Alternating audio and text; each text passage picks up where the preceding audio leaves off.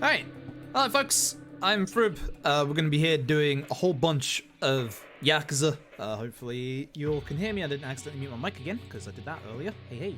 We're just going to start, because we're going to be here for a little while. We're doing all the any percents of the Yakuza series. I have done also a little bit of a skip setup that I will explain in about 2 hours time. So, let's get going. 3, 2, 1, go. Alright, so this is the first one that we're going to be doing. This is Yakuza 0. This is chronologically the first game, but technically not obviously the first game because it came out quite long into the series. But we are in late 1980s Japan. We are playing as Kazuma Kiryu. Well, we're starting as Kazuma Kiryu, I should say. We just went and shook someone down for money so that we can give that money back to a loan shark, and now we're going to meet up with our mate Nishiki.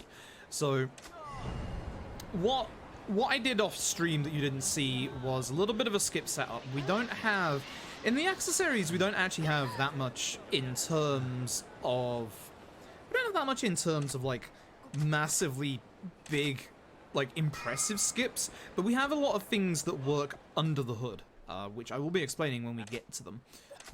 In total, thanks to some shenanigans that we do, we will be skipping about 45-ish minutes, 30 to 45-ish minutes worth of content at some point. Like, just over the entire run. So, this tutorial is awful. You basically can hit multiple enemies at the same time with your combo here to get confirmation hits, but it only works with, like, the second hit and onwards.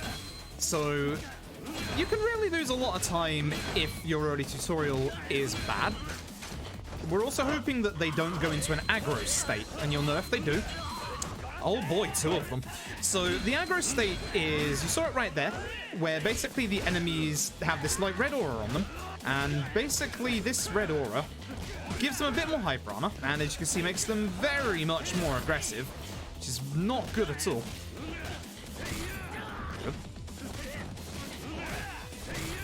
I just had to concentrate there to get rid of these guys. His body actually pushed me away from this guy. What I was trying to do there was I was trying to do a full light. At the beginning of the run, what we want to do is a free light into strong combo, because that's the most ideal combo to take them out in as few moves as possible, obviously to make it a little faster. But essentially, we'll talk about aggro states later on, but there's there's kind of 3 different enemy states, and you've got the normal state, which is what they all start out in. You've got the aggro state, which you saw there very briefly. That aggro state makes them a lot more aggressive, as you saw, but also gives them a tiny bit of hyper armor, which is really annoying. Like, that is something that can actually mess us up in a couple of places, including there. But essentially, you really don't want that many enemies to be aggroed. If you knock enemies to the ground, you usually can aggro them quite often. If you break an enemy's guard, you can take them into their scared state, which is a different state that you probably won't see that much. The scared state is kind of opposite to... It's kind of opposite to the aggro state in that the enemies won't actually attack you that aggressively, and they won't have any hyper armor on their attacks, which is really nice. We'll be talking about hyper armor a lot over the next 10-11 hours. Like, there's a lot of enemies that have really nasty hyper armor that's going to be coming up later on, especially in this run. So we're just going through your usual tutorials. You'll see a lot of tutorials and me moaning about a lot of tutorials in this run. This is your heat attacks. You can see at the top left that we have our heat bars. It doesn't actually matter that we got knocked down there, because you have a little bit of a delay between using heat attacks to be able to actually use your next heat attack. It's by design so that you don't just spam heat attacks. And you can see there just the free light into strong combo at play. So we're now going to get met with a important NPC who goes by the name of Bacchus. Bacchus is going to teach us about Yakuza 0's unique feature of leveling up, where because we're 1980s Japan and we're in the bubble period and the economy is going absolutely crazy, you can earn billions, and I mean billions of yen in this game. And there's a couple of uses for them, but the biggest use for all of your money is to upgrade your character. So Bacchus here is going to teach us how to put money into ourselves. Bacchus's model, by the way, is a model swapped Akiyama from Yakuza 4. If you look at him carefully, you can kind of see it. Kind of freaky when you look at it like that, isn't it? But Bacchus is going to turn up a little bit more later on. He's going to introduce a wonderful character who goes by the name of Bruno. And unfortunately, there's one minigame over the entire Yakuza series that is skippable. Yeah. Sorry, folks. No karaoke for us. Maybe later on if we come under estimate. We'll see. But what we're going to do now is going to head off with Nishiki to go and get some ramen. Over at Kyushu #1 star ramen. Or what is Kyushu #1 star ramen later on in the series. Very, very popular location. Loud car in my left ear, not sure why. That happens sometimes. So, whilst we're having dinner with Nishiki, we see a news report about the person that we shook down for money in the empty lot, and that person died. Now, we didn't beat them up anywhere near enough to kill them, so Kiryu is now going to try and find a payphone to phone up the 3 lieutenants of the Dojima family, or to phone up Dojima and find out just exactly what is going on. This is pure my time, Zornzig. Just pure my time. Wouldn't have it any other way. Also, hopefully everybody is doing well tonight. Hopefully you're all keeping warm. I don't know what's happened here tonight, but it is absolutely freezing. It feels like I've left a window open somewhere. So hopefully you'll keep yourself nice and warm. My fingers right now need to warm up really fast. So this is nice. You can get a random fight spawn right here in this intersection. If you get it in this intersection, it actually costs you, if you're going for like runs, it actually costs you a run. It's very, very rare to get it. Like, I've only got it, it used to be in about 10% of runs, but honestly it's probably about 5% at most. You can also get, you can get different variations of fight spawns, which I will talk about when we get there. But we go over to Dojima Family HQ. They're not happy that we offed someone in the empty lot because the lieutenants are trying to get the empty lot. The empty lot is a patch of ground in the middle of Kamurocho. It's supposed to be worth an absolute fortune, like literally millions and billions, and whoever gets it basically is going to rule Kamurocho.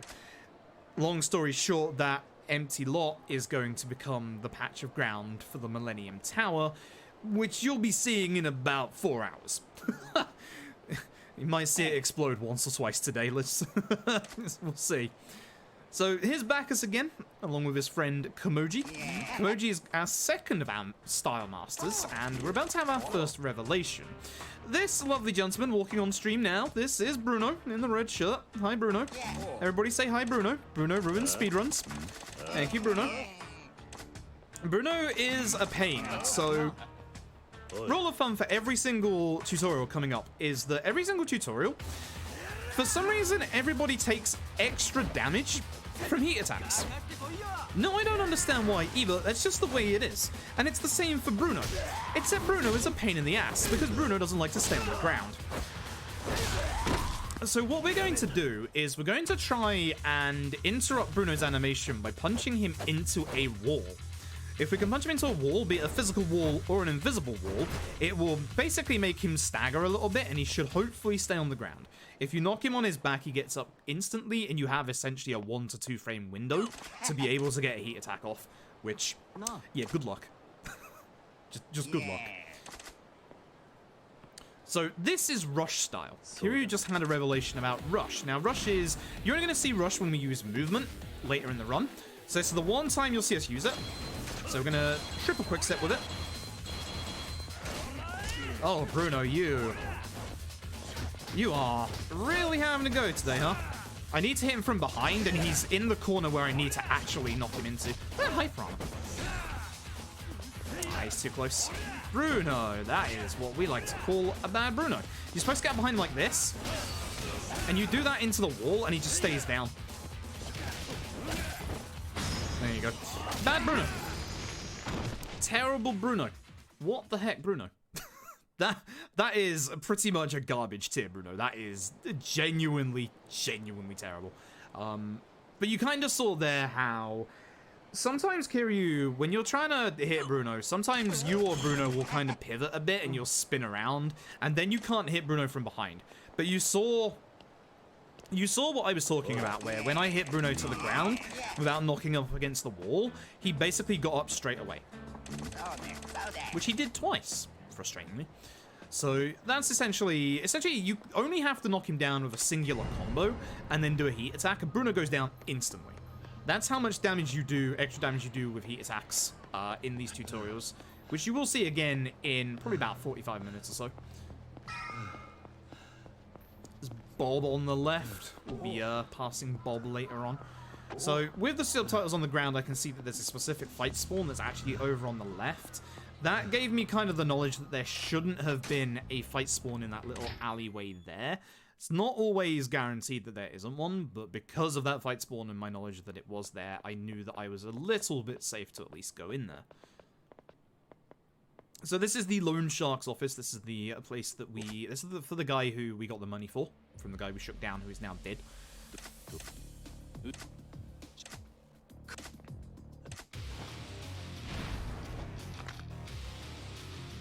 So we're going to instantly go back to Brawler, because Brawler, again, has more damage. Thankfully, this guy didn't guard. Sometimes he guards, which is very annoying. You don't have to worry too much about these weapon guys. If I was playing better, I would have tried to line the two of them up. That's fine. In this room, we're going to run straight away and do a heat attack against the guy holding the bin. This can scare the other two enemies, but it can also push them into position. Perfect. For a double. And now this guy is aggressive today. That happens sometimes. So because I missed an attack, I had to follow it up with an extra light attack. And in the Loan Shark's office, we actually meet Kuze. You saw Kuze very briefly in one of the earlier cutscenes. Kuze basically threatens us, blah, blah, blah. We're now going to go meet up with Nishiki again. We have to find a payphone again. And you can see that on the minimap, we are being shepherded in a very specific direction. We can't go that far off the beaten path just yet.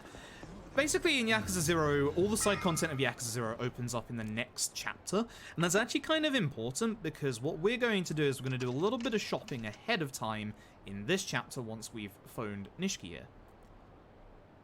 Would you believe they've made like 15 of these games? So some of them good, and some of them, as you said, not well balanced with enemy encounters. Enemy encounters in Zero are very, very generous, and Zero also gives us the ability later on to be able to avoid pretty much 95% of all spawned encounters, with one exception, which we will get into when we get to him. So what we're going to do, we head into the Popo here on Tenkaichi. We're going to speak to the shop clerk, and we're going to buy 2 pieces of alcohol. The reason we're doing this now is because we need these pieces of alcohol for the next chapter, but also because she becomes a friendship event in the next chapter, which gives her an extra, like, 20-odd seconds of dialogue. So by doing it now, we don't have to deal with that dialogue at all, and it basically keeps us on track for the rest of the chapter as we're passing it anyway. So we go into the Kashiwagi family, the Kazuma family office. Kazuma, our foster father, is currently serving time in jail for reasons we do not know. And Kashiwagi there on the sofa is the current acting head of the Kazuma family. He gives us a nice punch to the face. Our grand idea is that we're going to go to the Dojima family, and we're going to tender our resignation and basically leave the Yakuza so that we can find out what's going on. Now, of course, they're not going to be too happy with this. You don't just simply walk away from the Yakuza. So, after a nice lovely conversation / argument with good old Kuze here, that's Yaneda. You'll see him on the left-hand side of your screen here. Yeah. Get used to seeing Yaneda. We're then going to have our first big set piece of the game. We're going to be going up against the Dojima family. I'm going to start by hitting Yaneda a couple of times because I dislike him. That's not Yaneda. I really want to grab Yaneda and do a heat attack because that will actually allow me to get some money if he has low enough HP. Does kill him? I don't think it will. It will. Excellent. So, because of that, I now have enough money to go into my Brawler tree and put 2 million into Power Surge 1. Power Surge 1 gives us extra damage when we're using Brawler. Simple as that. So now I'm just going to be using a combination, I hate this, a combination of Brawler's moves as well as some of the furniture. And this is why you don't leave aggro guys alive. But you can see that furniture has, well, that happens sometimes. Furniture has a massive range to it. Unfortunately, Kiryu sometimes doesn't go to furniture and goes for the guys that are on the ground instead. But you can basically see that, like, our normal attacks, even if we don't get the full 3 light combo off, are just doing enough damage to destroy them.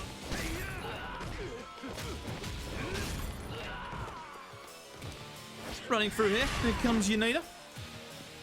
We're going to hopefully get the good hit off here. This is a little finicky to do sometimes. We're going to wait a second when he starts getting up. Ah, I missed it. So you saw there, when I glowed red, we have a special ability with Brawler, where if you get hit... Really, Yaneda? This is happening, huh? Yaneda is being a pain today as well. This is not a good start. But when you saw me flash red, that is a counter. It's exclusive to Brawler. You don't want to use a heat attack against Yaneda because you want to be able to run through here. By doing that and having your heat here, you can do that heat attack. Run forward against spawn Yaneda. And this spawns in the final 3 enemies that appear ahead of us. With that, we're going to go back and take care of these 2. The other 3 are going to come down towards us. Nice double.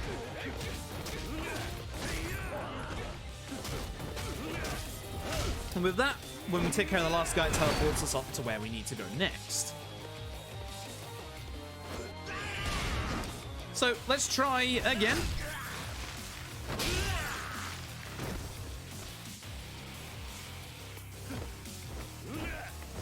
That's what you want to see. Coming out of here with 8.7 million is very good. We will easily be on track for money later on. In this set of stairs here, we do have to take care of these 2. Do remember this set of stairs, by the way. You might be seeing it again in about 3 hours' time. Door's blocked. So, time to do the only thing we know what to do.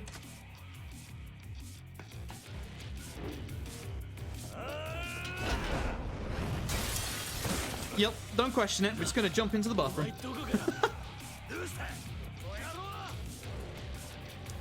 So we're going to start off with the first guy. Some of these guys will start guarding. I'm a bit sad I didn't get a multi-hit there. There we go. So I just get behind him. That's unfortunate with a bad angle. So I know here, if I do a full combo, that I can hit this guy on the way over. And here's Yaneda again. This time with a knife. So we're going to deal with Yaneda in a very specific way. We're going to do a full combo. Then 3 hits. Or 2. That'll do. Drag him over to the sink and do this specific heat attack. Takes out Yaneda. And this time we are actually going to take out Yaneda.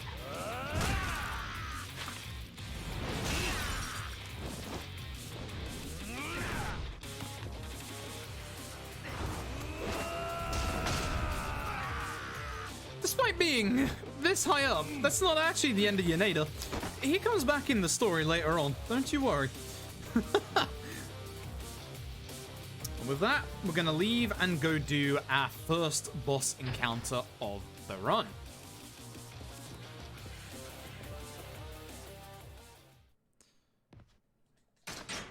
For the first time, and certainly not the last, one of the best fight themes in the entire game, it's time for Kuze. Nice, I got a good angle. Don't like I'm behind him. That's terrible, I should have stopped. Alright, Kuze. I want to keep Kuze in the corner. I want to keep doing damage until I get him at a certain HP threshold to use a heat attack. Nice counter. I could do the same, you know. I don't want him from behind, but oh well. This has happened. We'll just do this one. It's a long one, which is why you don't want to see this one. It's good damage, but you do not want to see that. So by doing that, we put him into his QTE phase. His QTE phase is actually around the D of his first name. But every boss has a mid-fight QTE that you have to watch, with exceptions. And then you're able to basically take the fight into the last part. When bosses go into their heat phase, they have extra defense, they have sometimes extra hyper armor. Hit me. So I can counter. I don't know why I'm hitting the corner. Bad Kuze fight. Terrible Kuze fight. Awful Kuze fight. Either way, that's Kuze. Either way, that's Kuze. Kuze accidentally accepted our resignation from the Yakuza. Therefore, we are just a ordinary civilian. And with that, we are kicked out of the Tojo clan. And we are now just an ordinary civilian. And we meet up with a real estate agent. That man right there, he goes by the name of Tachibana. Invites us into his lovely penthouse for some food and a shower. And he wants us to work for him. We're going to go back to the Kazuma family office and explain what went down, even though we're no longer with the Kazuma family. If you missed doing the first shop in the first chapter, now is a very, very good time to go and do it. This is the last time you can go and do it before the shopkeeper becomes a friend event, and also before a whole bunch of stuff spawns on the map.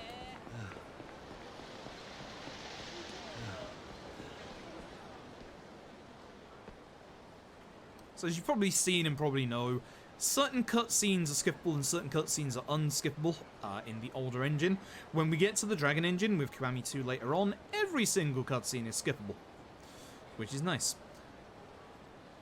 Sad Kashiwagi in window. Nishiki. So we say we're okay. We're gonna go and figure out who killed the guy in the empty lot.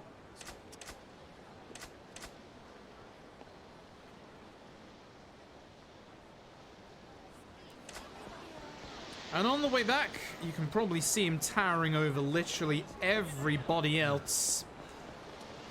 Here he is. The exception to a fight despawn rule, it is Mr. Shakedown. Mr. Shakedown is unique to Yakuza 0. Mr. Shakedown is a raid boss. Now, the nice thing is, they don't expect you to win this first fight, which you can do. There's no reward for it. So, we're gonna lose to Mr. Shakedown.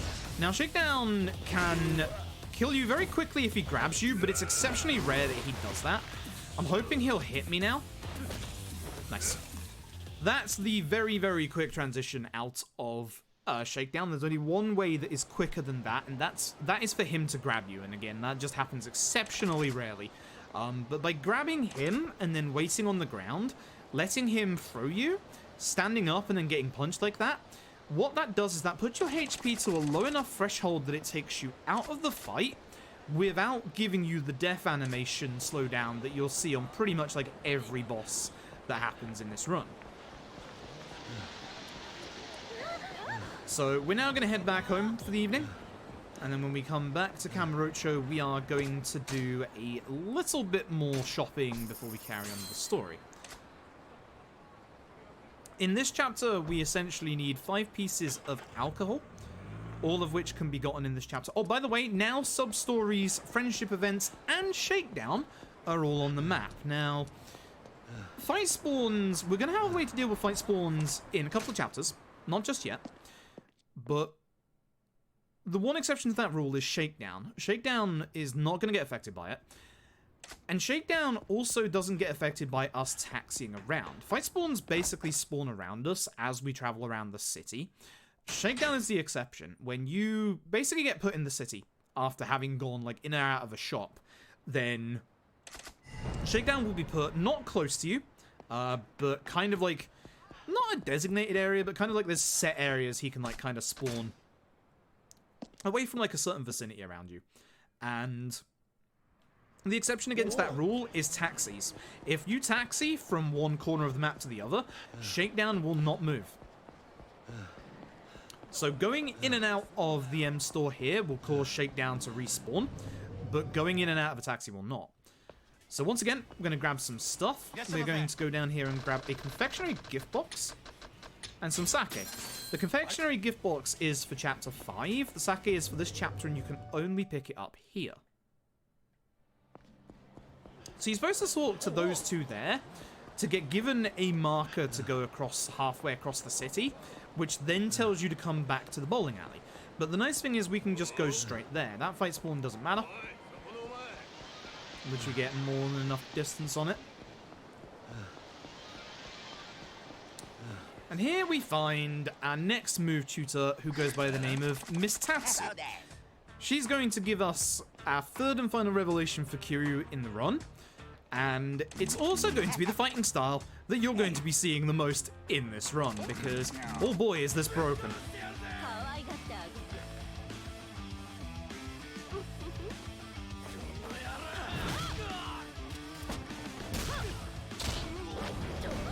Watch this move coming up here.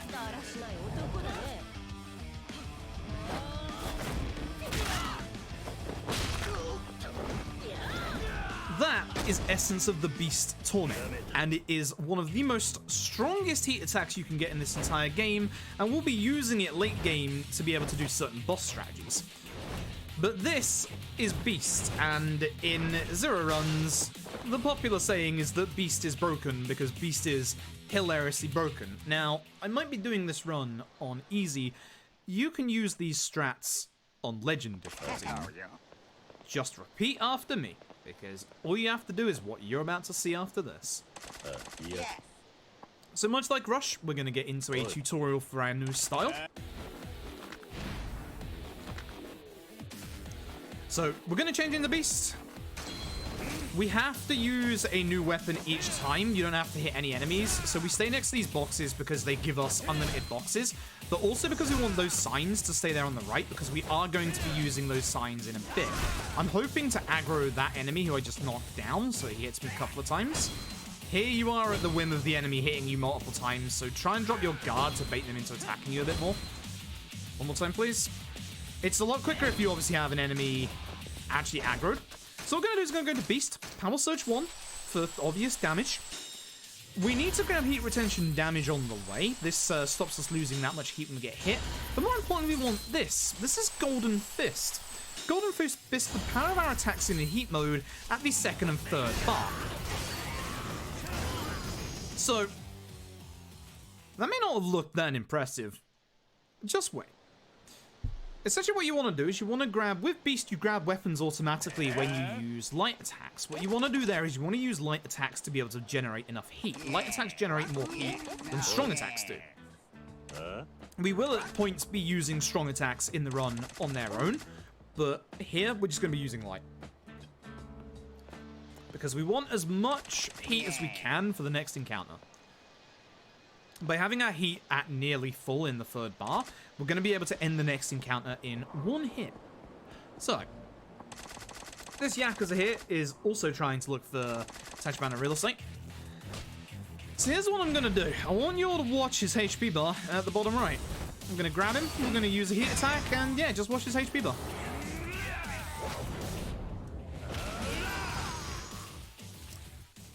That poor man is not standing up again. That might still not be impressive. Again, just you wait. Beast is completely broken, and yes, as I said, you can take these strats onto Legend. This is all the damage that you literally need. It is kind of absurd, and it is kind of insane.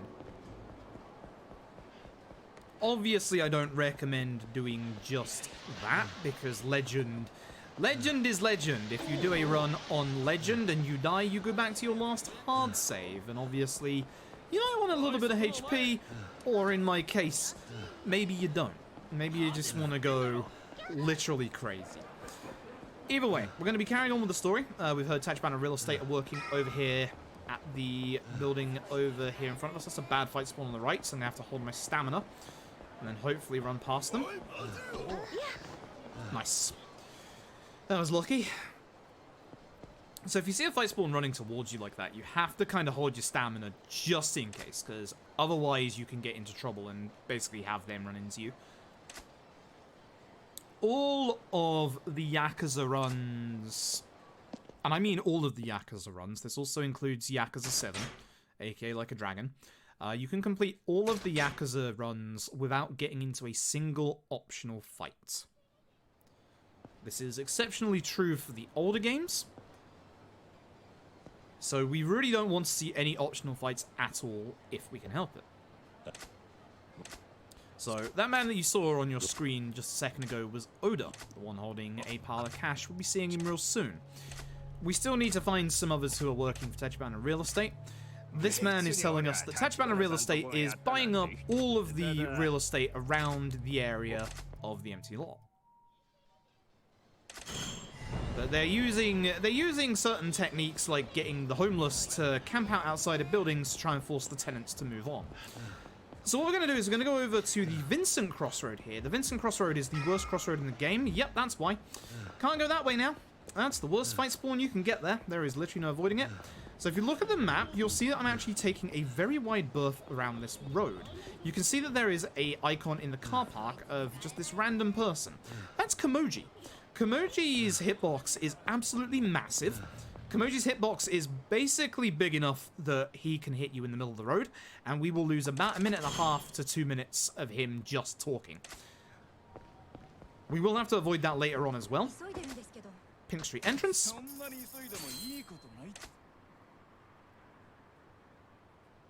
So, we're going to get the last 2 pieces of alcohol that we need. The first one is from the Popo here on Pink Street. It is the Scotch Whiskey. You can get the Scotch Whiskey in the 1 million yen Dream Machine. It is a 1 in 13... That's not it. 1 in 13... Should be wearing my glasses. 1 in 13 chance to get the Scotch Whiskey from the 1 million yen Dream Machine. And the last piece of alcohol that we're getting from Don Quixote. Can we get a lovely F in chat for Don Quixote? Because the licensing rights for Don Quixote were not renewed for Yakuza 7. Is the champagne. So you will see there are 2 different kinds of champagne. There is the normal champagne and the gold champagne. Doesn't matter which one you actually get. The only difference is that if you get the gold champagne, you will be getting a trophy/achievement.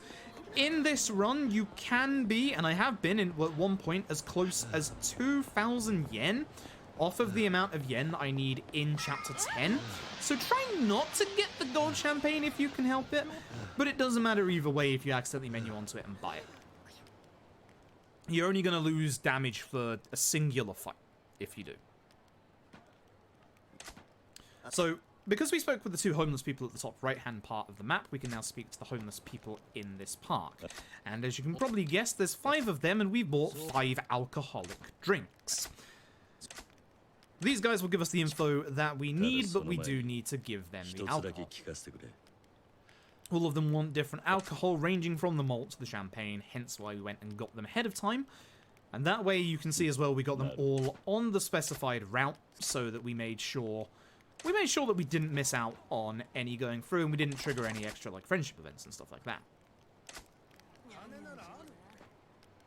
Yeah, it's a shame they got rid of it in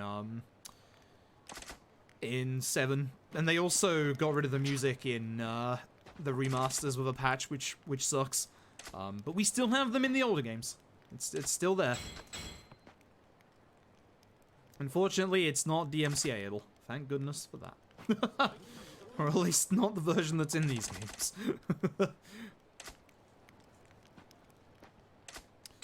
So I'm just going to hand over all of our alcohol right here. You'll see a flashing card in the bottom left there. That is a telephone card. You can collect those to be able to unlock basically these I don't know how to describe them other than softcore videos, which we're not going to be doing because we're not getting banned, that's for sure. But you can also use them to get completion points. I haven't explained completion points just yet. Completion points you get for doing certain things during the run. You've seen that we've got a couple already. During the run, we'll be using those completion points on stamina levels. We basically start off at level 0. We hope to be able to get level 2 on both Kiryu and our second playable character, who you'll see in about 10 minutes' time. Or hopefully 5 minutes' time. If it's 10 minutes' time, I've done something horribly wrong. But hopefully we can get level 3 on the second character. It doesn't happen very often because you need to get like 1 or 2 more extra completion points. But I'm thinking of potentially trying to route in said telephone cards to try and get an extra dash point. Yeah, there's a lot of the things in the Yakuza games, like a lot of the alcohol and stuff like that, is actually real life product placement. In Yakuza 5, for example, if you go to any of the stores, you can buy, especially Don Quixote, you can buy a drink that goes by the name of Orangina. That's a bad fight spawn. Lovely. I know I wasn't going to get past it, so I ran right into it. What? Excuse you? This is probably the worst spot for fight spawns other than the Vincent Crossroad. Ooh, speaking of our extra completion point, that's lucky. Ooh. This might be the run where I go for a free dash Majima now. So, despite the fact that that fight was actually very unfortunate, it was actually a lot more fortunate than you'd probably think. I don't believe I just did that. Oh, nice.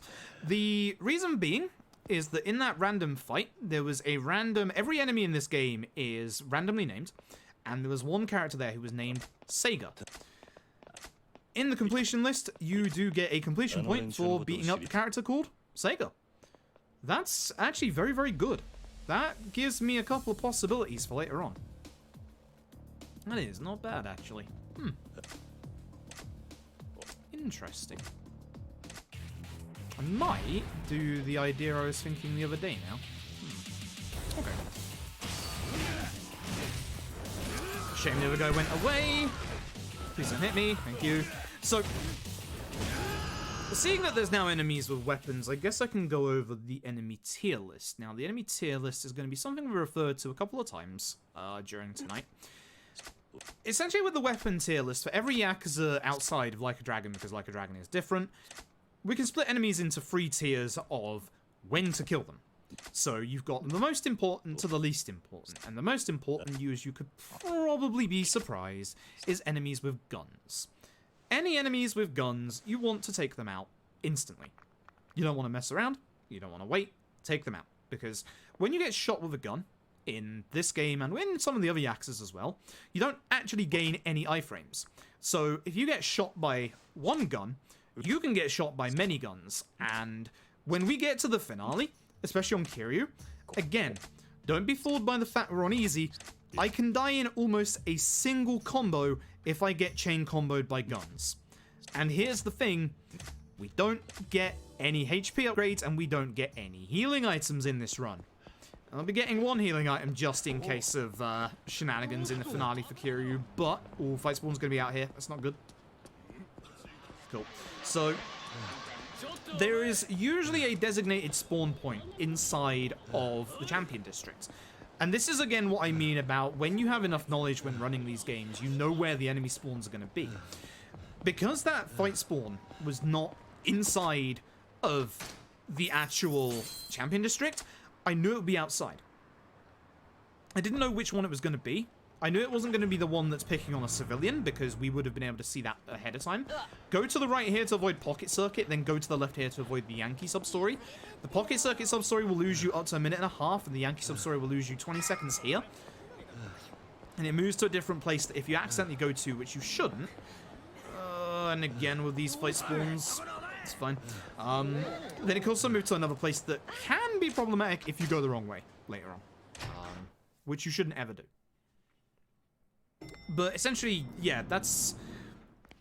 The tier 1 enemies are your gun enemies. You want to take care of gun enemies straight away.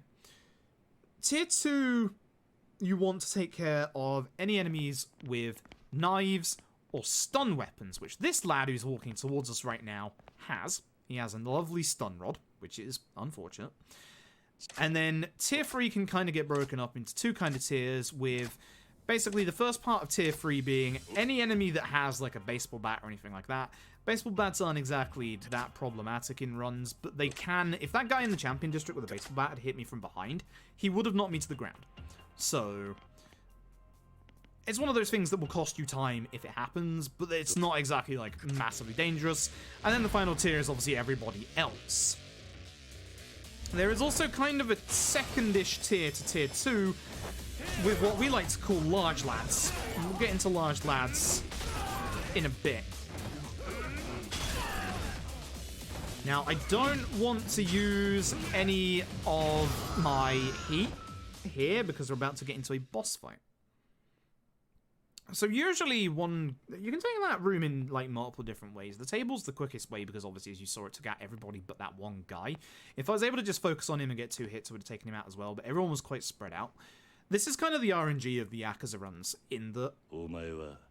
Despite the fact that, you know, we take fights in pretty much the same way every time, we still have to react to how the enemies react. So if the enemies are like, if the enemies aren't grouped up like that, if they're kind of all like around, then we still need to make sure that we react in the right way to take out as many enemies as possible, whilst also still staying true to what we need to do for the run. So I need my heat here because, oh hey, it's Oda, and Oda has a Thon. So you can probably guess, we're gonna be whacking Oda here. We really want Oda to go to his right, aka our left. Reason being is that there's a bunch of furniture behind him. There's basically 2 big bits of furniture in this room. There's big chairs behind Oda, and there's little chairs to the right of us. The little chairs do less damage and have a really bad attack pattern. Whereas, hopefully, as you'll see, the big chairs are really, really good. So, I'm going to slightly move to the right. Nice, just in case. So you'll see with this sofa, it has 4 hits on it. We're going to do the first 3 hits, then the last hit is free for a heat attack. And as you can see, that's a metric ton of damage already. And then we just carry on hitting him straight away before he gets up and blocks. And another hit. And that is a very, very good Oda fight. That is an exceptionally good Oda fight. It's a shame we had the exceptionally bad fight spawn. If you get that fight spawn that I had in the Champion District, you can't do much about it because it sees you from behind and it sees you from a long distance away. So even if you were to hold your stamina, you can't do much about it. And every 2 chapters, we get a protagonist swap. We're now in Sotenbori, Osaka, and it's time to meet fan favorite Majima Goro. Now this tutorial is painful on easy and better on harder difficulties because we need this man to be aggressive. I would also like to see that move at the end of this, please. Do it now, please. Not the one I want to see. Reason being is that if he does that move, you can transition it into this counter straight away, and we need to do this counter 3 times. So we're probably now going to take a little bit of extra time, because as you can see, it's all dependent on how aggressive his AI is feeling today. And at the minute, it's not feeling that aggressive. You are supposed to be able to be out of this fight by the music crescendo here. We lost somewhere between 5 to 10 seconds on that. Just because his AI wasn't aggressive. That's the unfortunate part of that tutorial, and of course, as you can probably imagine, the reason why it sucks more on easy rather than harder difficulties is because on harder difficulties, he's way more aggressive. On legend difficulty, for example, he literally will not stop attacking. It is fantastic.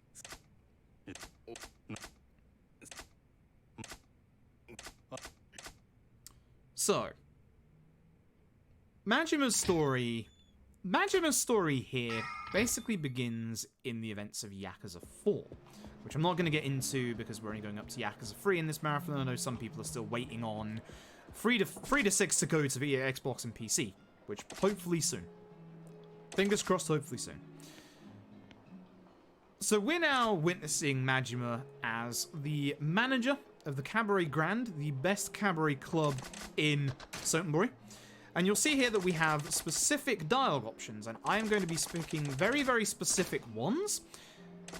In the case of this one, I'm picking the one with the longest dialogue, but it doesn't have an unskippable animation. Despite the fact that it has more dialogue, the unskippable animation, and you'll see this with some cutscenes as well, in that we can't skip ahead in the text or the actual dialogue itself until the animation is finished.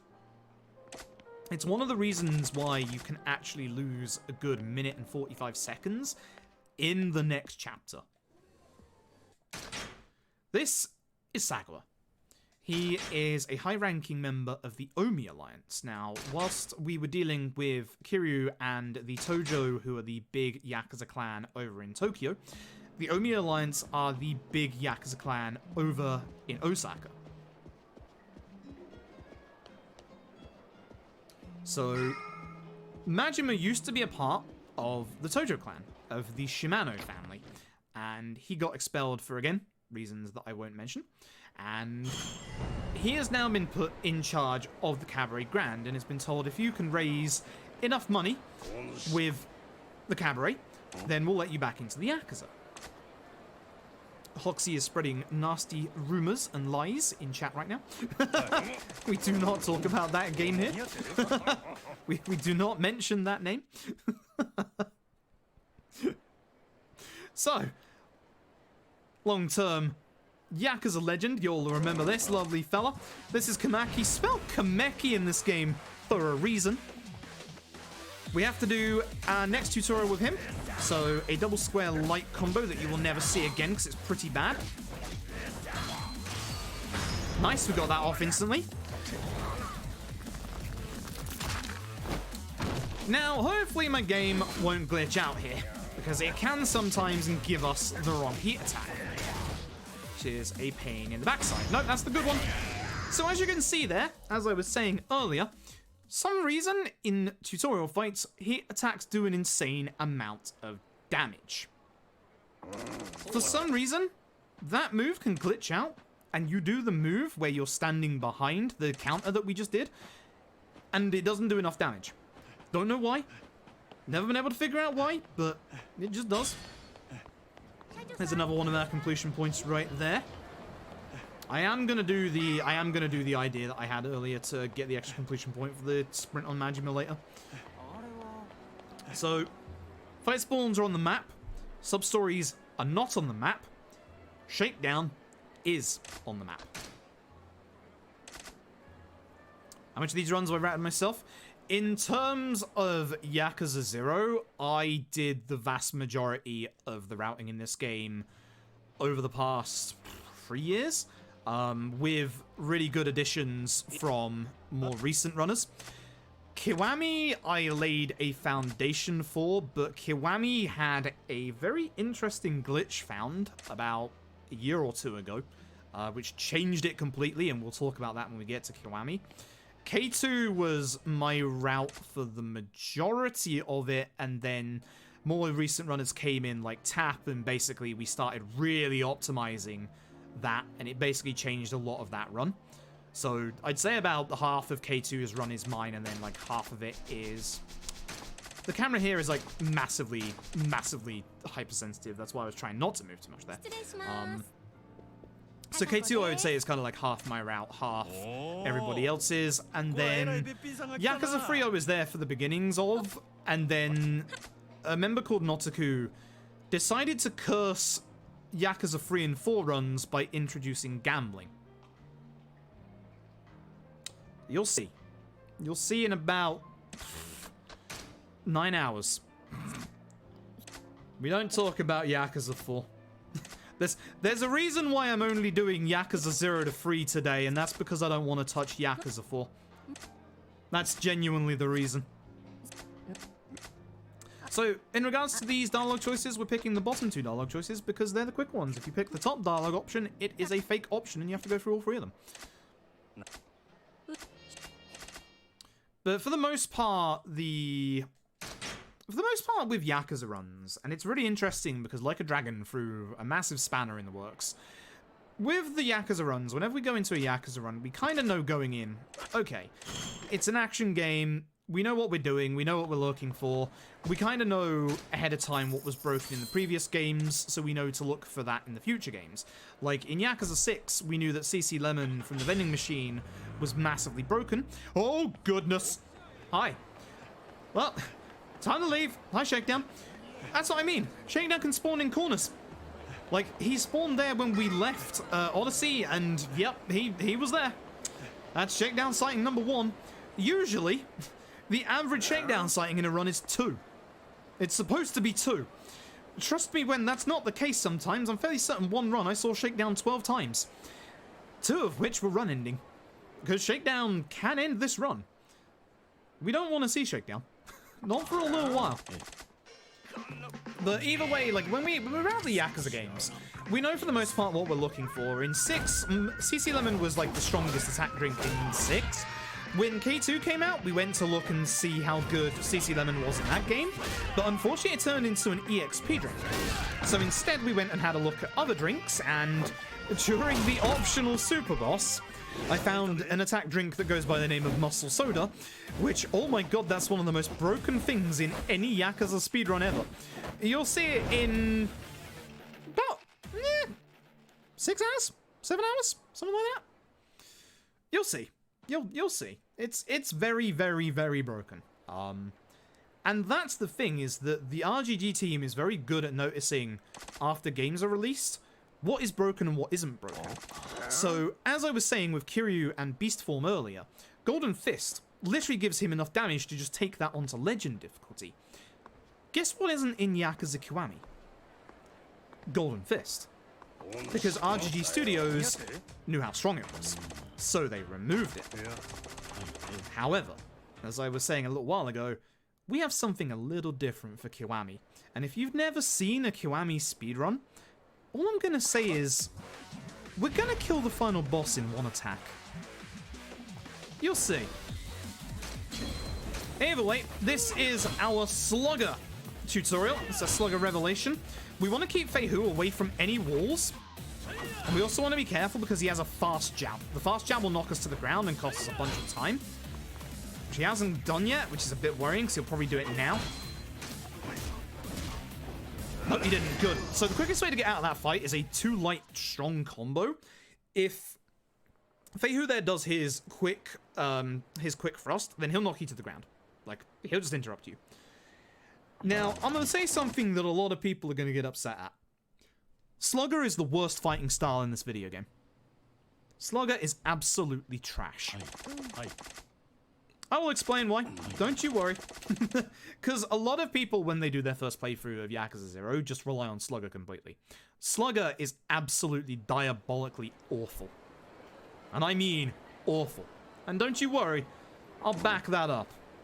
That doesn't mean we're not going to be using it. Slugger is the basis of a big, massive speed tech against bosses that we use.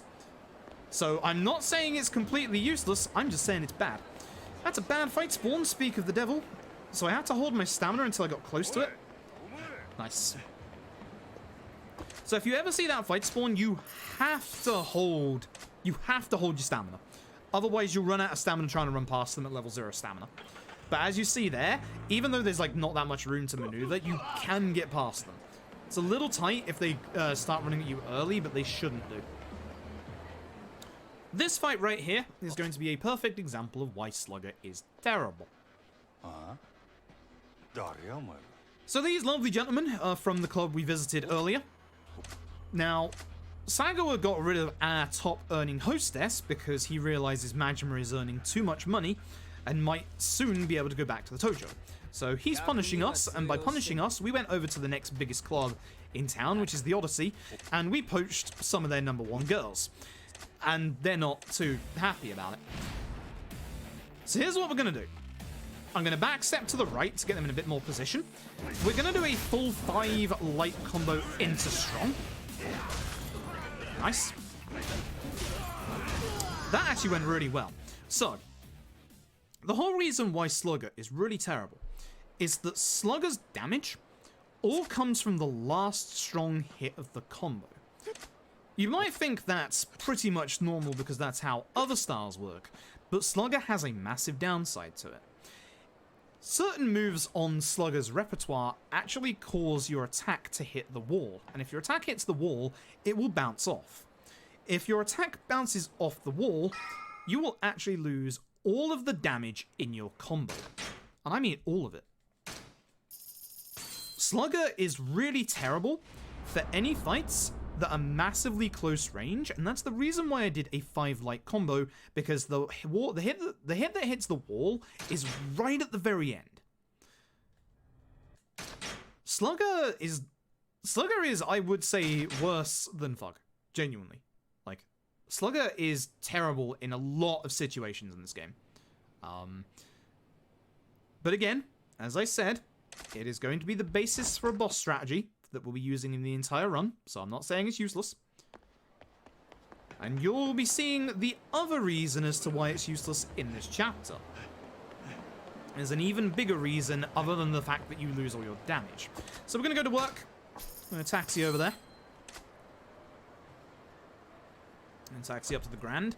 The nice thing about Yakuza 0 is that even though Sotenbori only has 4 taxi spots, every single one of those taxi spots is at an important story point. So you've got a taxi outside of the Grand, you've got a taxi at the top right part of the map that we'll be using later on to go and get some takoyaki. We've got a taxi outside of Majima's apartment that we're going back to a couple of times, and a taxi at the bottom right part of the map that we'll also be using quite a lot as well. No, I feel Kuro there, Tap. I understand. I'm surprised Kuro hasn't broke the sub 350 yet. Kuro's early game is way better than my early game at the minute. My finale is somehow the most disgusting thing I've ever set in a speedrun in my entire life.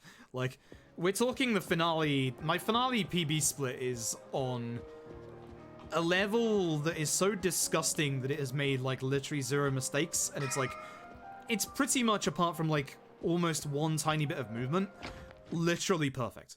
Literally perfect. Like, it's a split that scares me, because that split is like, it's like 15 minutes long, and yet I can't come close to it. It's absolutely disgusting. So if I could get Kuro's early game strats down, I could possibly also do the sub 350.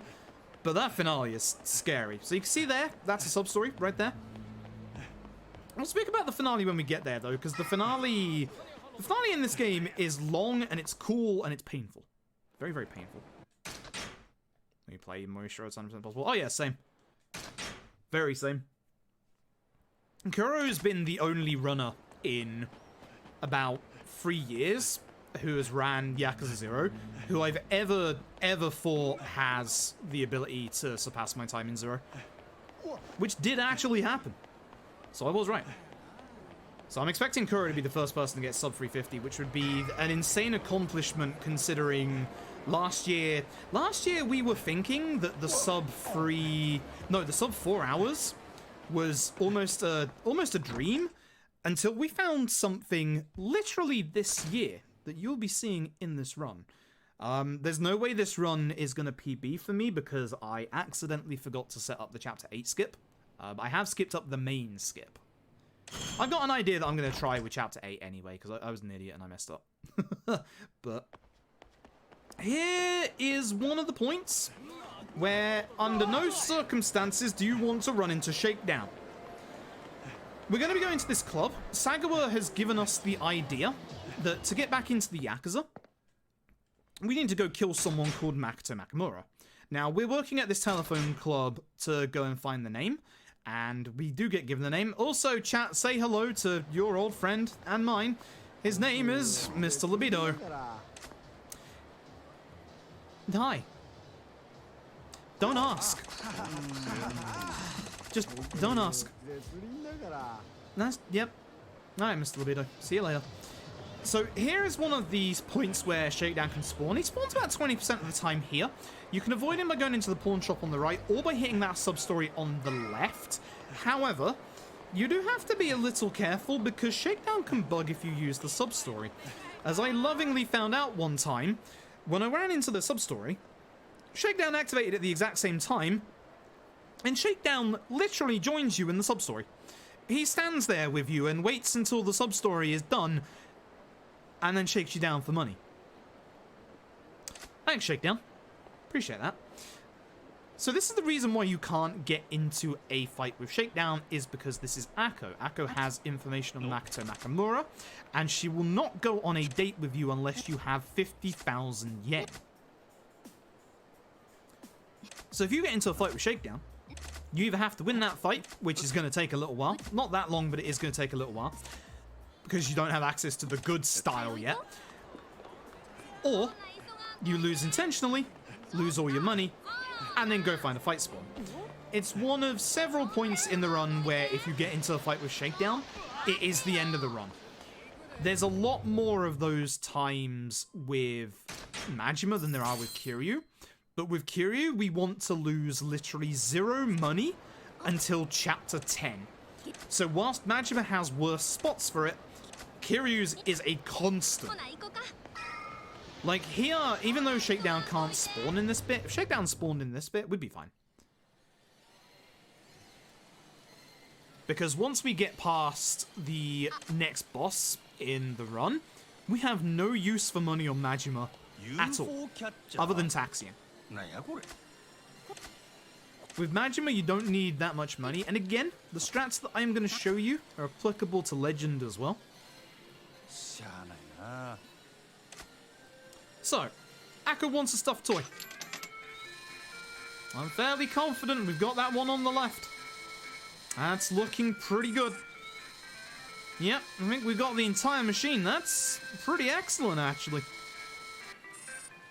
Yeah, no, we're not catching anything. So, fun fact, there is 2 different scenarios set up for this, where if you actually catch something for Akko there, you lose 1.5 minutes. You lose 1.5 minutes to random unskippable animations that she has, other than the fact that if you just fail it, it just takes you straight out. Also, when you're running in this bit here, Akko has special dialogue for whether you get something or don't get something. Now, controversial statement. We're going back to it. Remember that time I said that Slugger is trash? Yeah, this is why. So we're on a date, by the way. We're just stopping to speak to the old man.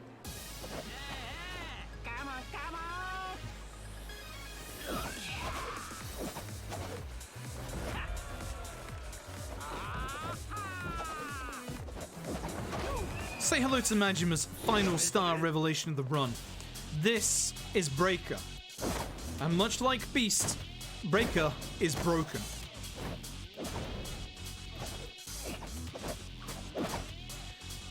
People, when they do their first Yakuza 0 playthrough, hate Breaker because it feels like it plays completely differently when it doesn't. It plays just like the other stars, and it's way stronger than any of them. So what we're going to do, we're going to get our first upgrade for Majima. We're going to get 2 million. Power Surge 1. It's going to leave us to 298,000, which is just enough money to be able to go to the disco. So Akko wants to go over to the disco. We're going to go over there now. We have the good NPC spawn, aka no NPCs. You can get a spawn right there where we just ran past, which is 4 NPCs, and it's the one NPC group in the game that you cannot run through. It is a giant invisible block. It is the worst thing. The actual worst. And it can spawn in a couple of different spots in the run, but 2 very important spots, one of which is there. And because this is the old engine, if you get a little too close to the scenery, you slow down. You slow down, and you just... You slow down, and you just bloomin'... Yeah, stop. So, Breaker tutorial. Allow me to show you why Breaker is broken. So this lad is probably going to attack me at the start here. He never used to. He always does now. He's like really hyper-aggressive. Cancel out. And then this is a combo you're going to be seeing all night. They're all still alive. They're both aggro. Give him a second. By giving him a second, because they're in their aggro form, I know that they're going to run over to me. So by giving them a second, I wait, and then I take them both out in a single combo.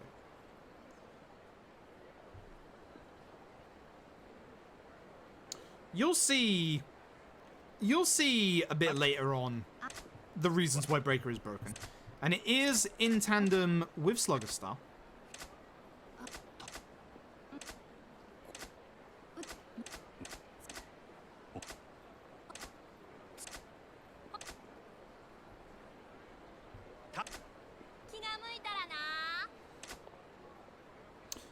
So now comes an unfortunate bit, because we need to get to Higushi Kaikan, which is on the other side of the map, without running into any enemies, which is a bit of a pain.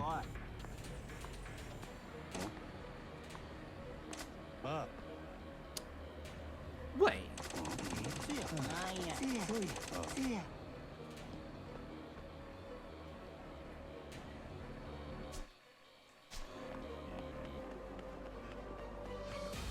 Why have I never...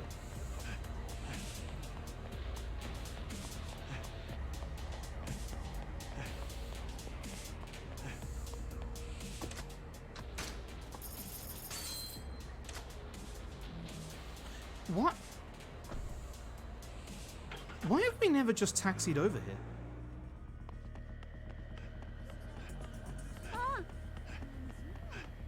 I guess that does lose some stamina for the upgrade that I want later on, but why have we never just taxied over here?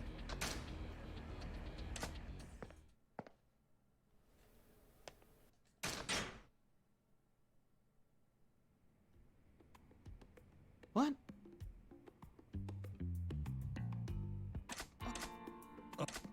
That's probably not quicker considering we just cut through the alleyways. That needs to be timed. That needs to actually be timed. We'll see.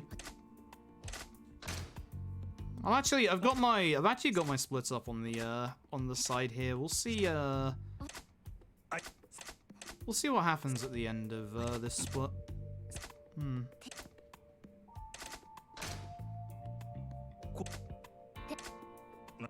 It's a lot safer, that's for sure. that's for damn sure. I have a suspicion that actually might turn out to be just slightly slower. We'll see. Either way, we've come to Higushi Kaikan to kill Makoto Makimura, and here he is. Well, I mean, that's Majima. Sexy boy is faster? Huh. Why in the 3 years that I have been running this game have I never done that? I had this revelation in Yakuza 6 like 2 months ago as well. Oh. Alright. Cool. Found better routing, only took me 3 years, don't worry about it. The nature of speedrunning, folks. You get so blind to the things that you do that you get a little blinded to not actually noticing better things. This is why I like new players coming into the scene, is because like when new people come into the scene, and this is why I'll never say like an idea is like terrible, is because like newer people who come into the scene can see things from a perspective that you can't see because you've been in that perspective for so long.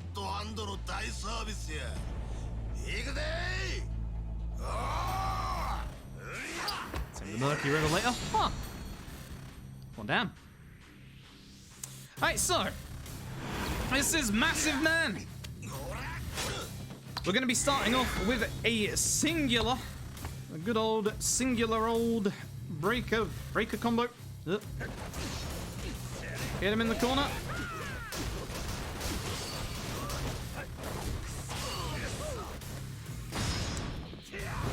I didn't hit him one more time, which means that we're going to have to do a little bit of extra work when we go into the second phase of this fight. It's unfortunate.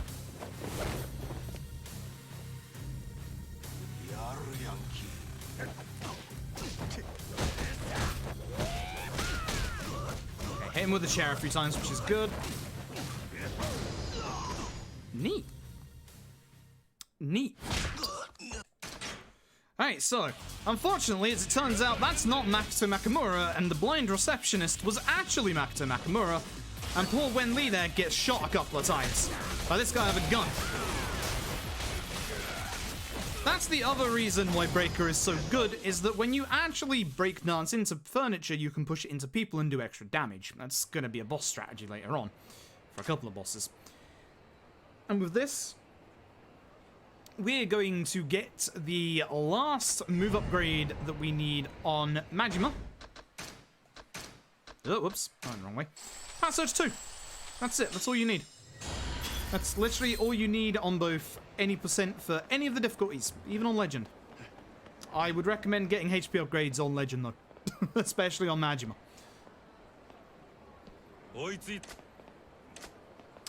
So, these guys are trying to take Makoto away with them. We're going to stop them.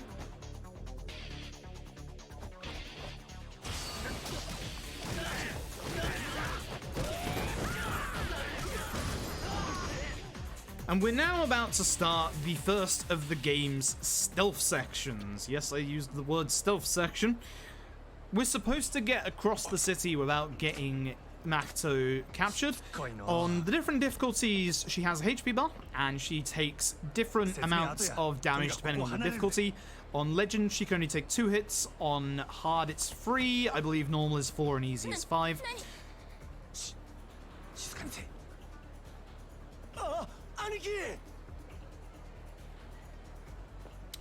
But you're going to notice that there is something very, very different about my stealth section.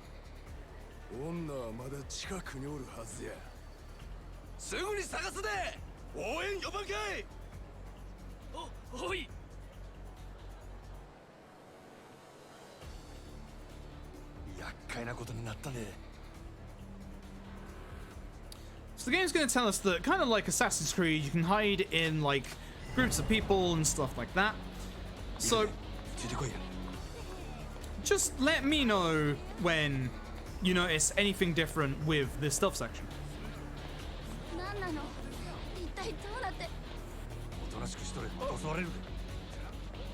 Have you seen it yet? Or should I say specifically, have you not seen the enemy yet? There's something very, very weird that the game does. We were looking for this skip for a good 2 years. And like, it's the most simple thing you've ever seen because there's no enemy spawns along here. When we go around this corner, there's no enemy spawns here either. Bizarre, right? Well, actually, enemy spawns in this section specifically. For some reason, the game registers them to its memory. Up to, I believe it's 8 of them. And in the 2 stealth sections, as long as you don't take care of too many enemy spawns, you can take care of all the enemy spawns along a specific route. You can basically take care of any of them, but if we take them on a specific route, we don't end up having to do a QTE as well. I don't know that this guy is standing over there. Come here, you. And the only one we have to do is that designated fight there. You'll also see that the enemy spawn that's supposed to be on this bridge here is also no longer here. It just doesn't exist anymore. And this works on console as well, by the way. So the interesting thing is, back in the day, we used to have some really nasty strats for this section, which thankfully we don't have to rely on anymore. So all you have to do before a run is take care of the enemies along that specific route, and that's it. As long as you don't quit the game or F4 the game, then you won't have any enemy spawns. Simple as that. Remember the guy with the gun? There he is.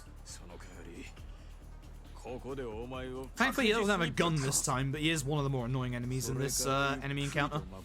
So we're really hoping they don't go down that little side alley to the left, because that can actually cause problems. And hopefully this guy doesn't actually guard. That's also not good. This is very bad.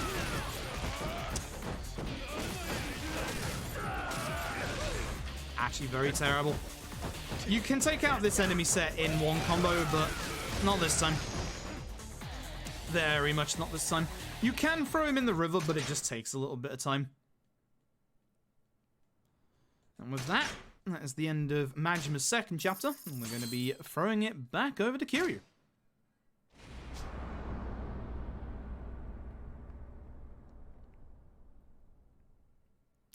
Right, so, chapter 5.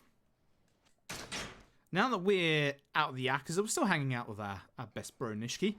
Now that we're out of the Yakuza, we are going to go and get a suit so that we can become a real estate agent.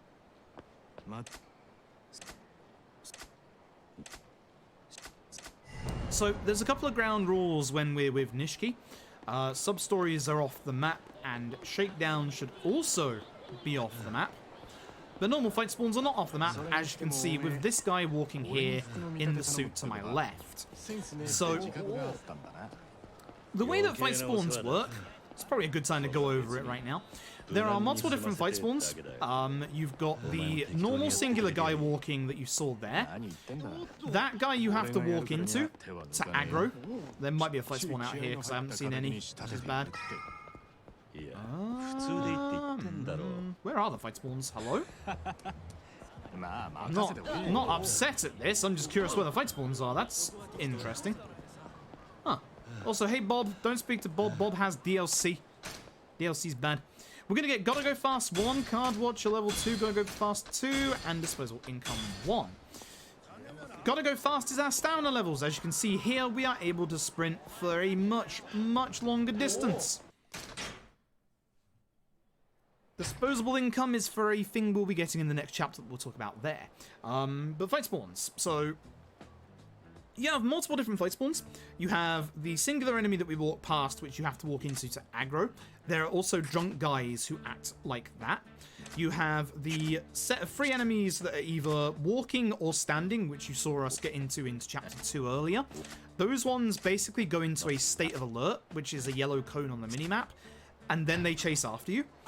You can actually glitch out some of those encounters at specific story spots that can turn into an instant fight if you're not careful.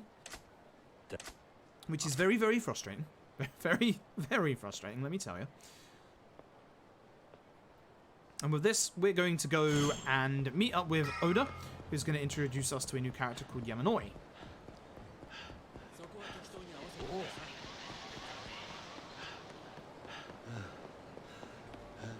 Cool. So, in here, unsurprisingly, we're going to do the 3 options that are the correct options. This will also get you a trophy/achievement, but it is literally the fastest options, unsurprisingly. And correct is right. So you want to be a little careful because there is one QTE in this game that happens outside of a fight, and it is coming up next. And I have failed this QTE before, on purpose, and if you fail the QTE, you will literally lose 1.5 minutes to unskippable Oda animations. It is that big of a loss if you mess up this QTE. Fortunately, this QTE gives you a massive amount of time to react to it, so in a marathon, we can just take our time and not try and hit it too early. Or do.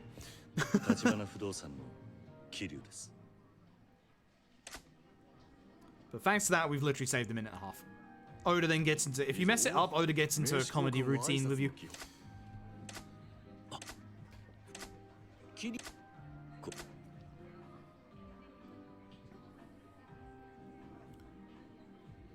Right, so... what we're getting introduced to here is the business minigame. Usually in every Yakuza game, there's usually 1 or 2 side activities, or 4 if you're Yakuza 5, that basically can take a heck of a long time. We are talking like a good 10 to 20 hours. And this is Kiryu's. Well, Kiryu's isn't that long, thankfully. It is at the same time when coupled with Majima's, of course.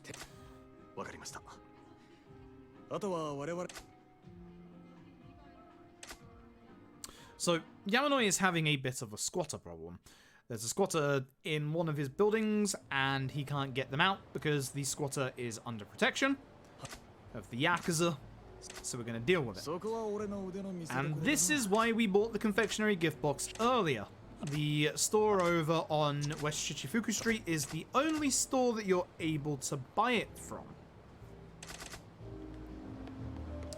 So as we run past, we're going to get interrupted one final time by good old Bacchus. Hello, Bacchus. Don't care, Bacchus. See you later. So Bacchus, as I said earlier, is your mentor for Brawler. We don't need to use any of our mentors for any moves. All the moves we need, we can just get straight out of the gate. And there we go. Doesn't matter that the confectionery gift box in game terms is technically a few days old. Doesn't matter. Got a good sell by date on it.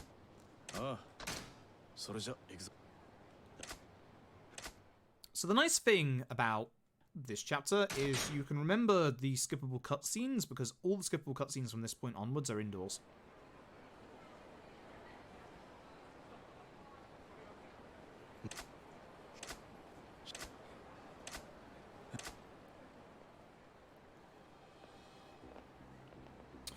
So, here is the squatter's protection.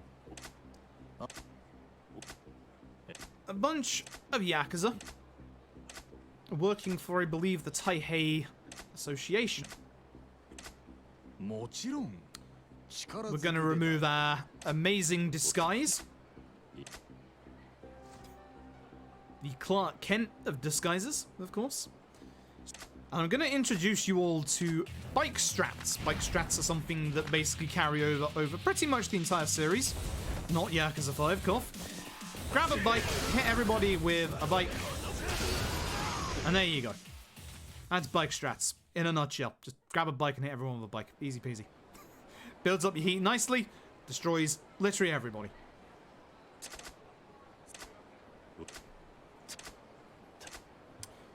And the Taihei Association are ran by Awano, the second of the lieutenants of Dojima.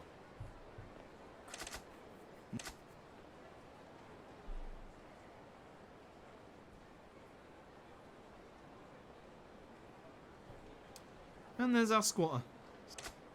Oh, hi.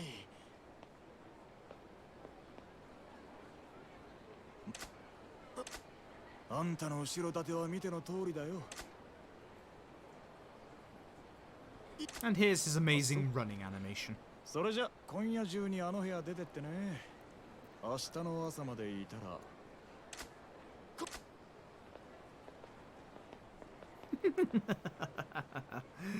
Nice.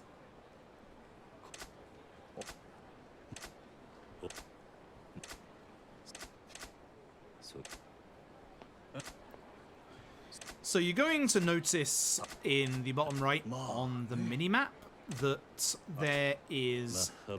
Basically, we're going to be blocked off from going certain directions. Unfortunately, every normal fight spawn in the city is available at this point. Yes, that does include Shakedown. So if we get into Shakedown here, we're in trouble because we can't really avoid him. We shouldn't get into Shakedown here, but there might be normal fight spawns, which would be way worse. There is not, thankfully. Good. Very nice for once. This is timed RTA because the in-game time for the Yakuza games is terrible. Very, very, very terrible.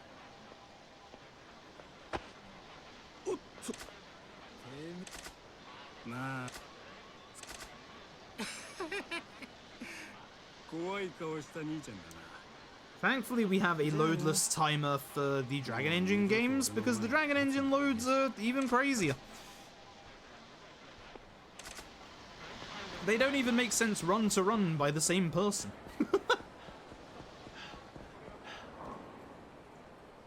Right, so, speaking of speed tech, coming up next is our next big bit of speed tech that was the only bit of speed tech we had in Yakuza 0 for a good long while. Once again, every time we go indoors, we can skip the cutscene.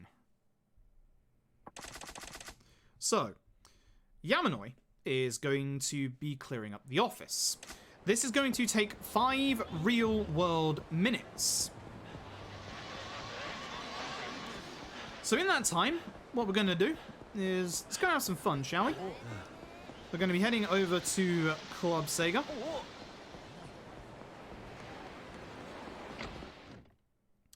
We're going to be sitting down at Outrun, and we're going to play some Outrun.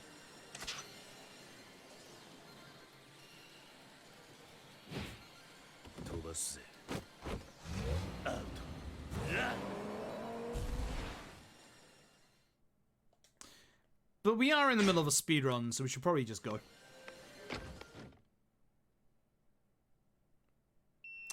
And there is the pager, indicating that the office is clean, and we have just skipped a 5 real-world minute wait. You might be wondering what trickery we did to obtain this. That was the magical power of minigames. So basically, every single activity constitutes a different period of time in this chapter. And of those minigames, Outrun there, and Space Harrier and the likes of those, they constitute between 7 to 10 minutes. We're not sure how much exactly, but yeah, by going into Outrun and then quitting out Outrun, we literally just skip those 5 minutes. It also does mess up the in-game timer a little bit, which is nice. Another reason to never use it. So this is the business minigame. We're getting tutorialized on how to operate this.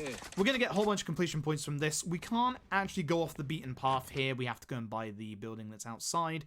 We cannot use our ability menu. They block it off because they knew that some clever individuals like myself would really attempt to try and level up with that money instead of, you know, purchase this property.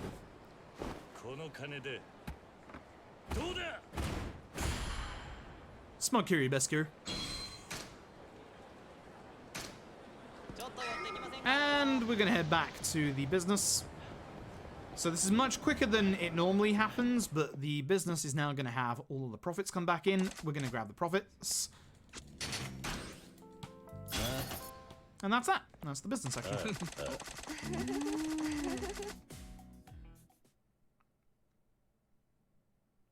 And with that, we're going to go meet Oda in a bar called Serena. Definitely not a bar we've ever visited before, that's for sure. We'll be seeing it a lot of times tonight.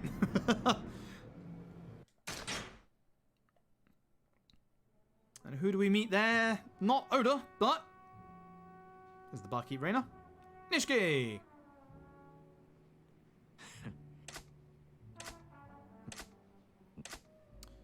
So this cutscene is skippable, but only when we're drunk. So we're waiting until we get drunk. さあどうぞ最初の一杯は私のおごりなに俺たちはこれからの人間だからよ今度はユミちゃんにも会ってみたいな歓迎するわよ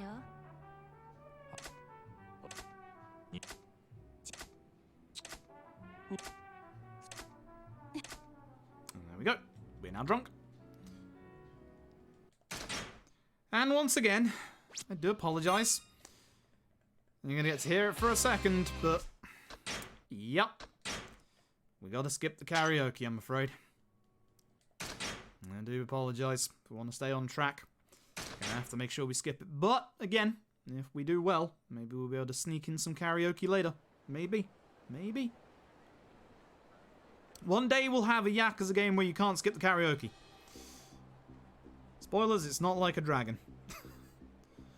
Sad. Really sad. I just want a game where we can't skip the karaoke.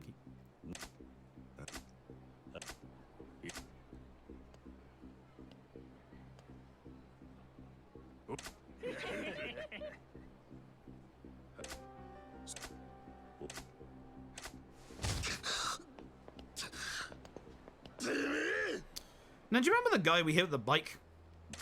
He's in this fight. Not that guy in the purple suit, but that guy with the glasses. We want to take care of him first. Because guess what? The tier layer of enemies comes into effect here because he has a knife, and more specifically, we're going to use that knife. So we're going to start hitting Okabe, switch over to Ibarra. It's unfortunate, but actually good, because that means I get away from him. So, just give a little bit of kidney surgery on the guy. Don't worry about it. He's slightly dead. Golden Fist works with weapons as well.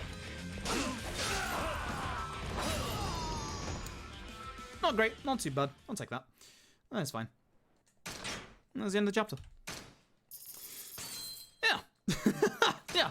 So you basically want to get the knife early on there, and the thing that you want to do with the knife is to do the heat attack. That's the most important thing to do with it. There is a quicker heat move you can do than that one, which is if you're next to the wall, instead of doing the kidney surgery on him, you actually like slam his hand into the wall. That one is much quicker and does, I think, the same amount of damage anyway. That's the NPC spawn that you can't walk through. Thanks, video game. That's why I went this way. So with this, the criminal never returns to the scene of the crime, so let's return to the scene of the crime and go to the empty lot.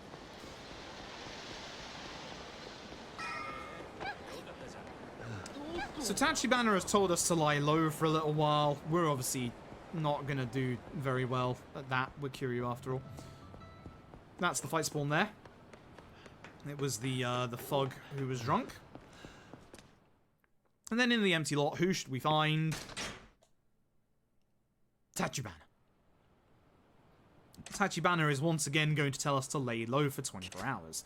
Tachibana believes that he has found the empty lot's owner.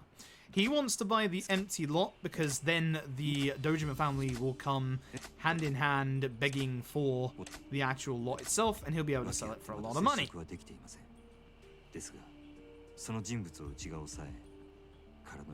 There you go.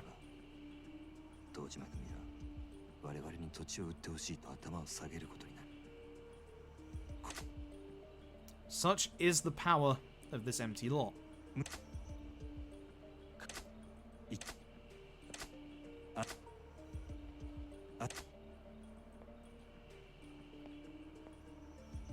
Now, I said this earlier, there's not that many Yakuza games that out and out give you a way to deal with fight spawns, but Zero does, thanks to this wonderful green jacketed clad gentleman.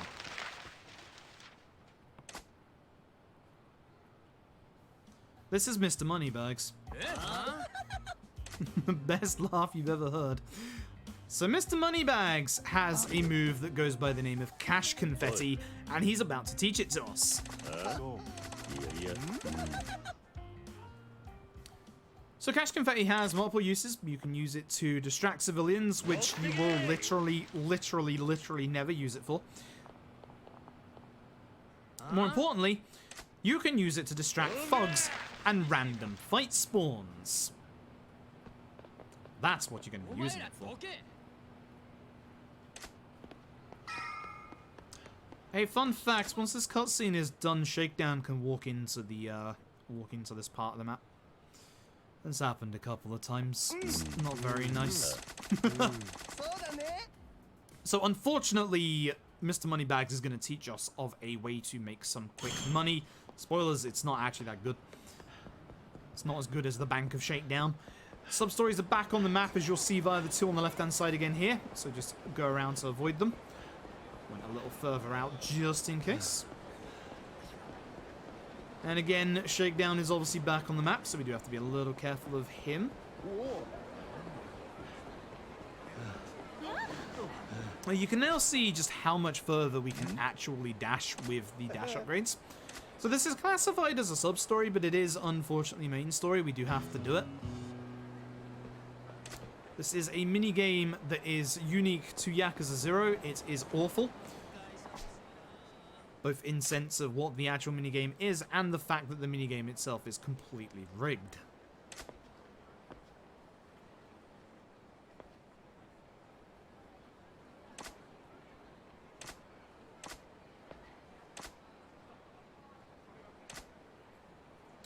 So, we need to show that we got money to throw away, aka cash confetti. He likes the cut of our jib. It's 100. It's 100k at this point with one upgrade to do cash confetti. I believe it's 100k anyway. This is the JCC, the Japan Cat Fight Club. It's terrible. It is actually genuinely terrible. We've had people test with a turbo controller at some of the button mashing points. The game will literally turn around and say, you don't win. So not only thematically is it kind of trash, but so is the actual game itself. We're never entering that door ever again. And again, the quicker and easier way to get money back is to literally fight Shakedown. Fun fact that. Heck, the JCC. Shakedown is best. So, we're now going to head back to our apartment. The second we head back to our apartment, that is going to set us into the Kamurocho set piece. Pretty much every Yakuza game has a set piece that utilizes the city, be it Kamurocho or a different city. Zero's is Kamurocho, although you have the stealth sections for certain boy. So the Dojima family gave us 24 hours to hand over Tachibana. We obviously haven't done that. Now, it's not going to look like it, but you'll look on the minimap and you'll see that it looks like we can go like everywhere we want to. We can't. We're in the set piece already. There is multiple roads being blocked off by members of the Yakuza. Despite that, sub-stories are off the map. Despite that, Shakedown is on the map. He is roaming around. You can run into him here, which is the most unfortunate thing. And when we get to the empty lot, here we start the set piece proper.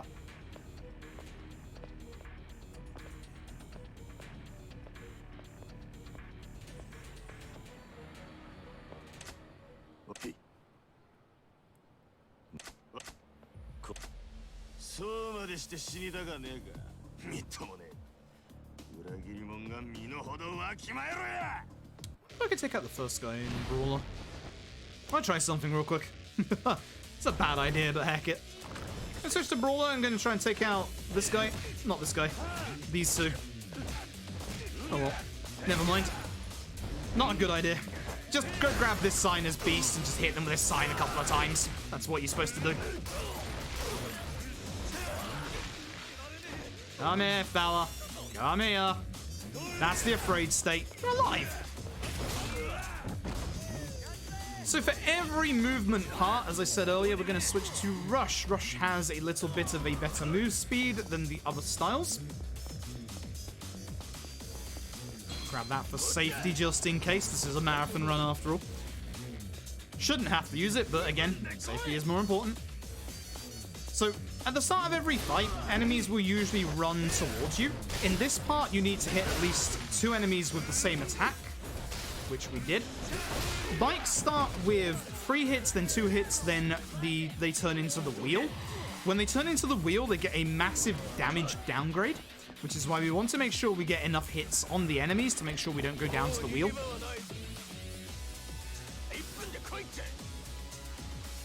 Go over to this sign, we're going to start swinging. It's unfortunate. Bad fight, but that's fine. Once again, switch to Rush.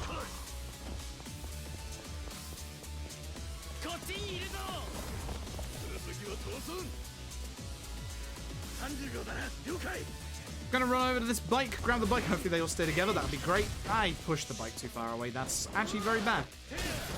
That double's not too bad though. Come here. There you go, down to the 2 last hits. Lovely jubbly. Switch to Rush, we're gonna run down this alleyway. For the next fight, we are... Oh, also, I should have explained, the timer is for backup to arrive, so you have to do extra damage to more enemies. Honestly, you should never ever see the backup with Beast. He is not dead, unfortunately.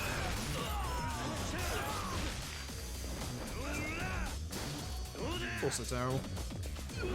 I did not want to push this guy that far away. That's really bad. Even though the trigger for the next fight is right in front of us, we're still going to change to Rush anyway, because we want to go all the way down the road. Now comes our first instance of what we like to call large lads. This is a large lad, because he's physically larger than the rest. Large lads are a pain in the ass because they like to drop kick, like so.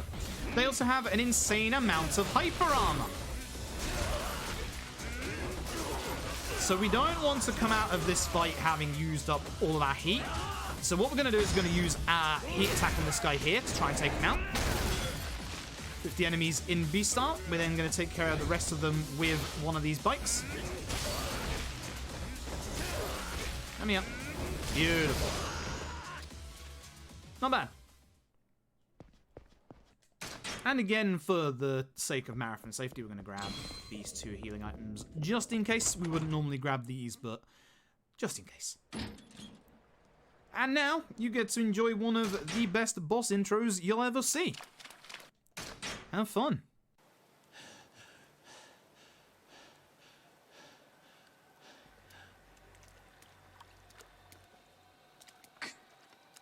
Kuze. さっきの女、あんたが仕向けたのか。お前に一ついいことを教えといてやる。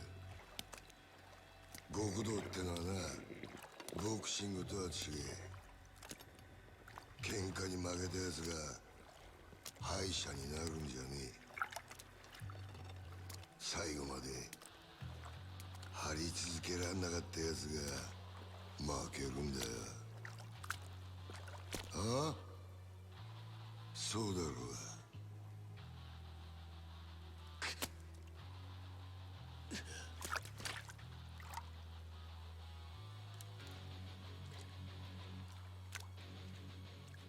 極道の世界に KO はねえ。俺はな、キリ。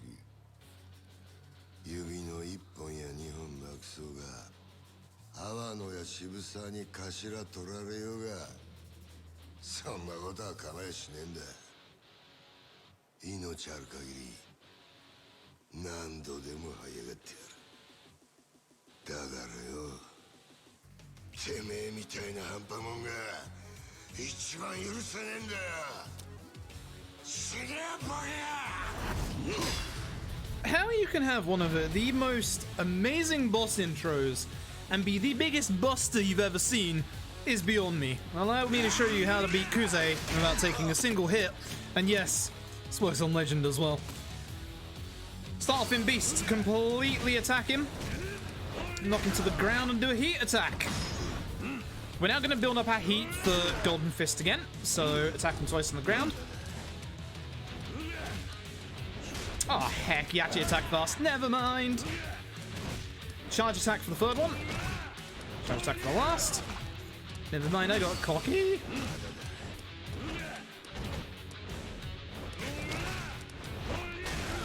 Notice how he isn't in his heat phase yet?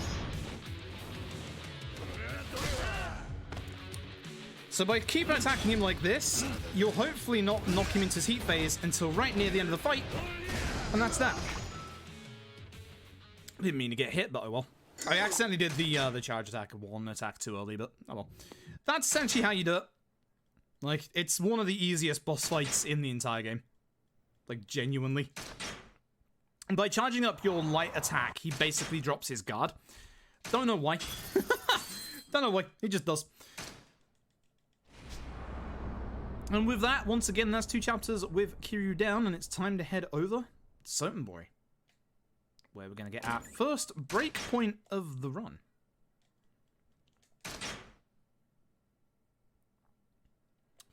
So, we escaped with Makoto, and we are here at a warehouse owned by this lad, Yamagata. He is the owner of Odyssey.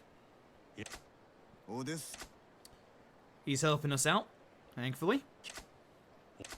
But essentially, we're supposed to kill her to get back into the Yakuza, but Majima can't do it.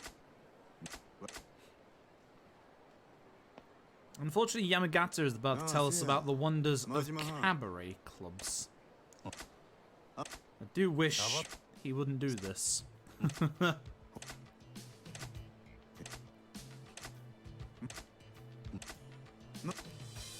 Because the cabaret club is Majima's business section. That's where our breakpoint is going to happen. So, we're going to head over to Higuchi Kaikan, the scene of the crime from earlier. Oh, that's what I mean about the old engine and getting too close to the physical objects. So, Wen Li, the guy who was shot, is no longer here. He's over at a place called Jambalaya, which is a mahjong parlor. Let's head on over there, shall we? Bad fight spawn, but it's not looking at me, which is good. I have to go on the left-hand side of the road there because there is a sub-story there. And remember that with Majima, you do not have the sprint upgrades that Kiryu has, and you do also not have cash confetti. In fact, cash confetti on Majima is completely optional. We will still be getting it though. まあ想定の範囲内やな。わしをただのハリシと思わん方がええで。ゴッドハンドやさかいな。ああ、あかんあかん。そんなん通るわけないやろが。そのとん当たりや。 So here we're just gonna have a lovely old conversation with Wen Li whilst playing some mahjong.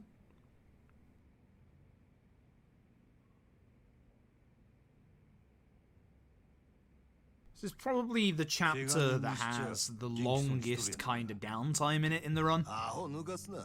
死ぬほど痛いわ。 We still get to do stuff for now, but until kind of chapter 10, things are gonna just take a little bit of a pacing break. It's just gonna go a little slower for a while. あの女がどないなったか聞かんのか。誠が死んどったらわしを探す理由なんてあらへん。生きとんのやろ。お前まだいっぺんも人殺したことないな。顔見りゃわかるんやで。一線越えんで踏ん張っとるっちゅうとこや。人を殺せん男がなんで殺し屋なんかやっとるんや。なあ。顔見ただけで何がわかるっちゅう。オンドレみたいなアマちゃんが生きったところで The trouble is, 誰もビビらんでいい。 well, Wen Li here has pretty much figured Majima out completely. Yep. でも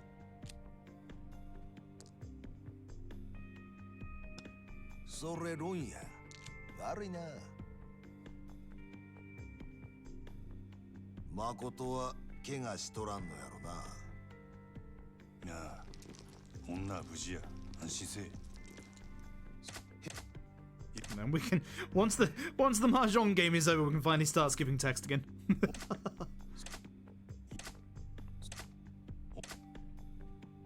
さあ、どうやろな。リさん、大丈夫だったか。応援かき集めてきたよ。そいつリさん狙ってる。なかなか楽しかったで。まだ話は終わっとらん。俺が敵か味方もわからんやろ。 So, それでもやるんか。敵か味方かわか yeah, らんのやった I ら mean, fair enough. We did try to kill the guy, let's be honest. それがこの町の中国人の流儀やで。聞く耳持たんちゅうわけかい。 So, sometimes you can get real lucky in this room and finish everything with one combo. So this room is another prime example as to why Breaker is just so ridiculously broken in this game. Fortunately, these two aren't moving forward. If he hadn't aggroed and just ran after me, that would have been a single combo. Now he's just dodging. I don't know what he's trying to dodge, but he's dodging. It's not doing a good job of it. And so with that, we're going to go and check up on Makoto.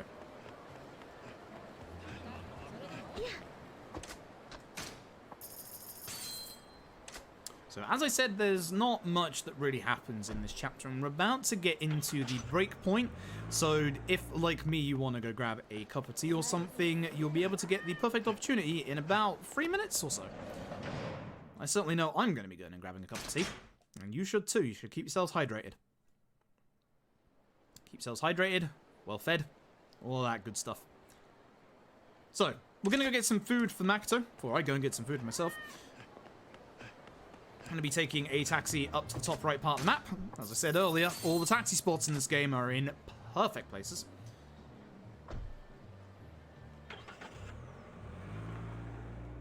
Going to be going to the takoyaki stand here. Hello, sir. Now, this takoyaki is a little different. It acts like a key item instead. What I'm also going to do is I'm going to go in here and buy some normal takoyaki. I'm going to do this for a little trick later on to get a couple of pieces or one piece of completion points. probably should have got a couple more, and I probably should grab a medicine item at some point. I don't think I can in time, can I? No. So the trouble with Majima is Majima's set pieces don't have that many healing items. In fact, Majima doesn't have that many set pieces ahead of time. So, we're now going to go and check out said Cabaret Club that Yamagata was telling us about earlier. I can't believe I walked into that trash again. So, around this corner here is the Cabaret Sunshine. Hidden down tiny little alleyway. This is the manager, Yoda.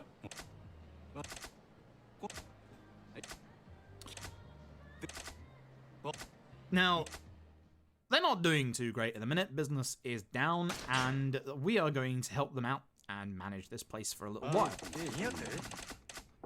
So we're going to get the lowdown from Yoda on how to run a cabaret. Also, this is the one time in the game where the confirmation dialogue is actually the bottom one, is to catch you out. And with this is the cabaret. Whoops, I keep getting confused with Yakuza 2's cabaret, gosh darn it. So, allow me to show you how to run a successful cabaret. Here's what you do. You welcome your patrons in. You sit them down. They ask for a specific type of girl. He wants one that's good at talking. What we're going to do is going to wait a little while longer. Let him get angry. And tell him to get out. That's how you run a successful cabaret club. If you notice at the top of the screen, you'll see that there is a time limit remaining. If we interact with this in any way, shape, or form, it's going to freeze that time. Therefore, we're just going to carry on. So for the next 2 minutes, 25 seconds, we're just going to have a break. I'm going to go grab a quick drink and a quick snack, and I'll see you in about 2 minutes.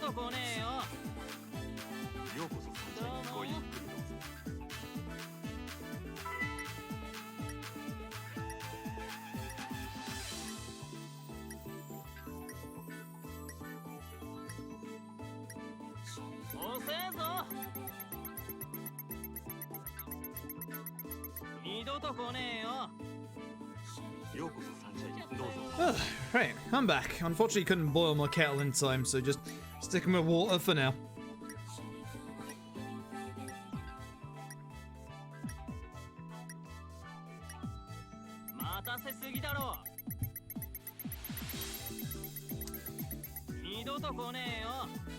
Alright, and with that, that's the end of Cabaret. Next break point will, ironically enough, be Cabaret. But essentially, if you interact with that minigame in any way, shape, or form, you lose time because it actually freezes time, but also you get an extra hostess as a reward at the end here, and it takes an extra few frames to get out of that screen. Alright.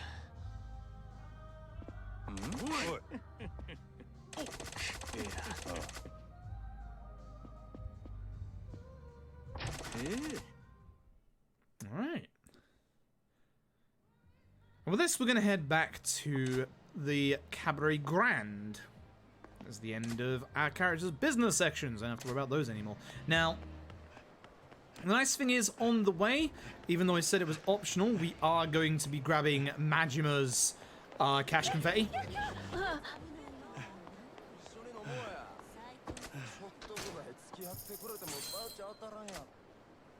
Not going to help that person out, they're fine. Once again, reminder that if Shakedown is in this corner, we do have to be a little careful, because we will run into him. He's not, thankfully. This lovely man here, this is the Mr. Moneybags here in Sotenbury. So it's a sub-story, but as long as we talk to him, we can actually get ourselves cash confetti for free. As you can see, it does take a little bit of time, but honestly, the ability to get rid of any fight spawns, it's worthwhile.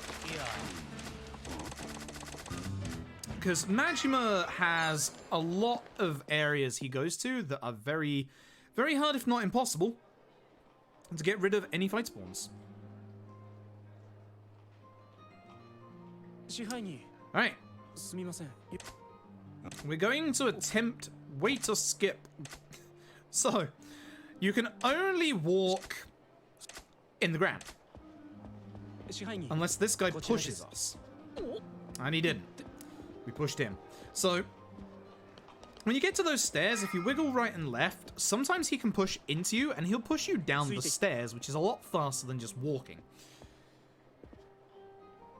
It's very rare that it does happen, but it is possible.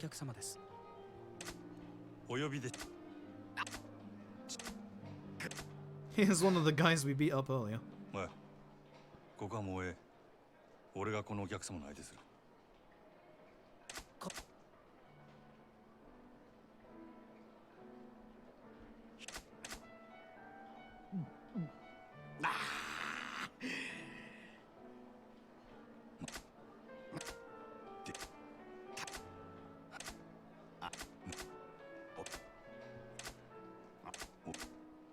Oh, dear it is. そうか、わかった。あんたはこのまま好きなだけ飲んでいけ。本当？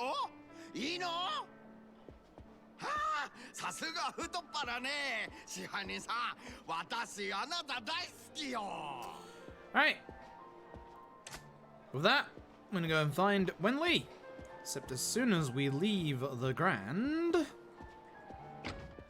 there is trouble afoot.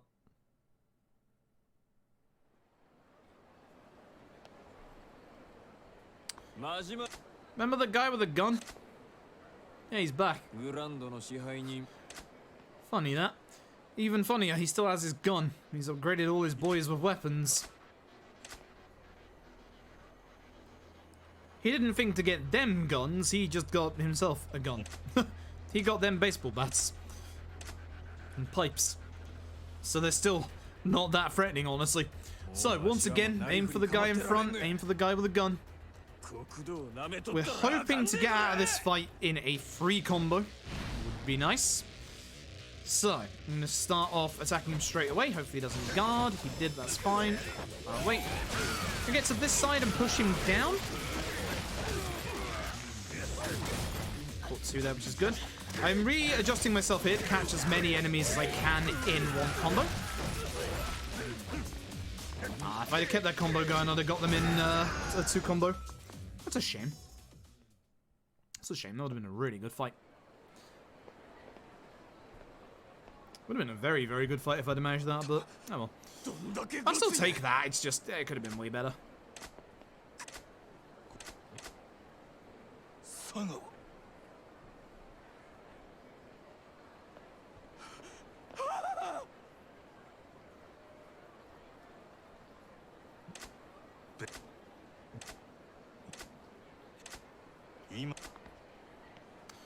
Cool, so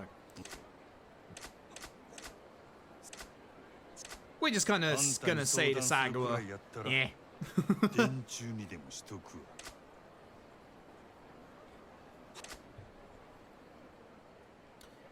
We don't particularly like Sagawa. Sagawa doesn't particularly like us. We're gonna head over the bridge. I'm gonna head back to our apartment.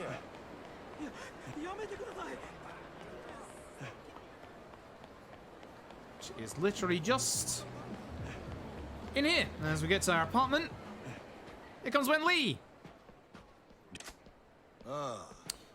And when Lee has noticed that we're actually currently being watched by some of Sagawa's men.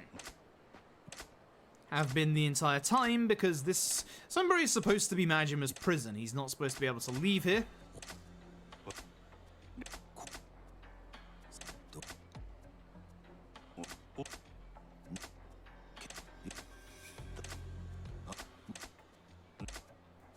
So when Lee is telling us about a secret door in Higushi Kaikan that we can take, this is one of the reasons why we actually get cash confetti, is because the route that we're about to take usually, for like probably 90% of the time, has a fight spawn in it. So, let's go. Now, despite what it may look like, we are on a very specific path. You'll see on the minimap there is a way we can't go. There is supposed to be a sub-story here, but you don't have it spawned in, because we are on that pathway. So, over to Higushi Kaikan we go.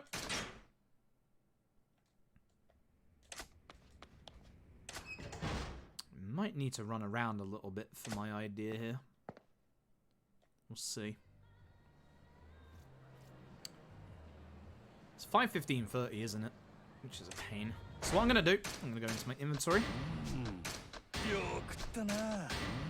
Use a couple of these, and hopefully... No, 5 food items for a completion point. Now hopefully... There it is. There's my completion point for dashing. Now hopefully that means... Nope, not going to deal with any of you. I have enough completion points for stamina level 3. Let's find out.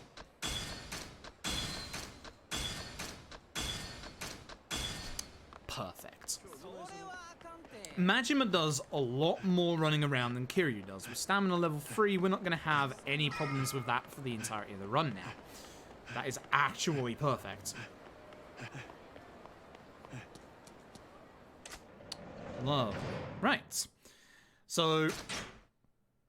as soon as we get back, when Lee has come up with a plan of how we can get Makoto out of danger, when Lee has found a body double, someone who pretty much looks exactly like Makoto, and even better, this body double is not a very nice person. So when Lee wants us to kill this body double, and set it up so that it looks like he killed Makoto, when Lee's also now going to say the story of Makoto and how he found her, and how when Lee basically found Makoto on a slave ship, how she was being sold off, and that's where she got her blindness from. She basically got stress-induced blindness.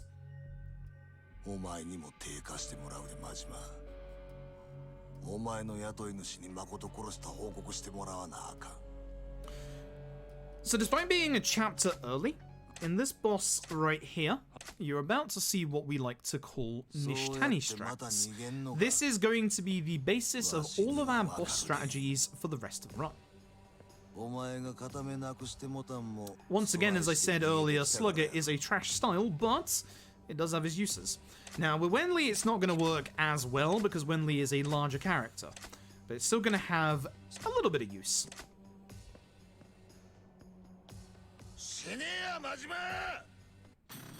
So, Wenli, round 2. We're going to start off with a normal combo, and when we knock Wenli to the ground, he's not going to stay on the ground. So we're going to have to cancel out, turn into Slugger, and then do the heat move just before he stands up. By doing this, we do this specific move. You see it does a fair amount of damage. And the more important aspect of this is that it keeps Wenli and most other bosses completely on the ground.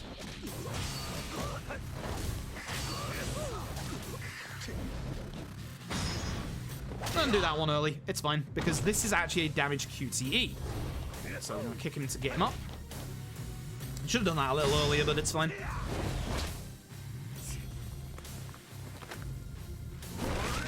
So you recognize this QT from earlier? And then you'll notice a new QTE.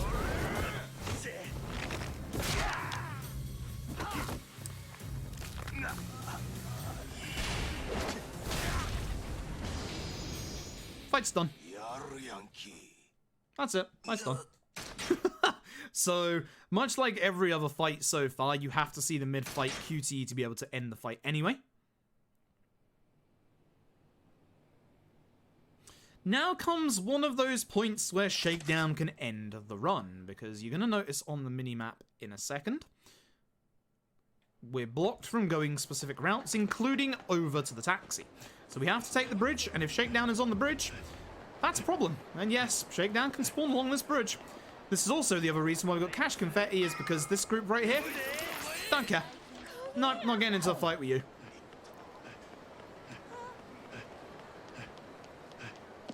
Easy peasy, over to the Grand. Over to the Grand to close out this chapter. And you get to see a nice, fun little thing when we go into the office here.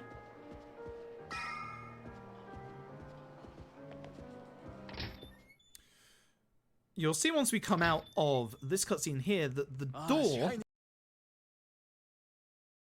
is actually broken.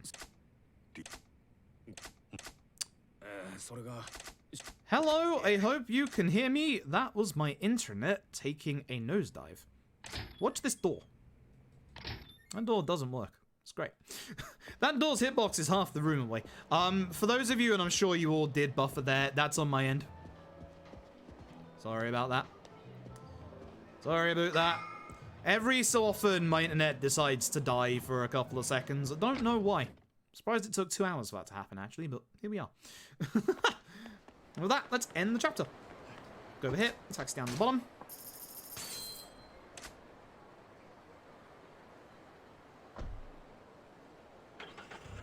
And off to Higuchi Kaikan. And there we go, that's the end of the chapter. Because we get told that the Makimura body double is actually dead. Which, that wasn't us. That genuinely was not us. So, who did that? Let's go find out. We get a phone call at Higuchi Kaikan from the Grand. It has been taken... The entire night has been booked up by a singular person who wants to meet us. They're very, very, very interested in meeting us. So let's head on over. Again, the beauty of Yakuza 0 and having taxi points everywhere we need them.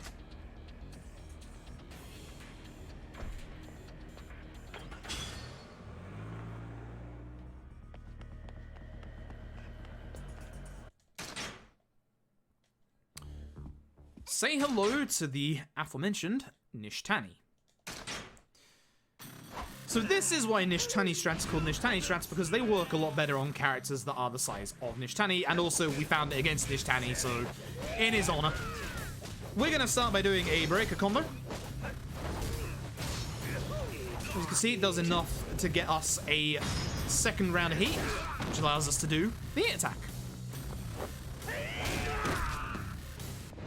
As soon as we do that, start into an attack straight away. Do it again.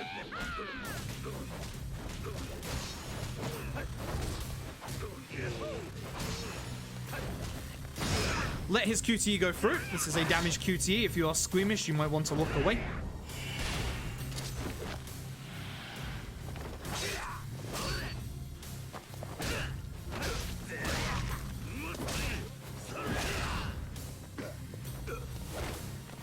And this will prove the old point of down to 1 HP. Can't finish him until you see the mid-fight QTE. And boop.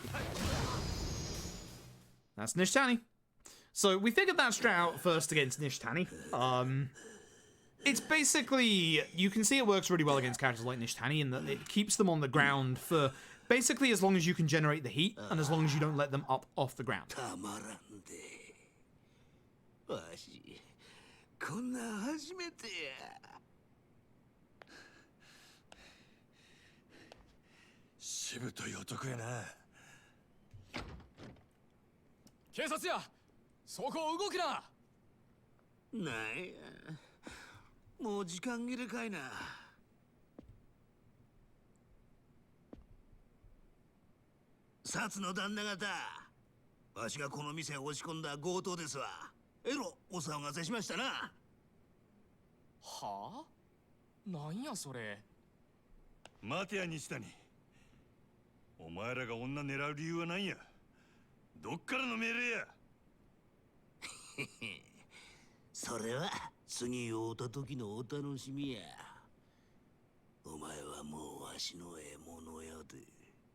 Majimaか。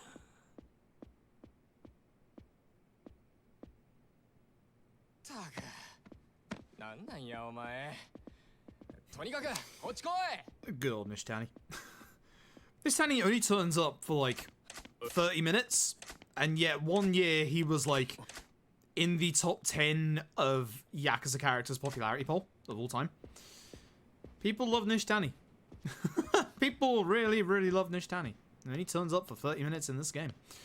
So, now I'm going to head back into the office. You have to be very careful about this lady's hitbox. This lady's hitbox is bigger than the door's hitbox.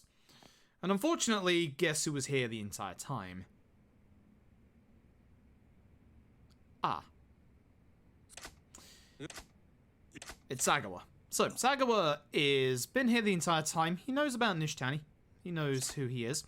And Sagawa is a little upset because Sagawa said to us, you know, always be in communication, you know.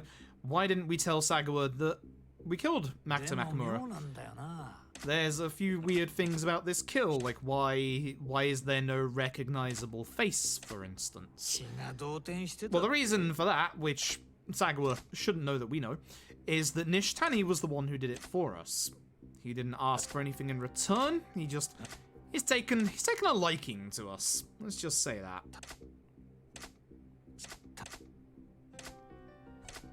So, Sagawa's gonna say we did a good job. He's gonna...よし。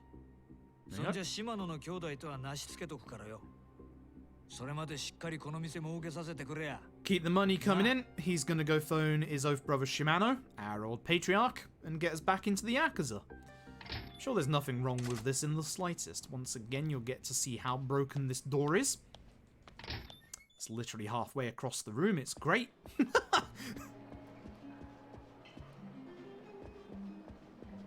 And then you'll get to see how bad this door is.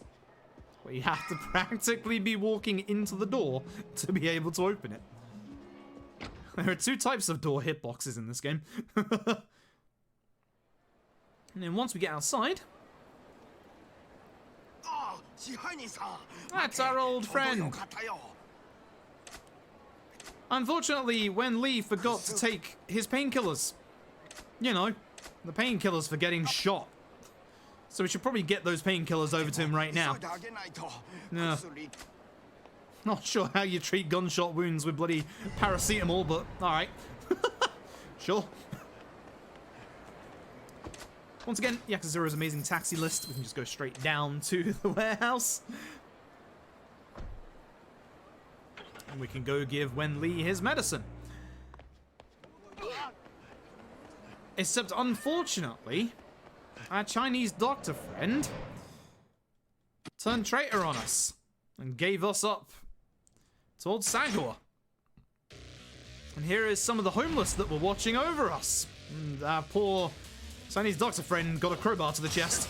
So, in this fight, we're going to hope to take care of like multiple enemies at the same time. In a very, very rare case, you can do this fight in one combo, but it's very, very rare. Two combo is perfect. Perfectly fine. And with this, we're going to start the second stealth section. Thankfully, this one is much shorter. You can skip this one as well, but I forgot to set up the skip for this one pre-run, so we're not going to be able to.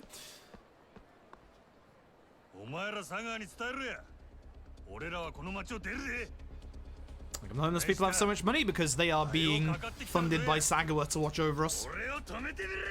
They're basically pawns of the Yakuza.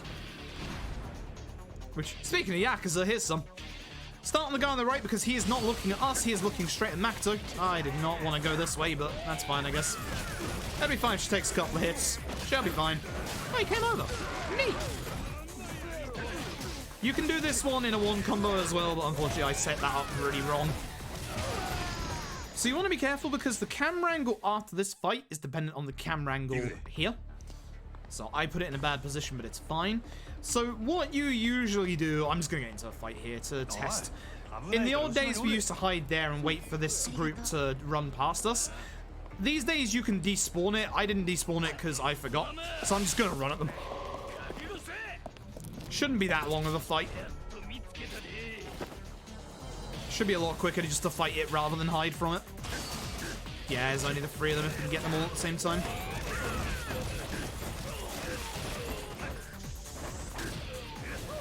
Nice. Waited a second for the aggro. Not too bad. They might see me, which is unfortunate. Please don't. Nice. Good. That's the only optional fight in this entire part. That's the stealth section. That's it. Like, we're still in it, and we're still going to be in it for a couple more seconds. Earlier, in the earlier stealth section, we took a very specific route to dodge a specific set of QTEs. We don't have that luck here. We do have to do this QTE. If we fail this QTE, then we have to get into a different fight. So, don't fail this QTE.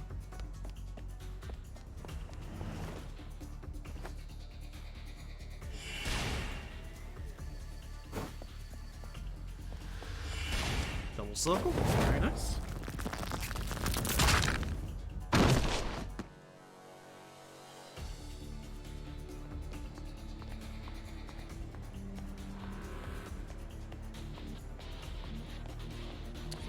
And then we got just one more fight to do for this chapter. He's not dead, by the way, just sleeping.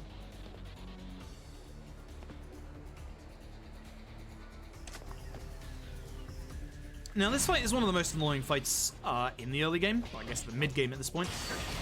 All of these guys have a mass amount of hyper armor. So at this point, just focus on the enemies that you can hit and let the others come to you.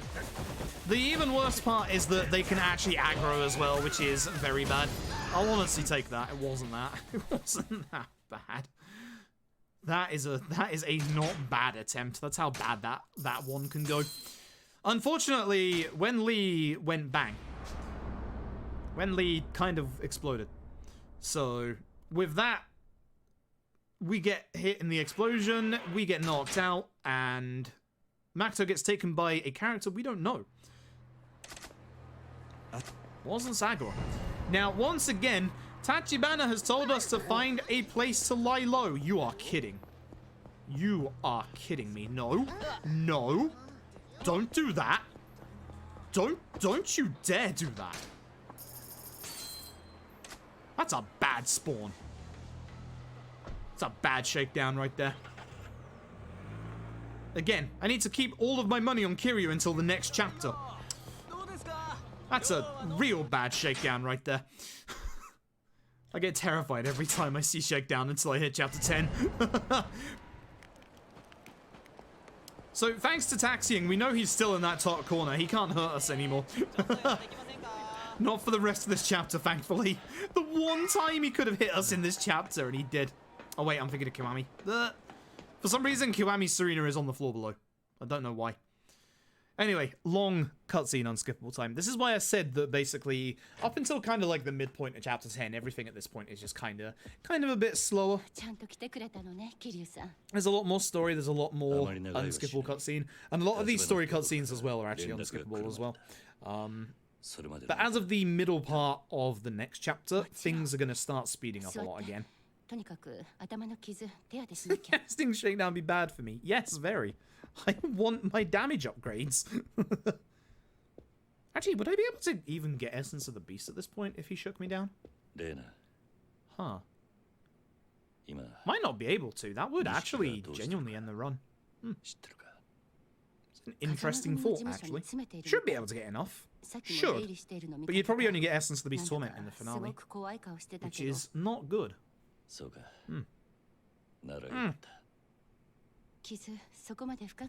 Interesting thought that I don't ever want to have again. But yeah, no skippableness to this one. We kind of, one thing I forgot to mention earlier, by the way, is we kind of jacked Nishiki's car after he took us out to the middle of nowhere and just left him. Yeah, right there. Whoops. Sorry, Nishiki.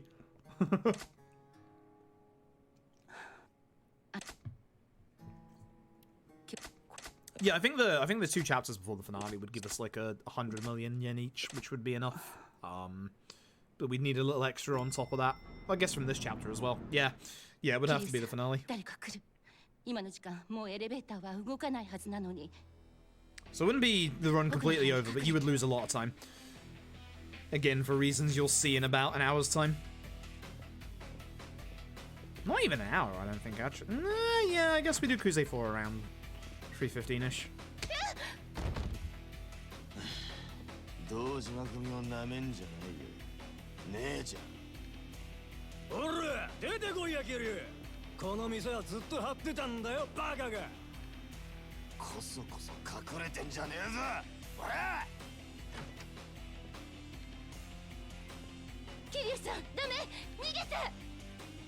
やっぱり嫌がった。おい応援呼んでこい全員だ。 Yep, it does. すまねえレイ。やっぱり俺はここに来ちゃいけなかった。桐生さん。 So, not to be outdone by Majima in small enclosed spaces and furniture, here comes Kiryu. Beast, as we said, automatically picks up furniture, and thankfully, in a very small enclosed space like this, good luck dodging that.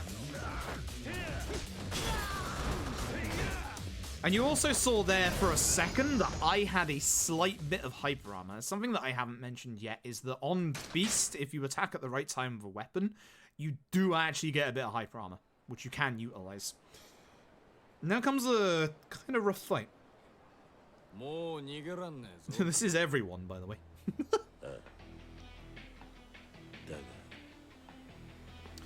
Do you remember the tier list of enemies? Because, oh boy, there's a bunch of them in this fight. No one with guns, thankfully, but a lot of enemies with bladed weapons and a lot of enemies, or a couple of enemies, with some stun weapons. There's one guy with a stun gun who attacks way faster than you do in Beast. We're going to aim for the guy with a knife on our right first. Try and grab that first. Now, more importantly, I want this sword, which, as you can see, attacks a lot faster than you do. So don't let it. Yep, this is why this fight can be a problem. Do it again. Not you. I actually kind of expected to come. Did it go out of bounds? Really? Alright, well that sucks. So don't pick up the baseball bat. Baseball bats are trash in a lot of the Yakuza runs outside of one, and that's Yakuza Kiwami. Really? You missed? Hey. Terrible fight. Actually terrible fight. Ugh, I played that horribly. Didn't react to getting knocked down well at all either. Should have dodged. Alright, so. I'm gonna head out to the main street. And who are we going to find? Gonna find literally everybody else. Literally everybody. That's everyone. They really don't get that many people, huh? And there's Kashiwagi and Nishiki. Nishiki managed to make it back to the city, at least.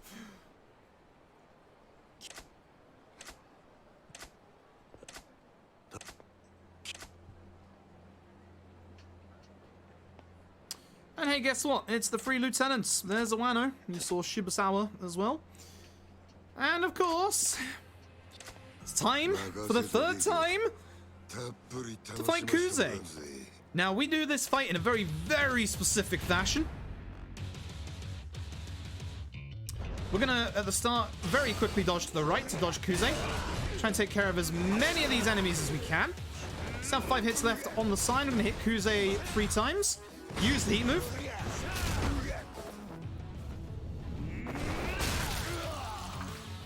Hitting a couple of times to build up some heat. Don't do accidentally too many hits so you go through the QTE. This might not be low enough HP. I'm gonna hit him once. That should be good. Grab a knife, and it's time for kidney surgery on Kuze, and that should be the end. Oh no, as I said, not enough damage. Wait for it. The Kuze free. There we go. Just had to do a tiny bit more this time. And that's that. We get saved by Tachibana. Tachibana is not doing too great and actually collapses.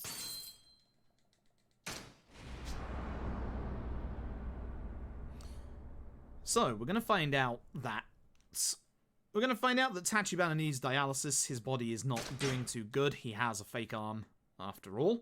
In one previous cutscene, we found out that the person who sold off Makoto to the slavers had a bat tattoo. And... oh, here, for speed tech, run past that guy. Make sure you run past that guy. If you don't, Oda will stand there and talk to him for like 30 seconds. Either way, in that previous cutscene, we find out that Tachibana has a bat tattoo. Oh dear. Hey, Oda. So you actually want to turn around there, because otherwise you have to wait like a second or two for Kiryu to turn around. Either way, Tachibana has an idea as to how to get the Tojo clan off our backs, and he's going to tell us once again to lie low for 24 hours. Because Kiryu has done a real good job of that so far. But this time we actually do have a good idea. Instead, we're going to go over to West Park here, and we are going to slum it with the homeless for a night. We're going to go and find one of the homeless that we gave some beer to earlier. Should be around this corner. There he is. It's the same guy we gave the malt to earlier.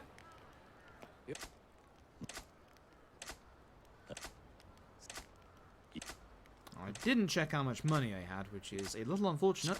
I should have enough. After the first chapter, I should have more than enough. Got it. Probably should have got it before doing that, but oh well, it's fine. Either way, another long unskippable cutscene. And this is the cutscene that I always use to show off the great translation and localization in this game. I want you to pay attention to each of the NPCs' names. Because there is some, oh boy, some real creative stuff here.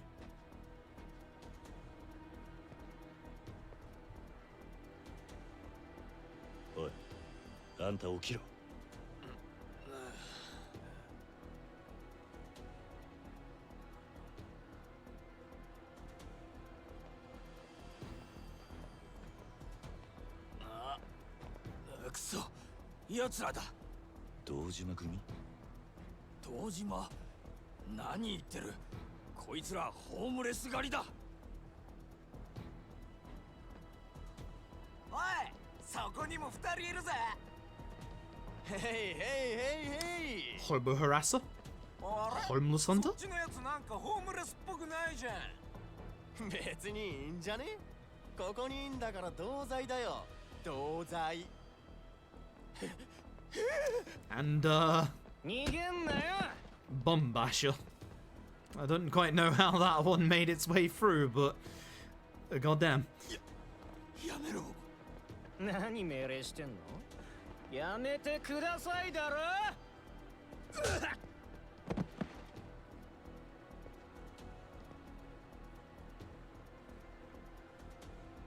なんだこいつ. やってくれたよ。これ大怪我だよな。一車両一車両。どうしようもねえガキどもだな。そうです。僕らガキの未成年です。人殺しても罪になりません。罪にならなきゃ罰は受けねえとでも思ってんのか。世の中そんなに甘かんねえぞ。生きがいいね。俺らとやる気かよ。おい、こいつ俺のこと殴ったんだぞ。ぶっ殺せ。ダメ、そろそろ本気でやっちゃう。いっぺん人が死ぬとこ見てみたかったしさ。So these three are about to be on the end of a very unfortunate thing, because we should have more than enough money at this point. We do. Oh baby, we do. To go up here, get heat retention time 1, doesn't matter. What does matter is we're going to get power surge 2. Oh dear. You're in a spot of bother now. He's not dead, we're going to let him get up, because these two are wards a little too far away for once. Again, we don't want the baseball bat, but they are only one hit away, so it doesn't matter if we grab it. Yeah, not smart of them, was it? Really not smart of them. And with that, we've managed to keep our heads under the radar for 24 hours. Cough. So with that, Oda is going to come and pick us up. And we are going to head over to Tojo HQ, where we're going to meet with the interim second chairman. And Tachibana is basically going to buy our freedom. And as you can probably tell, every time you go to Tojo HQ in the Yakuza games, oh, it's always a fun time. All I'm gonna say is there's gonna be a party when we get there. That's your set piece indicator right there.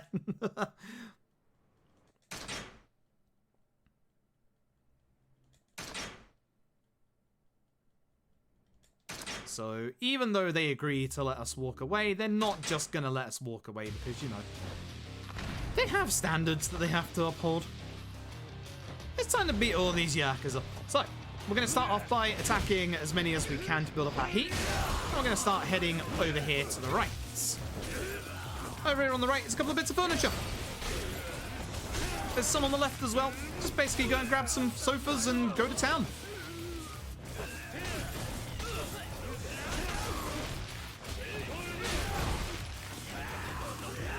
The smaller table isn't that great. The plants are okay. Not as good as the sofas. We'll probably end up heading over to the other side to go and grab the sofas. So we'll take care of some of these with some brawl hits. That, however, was rather nice. Switch to rush. Let's go. Break the barricade with one hit, of course. That's Stamina and Royale if you need a healing item, but we don't. Managed to get here with our third heat bar still up, which is great because as we come into the other side...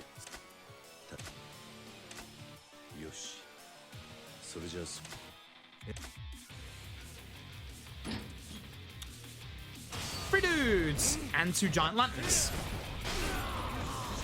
Is that the one I didn't hit? Imagine Oda actually killing someone. That's insane! Literally never happens. So I really don't want to let any of these guys get knocked backwards because leaving them to Oda and Tachibana isn't the smartest of plays. I'm actually going to leave that one to Oda and Tachibana. I believe in you. He's running after me, that's also fine. So, again, Golden Fist works with weapons as well. Did it actually despawn? Ah, it's too close to the rock. Well, again, backup plans. You're supposed to grab the gun and just shoot that guy. But the gun went away. I'm gonna try this one for once. I never normally, because, like, everybody just stands over there, but... Look at that guy going to the side. He thinks he's being clever when he's not. Terrible. Now comes Sword Lad. Sword Lad can do a couple of different things, most of them annoying. The thing that we're hoping Sword Lad does is literally nothing, which doesn't happen very often.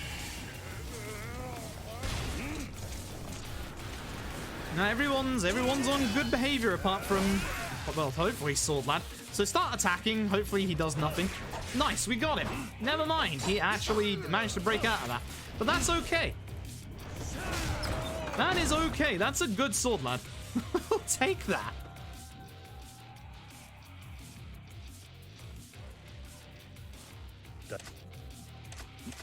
I wish I could go to sleep. I did not sleep very well last night.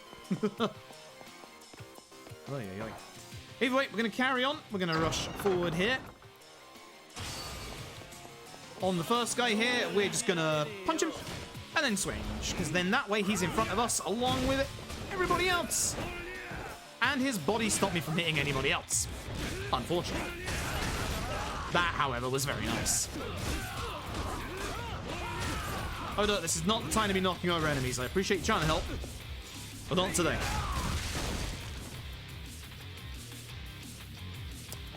We're going to run down here. We're going to grab one of these lanterns, probably one of these ones down the end. When we take care of a certain number of enemies in this section, a certain somebody is going to get spawned in. That's unfortunate. I'm not happy with that. Where's the other lantern? Did you break the other lantern? Oh, you knocked it over. People, please. You need that. Not like you guarding either. So, as I was saying earlier, when you guard, when an enemy, you break their guard, they can sometimes get scared like that. Sword guy's back. I don't have a sword this time. I do have copious amounts of wooden lanterns. Come here, lad.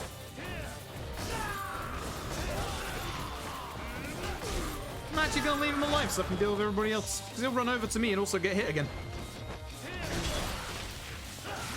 That's unfortunate. I was gonna take out a couple of enemies with this. Ideal? No. Effective? Yes. You'll actually see that later on when we do Yakuza Kiwami after this.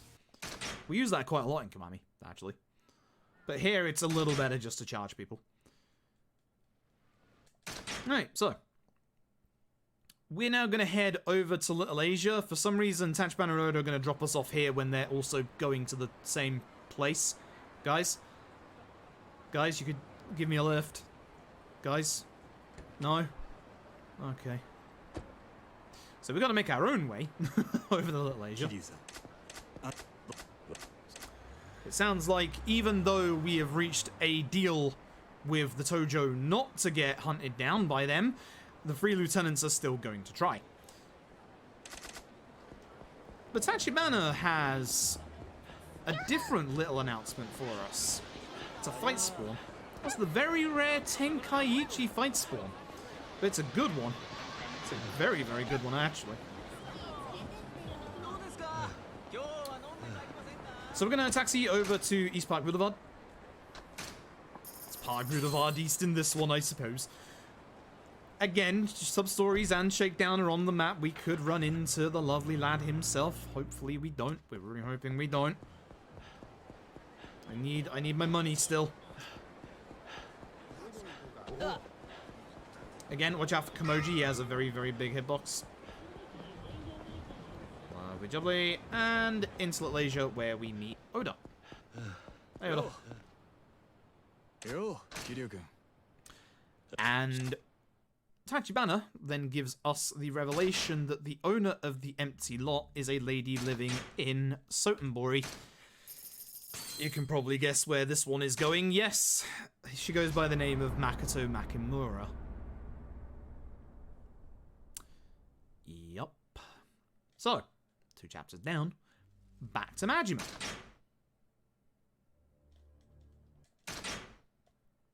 Now, this is the most unfortunate of chapters in the run. There's 2 chapters that are very, very, very hard to be consistent at, and this is the first of them, the other one being the finale. So, we're going to head over to the Kijin Clan Office HQ.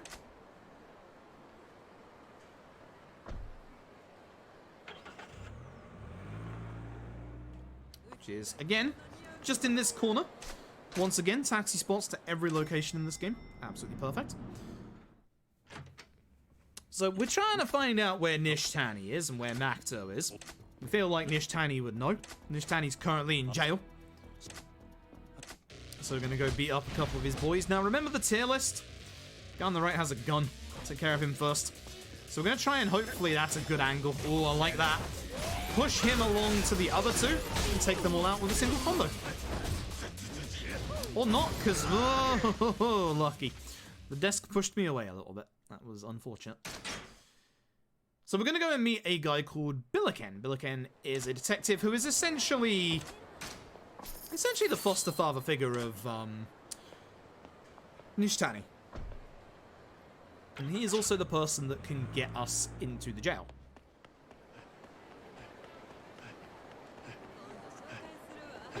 No shakedown on the bridge, thankfully.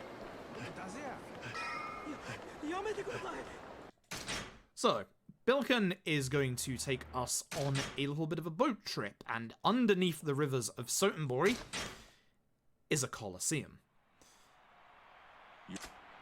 Most Yakuza games have a Colosseum of some variety, unless your name is Yakuza 6. And unfortunately, most Yakuza game speedruns also require us to participate in the Colosseum, which is also the case here. And unfortunately, the Colosseum for Yakuza 0 has 3 of the worst Colosseum fights in the entire speedrun series. So, first up, say hello to the lovely Ginger Chapman. Ginger Chapman here has a knife. We want him to hopefully not stab us. So I'm going to move away a bit for him to drop his guard, but he didn't. Now, Ginger Chapman has a knife, a lot of hyper armor, but he doesn't actually have an EX mode. I'm going to intentionally do this here, so I can keep hitting him afterwards. We're not going to have any heat for the second fight, which is a shame, but we can build it back up. Fight number 2.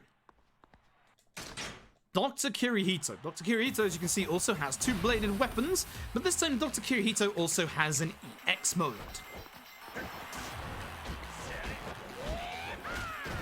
Press down the floor, please. It's not good.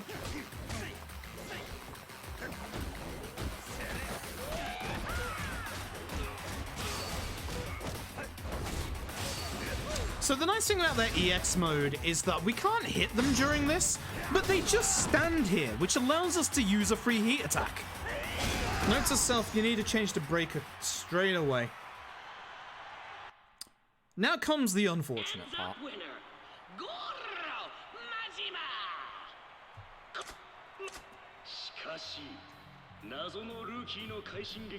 So, it's time for the third and final opponent of the Colosseum.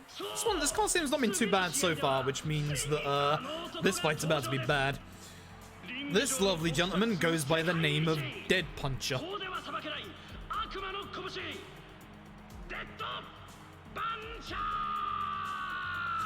Aptly named because he punches our runs dead. Now, Dead Puncher doesn't have a weapon, all he has is his fists. Because of this, he actually has an insane amount of hyper armor. He will be able to, in his heat mode, basically interrupt every single one of our combos at any point. Dead Puncher is not a nice fight. It is a very, very hard fight if it wants to be. So we're going to switch to breaker. He's probably going to guard, although this is, was good for a while. So you can see that as well, thanks to the first fight, I don't actually have enough heat. There's that hyper armor, that's why we don't use that move on him. I'm still going to try, because it does break his guard sometimes. It's better heat generation than the other one as well. And with this... Now, because he's a larger lad like Wen Lee, he might not stay on the ground for the full Nishitani strap, which would be a problem here because I don't have any way of generating full heat to interrupt him. Stay on the ground. Stay on the ground. He's not. Unfortunate. We're going to spin this way to get him to attack so that he drops his guard. That was a good Dead Puncher. I'll take that. I'll take that. That was a good Dead Puncher. That was a good Colosseum. Not bad. Not bad at all. Cool. With that, we get out of the Colosseum. So Billiken is going to give us Nishitani's backstory about how he's kind of like his foster figure, blah, blah, blah. But Nishitani went to jail intentionally because Nishitani feels that jail is a lot safer. People can't get in with weapons in jail after all. But Billiken is going to help us get into jail to see Nishitani.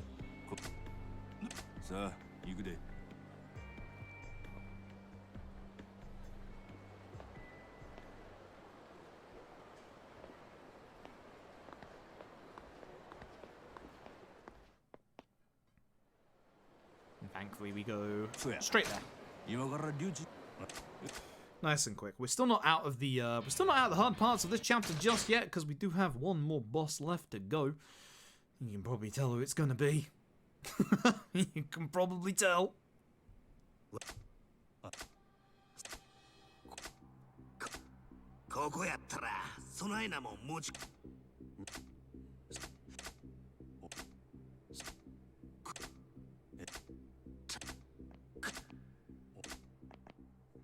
So, hopefully we have enough heat to attack fast enough that Nishitani won't attack us at the start of this fight.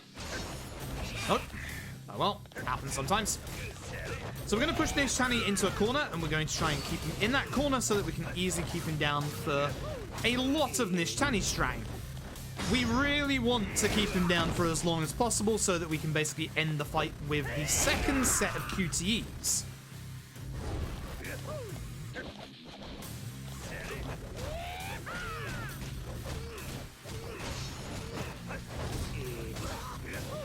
It's actually a lot harder than it looks. Right, that's good.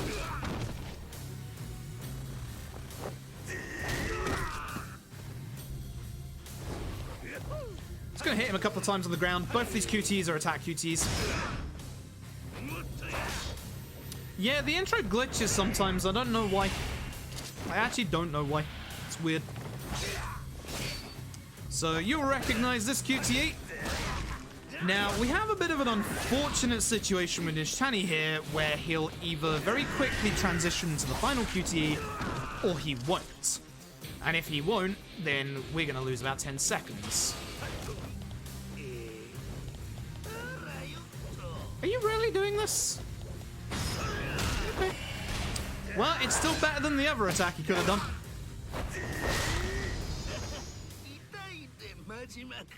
That's the end of the fight. It's also the end of Nishitani. By Nishitani. Yeah, it usually does. I don't know why it glitches out. When we did the no upgrade run the other day, it didn't actually glitch out, which is ironic. Not sure why. Either way, time for chapter 12. Majima's chapters. Oh, I should actually have mentioned at this point, we can't ever see Shakedown on Majima ever again. So that's one danger gone. Basically, the second half of this run almost perfectly eliminates Shakedown, not completely. But we're never coming back to Sotenbori with Majima ever again. So, no Shakedown. Because the rule of thumb is that a character has to be in their home turf to be able to fight Shakedown. That is going to be important in the next chapter. However, we found that Makoto was taken by a man called Sero. He is here in a place called the Camellia Grove. Makimura Makoto. Saga was kind of upset, and he just wants to shoot everybody. Understandable, honestly. So he's off that way. We're off this way. Welcome to the Camellia Grove. This is our next big set piece. And every enemy in this set piece is unique. And they're all in their own fashion very, very horrible.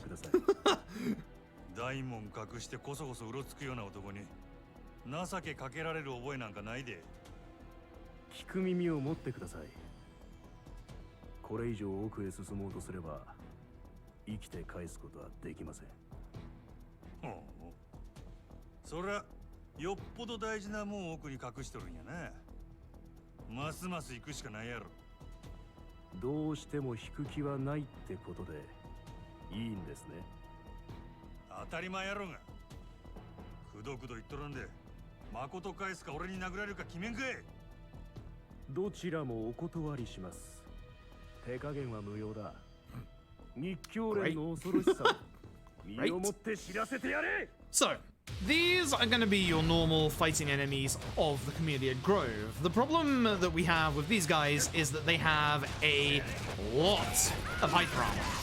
Thankfully, you can line them up like that. Now, here is where you're probably going to see that hyper armor in action. I'm going to start attacking this guy that just jumped out, and you saw for a second there he wound up an attack. Also, they guard a lot. He'll run over to me. Yep, he's aggroed. You're not dead. Interesting. Thought he was. That's an oversight on my part. I could have had a good setup for this if I hadn't messed up there. Saw the hyper armor there. He twirled around.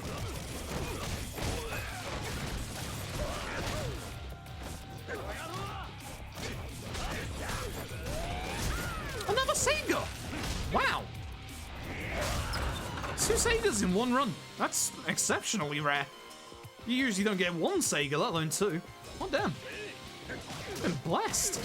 Alright, so for this first group of enemies, we're just going to try and take care of as many as we can in one go.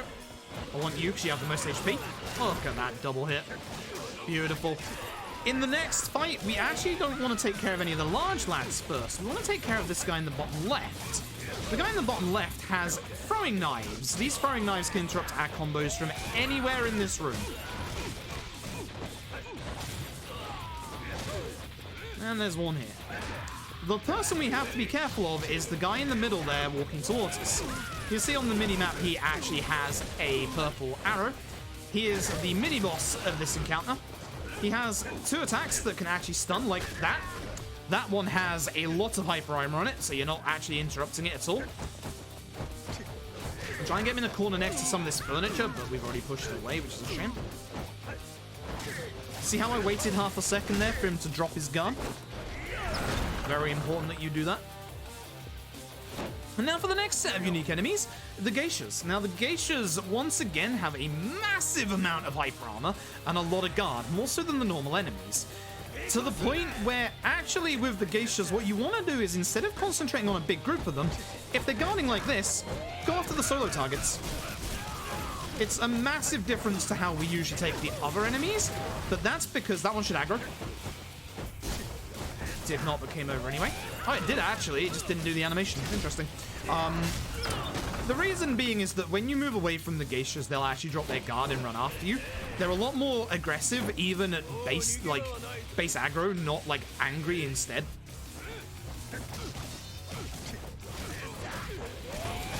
This guy throws. Get rid of him first. And just go down the entirety of the room. Be in the middle for that setup. Again, aggro enemies you do have to watch out for, but we know that they're going to run after us, so we don't have to focus on them completely. That guy over there is just going to stay there, I guess. That's fine. It's not fine. Thanks, dude.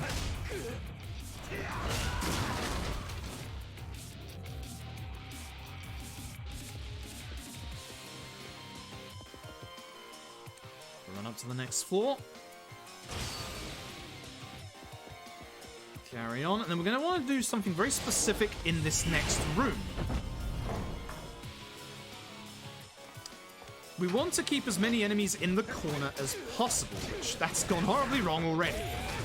Because as you can see there, when you take out some enemies, more enemies spawn in. Ah, it sucks, that pushed me away.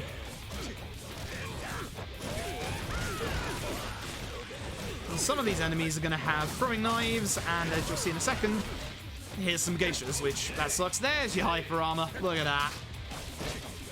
But if you're on the corner when they spawn in, you can catch them immediately and basically start hitting them before they start guarding. You're down to low enough HP to aggro, that's fine.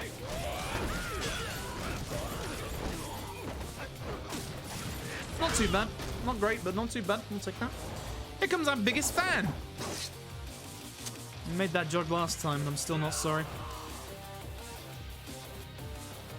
Wow, you took ages to attack there. That's interesting. I want to personally attack him towards that direction, but this direction is fine as well. He has a lot of money on him. Oh, that's bad. He's going to hit me. This is why we don't use this attack either. So one rule of thumb that I should say here, because you might be wondering, why don't you just use Slugger's Heat move right here like you usually do?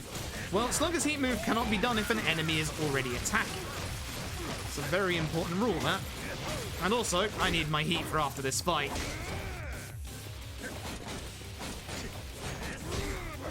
For the love of, I hate this fight. If you don't get this fight well at the start, it just goes horrifically wrong. If you are playing on Legend difficulty, go into that room and break that white safe there. That will give you an extra 100 million that you can spend on HP upgrades, because they're actually useful.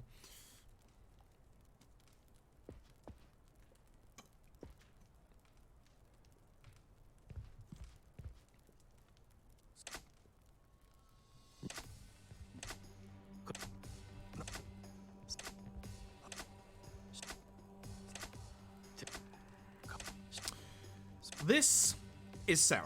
Sarah is one of the hardest fights in the game, but Ironically enough, not actually in the story, not even on Legend. So, Sera has a really nasty counter, which he uses a lot more in his EX mode. The thing is, even on Legend, Sera doesn't use it that often.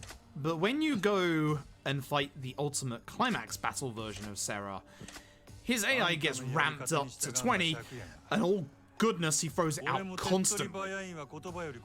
Sera on ultimate climax battles is scary. Here, we're just going to keep him in the corner, as we usually do. So, start by attacking, hopefully get him in this corner over here.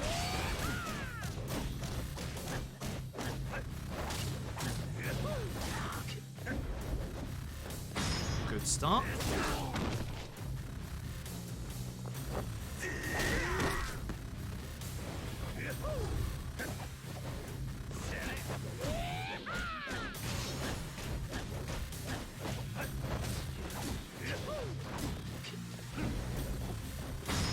Cool. Good Sera.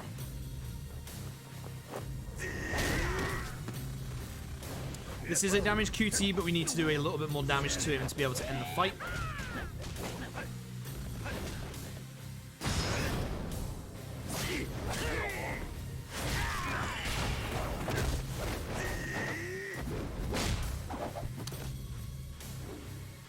And boop. See you in the Sera. Not too bad. Not too bad. Cool. That's the end of chapter 12. Sera gets shot in the back by Sagawa, and Sagawa finds a business card from Tachibana Real Estate with the name Kazuma Kiryu on it. So, every 2 chapters, once again, back over to Kiryu. So, this is 8 hours before the events of what you just saw happened. We are now playing as Kiryu in Sotenbori. Important, as I said earlier, don't have to worry about Shakedown in Sotenbori because this is not Kiryu's home turf.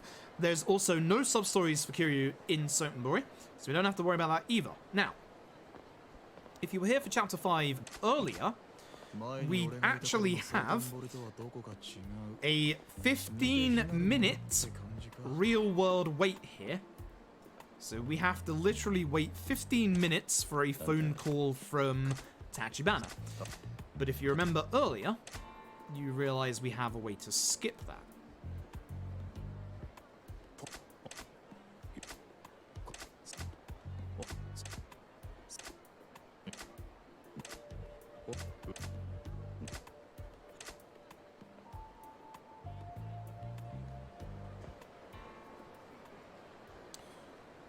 Tachibana, Oda's going to go to the video store to wait for a call from Tachibana. We're going to go over there and speak to him real quick.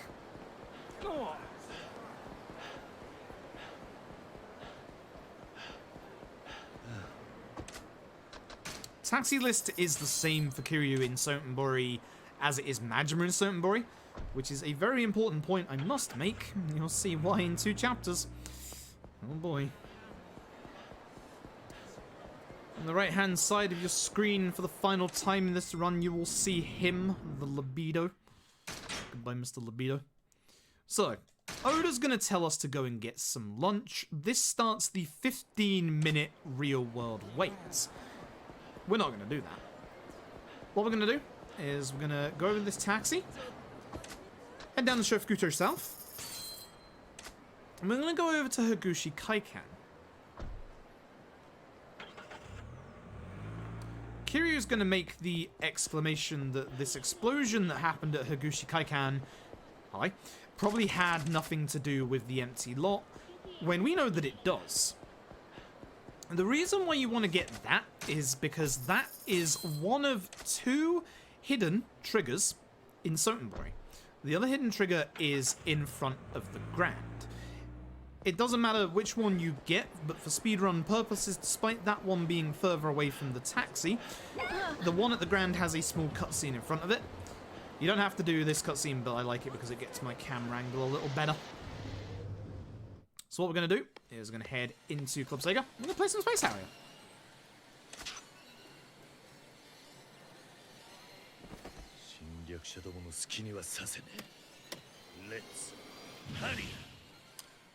But we are in a speed run. We should probably, you know... I just want to play some Space Harrier, honestly. I really want to play some Space Harrier.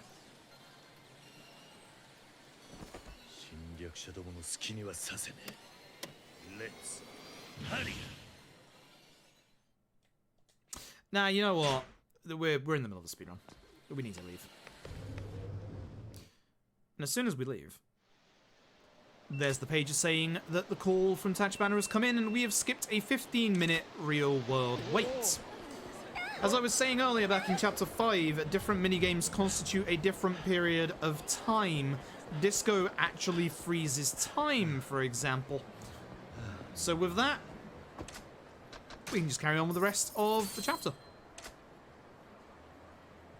No Space Harrier, I'm afraid. We've skipped karaoke, we've skipped outrun, we've skipped Space Harrier. This run is the literal definition of you're not allowed to have any fun with the side activities. Which is a shame because the side activities are part of the giant charm of the Yakuza series. As much as I love doing these runs, not being able to show off the side stuff actually does hurt. Now comes a nice little throwback to the original Yakuza 1.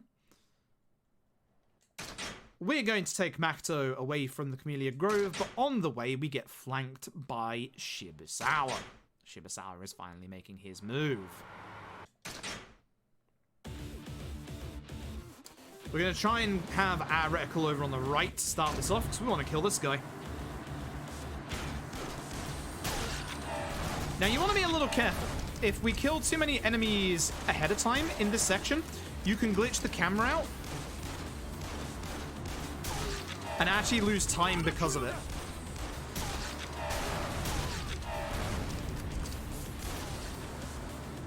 Which, that was one of them, so I'm glad that didn't actually headshot.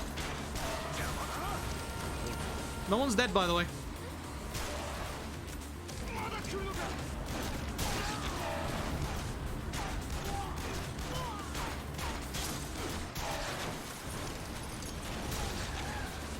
Good shot. So, for this bit, and this works also on Legend as well, so if you're struggling with this bit on Legend, take out the guy in front. Don't worry about the guy with the shotgun, it doesn't matter. Take out the guy in the front, driver turns up, shoot the driver. Don't worry about the guy with the shotgun, if you take a hit or two, that doesn't matter. If you're on Legend though, you don't want to get hit by a rocket. Get hit by one rocket, that's it, that's game over. Cool, didn't glitch you out. Very nice.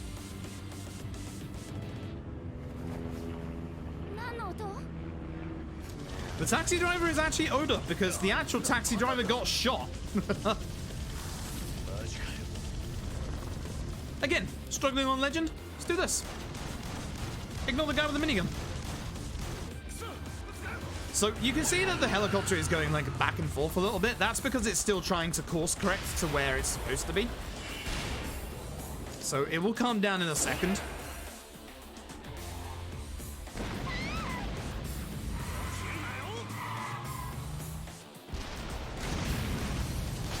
Will calm down in a second, he says. I don't want that guy, I want the guy with the rocket launcher. Again, because we're not on hard or Legend, I don't have to worry about getting hit by a rocket. And take care of the driver. That was a very bad helicopter. It just kept going everywhere.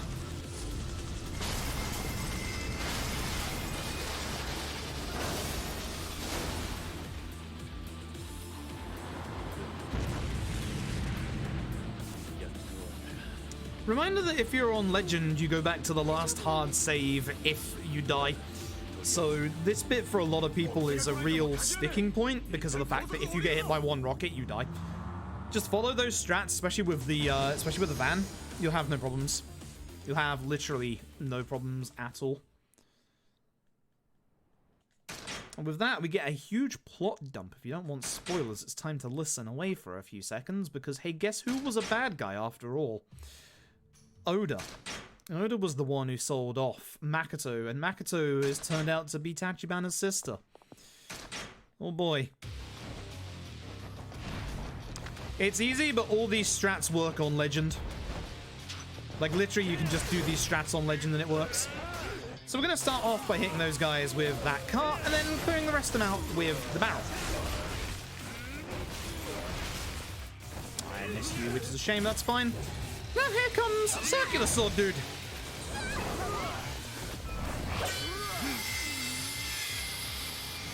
It's a nice Circular Sword, my dude.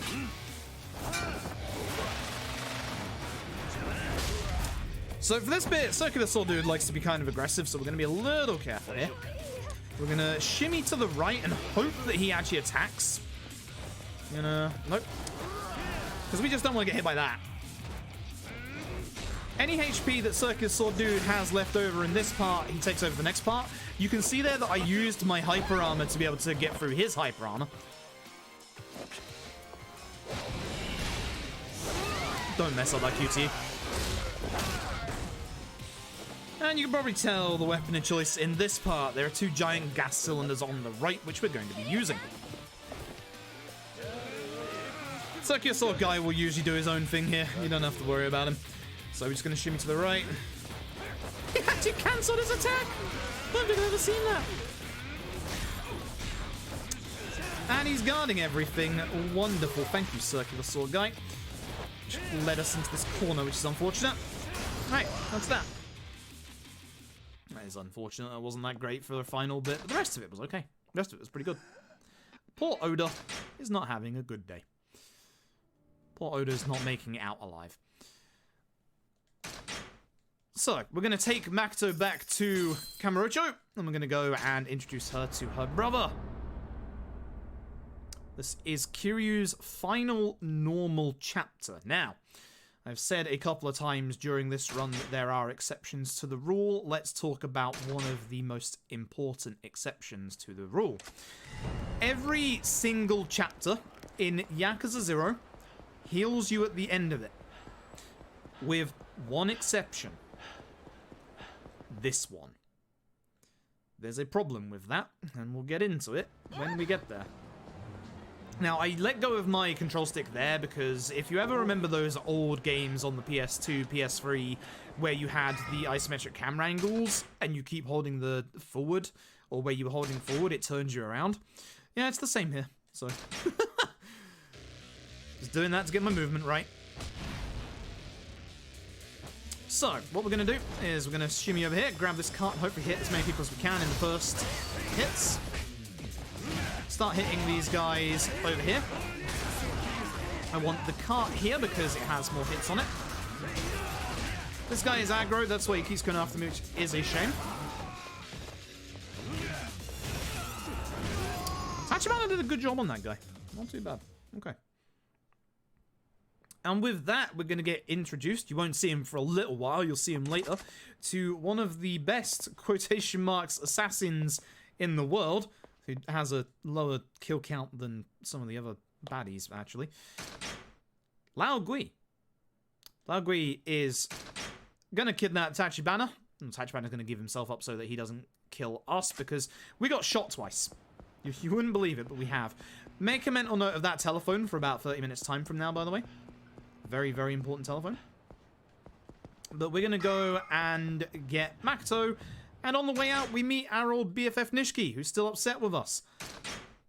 Except we rip our shirts off and make up again. Nice gunshot wound, by the way. Sure. So, this is the entire point as to why we needed to keep our money until this point. We're going to push him this way, and then we want this actual motorcycle. But until then, we're going to grab the final upgrade of the run, Essence of the Beast Torment.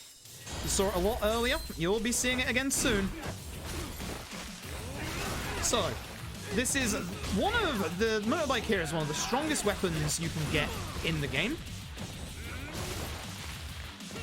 Now, more importantly, and this is a little unfortunate, you must not use your heat coming out of this fight. Nishiki, that was not helpful, actually. Oh, thanks for coming over here and use the bike. Not the best of fights, but that'll do. So, we took quite a lot of hits there. Again, remember, any HP we have coming out of this chapter is going to go over to the finale. So, let's go and grab Makoto. That's a bad fight spawn in front of Vincent. We're going to hold our stamina here for a second and then go.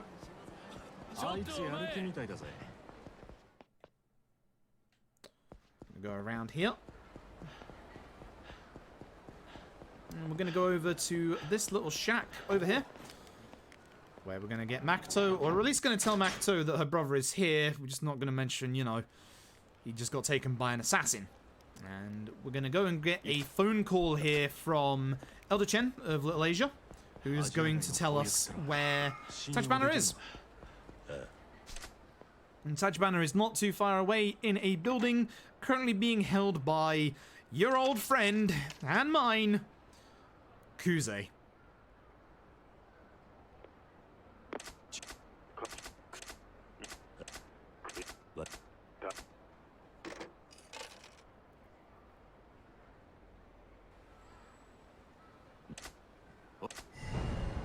So it's off the Crescendo building, which is just behind where the Millennium Tower will be later on.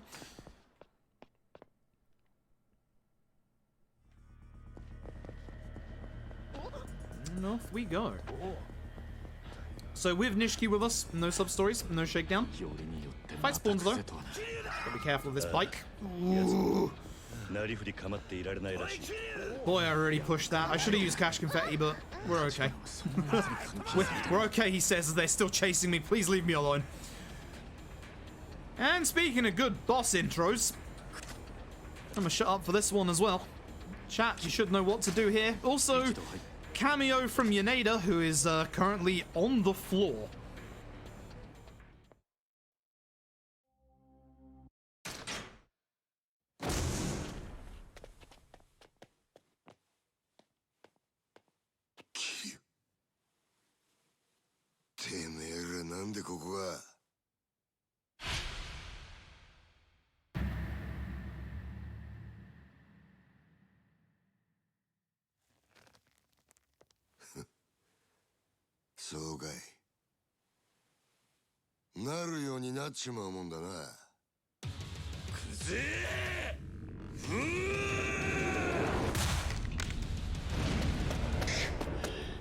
That punch literally never gets old. Round 4, Kuze 4. So remember what I said earlier, our HP from this chapter continues into the finale.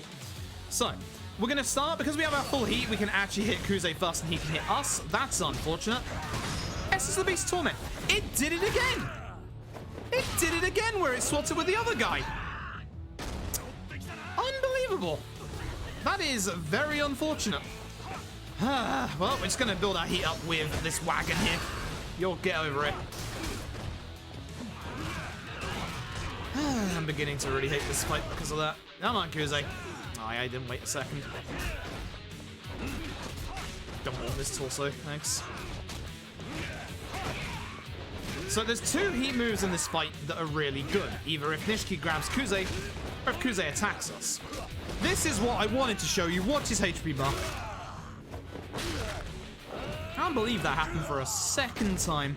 So the person who's attacking you is supposed to get the full brunt of that, which is Essence of Beast Torment, and as you can see, it's just over a HP bar's worth of damage. Can't do it unless I'm at the 3rd HP bar. Thank you, Nishiki.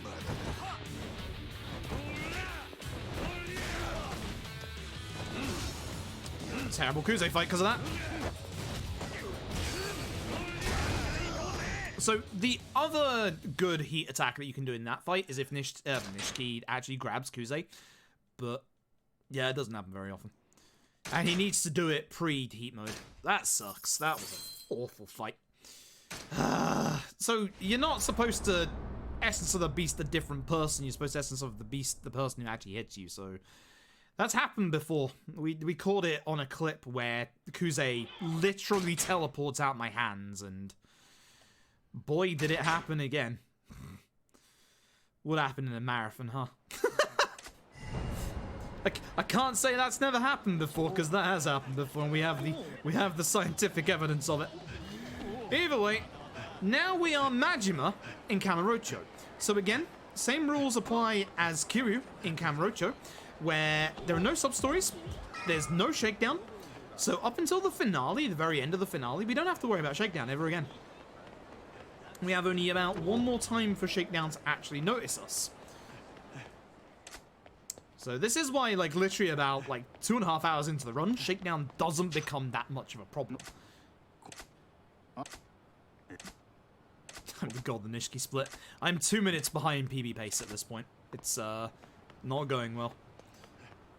And speaking of the Nishiki split, oh boy, this is a rough chapter to run because you can get a very nasty glitch in this chapter.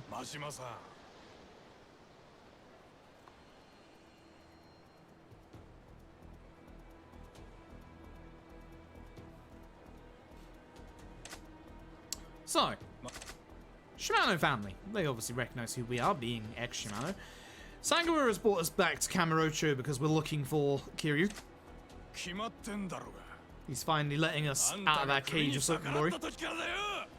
These guys aren't happy with us, as you can probably tell, but we don't really care. If you're wondering who Shimano is, don't worry, you'll see him in about an hour.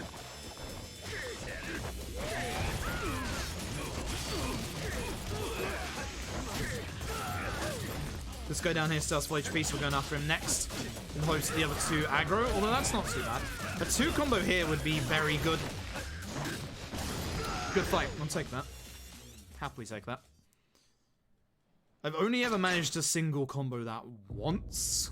It's very, very, very, very hard. But thankfully a 2-hit combo, or a 2 combo is actually very good. So we'll take that. So, Majima's feeling a little down and depressed. He gets beaten up by a couple of random dudes on the street. And we're now going to go back to the Kazuma family office, which was Kiryu's old haunting grounds, as we know, to try and find him. Instead, we're going to find somebody a lot worse.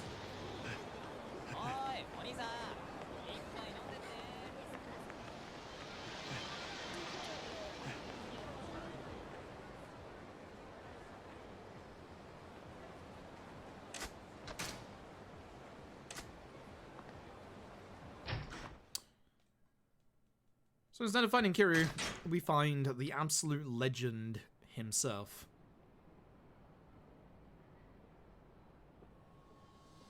Hey, Kashiwagi. Kashiwagi is one of the scariest fights in this game for a number of reasons. Bob, if only.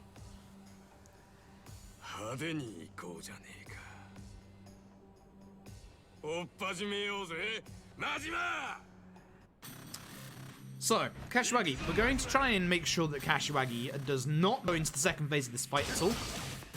We also need to get him up against the wall really quickly so we can do Nishitani strats. Doesn't matter which wall, just a wall will do. But Kashiwagi, we really don't want to see his second phase at all. Kashiwagi's second phase is one of the nastiest in the entire run and in the entire game itself.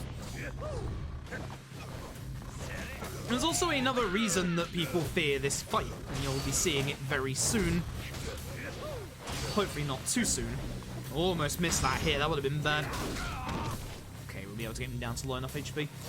Kashiwagi's mid-fight QTE is not a damaged QTE. Even worse than that, it's the hardest QTE in the entire game, and on Legend, if you don't get any HP upgrades, can take out 7/8 of your HP bar. Like so. It's that fast. Here's the better part. It's even faster on Legend difficulty. Good Kashiwagi fight. Very good Kashiwagi fight. Now comes the unfortunate part that can glitch. So, now that we're done with Kashiwagi, some random dude runs up and says that Nishiki is over in Serena. Spilt the beans. So, it's time for us to head over to Serena and have a little bit of a dinner date with Nishiki.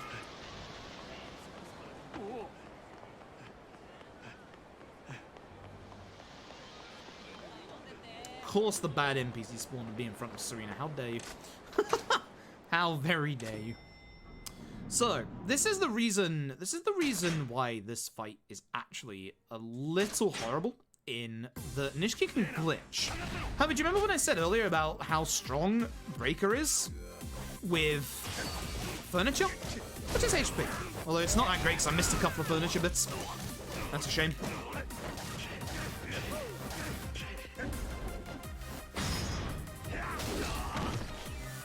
I'm really hoping he doesn't glitch out. If Nishiki glitches out, we're gonna lose about 2 minutes.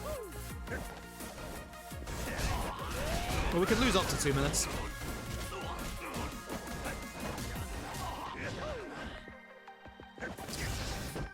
That's not a good look. He was supposed to transition a little earlier. Ah, he's doing it. Come on. No, there it is. Oh, cool. We got the quick QTE out of it, I guess. Half a glitch, half the quick QTE. I can't exactly complain, I guess. Not great, not bad. Not sure how to react to that. So he did glitch out. So what happens is that he's supposed to go into his second phase, into his heat phase, and he's supposed to wind up for a counter. What he did there and what you saw is that he wound up into his second phase, did not do the counter, but instead went back and reverted to his original phase. At that point, he was probably just going to stand around for a good minute or two. But thankfully, he glitched out again and gave us the quick QTE, which you don't normally get. So, kind of good, kind of bad. Can't complain, that's the fight spawn. I'll take that. I'll take that, honestly. Like, that could have gone way, way, way worse. And who do we find? We find Makoto. That was actually a gold split. That was actually a gold split by 8 seconds. Not again. How does this keep happening in? How does this keep happening in RRLTA? RRLAT? God damn it. Every time I do this run in this marathon, I keep golding that split. Every time I need to do this run, I just need to do it for this marathon, that's all. So, it comes the worst part of the run. We have to walk with Makoto to get some takoyaki. Unfortunately, we can't go any faster than this, and that happens. She's going to fall over randomly. Now, when she falls over randomly, if you look at the mini-map, you can see that we're basically an arrow shape or a chevron. When we're more than one chevron away from her, she's going to have to catch up to us. So here's the speed tech. Don't look at her. Because if you don't look at her, she actually teleports forward instead of you having to wait for her to walk over to you. Watch this. Watch her position on the minimap, and then... she definitely didn't get there that quickly. She's literally right on the edge, here you go, of what the camera can see. Now, oh, that's actually fine, because she won't fall over again. So, you can see here, we're going to start speaking in a second. Hopefully. Dialogue, please, so she doesn't fall over again. No? Thanks, video game. So, anytime we start speaking to Makoto and we get into like a conversation with her, she can't fall over. That's the only time she can't fall over, is when you're actually speaking to her and she's speaking back to you. But at this point in the game, Makoto is starting to get back her vision.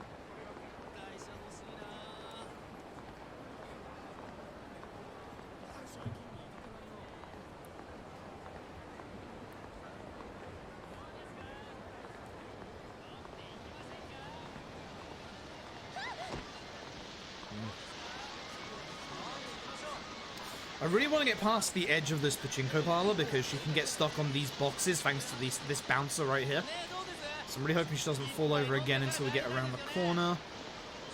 Should be good. That'll be good. Now we'll get the next set of dialogue. Yep. So she can't fall over when any of this dialogue's going on. She'll probably fall down again at least one more time, maybe twice. Hopefully only one more time, but it's looking like it'll be a 2. Just a 1. Looks pretty good. Yeah, it looks like just a 1. Nice. So, it looks like we can walk through the right there, right? Nope. Giant invisible wall. We have to walk around that side of the lamppost. That's not me with bad pathing, I'm afraid. It is literally, we can't walk through there.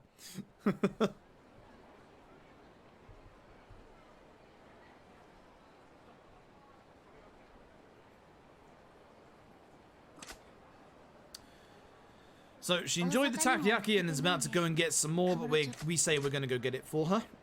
I'm not sure if I actually mentioned, but her sight is starting to come back. Not fully, but she can make out shapes. Hence why she walks and we don't hold her hand instead.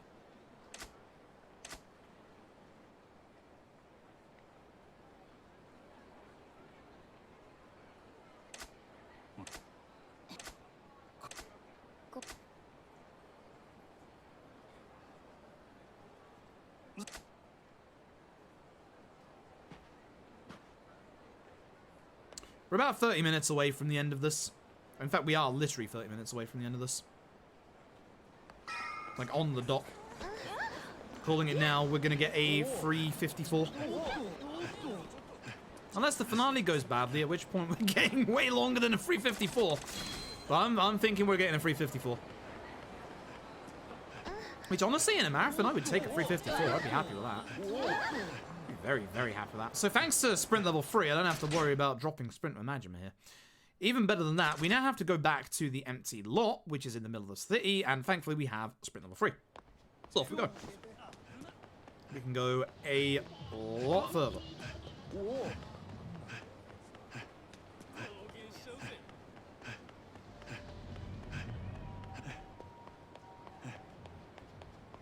Please don't be a fight spawn. Please don't be a fight spawn. It's good. It's that fight spawn. So those fight spawns there, where they're harassing civilians, you actually have to interact with them for them to be an actual fight spawn. I'm gonna hold our stamina here because there's probably a fight spawn inside of here. Hey, look. Probably behind us. Alright, let's go. Gun corridors. Oh, God. Please no. please no. I don't want to deal with gun corridor tonight. Please don't be mean.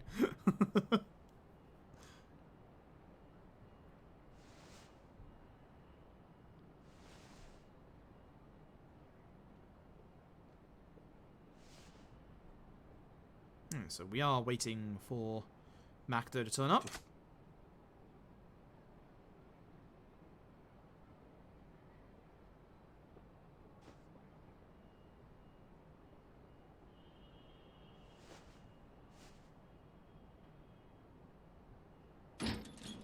And here she is.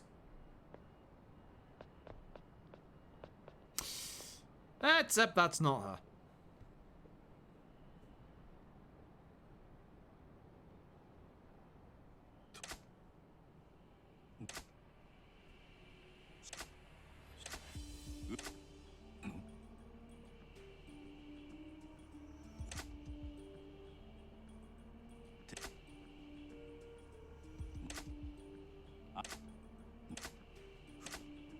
So Makoto has gone to do something very, very dumb. Makoto has gone to basically make a deal. Make a deal with the heads of the Shibusawa family on her own. And basically these guys are here to say hello to us. So hopefully we can finish this fight in a free combo. That would be nice. You know, the usual rule, go for the guys with the knives and stuff first, but here we also want to go for basically like a big group of enemies.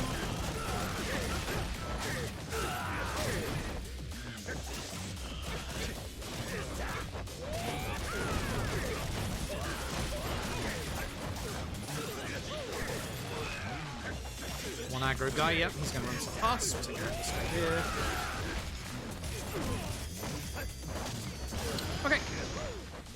That's a free combo. That's decent. We'll take it.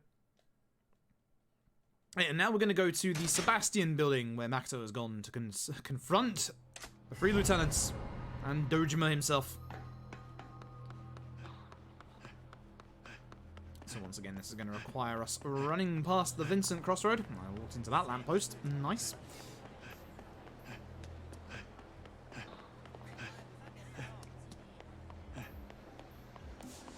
But thankfully, we got cash confetti earlier. No fight spawn here. Wow, that's rare. This one usually spawns, that's fine.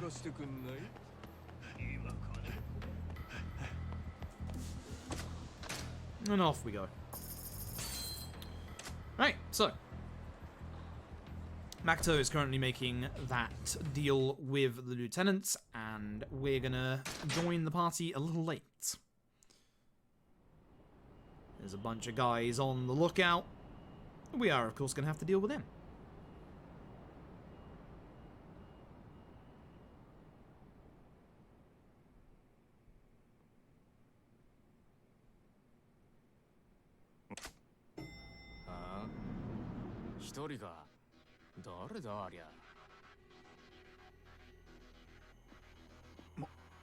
Majima.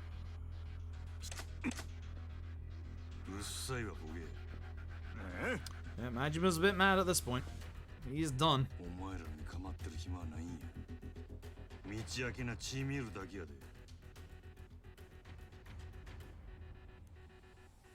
さっさとどかんかい、ボケが。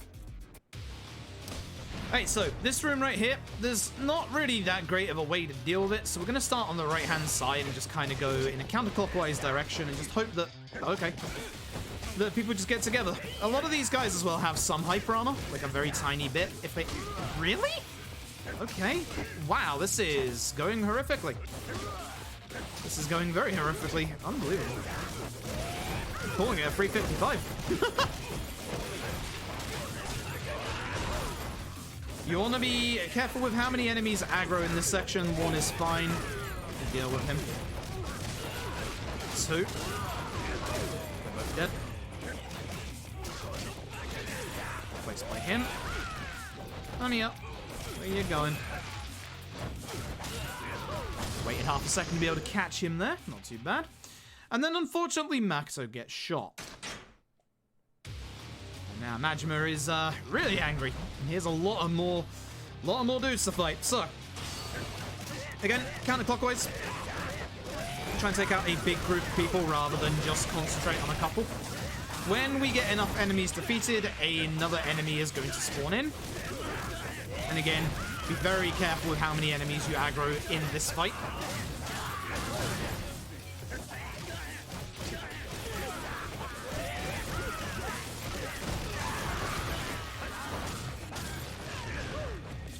Cancelled out a lot.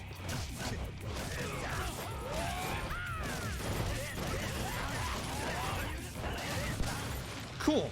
I think I took care of a couple of the guys who aggroed there as well, which is useful. Because here is another large lad. And this guy is kind of strong. Likes to gun a lot as well. So I really don't want this aggro guy to be on me for this bit.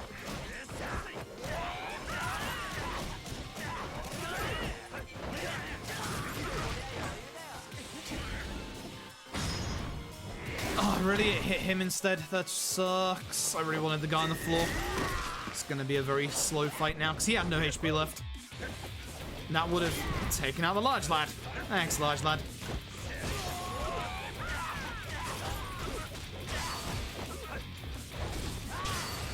He uses hyper armor against him. That's a shame. That could have gone way better. I hit start too early. If you hit start, you get a results screen and you see how well you did. Alright. So, Sarah's gonna turn up and take Makoto to the hospital. And with that, we're going to the finale. So remember what I said earlier. Any HP that we had from the chapter before, which was Kuze 4, is gonna come with us into the finale. And guess what's about to happen next? All I'm gonna say is it might be round 5. We are in the last 30 minutes of Yakuza 0.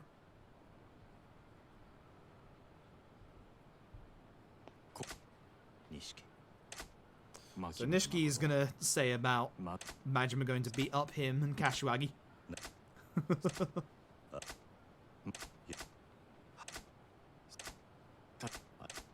then we're gonna get a pager from Sarah. Now remember, from about 30 minutes ago, I told you to remember a very specific phone, because just like the very first chapter, we are now going to get the best objective ever. Find a payphone. So once again, we do have to go find a payphone. We've got a payphone in... You can see on the map, all the payphones are on the map, with one exception. We're going to go over to Little Asia, because we want to go into Little Asia for the meeting after we've had the phone call.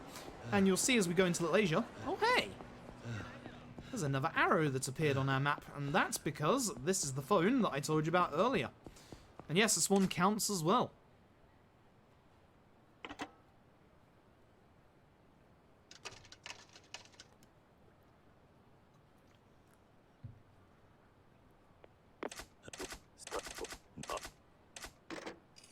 So, with that, we go meet Sarah in Elder Chen's restaurant, which is literally around the corner. A couple of corners. But there it is. That's why we go and get the phone call there. So, we're now going to go, quotation marks, get Makoto, or get Nishiki from the homeless place. And as we get there, we are going to get into the first fight of this finale. This is kind of a buffer fight, but we can see how much HP we've got from here, so we know how much danger we're in. This is why I took a spare healing item earlier, because marathon, just in case. Like, despite the fact that this is on easy, we have not gotten any gear and we have not gotten any HP upgrades, so this finale is still exceptionally dangerous. And remember, all these strats do work on legend difficulty as well.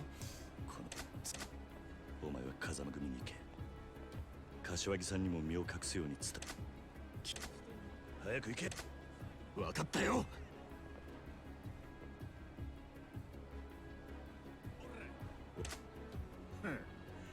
風間の使いっ走りがでけえ口叩くんじゃねえ。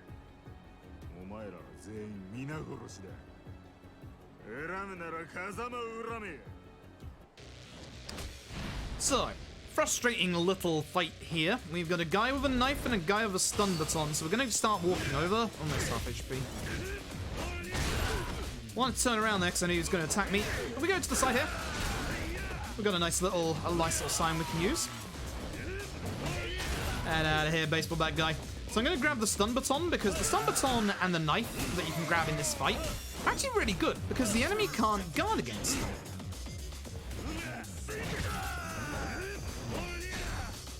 Like so. They can if they have a weapon. Half HP for this. Should be fine. We're tanking some hits. So, we're now going to the Kazuma family office. You'll see via the minimap that we've been shepherded in a very specific direction. Fun fact, despite the fact that there are no sub-stories and despite the fact that we are being very, very railroaded towards Tenkaichi Street, he has the opportunity to spawn one last time. You know who I am talking about. It is the Shakedown.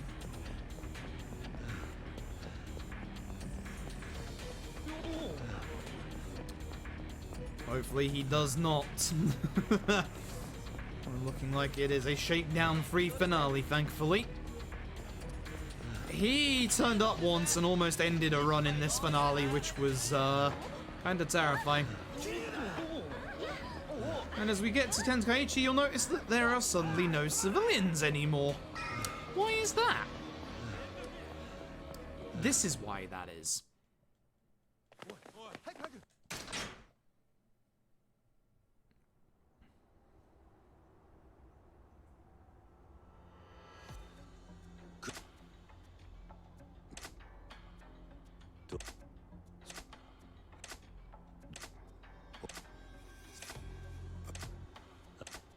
よくわかってんじゃねえか。俺を今動かしてるのはな、男の意地ってやつだ。それさえありゃ、男は笑いながら死ぬことだってできる。いいよね。上出来だよ。いつでもいいぜ。殺す気でかかってこいや。 Kuze round 5. We're going to do this in a very specific way. We're going to go back here, going to grab this sign and hit him 4 times. Essence of the Beast Torment. Hey, hit me for once. I hate you. Watch his HP bar. He's usually way more aggressive than that. Switching to Rush. Rushing over here. I'm going to grab this.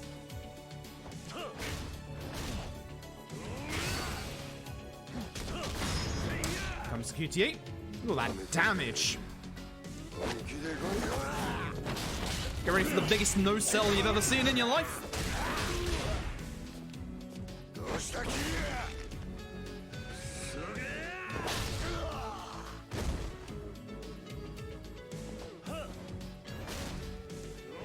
That's Kuze 5. Nice and simple. More importantly, do not, under any circumstances, use your heat coming out of that fight. Do not.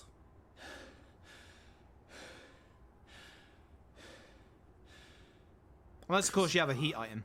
I actually have an idea for that fight. I have an idea. Probably not going to work, but I have an idea. I'll implement it in the future. It's a bad idea.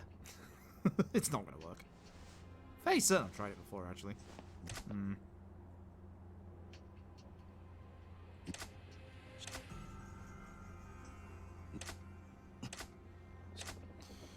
Now, Kuze is going to tell us where Shibasara has taken Makoto.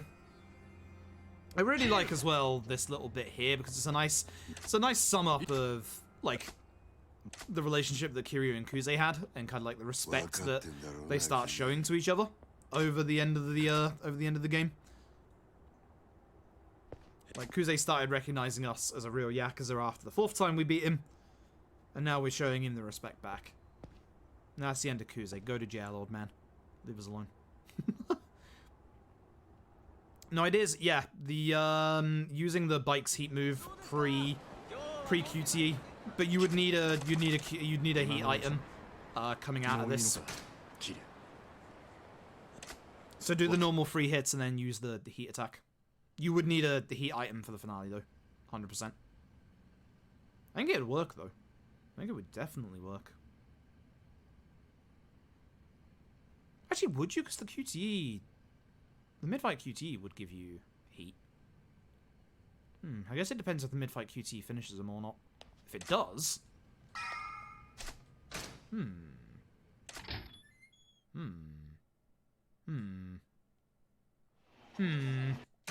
We'll see. We'll test that. We'll test that. Either way, it is time for the big finale. This finale is a very hard split for me to beat, so... Here's what we're gonna do.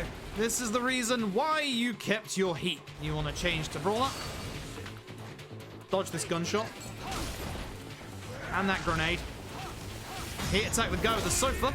And then just ignore literally everybody else. Watch out for that second gunshot. Go down here. Hit this guy. Take a note of where the gun is. I know where it is.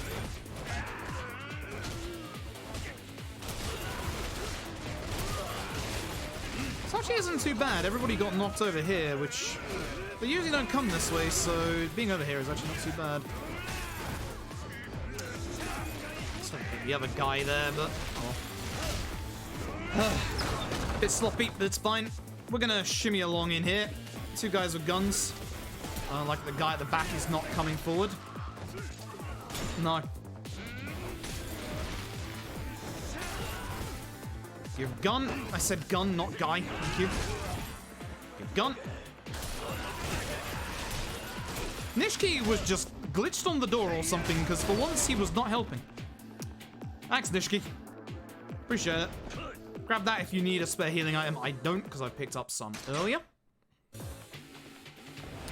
Obviously going to rush for being able to hit triggers faster, so just go straight to the left here to trigger the next fight.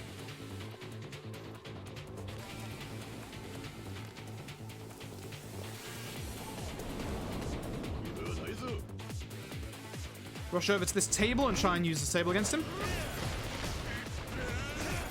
And because we have a spare healing item, we can actually use the heat attack against him and just end this fight. I'm going away now, bye. Now, time for an actual dangerous part of the run. We call this Gun Corridor number 1. You probably won't be able to tell why by the name, but we're going to inventory and use one of our spare healing items onto this lad and give him a good old kick. Change to rush for the speed and also the triple quick step, because down this corridor, 2 people with guns. He's gonna grab me. Oh, that's terrible. But thankfully, because I'm in that animation, I don't actually get knocked back because of that. No. Bad. Okay, can I please drop my gun? Thank you. Come here. Thank you, and gun. Hello? Gun? Shoot. shoot, gun, please. And now, speaking of large lads, here comes 3 of them. Yep, despite how they look, they all act like large lads. They all have drop kicks. One of them has a flying DDT. Oh, it's the worst. So we're going to run over here, grab a chair, and hopefully hit all of them. Basically here, if you can hit them, hit them. The guy tried to grab me. Just try and use that hyper armor of yours for weapons.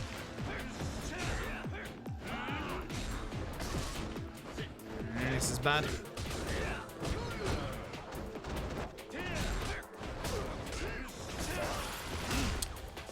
Well, I'm at a HP range where I could die. That's good. It's not good. We heal. We don't risk it. Come forward, lads. Come on. So because that guy is attacked, I know he's not going to attack again, so I can just run out there. Thankfully, I needed to heal for the final boss anyway at that HP threshold, so we can just go. Switch back to Beast on the trigger. Lovely jubbly. Full heat for the final battle. Now, over to the other aspect of this finale. Majima time. You know the drill. We're just going to start attacking from here because furniture and breaker.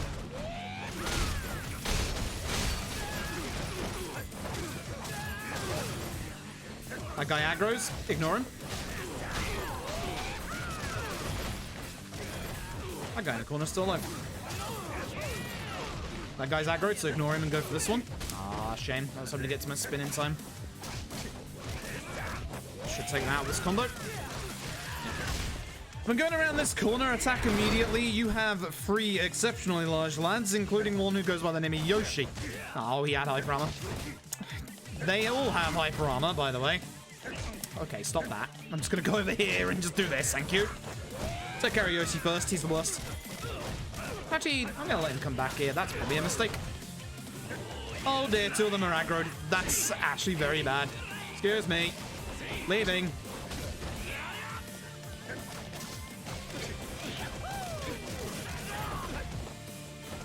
Ooh, not good. Remember this corridor from earlier? Yeah, we don't have to take him out this time. We're just gonna go. In this room, we're going to go all the way to the back to begin with, because this guy has a gun. And honestly, I would like a gun.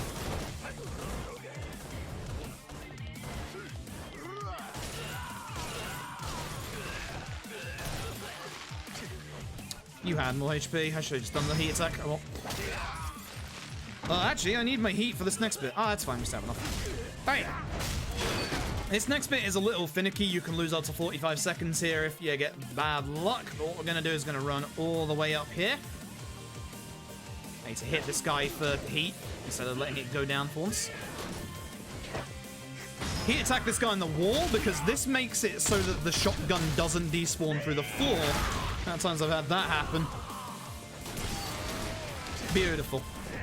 Literally beautiful. Back to breaker. So, this room. This is the worst room in Majima's entire campaign. The guy in the middle loves his wrestling moves, and you got 2 guys with guns. We're going to hopefully try and take care of the gun guys before that happens, because the gun guys are going to start shooting me. Oh my goodness. Well, yeah, this is actually potentially problematic. Have to do that. Oh my goodness. Alright. Yep. This room is the worst room in the entire run by far. Could you stop? Okay, fine. We'll do this way then. So this guy is actually massively resistant to guns, but we still shoot him anyway because it gets him on the ground. Terrible room.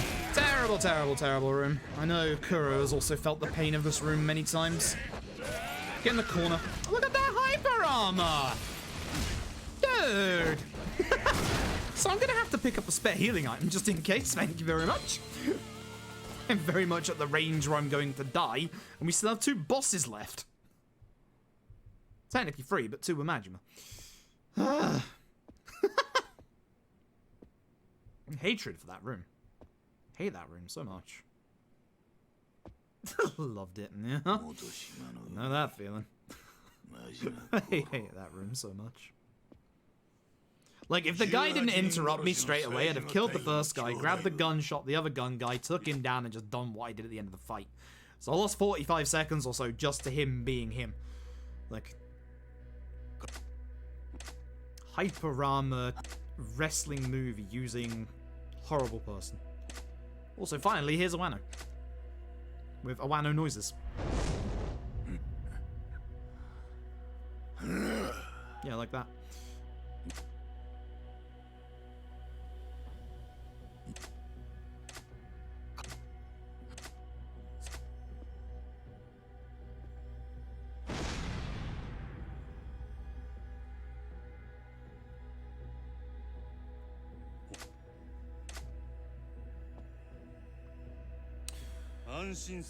Right. 堂島組のお仲間も後からまとめてあの世に送ってるわ。 Oh, I know. We're going to try and do this fight in a very specific way. I'm going to try and push him onto the right where that furniture is, but we need to line him up first. So we're going to go to the left. This is looking good. I want him to stay in here if possible, even without any furniture. That's not good. Oh, now he's going to attack. And as we said earlier, you can't use the heat attack of Slugger when the enemy is attacking. Alright, I'll just die, don't worry about it. I have my Takoyaki, I forgot. And a safety buffer. Leave me alone. Please get knocked down onto the ground again, thanks.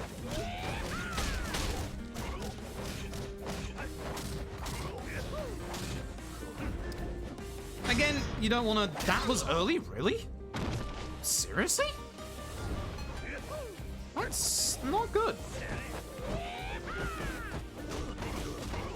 Okay, salvaged. How was that considered early? Curious.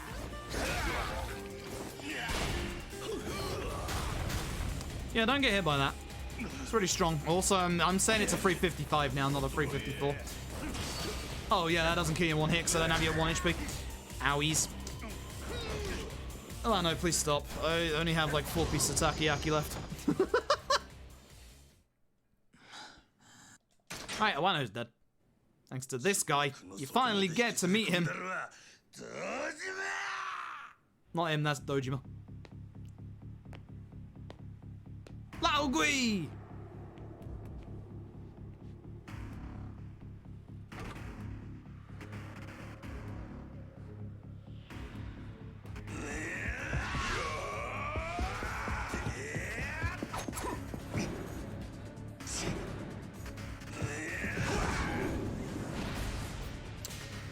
Right, Laogui.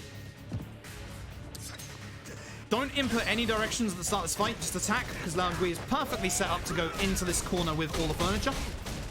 Look at that damage. Oh, that's really... It literally missed the last hit again. Okay, well, this is a problem. Again, one of the people you really don't want to see their second phase of. Laogui. Please go down, please go down.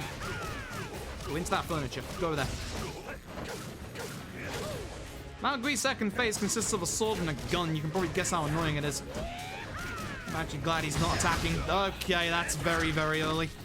Oh boy, this is not good.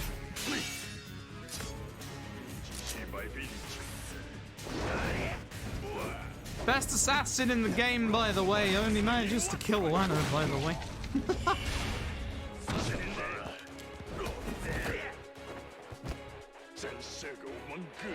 You want to get to this phase when he's on 1 HP.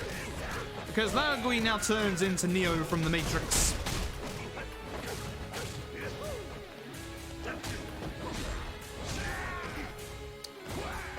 That's not even the reason why. You'll see it in a second if I let him, and I don't want to let him. Because Laogui likes to run up walls and start, like, jumping off the walls and stuff. Alright, that was a terrible Laogui. Managed to save a second somehow, excuse me. What? And now time for the final boss. This is why I needed to heal. There is a phase of the final boss that we will literally just be beasting through and don't care about the damage we take.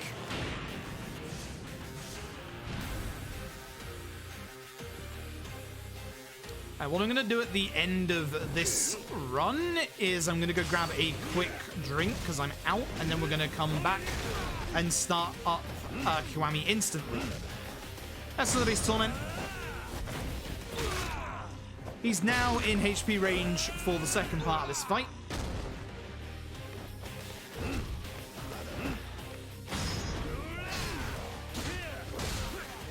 because we don't get a breakpoint at all during Kiwami, but we do during Kiwami 2.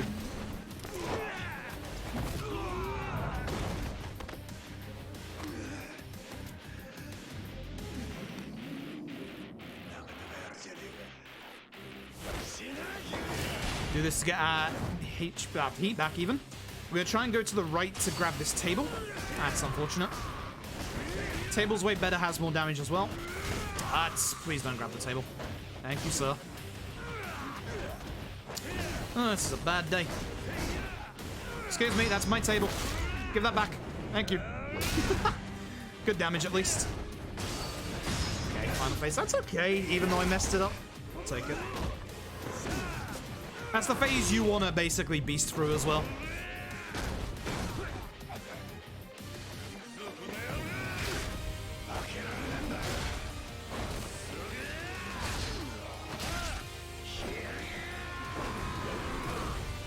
Okay, so we want to do specific moves in this phase to get into 1 HP. That way we skip an entire phase of the final QTE. As you can see, he's at 1 HP. Up you get. Come on. End the fight. Let's go.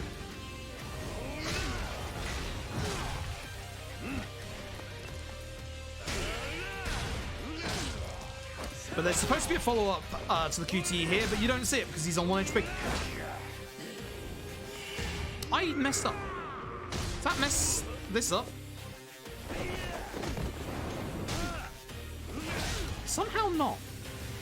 Lucky. And with that, that's Yakuza 0. Alright.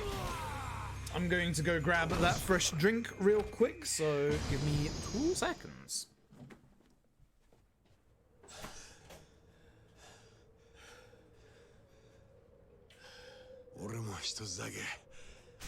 Kuzeから学んだことがある。極道は張り続ける限り負けじゃねえってことだ。お前も風間もそして女も必ず殺してやる。立花のようにな。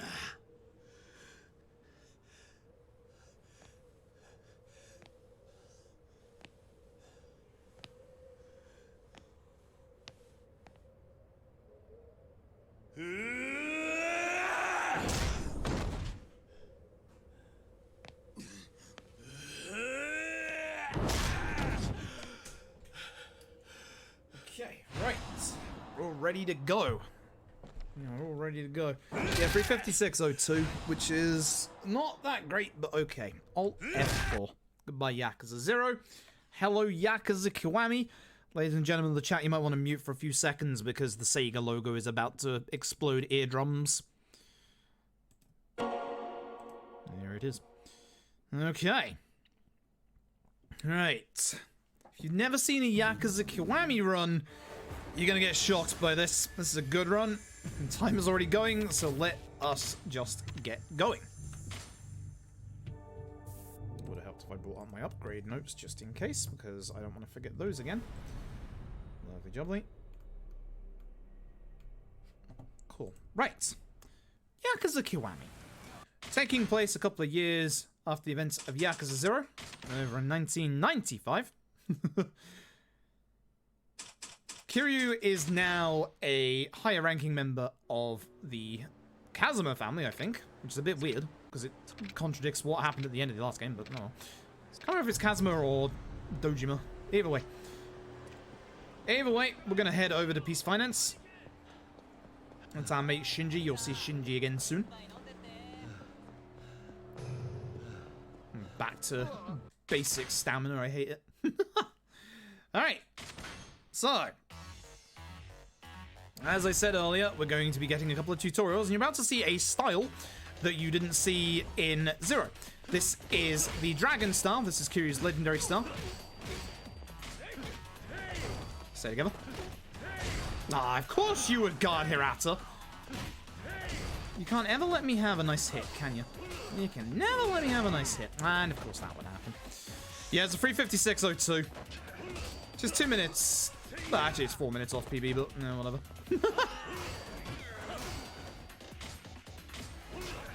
these guys first, because I'd rather have a full one for Hirata. Get behind Hirata so he can't guard my attacks. Fresh chair.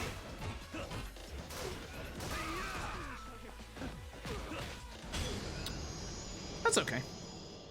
That's okay. We'll take that. So, we're just debt collecting at this point.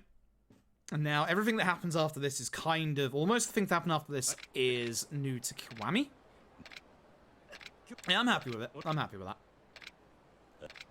The right game name for this is just Yakuza, because for some reason Twitch's new API decided that things that are full-on remakes don't deserve to have their own directory anymore. Which is this, Kiwami 2, stuff like Resident Evil Remake, Resident Evil 3 Remake. Although Final Fantasy 7 Remake is still there. That still gets to keep its directory, apparently. You know, other remakes don't. Sure.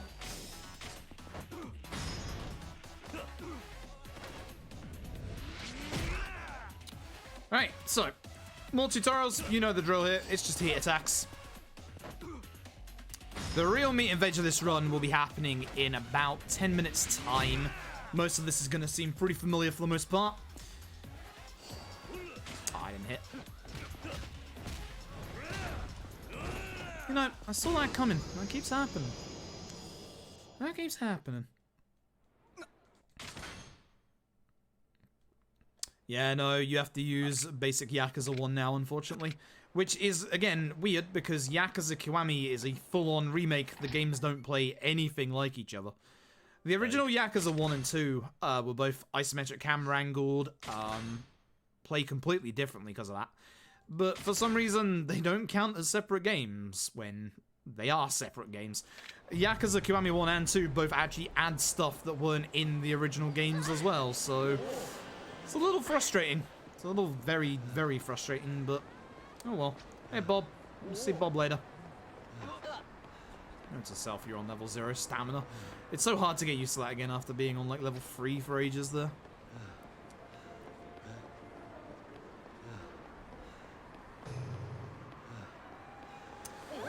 But we are going to come up to... Oh, damn it. We are going to come up to a point in this run that is very, very hard. It's one of the hardest things we have to do in Yakuza speedrunning. It happens right near the start. But what we're doing is we're buying a birthday present for our childhood friend Yumi. We're buying her a ring. We're getting the name Yumi engraved on it, even though in that cutscene you can kind of see that it already is there. Shh. Don't ruin the illusion. Either way, because we're on Showa Street and we are in the tutorial, we don't actually get any fight spawns. When you're along this street in the old engine, there is no chance of fight spawns. I've lost my stamina twice. I'm really struggling to get used to it again. I hate it. I hate it. Don Quixote music. Once again, rest in peace, Don Quixote. After having also been erased out of the series, we also erased Don Quixote out of this speedrun. We don't need to go in there anymore. And I'll explain why when we get there in about 20 minutes time. Actually, a bit longer than that. 30. Either way, if you've never seen a Yakuza Kiwami run, the good stuff is going to start in about 2 chapters time. Well, the good stuff starts in the next chapter, but the impressive stuff starts in 2 chapters time. Anyway, the ring got stolen. Get the ring back. This is the reason why not a lot of people like doing Yakuza Kiwami any % runs, because if the run dies at the start of the next chapter, which again, the stuff at the start of the next chapter is the hardest stuff you have to do in probably any Yakuza speedrun, at the start anyway, you have to do all of this again. Tapioca is lying. The favorite Yakuza game is clearly 5. So, all of this story stuff is stuff that was added to Kiwami, wasn't available in the original. It's good stuff like storyline wise, like it actually like helps flesh out like the characters a little bit. I hate this man. I absolutely hate this man. This man's name is Saboy. He has the most dodge rate of anybody in this entire game. I hate this man. Look at his stance. Look at his stance. It's amazing. Oh, you did it again. So when he does that... Oh, please don't. I just want to throw you. If you throw him, you can take him out in one go. If you try and hit him with a bike, it doesn't take him out in one combo. I hate this man. I hate this man so much.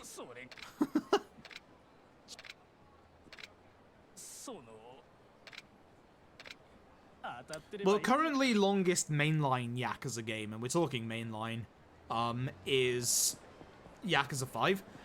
Ironically enough, Yakuza Like a Dragon, despite being a turn-based JRPG, is now already, after less than a month of being out, a shorter speedrun than Yakuza 5. Which you'll be able to see here on the 20th, by the way. It is currently a sub 6 hour run, and poor Yakuza 5 is over 6 hours. So, Saboy sold off the ring to this lad for lottery tickets. So we're gonna have to get it back, and we're gonna have to buy it back, unfortunately. This game has Libido Yakuza 0, which is already gone. Libido has been and has gone and has graced us with his presence.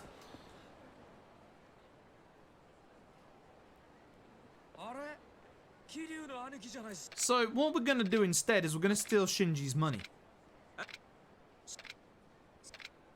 Poor Shinji. So he gives us 120,000 yen. Nice, I'm not behind the sign this time. That helps. Yakuza 5 as a speedrun is very, very rough because with Yakuza 4 and 5, the only cutscenes that are skippable are the CG cutscenes, and Yakuza 4 has a lot more CG cutscenes. Yakuza 5 has a lot of side activities and also a lot of downtime. And we mean a lot of downtime. It's very, very unfortunate because Yakuza 5's combat is really good. Like, Yakuza 5... If Yakuza 5 had more skippable cutscenes, it'd probably be one of the better Yakuza speedruns, honestly. Nope, Yakuza 6 is the first one that's on the modern engine. If it was on the modern engine, it would have pretty much 95% of cutscenes be skippable, which would be, much nicer. much nicer. Which is unfortunate. Very, very, very unfortunate. Because, like, I think a lot of people agree, like, not just in the speedrun scene, that Yakuza 5's fighting is really good. But it's just so long as a casual game, and especially as a speedrun. Which sucks. Which also sucks, because Yakuza 5's speedrun is the only Yakuza game that has a usable out of bounds. Fun fact, we actually have an out of bounds in Yakuza 0 and Yakuza Kiwami, but that doesn't get you anywhere. They aren't usable at all. Whereas Yakuza 5's out of bounds actually skips you forward by a couple of minutes, which is quite nice.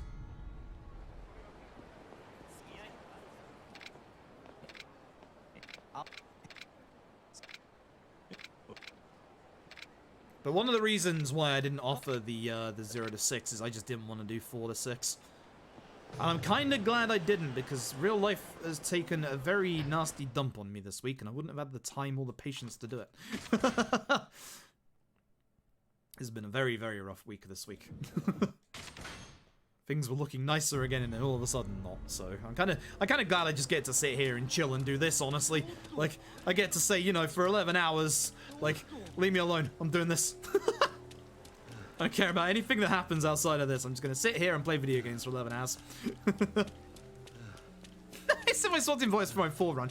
Well, honestly, like we as like a community actually want to do like a marathon of the Yakuza games, but get in a whole bunch of runners and not just me. And then that way you'd be able to see stuff like OG1, OG2 as well. It'd be nice. It'd be very nice. You also get to see some of the spin-off games like Judgment and Fist of the North Star. So it's unfortunate that Hashiguchi hit me here. If he didn't hit me, he would have gone down in one charge throw there. Instead, we're now going to have to do this. But we would like to put on more of a community effort at some point. We have runners for literally every single Yakuza game outside of the PSP games. So you'd see basically a lot of things that you wouldn't see normally. You'd see the two Japan-only spin-offs on PS3 and 4, which is Kenzan and Ishin. You would see, obviously, all the mainline games, including OG 1 and 2, and K1 and K2. PSP games are... they're interesting. I like them. Like, I like them a lot. But they are interesting and not easy to run. Switch to Brawler for this. Don't know why you turned to that guy.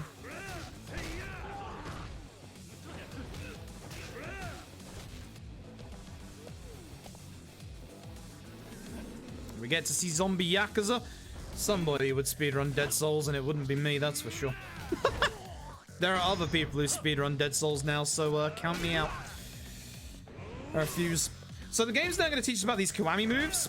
Certain enemies have certain auras and you have to use this move. This is the entire reason why Kiwami was an awful speedrun to begin with. I can force on-street that guy and I'm going to.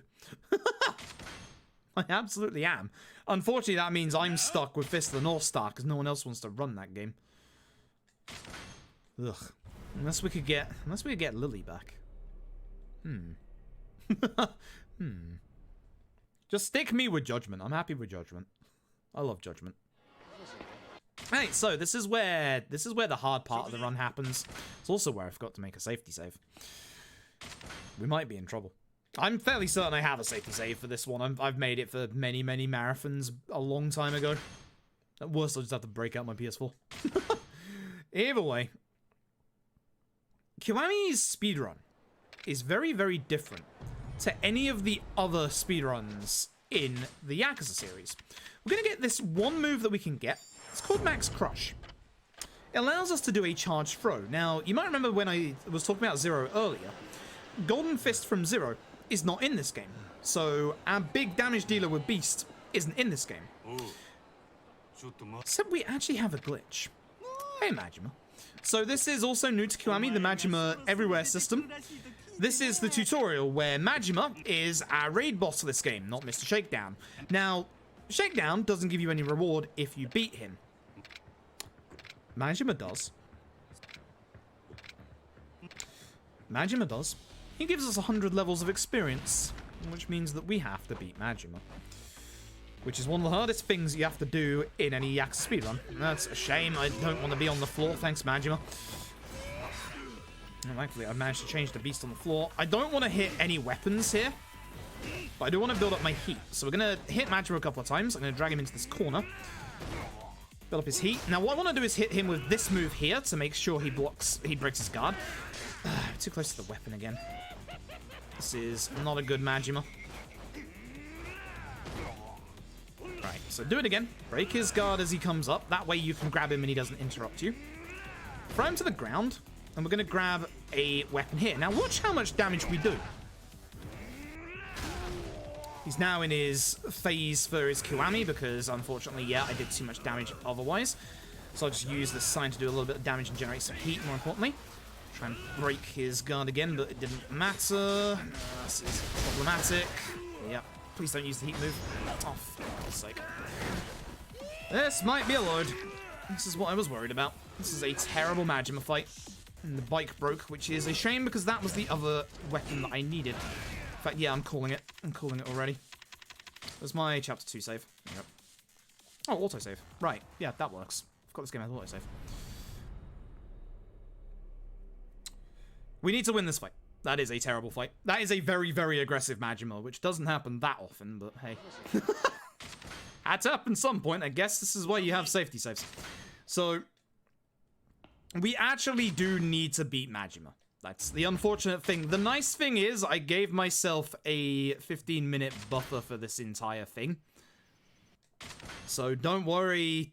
I've got plenty of time to restart this fight. I can even restart it again if I need to. We got plenty of time. Like, even with this reset, if we manage to get going, we should still be on course for a sub, or around 11 hours. Not sub 11, but we should be on course for 11 hours. This is just frustrating because this is like the hardest thing we ever have to do in a Yakuza run. And Majima was very, very aggressive. I kind of messed up with one of my attacks, but other than that, Majima just being Majima.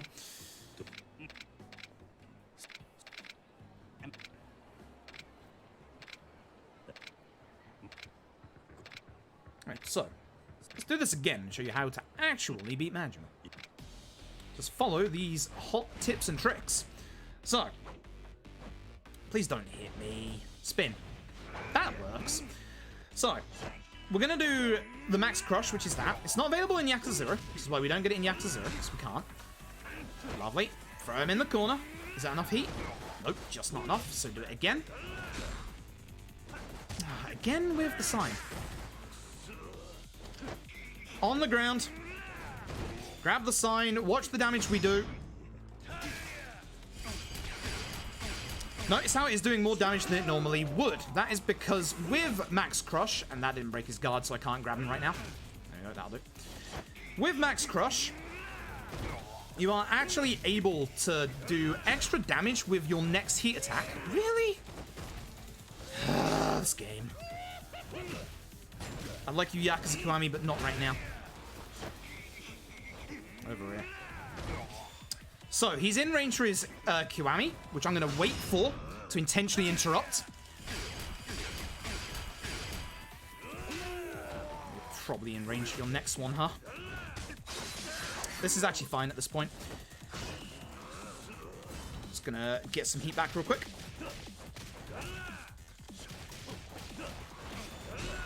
Come over here. This will finish the fight. Bring him. Oh, I had to break his guard. Come on, over here. Come on. Lad? Lad. Thank you. Over here. Grab sign. Push him into the vending machines. Oh, I wasn't close enough? Oh my goodness. It's still fine because we have the bike next to us. So I'll just go over here, grab bike and hit him with bike before he gets to Kiwami again. You're seriously doing this. Majima, you are a pain. A massive pain. So because of that, we managed to get 100 levels of experience. That was terrible Majima fights. So, this is why you make safety saves, folks. So, good old marathon luck. Now we can get on with the run and show you why this glitch is so impressive. We're going to go into our soul tree. We're going to get specifically, we now have 100 levels of experience. So we're going to go up here. We want to get Grab Mastery. Grab Mastery is very important. When you grab an enemy at the start of the fight, you get a bunch of heat. So we're going to raise our heat gauge +1 here. We're going to, for safety, even though we don't technically need them, get all the extremes. All of them except for Dragon. You really don't need these, but it's fine. We're going to go into our tech tree, and again, we don't necessarily need these, but these are good for if we have to do a normal combo. Charge attacks. Then we're going to go into our body tree, and we're going to get a whole bunch of health upgrades. But the reason we're getting health upgrades is so that we can go to the sides here. And more importantly, get ourselves boost attack. So usually, we don't actually get any HP upgrades in any Yakuza runs. We have to here because our attack upgrades are hidden behind them. And more importantly, we want a move down the bottom of this tree, which is the next one. Destroyer's Secret Gorged. Boosts our attack power significantly when we are at full HP. Yakuza Kiwami has just become a run about being at max HP. And if you've ever tried to beat a Yakuza game without getting hit, you know that's a pain in the backside. So, say hello to punk-ass Abe. Dialogue box number 1 in OG1, dialogue box number 2 in Kiwami 1.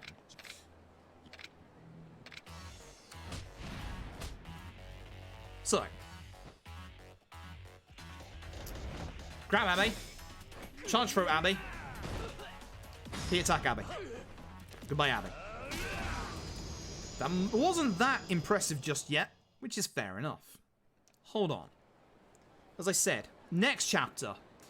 If you've never seen a Kiwami speedrun, you are going to be floored by what we do in the next chapter. And I mean genuinely floored. So, We picked up a locker key a little bit ago. We're going to pick up a second locker key here. This is for the next chapter. Majima can spawn here, by the way. So Majima of the Majima Everywhere system is now on the map. I have seen him from another runner spawn right here, which is the most infuriating thing I think I've ever seen in my life. Grab this locker key. Couldn't pick it up for a second there.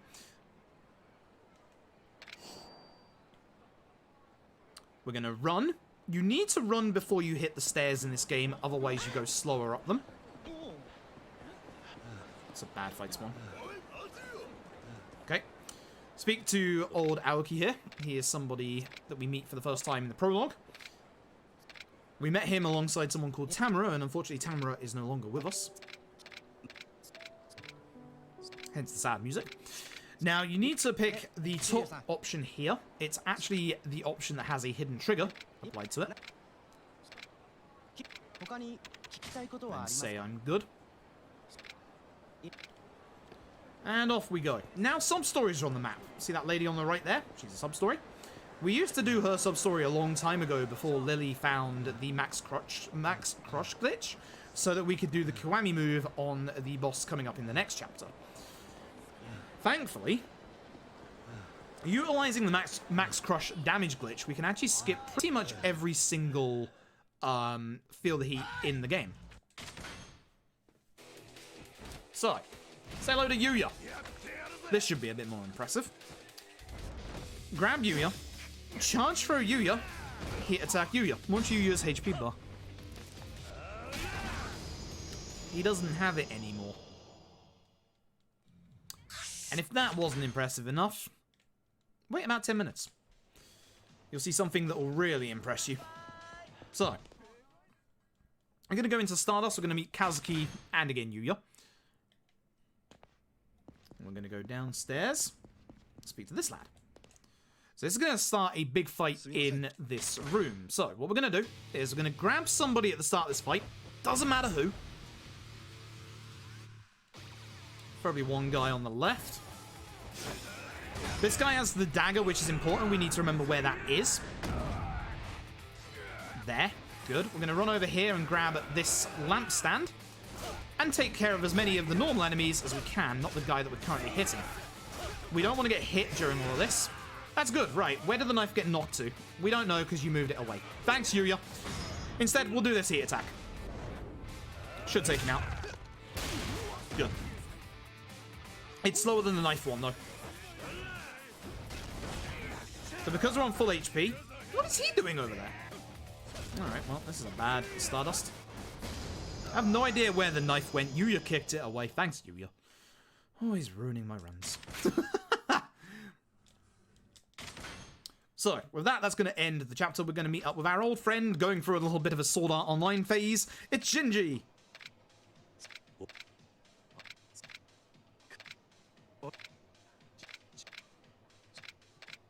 And with this, we're going to head over to...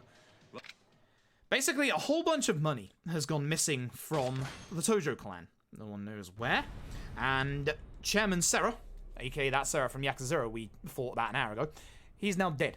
And we're going to go to his funeral to meet our foster father. That's Shimano right there. I said you'd meet him eventually. You're going to meet him in this chapter. Shimano is a boss in this chapter, and he's a very, very hard boss. For most players playing casually, he's one of the stupidest, hardest fights in the entire series, and for good reason. So every boss from this point on, even including Yuya, has a Kiwami, aka when their HP gets to a certain threshold, they go into this phase where they go down and you have to use the Kiwami move. For some reason, I understand why, because Shimano is supposed to be like one of the hard, like really big lieutenants of the Tojo family. Or the Tojo clan, not the Tojo family. But for some reason, they gave him a massive amount of HP regen. You're not gonna see that. So, this lad here is a member of the funeral proceedings. He has dropped his mourning band to let him into the actual place. But we found it. Again, this is new to Kiwami. It is not anything to do with Yakuza 1. It's the only other... Oh no, it's not the only other added content from Yakuza 1 storyline-wise. There's something else later on. But we have to go through all of this to be able to get this guy to quit his job. Right here. He didn't want to do funerals for the Yakuza, which is fair enough. And with that, he's going to go out here, have a cigarette, and throw his morning band away.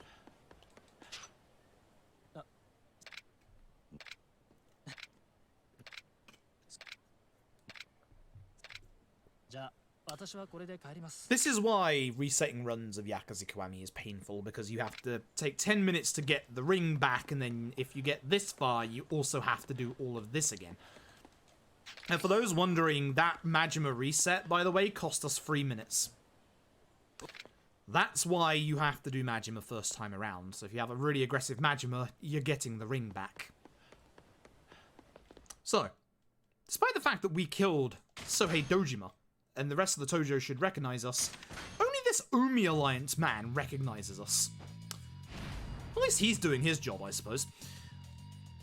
So, Beast, grab him, heat, charge throw, heat attack. Easy peasy. Again, if that doesn't seem impressive now, just wait. Guarantee you will see something in this chapter that is going to absolutely blow you away. So, meeting up with Shinji. We're now going to go meet up with Kazuma. But first, we're going to do a little bit of shopping. We're going to go over to this lovely lad here, who's a weapon shop. And we're going to buy very specifically a dagger. It's a very important dagger.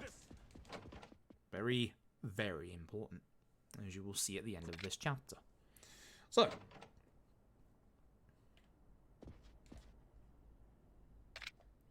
here we have to do some first-person shenanigans. Look at all the portraits. That's Kazuma, our foster father.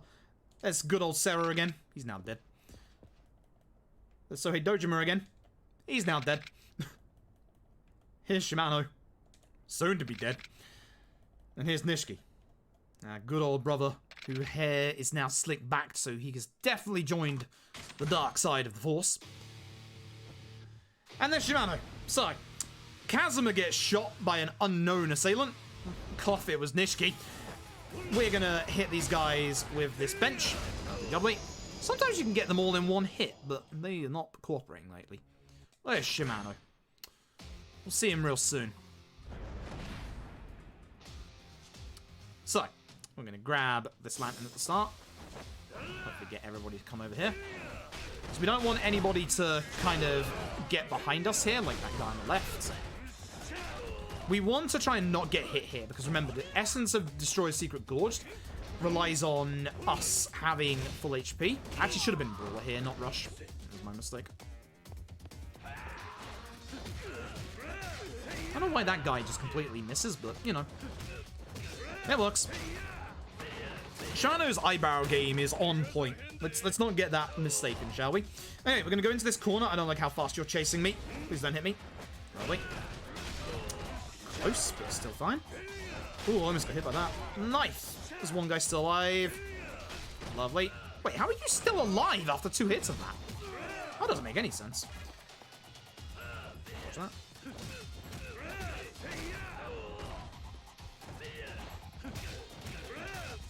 So much like with Zero, we're going to do our typical usual free light into strong combo.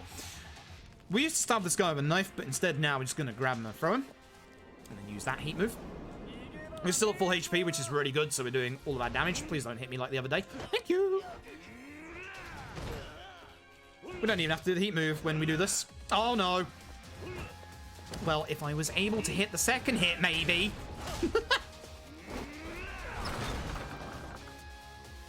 Switch to Rush. We're going to grab a couple of healing items in this chapter. Stamina XX. This Stamina XX. Those are both heat and health, which is more important. I'm going to run up to this guy and start punching him. Couldn't get a double this time, which sucks. So those you can get them in a double. Dodge that, thank you. Well, I'm going to ignore that other healing item. I kind of need to save some time at this point. So here we're looking to get multi-kills, basically.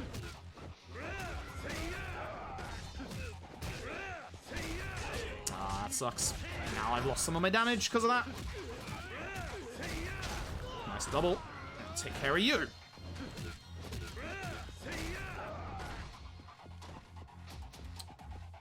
Hopefully these three stay together to make up for that. Probably won't, but we'll see. The really impressive thing is coming up in a couple of minutes, by the way. I'll take that double. Because I know I can just do that to him. Like, probably about 2 minutes until you see the thing that's gonna amaze you. And I mean amaze you. So, hopefully these guys stay together as well for a triple. Haven't had that luck that much recently, sadly. Or just don't even run towards me, that's fine, I guess. It's not fine, but sure. Through here we go. Downstairs we go. I should be Rush for this bit, because Rush is more move speed. And we're going to run to this door for another special Kiwami encounter. The Majima Goro! I'm attacking him because I want to take care of the knife thrower back here. Got it. But we'll grab this healing item. Thank you. Majima. Thank you.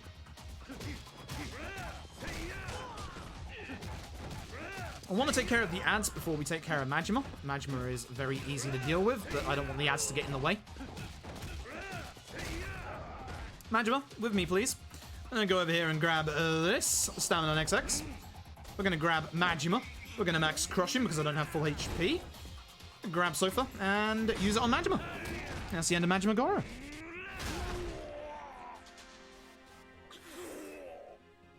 And more importantly, we're in beast mode for coming out of that room.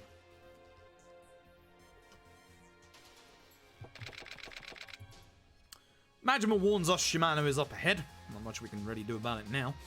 Shimano is a very hard fight. A very, very hard fight. Run forward, grab this lantern, and hopefully hit as many people as possible.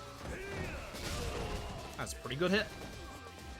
Grab this other lantern, take them down because there's like 2 hits left. Now, here we go. Remember how hard Shimano was as a fight? Follow these nice, easy instructions. Go into our inventory, go into our equipment, equip the dagger, go into our inventory, heal up to full.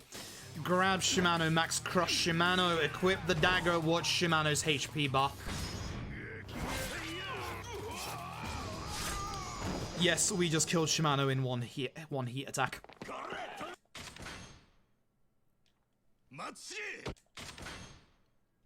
It's that easy. That is the true power of Max Crush alongside Destroyer's Secret Gorged. Remember how many times you struggled on that fight initially? Oh yeah. Oh yeah. Literally going to be our strat going forward. The nice thing is that with that, you can literally skip all the Feel the Heats. It's not like the mid-fight QTEs of other Yakuza games. We can literally just absolutely destroy them. Now, it's time to be wary of Majima. We do not want to fight Majima, but if we do, and this is a nice time to talk about the differences between Any Percent and New Game Plus. Majima on Any Percent is actually less scary than Majima on New Game Plus. Because most New Game Plus runners have a maxed out file, so, you know, their Majima is fully finished. This means you can get pretty much any version of Majima at almost any time. But in the Any Percent for Majima, all we have to do is charge throw him into a heat attack, and that's the end of the fight. It's not ideal, no, but we only lose about 20 seconds, whereas New Game Plus can lose a lot more, and New Game Plus has way worse Majima spawns. What we're going to do here is we're going to buy specifically dog food and the mineral water. We need that for this chapter. Now we're going to go over to Ebisu Pawn to sell off some of the items that we just got. Majima can spawn down this alleyway, so we have to be a little careful. Okay, we're good. We are very good. We still don't want to fight Majima, of course. That would be bad.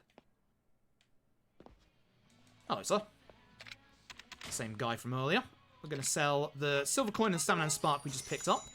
We're then going to go into Ebisu Pawn, and we're going to buy 2 things very specifically. We're going to buy the iron plate and the elder belly warmer. We're going to go into our equipment, and we're going to equip the elder belly warmer immediately. The elder belly warmer gives you more damage if there are more enemies. Yes, we're getting even more damage. So, run down Showa Street, there is zero chance of getting into a fight down here. And also, because we want to go and visit a good old friend of ours that we unfortunately had to ignore in Yakuza 0, it is, of course, Bob! What up, Bob? We're going to trade our completion points with Bob for Dash. Now we have stamina level 1. No, Majima along Tenkaichi is good. He can spawn here normally. New Game Plus has an extra spawn there. There are 5 spots around Kamurocho that Majima can spawn from when you level him up. One of which is along Tenkaichi, one of which is in Nakamichi, one of which is in front of the Millennium Tower, one of which is in the bottom of the Champion District, which is a place we're going to be going to a couple of times, actually, in this run. So New Game Plus has way worse chances to actually spawn Majima. Sub-stories are now also on the map. That guy in the corner was a sub-story. These two here aren't a sub-story, but they will tell you about the glory that is Pocket Circuit. We're not obviously going to be doing any Pocket Circuit. Pocket Circuit is back, and again, it will lose us 2 minutes in this run if we walk into it. And considering I am very behind on time because of that Majima reset, we ain't going to no Pocket Circuit. So we're going to head back to Bacchus, where inside we're going to find a little girl with a gun. Her name is Haruka. We don't know how she got the gun, but everybody in here is dead. Except for her. When we go along this way, we're going to find some assholes who are messing around hurting a dog. We don't like people who hurt dogs, so we're going to hurt them back. So, the guy in the middle. Grab the guy in the middle, get some heat. Use the Beast Heat move to take care of 3 of them, including him. It's that easy. We're going to go over here to this bike. We're going to hit that guy so he doesn't hit us, and then hopefully this guy. Again, we want to try and not get hit. You'll like to come over here so I can kill you all. That would be great. Come here. No. Ah, he hit me. And because of that, you can see that I didn't take him out in one hit instead. So even losing a tiny pixel of HP like that really reduces your attack power. This is the whole thing behind Destroyer's Secret Gorge. You really want to save your HP as much as possible. It doesn't matter in this chapter. It is a little bit of a problem, but it doesn't matter that much in this chapter, so we don't have to worry that much. And because we bought the dog food, we can give him the dog food, and then we need a plate and some water for him. And that's everything we got elsewhere. Doggo is now saved, and Haruka collapses. Now save Haruka. Go get Haruka to safety. We're going to take her to Serena, and we're going to get interrupted by Date. Gonna tell Date what happened, and then we're going to take Haruka over to Serena. Now, if you go a specific route, you can actually avoid some fight spawns. So let's do that. If you see to the right, there's actually some guys down the road there that will actually get into a fight with you, so we're not going to do that. We're going to go down this way instead. The conversation for Pocket Circuit has disappeared because we are in a special segment. Again, Majima is not on the map during this bit.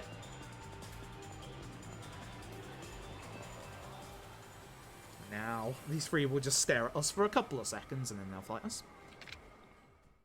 So once again, just like the other fight, what we're going to do is we're going to try and grab one of them. Doesn't matter which one. And hopefully they all stay together.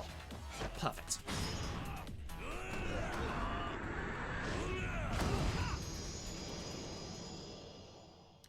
And then we take Haruka back to Serena.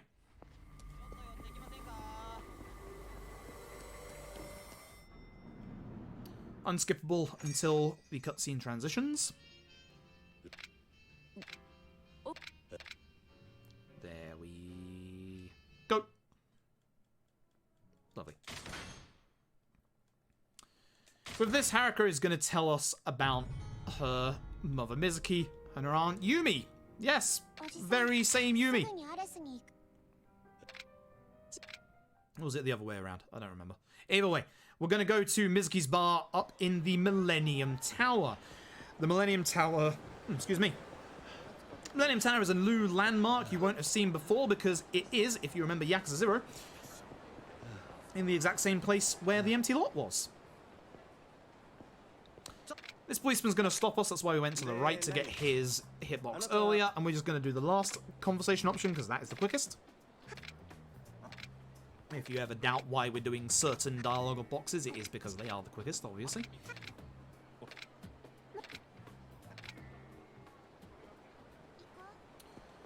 Now, despite the fact that the trigger is on, or the main story point is on the Millennium Tower, you want to actually go in front of it because the trigger for the cutscene is here.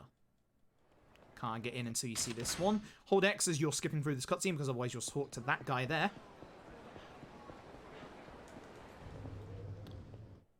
And Haruka knows a secret code to get up to the bar.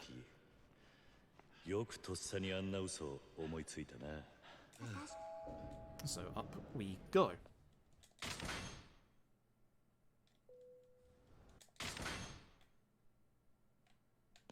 In here we're going to find a picture of Mizuki.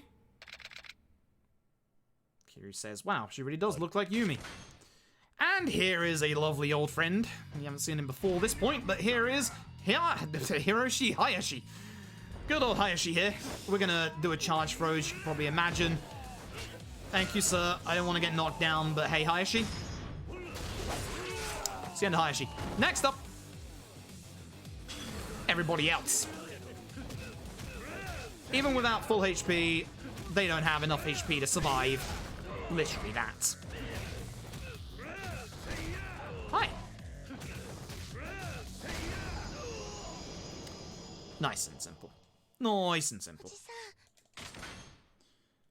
So Hayashi is with the Omi Alliance. Hayashi, we'll see you in Kiwami 2.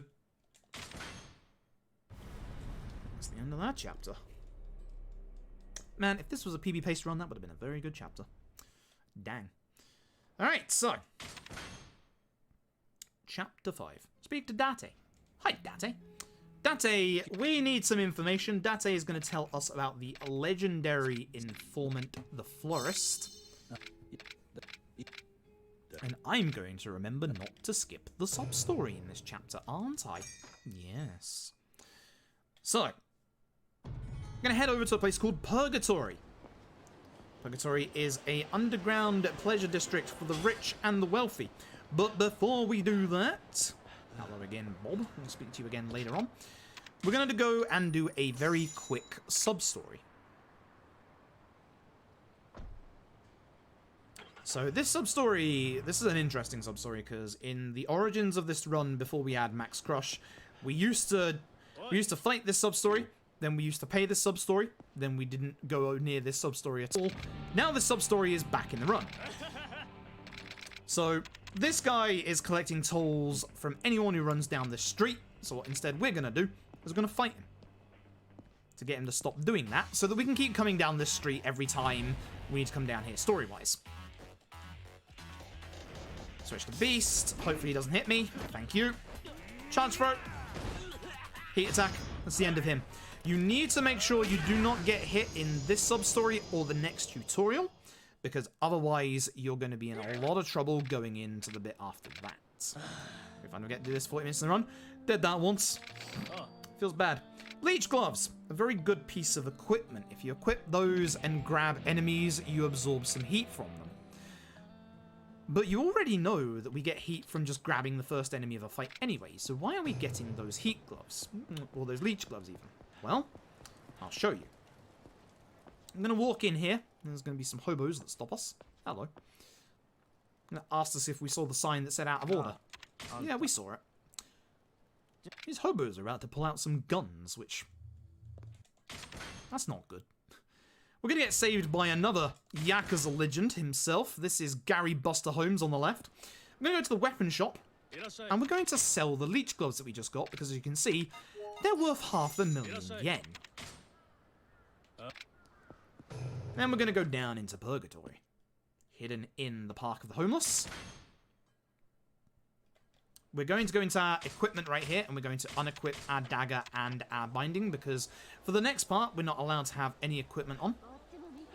On the way through, we're going to grab this locker key. You can get this locker key about 5 different times. You want to make sure you grab it now. If you don't, you have another opportunity later on, but you need to make sure you get it before Chapter 7.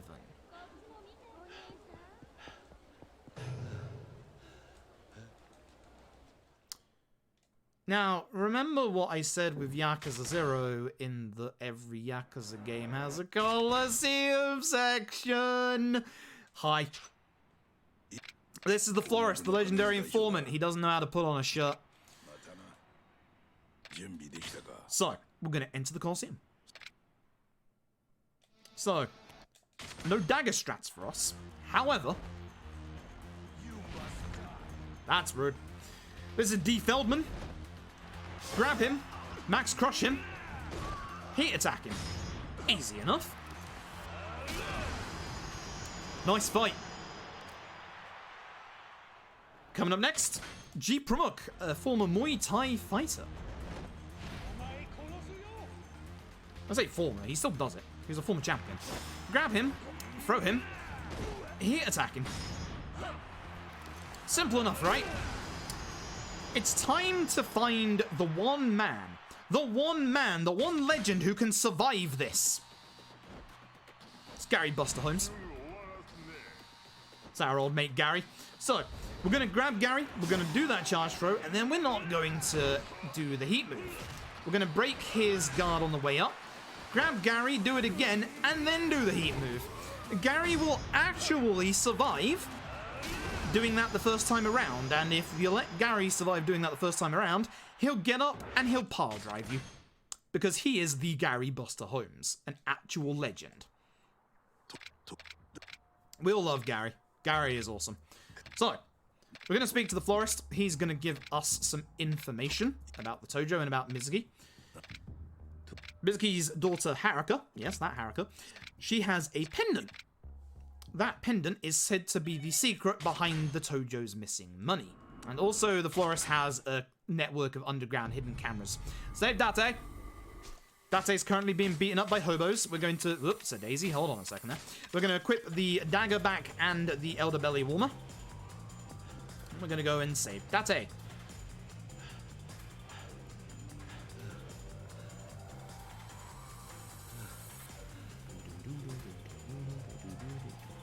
Yakuza 1's OST is a good OST.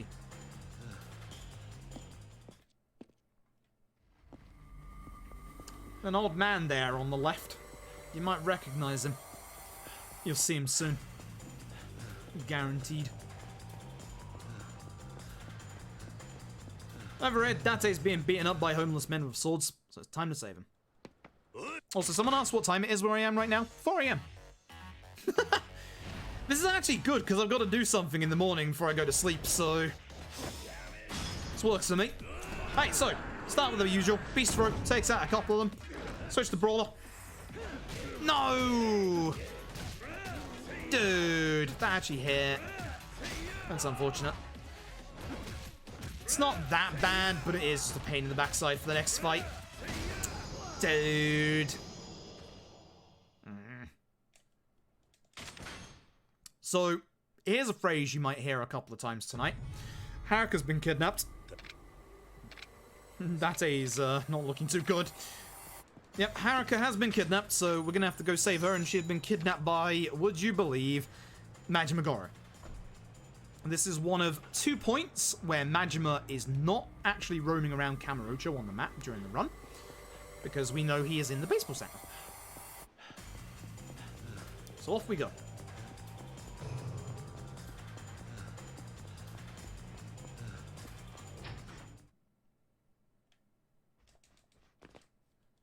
So we're going to run in, go forward a little bit, and here we go. So I'm going to have to use a dagger hit on Majima now, which is a little unfortunate, but it is what it is. Because of my lack of HP. Alright, so, remember to switch back to beasts. Watch out for that guy on the left there, the one who's jumping around a bit. He's the most aggressive in this fight. Well, I would have lost my damage anyway. Stop Majima. He's going to go down to 1 HP. Not every time. He's around when you have Haruka. So Majima, when he changes into his slugger form, actually has a bunch of extra HP regen. I want to be careful because, oh my god, what is happening? That's what's happening. What a bad, bad fight. I don't like this man. I don't like this man. I want him gone. This is a bad, bad set piece. Could you stop guarding? Thank you. So remember that time I said that baseball bats in Yakuza speedruns were terrible? And that there's one exception? Yeah, this is the exception. Yakuza Kiwami is the exception, because obviously with the power of Destroyer's Secret Gorge, you actually do an insane amount of damage. So baseball bats, if I had full HP there, wouldn't have been a bad option. Anyway, Aunt Yumi gave Haruka the pendant because Auntie Mizuki has gone missing. Well, that's a subtitle and a half. In the meantime, Nishiki's getting punched. We're learning Nishiki's backstory and everything that's happened to him in the time that Kiryu was in jail for 10 years. So, chapter 6. Here's what we're going to do. I'm not going to do this because I made a mistake. I'm going to leave. I thought I was on the next chapter for some reason. We're going to leave and we're going to get interrupted by Mogusa. This is a homeless lad who is working for the florist. Fun fact, he is also in Yakuza 2 as part of a sub-story regarding the dog that we saved earlier. So the florist wants to see us because we need to go and help him with a little situation. Oh boy. Did somebody say character development? Because somebody sure said character development. But on the way, we're going to get interrupted. So we're going to go run over to that hitbox a little quicker. Remember Yakuza 0? He's back. It's good old Kamaki. Now, the interesting thing is you can't actually avoid this, despite the fact the game makes it look like you can. It's time to learn the Kamaki Shot Stopper. Kamaki Shot Stopper is a move that you can use against enemies with guns to disarm them and their guns. Probably put here because, you know, gun enemies in this game. That's bad. Thank you. So you don't want to get hit here because, again, you want to keep your HP as high as possible. Please don't hit me. Are you kidding? It wasn't enough. God damn it. Lost my damage again. It's bad. Do I bother healing for that? I guess I do. I shouldn't, but... I want my damage. This ain't going well. That completion point gives us enough completion to get stamina level 2. Thanks, Kamaki. So the next time we pass Bob, we'll be getting that.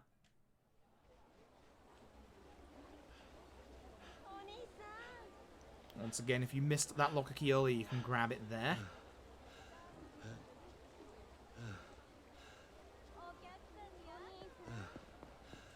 I really am unhappy about getting hit there. That sucks. So, this is the florist's son, Takashi. In this game, he's going to be part of filler, and in the next game, he's also going to be part of filler. Thanks, Takashi. So we're going to head over to the batting center, which is where he is.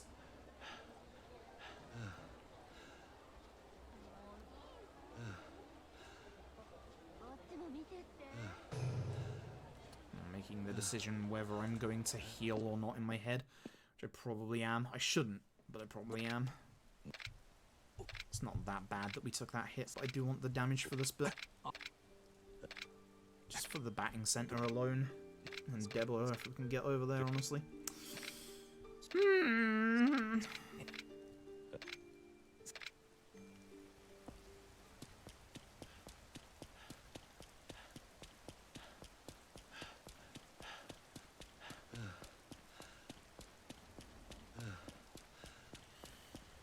Also, we are over the 5-hour mark, I see. We've got about 6 hours to go. So we're almost halfway.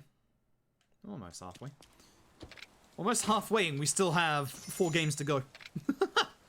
This K2... Wait, 3 games. I'm stupid. This K2 and 3. I can count. Don't worry. It's 4 AM. That's where I got the 4 from.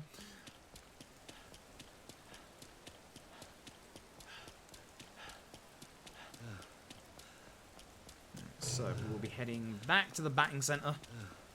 I'm gonna... Oops. I am gonna take that heal.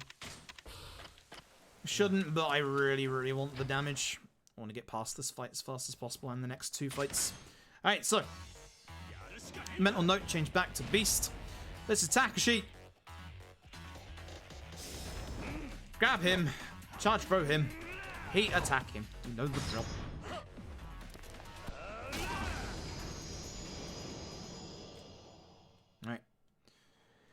then once we're dealt with Takashi, Takashi runs off, and here's this guy called the Bee King. The B stands for baseball, clearly. Grab the Bee King, throw the Bee King. Goodbye, Bee King. He's not dead, though. What we're going to do is going to go over to the left here, grab one of these benches. These benches are better than the other benches to grab.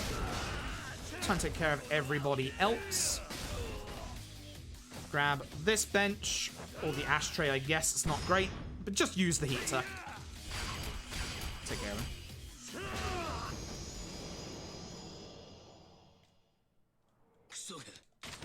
Cool. Over to Debula.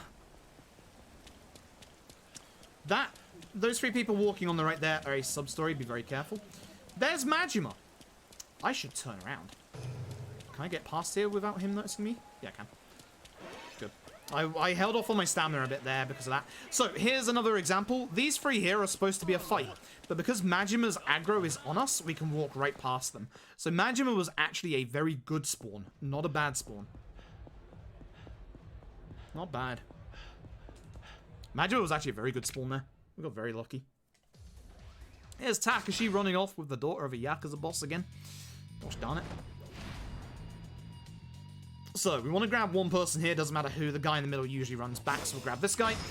Hit him with a heat attack. Hopefully we get the main guy, which we did. He's the important one to hit here.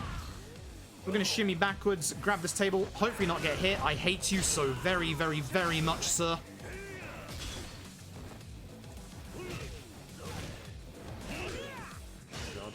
I'm actually going to run over here and grab this healing item because of that. So I might have to heal again later on. I'm here. Oh, nice guard. So usually you can just take them out in like one table, or no, not one table, two tables, but because I got hit again, I lost all my damage again. It's coming up at the end of this chapter. It's the Shota fight. That's fine. I don't need to heal. That'll be fine. Back to the forest. And go and cash in this favor. Again, Majima can be on the map here, but that's just a normal fight spawn, which is nice. And again, New Game Plus has to worry about whether Majima is the taxi driver or not. So, another nice bonus for any percent is that we don't have to worry about that.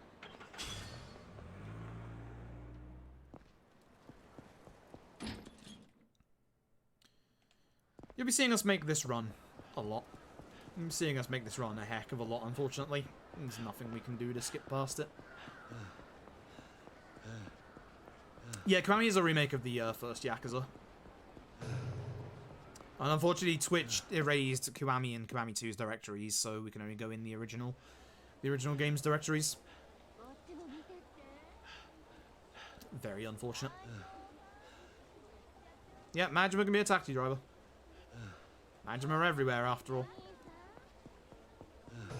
Kiwami means extreme, yeah. Almost said Majima means extreme. Yes, he does. Alright, so. Our reward is actually a good one. We get a weapon from the father of the Yakuza called the Goemon. It's one of the best daggers you can get in the game. So. With this, we're going to go into our soul tree, and I'm going to get the correct upgrades this time. We're going to get that. Swallow Spirit, which we don't need. Last Ditch Effort. And Climax Heat Gauge +5. Then we're going to go down here. We're going to get Extra Resolute Counter. Essence Solid Counter. And more importantly, Climax Heat Power 1. Imagine actually getting the correct upgrades once. Equip the Goemon. And we're off.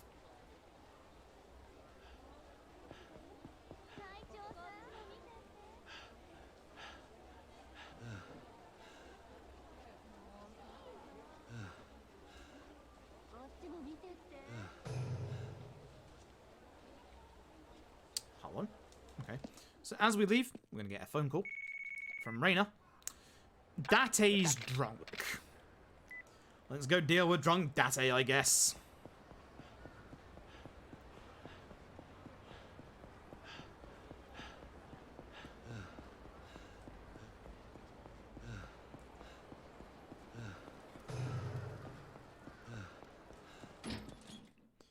So down we go over to Serena, and we are on the way.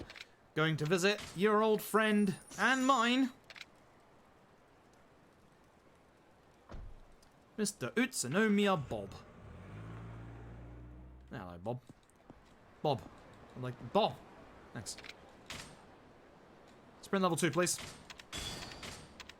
Thanks, Bob. Bye, Bob. Onwards. Thanks, Bob. Over to Serena, where we find drunk Date.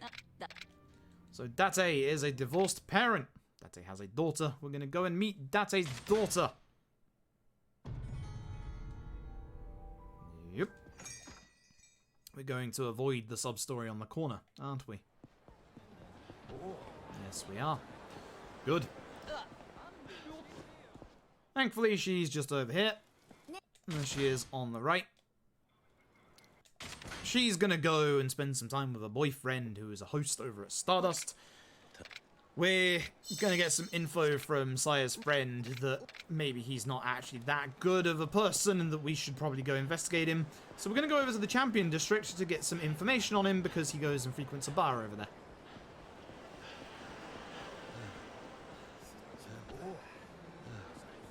So this is one of the nice things about having defeated the guy who guards the way here, is it's a lot quicker to taxi up here and just go this way.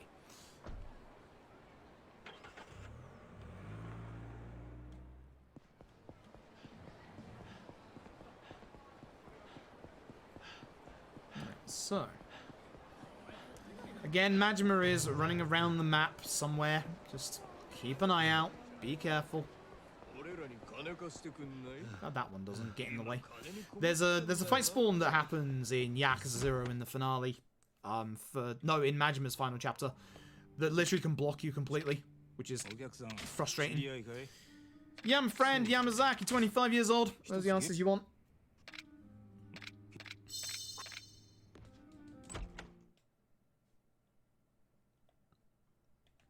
And we got to go back to Stardust.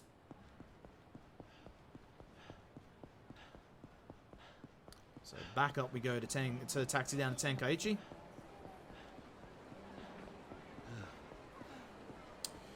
My movement is terrible tonight.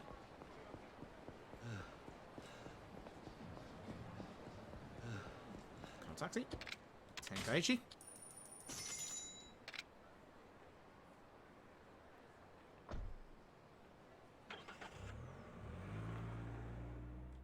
And over to Stardust. No Majima spawn. Very nice, very nice.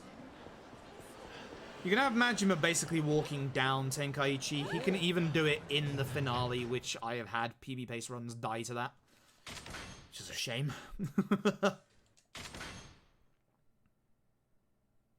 Anyway, Shota's not a good guy. Would you believe it? We're going to team up with Date to help out and beat up basically Shota's mates. That's not going to kill this guy because I don't have full HP. So instead, we're going to go back a little bit, grab the sign, and hopefully just harvest into everybody. You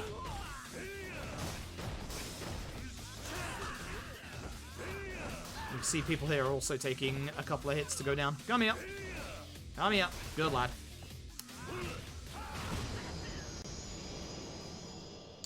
Okay, with that, Date's going to run off to go and take care of Shota.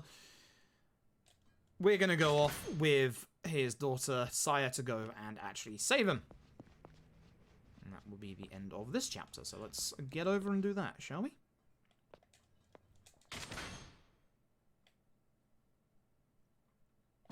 Yeah, most of the alcohol is actually, like, real-life alcohol as well. The Beefeater that turns up in a lot of the drinkeries in these games is obviously a UK brand. I see it everywhere all the time in the alcohol shops, or even just in normal shops. Never had it myself. Not a gin person. For me personally, I'd rather have a rum. I'd just rather have a rum straight up. Absolutely gorgeous. Depending on the rum, that is. So, in here we're going to find Shota beating up Date, and we're going to save Date. You know the drill here. I'm going to grab the guy on the left and throw him into everybody.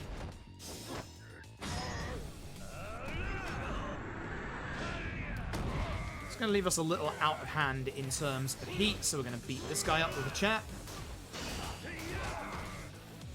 Still need a little bit of heat. And there we go. Not too bad. Not great, but not too bad. Right. Stop me if you've heard these words before. Haruka gets kidnapped. Not even joking. Haruka's about to go get kidnapped, so... time to go save Haruka again. This is also where the PC version gets a little weird, not gonna lie. So...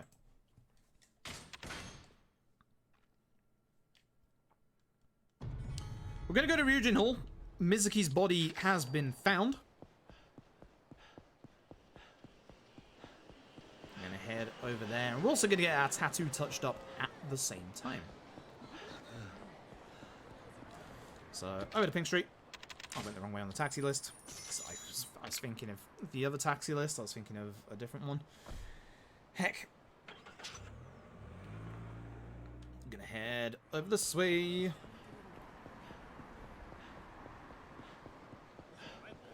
Hopefully no fight spawn around here. I'm going to hold my stamina just in case. Good, there isn't. You can get a fight spawn right on this corner, which is really unfortunate if it happens. So we find out the tattoo isn't one of Utabori the artists here, but we do get our tattoo touched up. It says that it is actually a fake tattoo.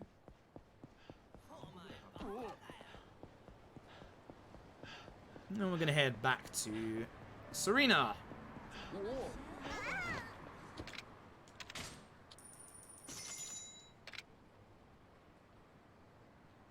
Heckin' Haruka. Yep, heckin' Haruka. So, hopefully no Majima. Yep, very good, very good. You can tell which one Majima is because he has that usual blue glow over his head. Because he can only be... you can only find basic brawler Majima. Because we're not going forward with the... we're not going forward with the Majima Everywhere system.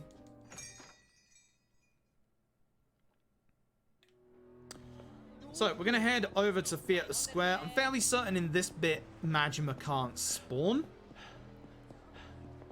Normal fight spawns can. There are no sub-stories on the map either because we are with Date.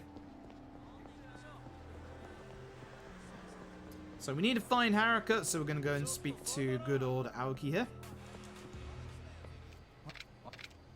He's going to say that he saw her in the Club Sega, which is right next to us. There it is. Let's head in here, shall we? This door's better because it's quicker to get to the place we need to go to, which is these two. Trying to talk to this kid on the way out instead of just exit. Lovely jubbly. Kid's hitbox is a little bigger than the doors. We're going to now taxi over to the park in the northeast part of the city that they have seen her in. If we were still on the old route and we weren't taking care of the sub-story, we would be able to... that's bad, but it isn't, because if we speak to Date, it despawns them because we're close enough. So this is a vital factor of despawning enemies that I didn't actually mention earlier. We don't get cash confetti in any game other than Yakuza 0. In Yakuza games, if you have an NPC partner with you, be it either Date, Haruka, or somebody else, you can speak to them, and you can de-aggro or despawn the fight spawn.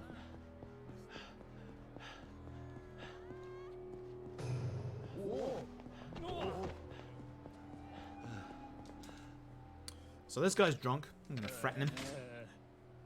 He's still drunk. I'm going to threaten him some more. That sorted him out. So he's going to say that he saw Haruka in a park. He doesn't remember which park. So we're going to have to go and visit all 3 parks. So, off we go. That's a fight spawn again. These fight spawns. Hey, Date. Thanks. So make sure you look inside all of the parks before you taxi. The nice thing about this bit is, once again, you don't have any sub-stories with you when you're with Date, so we can actually just skip going past Pocket Circuit here. We can't do this later on, but we can here. We just go straight in the park and do that. And again, come back and taxi. So when you know it, it's always the last place you look. It's Public Park number 3.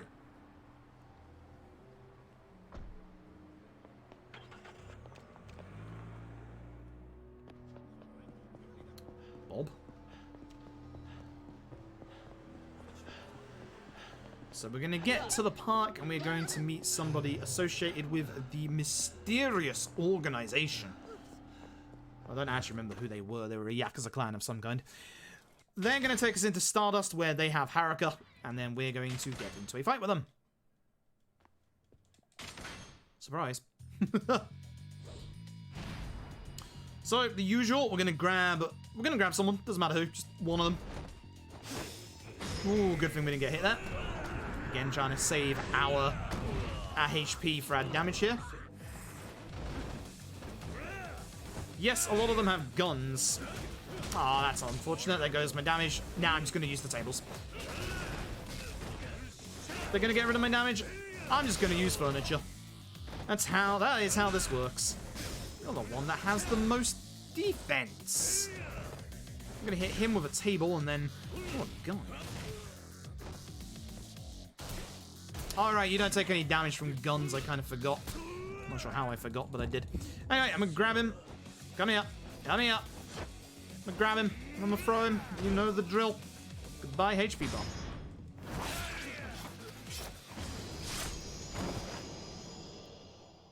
Didn't want to use that, but did get hit. You usually get hit in this fight. It's a shame. Not much you can do about it. And it's a shame because that means I'm out of heat for the next round, which I guess I could heal up before it. Wouldn't be too bad. Anyway, we're gonna have to spend some time with Haruka. So we're going to head off and go this way. And unfortunately, Mogusa is going to interrupt us. And he's going to tell us about the gambling hall in this game. Which we're going to have to go and do. Yes, we're going to take Haruka over to the gambling hall. Oh. Have I made a mistake? No, I haven't. I did get it earlier. I thought I forgot to grab one of the locker keys, but no, I've got it. It's fine. The Purgatory one I thought I forgot to grab, but we're grabbing the one coming up here in a second. So, we're gonna head over to the gambling hall. Thankfully, certain sub-stories are off the map with Haruka around. This is unfortunate. Thank you, Haruka. Trouble is, it's a long set of conversations. Don't walk into these two. Oh, hi. That's a nice respawn. By nice respawn, I mean a very unhappy respawn. So, you need 100,000 yen for this bit. This is one of the reasons why we still have a lot of our money.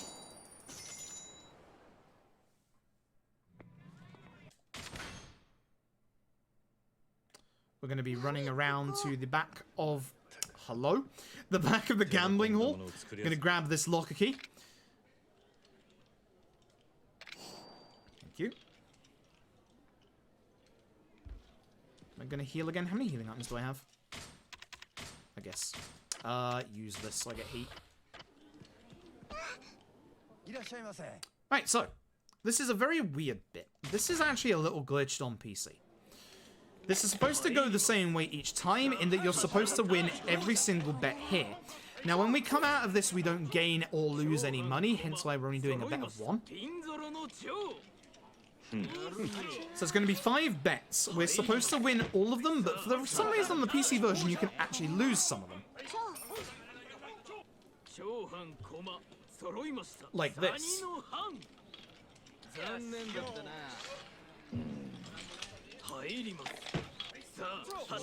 So the reason why this is, you're supposed to win all of these. So the way it works on the original is you're supposed to win every single one. Because what happens is we get to the last bet. There's a cutscene where this dealer goes away and then comes back. We're going to have one more bet after that. And that's the bet you're supposed to lose. And because of that, Haruka gets really upset and says that this guy is cheating. Because she's supposed to win every other bet other than that.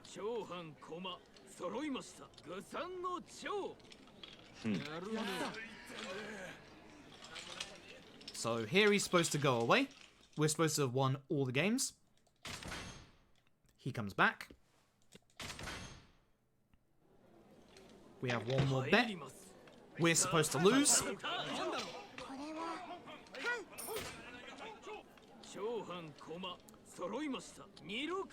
Like so. Haruka's supposed to get upset here, and then she says that the dice are rigged, and wouldn't you know it, they are. And then we get into a fight with everybody in here. This used to be the worst place to have a fight in the entire run, but thankfully, thanks to Max Crush and the fact that we have the other belly warmer as well, grab the guy and just use the heat attack, and there they go. The two dealers are the worst part about this entire place. And thankfully, I don't have to worry about them anymore.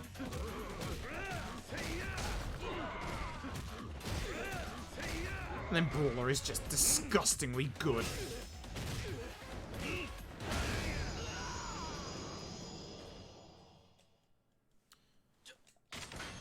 Love being able to do that so fast. In the old days, that used to take us a very, very long time. And there's our money back, with no extra money and no lost money. Hence why you don't want to bet there. Literally doesn't matter. I want to speak to you! Leave me be! I want to go in here. We're going to grab the two locker keys that we got earlier, the medieval painting. And this one right here, the diamond plate. I change back to beast mode because I want beast mode for the next fight. Pure and simple as that. We're going to go to Episode Horn to sell what we just picked up. This is one of those periods where Majima can turn up, so I'm being a little careful right now. Also, we're avoiding going down Nakamichi Street because to the right here... That's a bad fight spawn. Okay, good. To the right of us on Nakamichi Street there is a thing called Mesu King. If you remember good old JCC, Mesu King is very similar. And with that, we now have 1.1 million yen. Perfect. Now we taxi.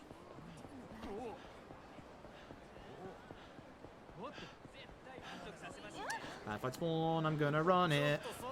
Nice. Anyway, I had just enough time if I just gunned it. And we did. So. We're going to drop Haruka off, and it is going to be time to go and meet Nishiki. Kiryu. Yeah, as Kuro says, the start of the next fight, we basically need to grab an enemy and use a heat move with him almost immediately. And if we don't, there's also a chance that he could hit us. So, we need to keep our HP for... We need to keep our HP for our damage upgrade, so we want to make sure that we don't get hit.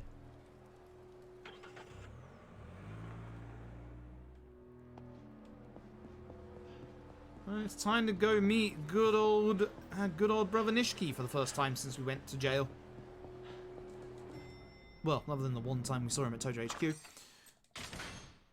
So Nishiki is going to go through a couple of bits of dialogue. He's the one that killed Mizuki.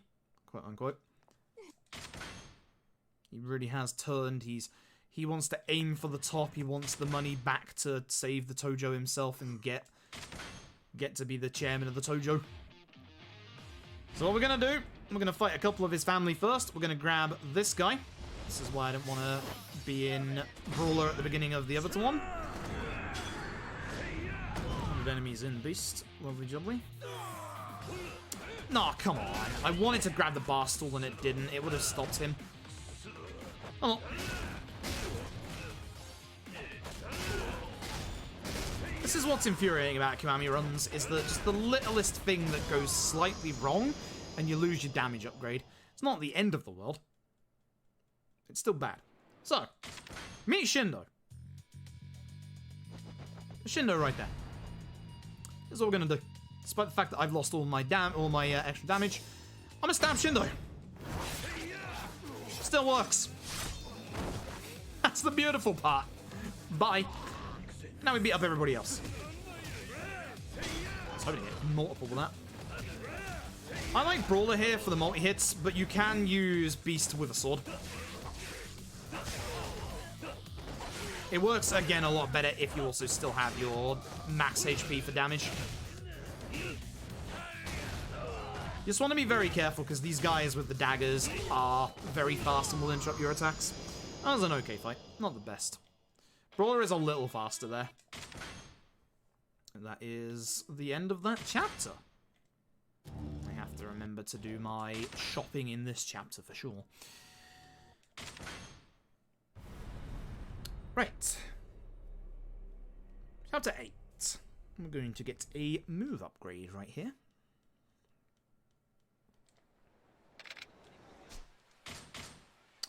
I want soul, I believe. Yep. Right, 2. There's Essence of the Beast Torment, but ironically enough, we don't actually use it in this run because it's not as good. 1 climax heat gauge plus 3. Now, off we go. We're going to head up over to Purgatory again, and we're going to find that the place has been attacked by several of the colored gangs in Kamurocho. The white, the blue, and the red.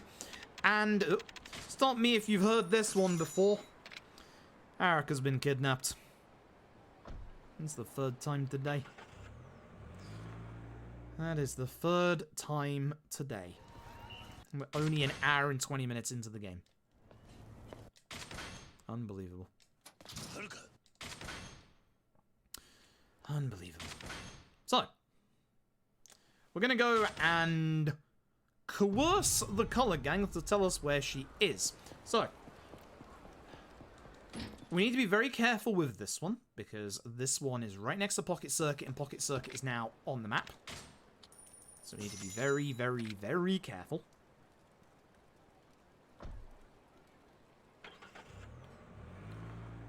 Do not walk into Pocket Circuit. Thank you very much. Here is the Blue Gang. They call themselves Bluesy. A very nice, easy fight, this.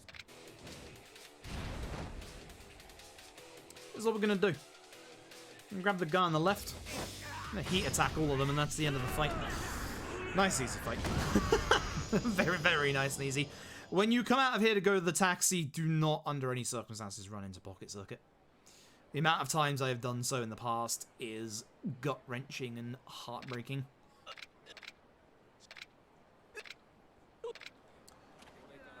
So make sure you go back in the road again. We're now going to go to Pink Street entrance. We're not actually going to go to the next gang just yet. We'll go on a little bit of an expedition. This is a worrying part of the run because Majima can turn up here and fight spawns like the one in front of me. Actually, wait, that's not a fight spawn. Neat. I thought it was. The fight spawns can turn up here, and I do not want them to. There is one ahead of me, actually. It's a member of the white gang we're going to go see. Oh, really? I can talk to this guy. Nice. He's not a sub-story, so that's good. We want to talk to this guy. No. We're going to buy some info off him for 30,000 yen. He's going to tell us a password for the video store. And now we're going to go see the other gang. Ah, that's a problem. Save my stamina.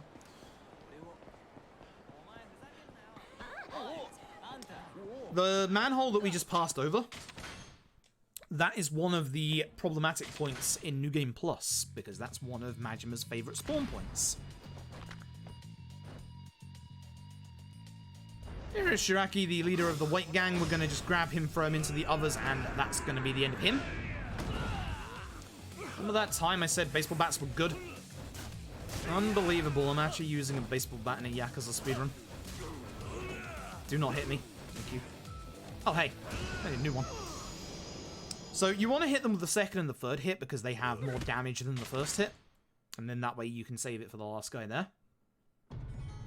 Now we're going to go back to Double Up, but again, we're going to take a little bit of a detour, and this is again one of the worrying moments of the run because we have to run across the entirety of Kamurocho. We're going to now go over to Beam, aka the video store. You want to be very careful down this road because there is a sub-story down this road that takes up about half of it. Ooh, that's a bad fight spawn. That's fine. I was worried it would turn, but we're good. We're going to go and speak to this lad. We're going to ask for Housewives in a Bind, which is the password that we were told earlier. Hi, weapon shop lad. I would like to buy... Let's see here. 3 pistols and, I've lost it, haven't I? 5 of your finest shotguns. Which leaves us with 343,000. Thank you. Appreciate it. Bye. Never guess what we do with these guns. So, we're gonna head over to Debola.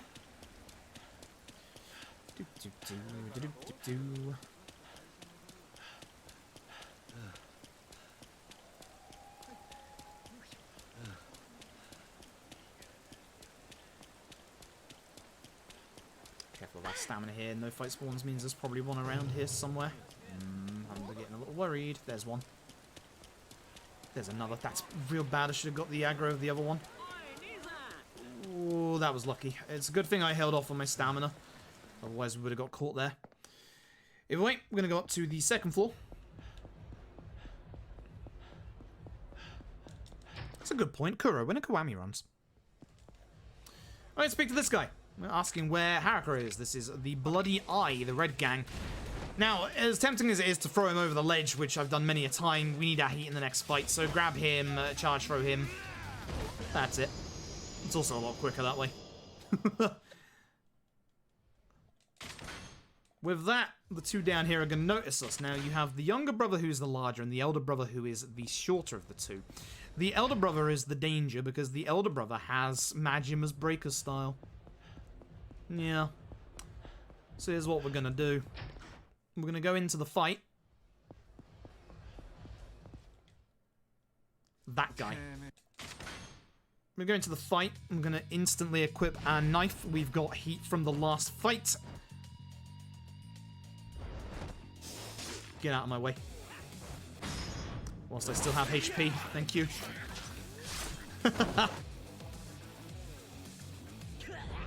Here's what we're going to do. We're going to go into our inventory. We're going to change out our gun. Ah, it's upsetting. Oh well. It'll still work.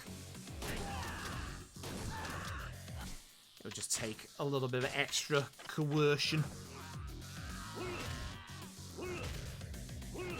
He's not going to get up because he didn't.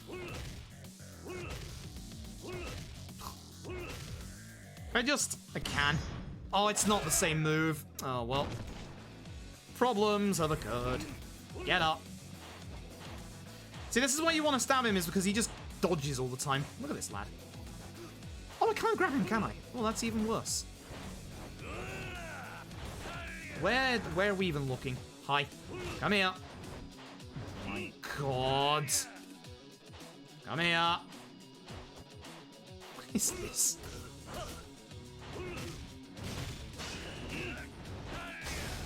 Good. There's your HP regen, so you can see what it does.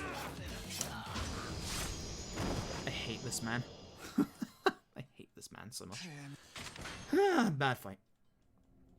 Anyway, we get a flashback to this guy. This is Lao Karlong of the Snake Flower Triad. He is the one that's taken Haruka. And we're going to have to go get her back.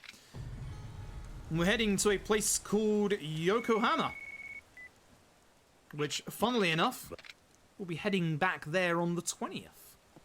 When we run Yakuza Like a Dragon.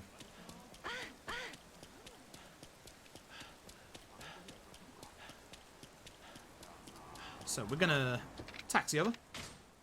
And that's gonna be the end of this chapter. If you do dots like that, Twitch thinks it is a link. It thinks you're trying to do like a .com or something. Twitch is weird. just go with it. Thumbs up. Bloody.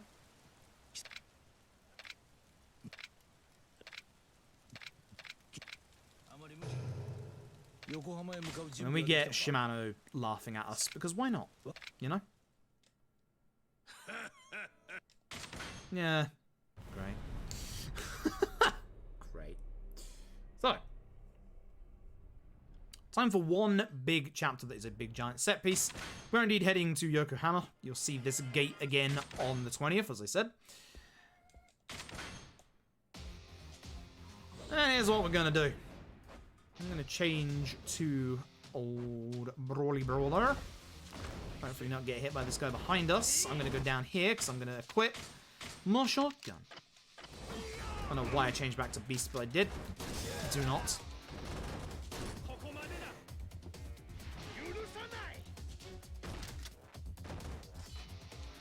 want more people to get close, please. This guy doesn't take damage to thing, so just use a heat attack. It's not great, but it's not too bad. I'll take it. Hi. If you would like to get together on the same side, I would appreciate that. Thanks. Oh no, don't hit me. Thank you. Which one of you two is the one that doesn't take damage? This guy. I didn't want to get hit there, but it's fine. I did take a pick, so it doesn't look like I've taken any damage. But I have. Yeah, I need to take care of one of these guys, don't I? Hello, please come down here. I need to stab you. Thank you. He's the most annoying one in this entire enemy set. I wonder if I could grab the other guy's gun. Nah, we'll just equip our own because I do need a fresh gun anyway. Lovely. And with that, to the kitchen.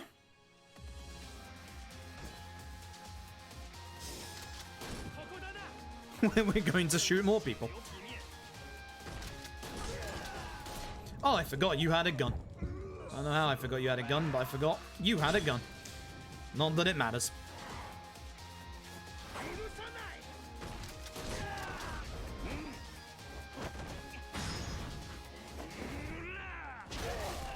Beautiful. You're alive. Hey, sir, I found a fresh gun. This is what I'm going to do. I'm going to heal to full. Because here comes Lao Kalong.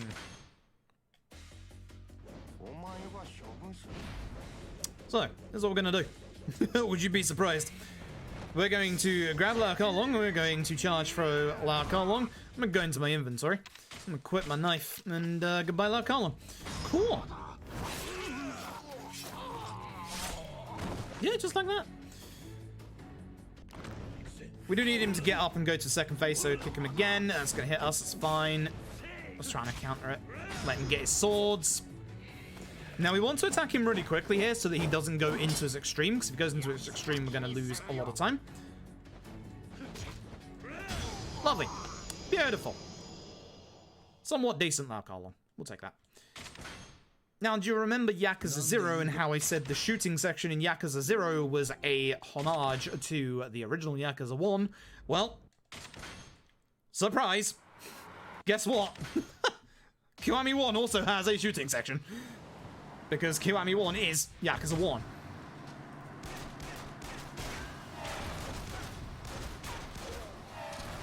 And the difference between Kiwami 1's shooting section and Yakuza 0's is that Kiwami 1's has mouse support, which makes it infinitely better.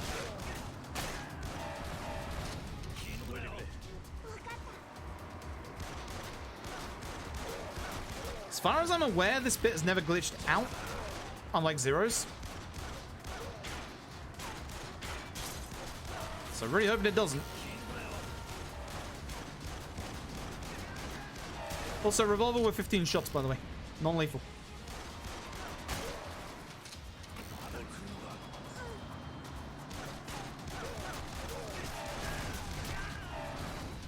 I say that, and then that happened.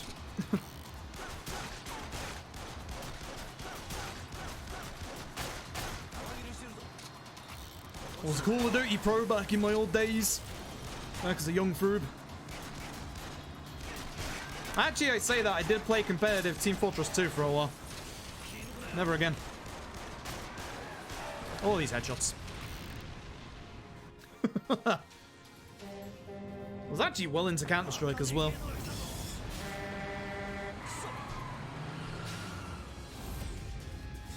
It's a Cyberpunk 2077 trailer. Nice. Tiger could do this on gamepad. Yes, he could.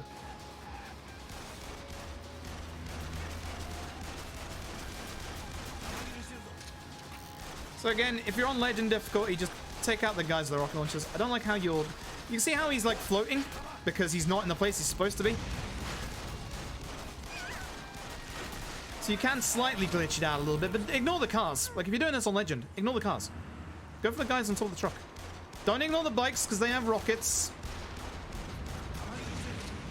You can't get hit with one rocket on Legend, so...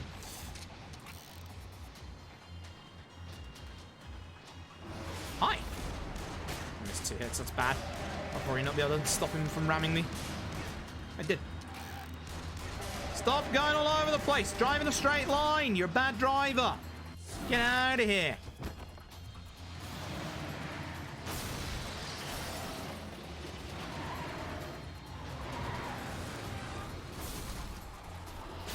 Unbelievable.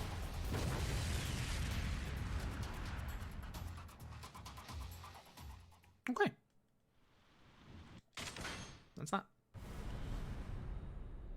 Neat. Alright. Chapter 10.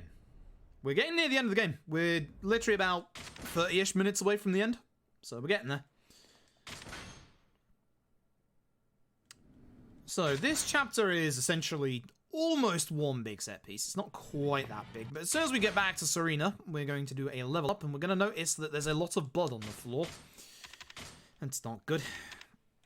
Oh, hello. Oh, well, that didn't go on there. So once again, we're just going to go around the tree getting 2 attack ups. Or a couple of attack ups, I should say. So, just attack level 3 here. The literal only thing that matters at this point is the attack ups. Nothing else. Hello? Why doesn't my X button work? There's like a slight delay to the menus as well that you have to factor in. Which is a pain in the backside, but here we are, I guess.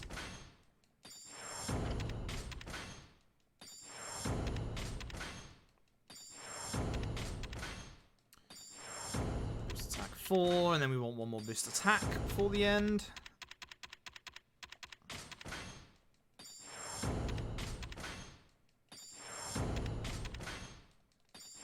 Gonna be this one over here. That's a lot of blood.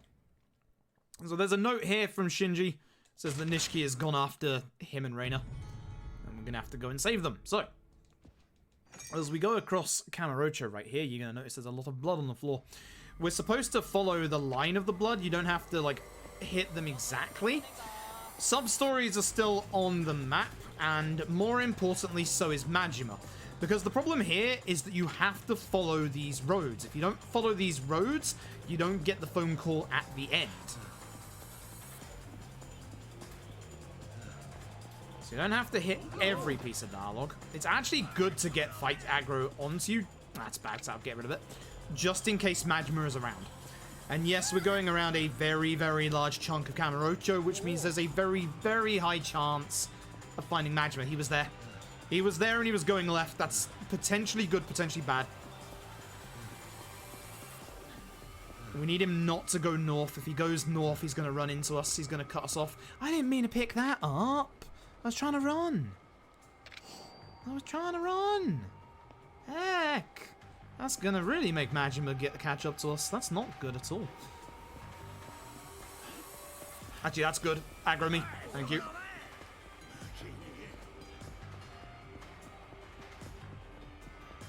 He was down this road to the left here. Thankfully, he doesn't seem to have come up, so that's good. Phone call. Thank you. That means we did it right.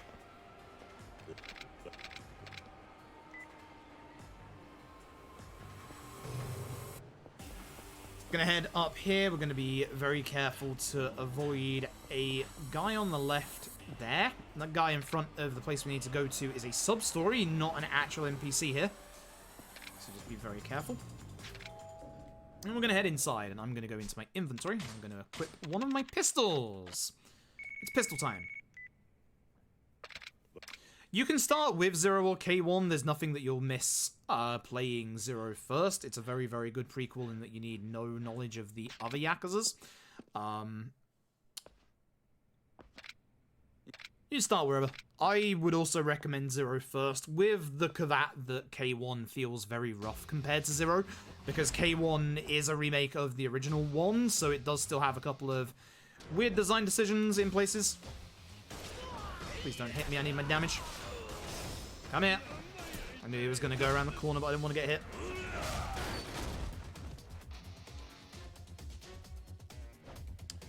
Gun, gun, gun.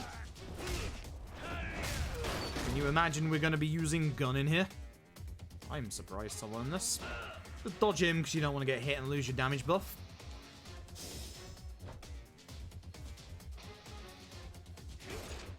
Whoa, okay, that's weird. Don't know why that happened.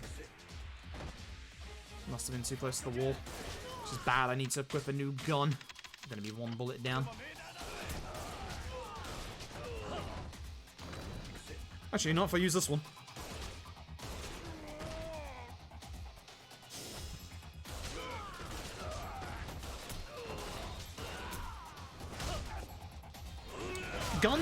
can see are very, very fast here.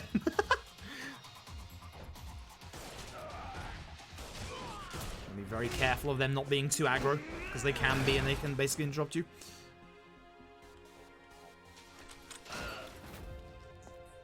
More dudes, more guns. You know the drill.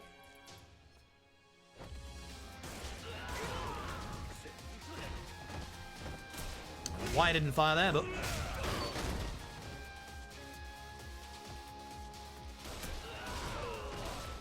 Please get away. I really didn't want to get hit by him. The man scares me every time, because he can just literally come at you from the side and you don't see him.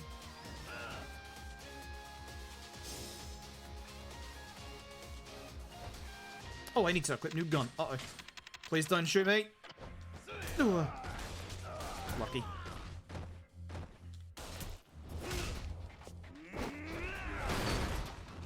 Yeah, gun trivializes this entire bit. There's 100 enemies in Brawler.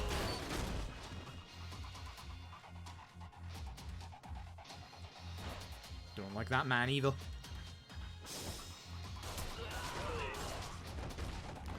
Gonna grab this man's gun so I can save my gun.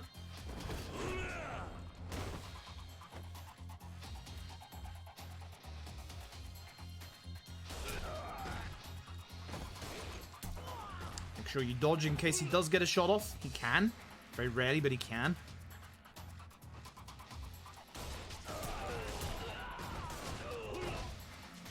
Grab this for safety, even though I'm fairly certain I don't need it at this point.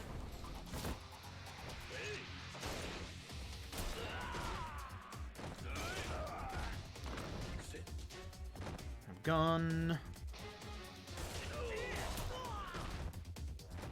Now for this lad.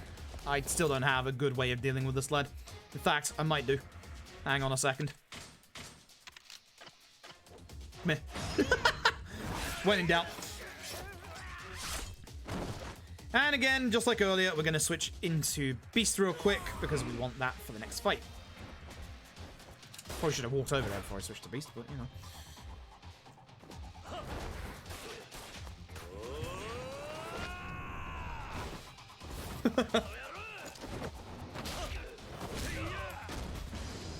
Now it is time for RSA.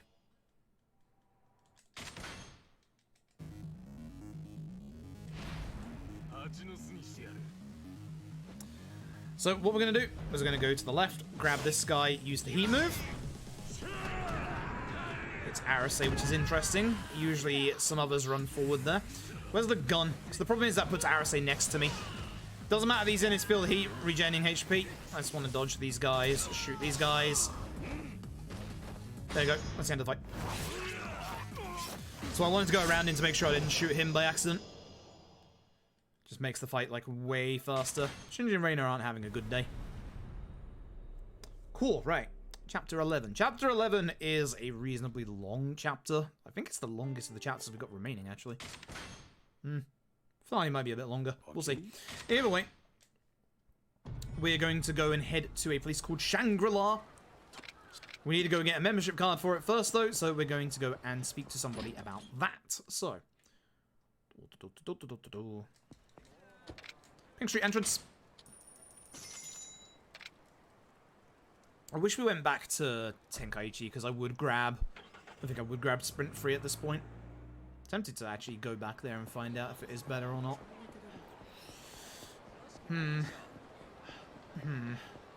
Fight spawn there is fine. If we just hold our stamina, we're going to run forward and they're never going to catch up to us. This is one of those cutscenes that we can skip, but we have to wait for the mid-cutscene transition point. Which is actually that right there, if I was paying attention. Now we're going to run up Kamurocho. So again, high chance of Majima. Hopefully not. Again, watch out for the sub-story that is in this alleyway. There's a fight spawn on the right there, so I'll probably duck to the left.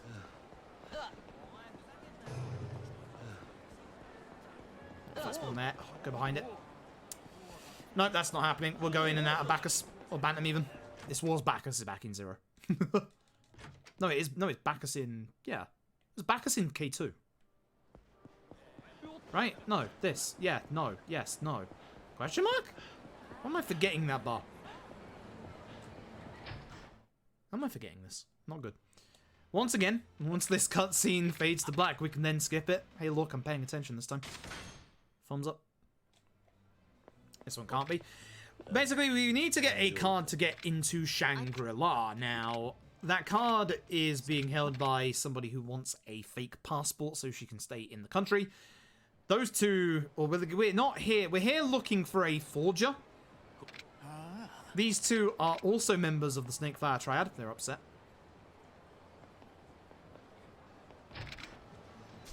Gonna equip my shotgun.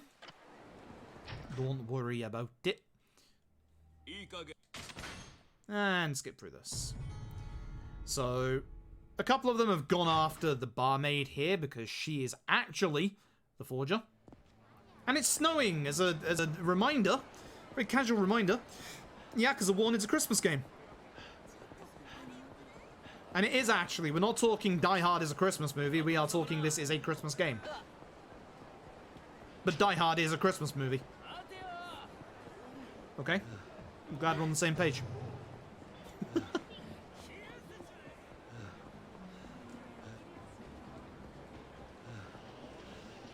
That's bad. Wee. Ooh, that was close. Alrighty. Sure. I'm not sure I agree with that, but sure. This is what I'm gonna do. I'm gonna get my shotgun. I'm gonna shoot that way. I'm gonna shoot that way. I'm gonna shoot that way. I'm gonna grab knife. This guy's not getting up, so I'm just gonna use this.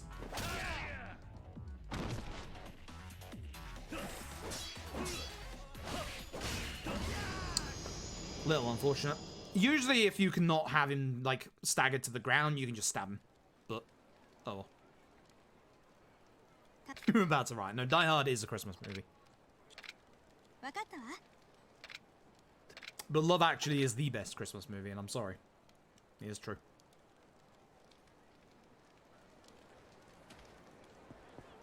Alright, back up to the club. Watch out for that conversation. Haha, it spawns in late. Haha. Avoided you this time, you cheeky conversation. I don't like the lack of fight spawns. There's probably one around this corner. It's actually that guy there walking to the right. And there's one on the left there. That's good. I'm doing this because I want to be careful of Majima, who is not around. Majima can spawn outside whenever you leave Jewel, by the way. No joke. Happens a couple of times. It's kind of, it's not like a huge amount of times, but it does happen quite a lot.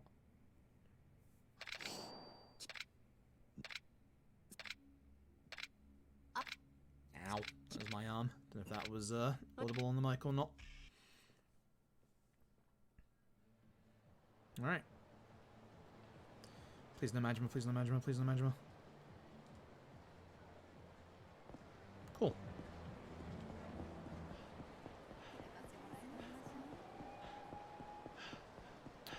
No fight spawn here. Hold charge. I hear it. It's fine.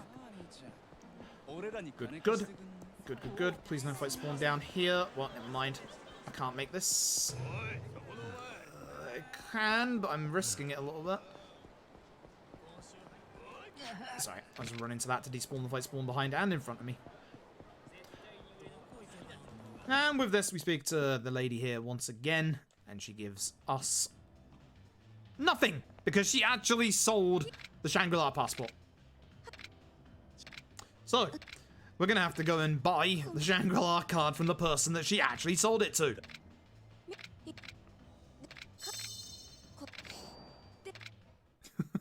So off we go. Again, fixed camera angles and changing back to normal camera angles. Forgot to let go of my stick.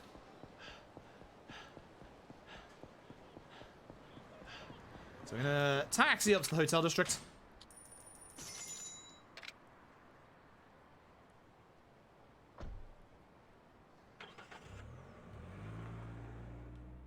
And then we're gonna run down here. Avoid the sub-story on the left.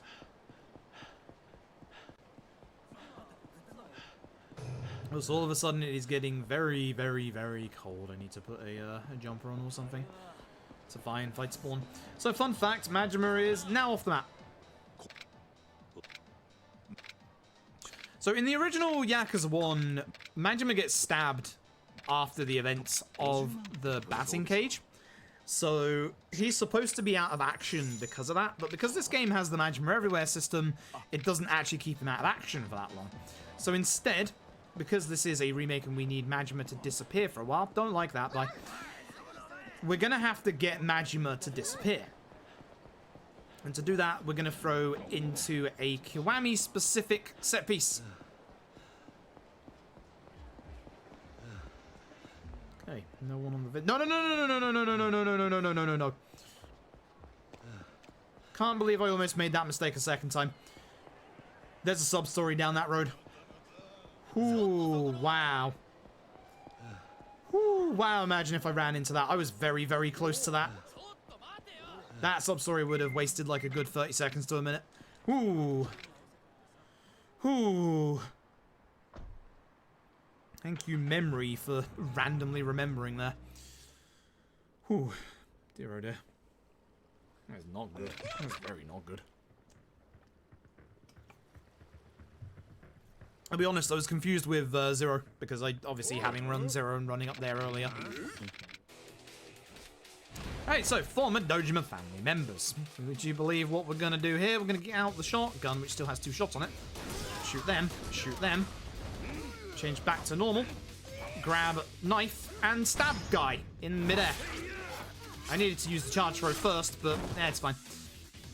It's not if he hits me, but it's fine. Please don't shoot me. You know what? Fuck it. Hi. Get away. Forgot to charge throw him first. My bad. Keep doing that with this fight, which is a problem. Never mind. So Majima's gonna get shot. Not dead, by the way. And in a very, very un-Kiryu moment, which is one of the things I don't like about this bit in Kiwami, Kiryu's just not going to care, and he's going to leave. When Kiryu would 100% go and check on Majima. Like 100%. But he just... Bye. Just... Bye. But that's the bit that's supposed to have Majima taken out of the story. And now we take Haruka over to Shangri-La. Haruka, hold on a second. Daddy needs to equip a new shotgun. Thank you. We have 30 shots left at this point. We use one at the start of here. And then I've got 19 left for the rest. Where am I going? What are you doing? Don't do that. Stop doing that. I'm trying to think of other stuff.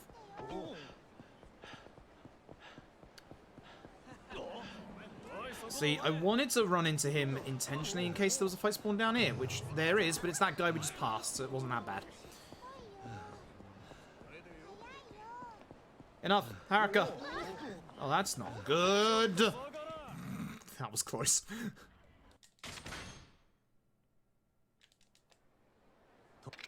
Cool, right.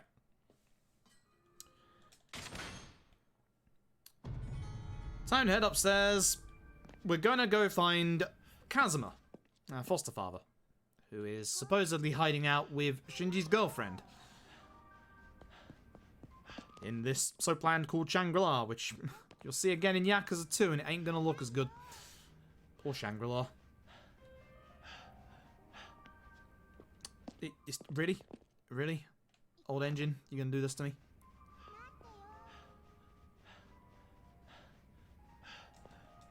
Okay. So, in a cutscene coming up here, you'll never guess who's driving this forklift. It's Majima. Act surprised. I certainly couldn't believe my eyes. Right, so, as we leave, what we're gonna do is these unfortunate souls in front of us need to generate some heat. Thank you very much.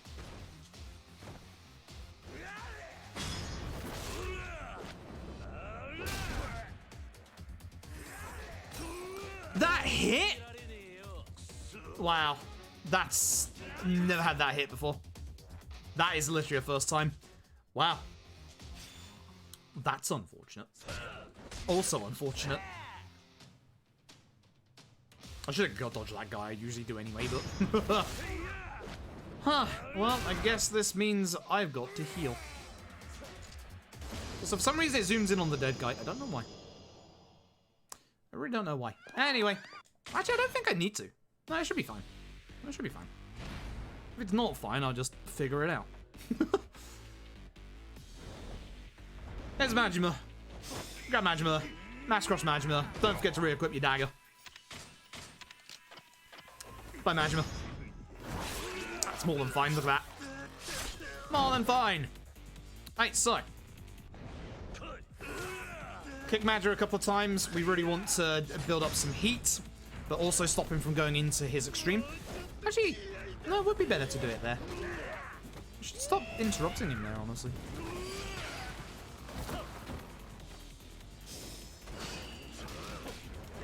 Yeah. So, sometimes you can interrupt that early enough, but not this time. And this is one of the reasons why we get the extremes, just in case. There you go. You get a free Kiwami move. Or he was faster just to stab him again. Keep saying that every time. One of these days I will. Alright, that's it. Shibaura Wharf. Step on it. Yes, the exact same place we ended Yakuza 0. The exact same place.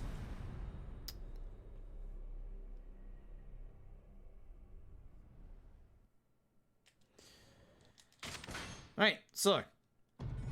I'm gonna go into my inventory real quick and I'm gonna equip my shotgun here. Yeah. Don't forget that you are on rush, so you want to switch to beast or something at the start of this fight. This lad here, his name is Terada. Hello, Terada. He's with the Omi. Hi, Terada.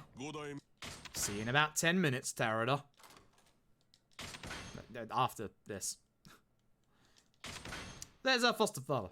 It's Kazuma. He's here the entire time. He has figured out everything. Yumi is actually taken the 10 million because of that man, Jingu, who is actually Haruka's father. And Yumi is actually Haruka's mother. Whoa. Also, Shimano's here and he's blowing up the place. Let's go deal with that.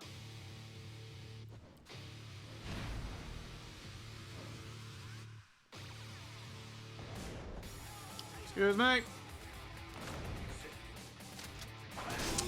Really? Actually caught me there. That's unfortunate. I really hit these guys behind.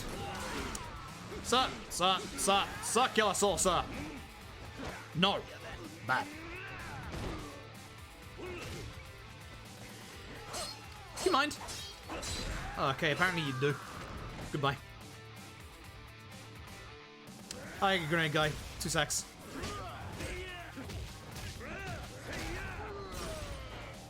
Hey, have fun. I'm gonna grab this just in case. I don't need it, but just in case. And then I don't have to grab the healing items in here, because I've used way too many in this run so far. Alright, cool. Next fight. Here comes Shimano! Again. This time's gonna go way worse for him. So, gun. I'm gonna need to be full HP to take either of these guys, so we're gonna do that now. Ah, some of them are still alive. That's unfortunate, but it's still fine because here is knife. Excuse me? Can I please hit him before he does his heat attack? Thank you. Not good. Not good. Very bad.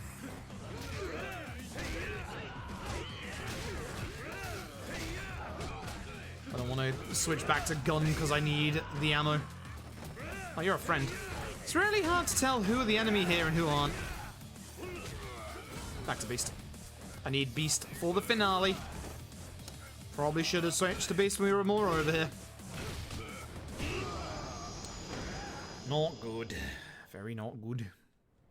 Alright. So Sarah left a will. That's the will. Kazuma's not doing too good. Don't worry about it. Don't worry about it.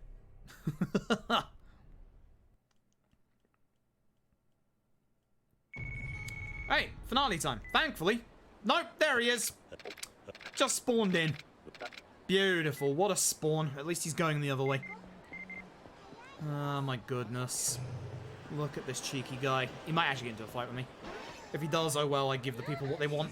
Nope, never mind. That's why I walked, was to let him get a bit of distance ahead of me. Thanks, you. You could have done with that a couple of chapters ago to buy more guns. Hey, what's up, Kazuki? No, wait. Yes, maybe. Did I equip new gun? No. Shouldn't have done that. Do I have gun? I did not have gun. I need gun. Should have just done it in the fight, but I kind of want to do this here. Oi, oi, oi. I just need gun. Alright, so, finale time!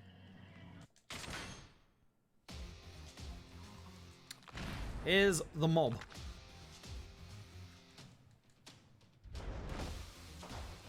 I'm gonna dodge back a couple of times. Shoot everybody in the mob. This guy is unfortunately not gonna go down, so I'm gonna re-equip a brand new shotgun. I got one bullet in it, that sucks. I'm gonna hit him with this.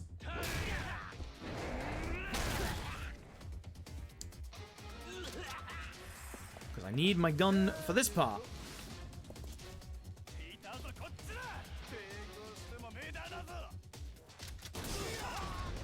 Very quickly grab him, lob him, and he's gone.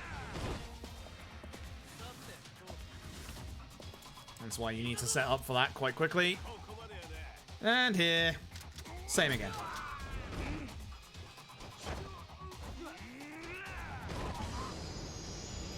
Nice and easy. Next up.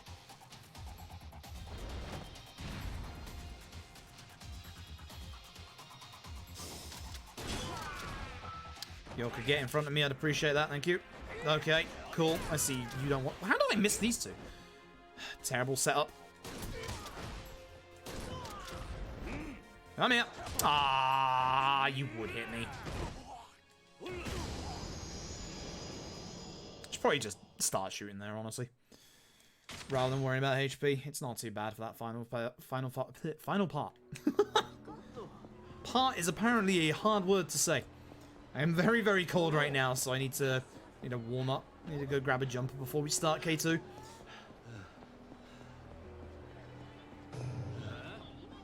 That's not good. That is actually not good. Okay. Never mind. We're good. Never mind, we're good. Alright, so when we get to the Millennium Tower, here comes a bunch of dudes. Would you believe it's shotgun time still? I certainly would.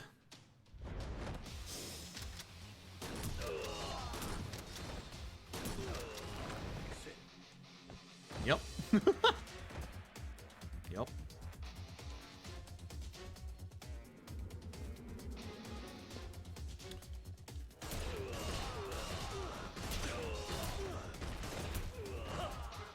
Grab this gun. This guy doesn't care about being shot, which is a shame. So we're just gonna put the gun away, run over to him, try and grab him. Come on. Throw him. Heat attack him. Not that heat attack, that's the bad one. Still worked, but it's the bad one. Full gun? Yes. Lovely. More of the MIA.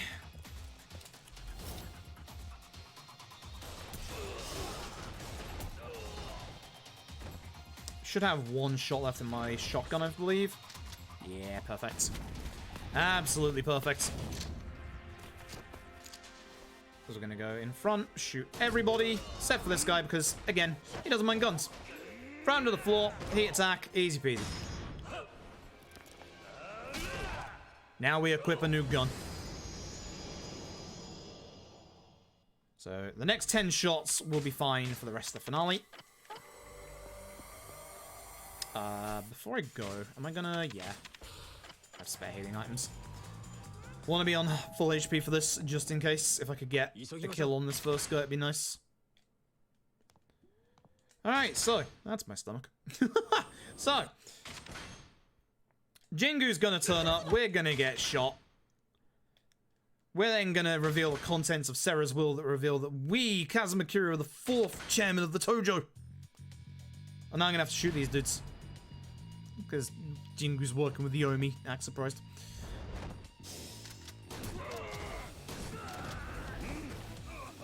This won't kill, but it's fine.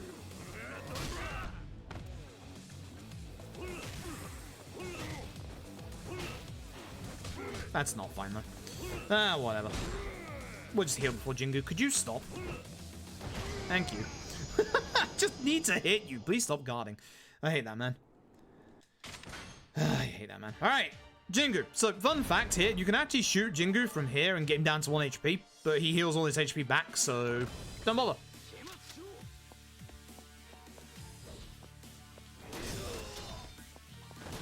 How did I miss you?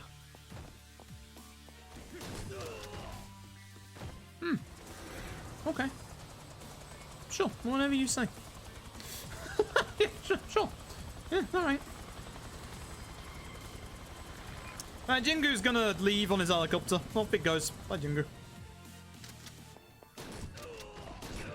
don't like the aim for that guy? I really don't like that guy. Actually, even grabbing me was actually okay. Alright, so let's go grab pistols. Just in case we'll grab these. Shoot you, shoot you, shoot you.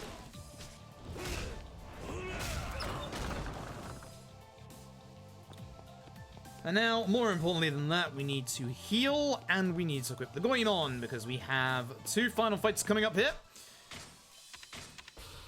Gonna go here, gonna equip my Goinon. Beautiful. Hey, hands up if you hated this fight casually. Because, as you're about to find out, ain't that bad. It is when that happens. Alright, that's nice. I guess I'll use my toughness CZ as well then. Really? I am angry at this fight right now. Jingu, shut up. I'm out.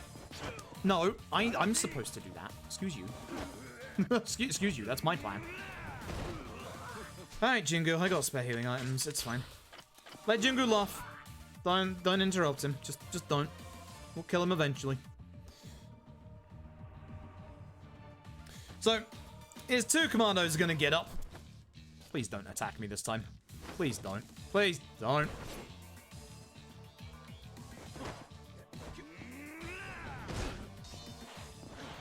Oi.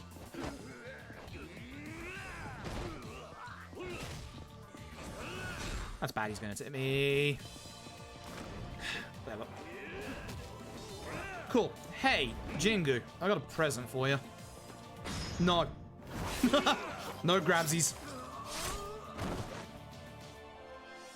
So Jingu is highly likely going to be going into his Kiwami, so we're just going to get, yep, beast brawler out, just to punch him. Lovely. Right, so Nishiki, final fight. Good old Nishiki here has how many health bars? Like 6, 7, something like that. Just watch.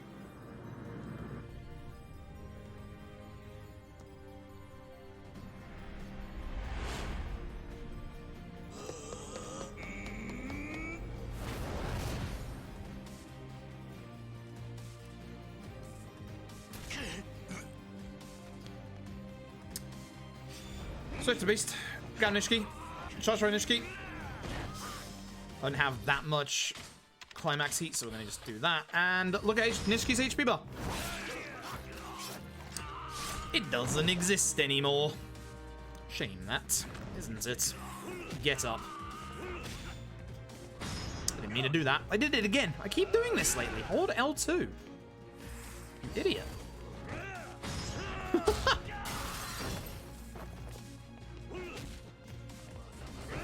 Yeah, I saw that coming. Now I'm gonna have to heal. This is why you don't want to use that. Ow. Oh, up you get.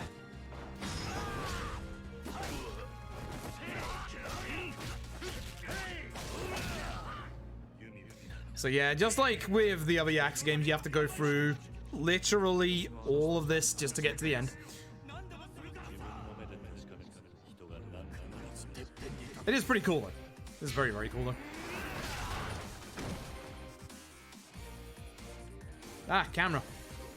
Hi. And that's almost it.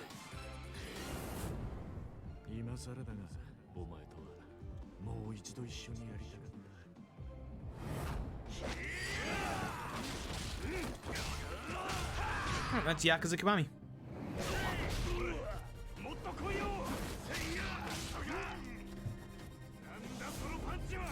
Alright. Ow. There you go. There's your confirmation. That is the end of Kiwami. Right, so we have about 4.5 hours worth of Yakuza left. Let's get straight into K2 because I will be able to have a quick break in the middle here. Let me... Where are we? Let me just get my stuff ready just in case. And right. Oh, you can see my splits. How do you see my splits? Ah, I know why. I know why. Get out of here. That's why. It's on that side. Cool. Right, let's just fire up K2. I want to have my splits on the side just in case. I want my loadless up. I don't think I'm going to get anywhere close to it, but I want to know... If I have my loadless up, I'll know exactly, like, kind of how on schedule I am. Let's just get straight into this, because we do have a break point about 30 minutes in, which is nice. I can go and use that 3 minutes to freshen up at that point. Alright, 2 games down, 2 to go. That's loud. Forgot K2 is loud. Oh, give me back my PlayStation prompts. Thank you. Heck. Oh, wait, I'm going to capture card down a bit, because K2 is for some reason obscenely loud. Not Majima Saga. New game, easy, let's go. Alright, let us go. So this is K2. This is now set after Would You Be Surprised? Yakuza 1. We're gonna get a whole bunch of flash forwards or flashbacks as well. This is back in the 80s, the early 80s. That is a detective right there in a burning building. Don't worry about him. There he is, a bit older. I am double tapping start because my fingers are so cold right now. Should have warmed them up first. And now we're back in Kamurocho. There's the Millennium Tower. Some people are planning to make the Millennium Tower go bang again. Act surprised.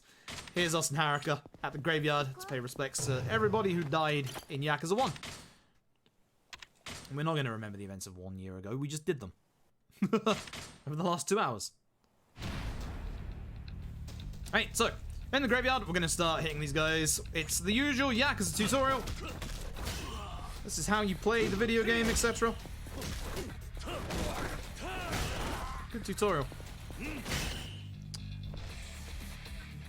Oh yeah, as Kuro says, K2's directory doesn't exist either. Just go Yakuza 2. No quick hit? Really? Lance, you couldn't have done it for me just today. Yeah, I was going to say, you're looking for it. Look at that, you're gone. So one of these 3 is going to survive. This guy! Cool. Over here. Beautiful. So there's always one enemy in each of these tutorials that survives until you fully finish the tutorial. That's why we took care of the other 2 there, to figure out which one it was, so that we'd know which one to go after. So do you remember Terada from Yakuza 1? He's dead now. Pretty quick, I know. Yakuza games move fast. So, Terada was the 5th chairman of the Tojo, which is a bit of a problem because now we don't have a chairman for the Tojo. So, welcome to the Dragon Engine. The Dragon Engine is a very new engine. It is very, very different. It is very shiny. It's very, very pretty. The nice thing about the Dragon Engine is that literally 95% of all cutscenes can be skipped. Which is, again, the reason why Yakuza Like a Dragon is a faster speedrun than Yakuza 5. Yakuza 5, you are remaining in your rightful place as longest Yakuza speedrun. Here, we're going to grab this guy on the left first, because he got his knife out first. I'm going to grab a weapon. Nice! Yep, they do. It's silly. We have complained about this, and they still won't bring back Kiwami or Kiwami 2. I mean, they even have like a special edition of Persona 5 up there, which doesn't make any sense because it's exactly the same game, whereas Persona 5 Royal is different. Same with the Resident Evil remakes. Yet Final Fantasy 7 Remake gets to keep its directory. Weird, huh? Like, if you're gonna do it for everything, at the very least, make sure you do it for everything. Anyway, these menus are automatic. I don't have a say in that. I'm gonna run ahead here so I don't speak to this guy when we come out of this menu. Like, if you're just gonna make all the remakes into one, just do it for everything. Don't leave Final Fantasy out there. How dare you? Anyway, we're gonna head over to Theatre Square. We are looking for Daigo Dojima. The son of Sohei Dojima, the son of Yaoi Dojima, is currently taking charge of the clan in the interim. I can get this to work this time. Let's find out. Another speed game. Yep, you blink and it's gonna be over. Maybe. I'm gonna try something here because I've been trying this in casual for a little while and it's not exactly gone well.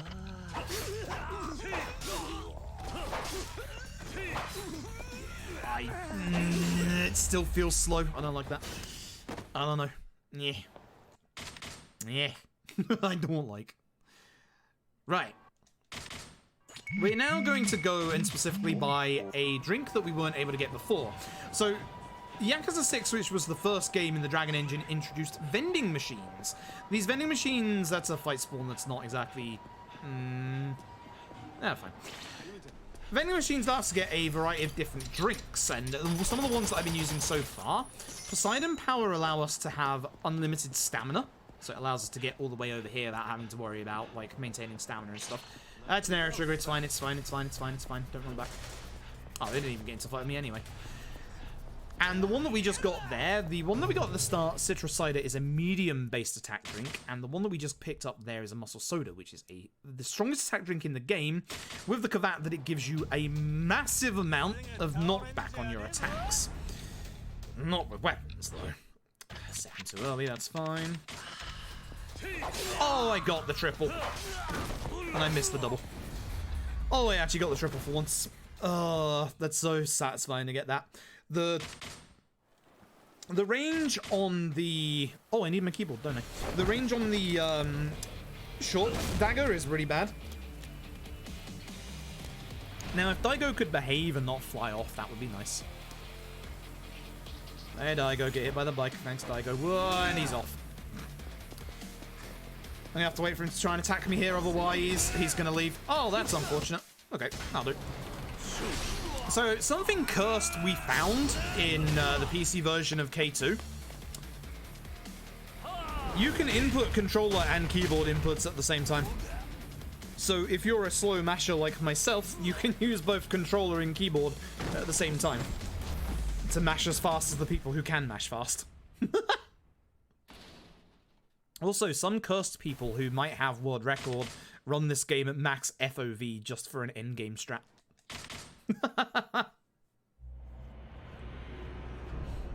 Not naming names, Tapioca. Either way, we're now friends with Daigo. We're friends with Daigo. We have the last will of Terada, who wants us to go and make a pact with the Omi Alliance. Yeah, I can definitely see us getting along with the Omi Alliance. That'll never happen. We peacock this guy's mom. It's the quickest dialogue option. Turn around, grab bike, spin, consume muscle soda. The man's dead. Simple and quick as that. I love doing satisfying menuing in this game. It's so nice. So now we're going to head over to the Grand. Yep, that Grand. The one and the same Grand. So we're going to do a little bit of background shopping as well in this chapter. I need to make sure that I don't forget to grab that on the way back, because otherwise I'm going to be in trouble. So we're going to try and get into the VIP area because we're trying to just chill out for the evening. Daigo and us are going to go to Omi HQ tomorrow. we're going to go and speak to a guy we met called Kurakawa. He's going to get us into the VIP section of the Grand, but on the way back, we're going to pick up a item on the left here that is hidden. This is a gold plate. It sells for 100,000 yen. In Chapter 4, we're going to need a lot of money. Like around almost 500k, but 400k for story purposes. Oh yeah, the buzzing phone. It's not your phones, folks. Don't worry about it. So we're going to head back to the Grand, and we're going to go into the VIP section. And we're actually going to meet, or you won't meet him just yet, but we are going to meet the antagonist of the game, who goes by the name of Ryuji Goda. And I love that lad. You'll see him very, very soon. Anyway, he's actually in the corner on the left, behind that guy. Hopefully we can get a good hit here. We're looking for at least one double. I'm looking for my fingers to default. That's a shame, missing that attack. Oh, well. It was okay other than that. That's Ryuji in the corner. You'll see him up close and personal real soon. Skip this. We're going to consume another Poseidon power because we have to run across the city again. Going to get interrupted by these two talking here. Apparently, there is something going on over in Kamurocho. Ryuji has issued a declaration of war, said there is going to be fireworks at midnight. Ryuji is a member of the Omi. His dad is the actual chairman. Please don't walk into me, thank you. Don't ask why I go first person here. I don't know why either. I just do. It's a bad habit that I need to kick. And then there's a hidden little trigger in the corner there. So, act surprised when I say the words "the Millennium Tower has exploded." Second time. Second time already. So, speed of Daigo, we're all set. We're going to go over to Omi HQ. Elsewhere in Sotenbori, we meet Kaoru Sayama, who is a police detective who hunts down the Yakuza. She's cool. You'll see her soon as well. But we're going to go up to the Omi Alliance's top floor and dodge that guy in the plant, because the plant can stop your movement. So text box mashing in K2 is sometimes quicker than skipping via the menu. So in some cases, as you've already seen, I'll be text skipping rather than menu skipping. But this one has a bit of a fade out to it, so it's better to skip it there. I got the quick skip there. Yo, sick. Alright, so time for our first big set piece against the Goryu clan, who is Ryuji's lot. Ryuji has taken his old man because he wants to gain control of the Omi. Very nice. Very, very good start. Thank you for that. Oof.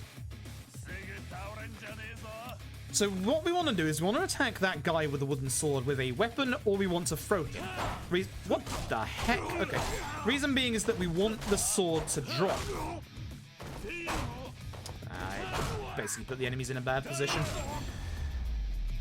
The wooden sword here is very, very good at dealing with pretty much every single enemy, so we want to try and grab these wooden swords.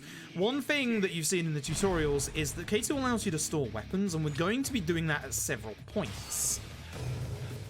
We have a very, very robust list of weapons. I'm going to stab you. And again, hope that didn't break, because Dragon Engine shenanigans, as any runner of K2 will tell you, or any runner of the Dragon Engine will tell you, weapons can break if people walk on them. I'm not killing that guy because he's got one hit. Get out of here. Grab it now, because I don't want to grab it too early, because I want some hits on it. Door tech. You have to run in the middle of the doors to get through them quickly. No joke. Literally no joke. You have to do that. Here we'll hopefully take them out in a single combo. I'm going to run to the right of this guy and hopefully push him towards the left. Beautiful. Unfortunate. Should have moved a bit further out. Can I get him in time? Yes, just.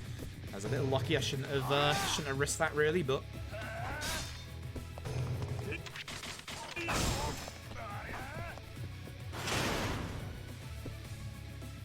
So we're just going to carry along here using the rest of this sword. It's not going to last for the entirety of this enemy set, but it should be just enough. That's unfortunate. I want the guy with the dagger first.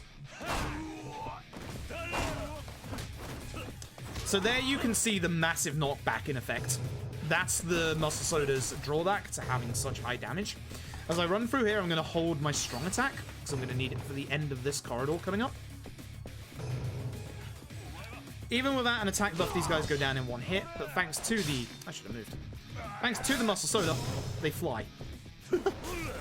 Which is a shame, because sometimes he can hit that barricade and it counts as a hit. Be careful not to knock that sword away and break it. If you need a spare weapon on the right is a golf club, which has a good set of attack.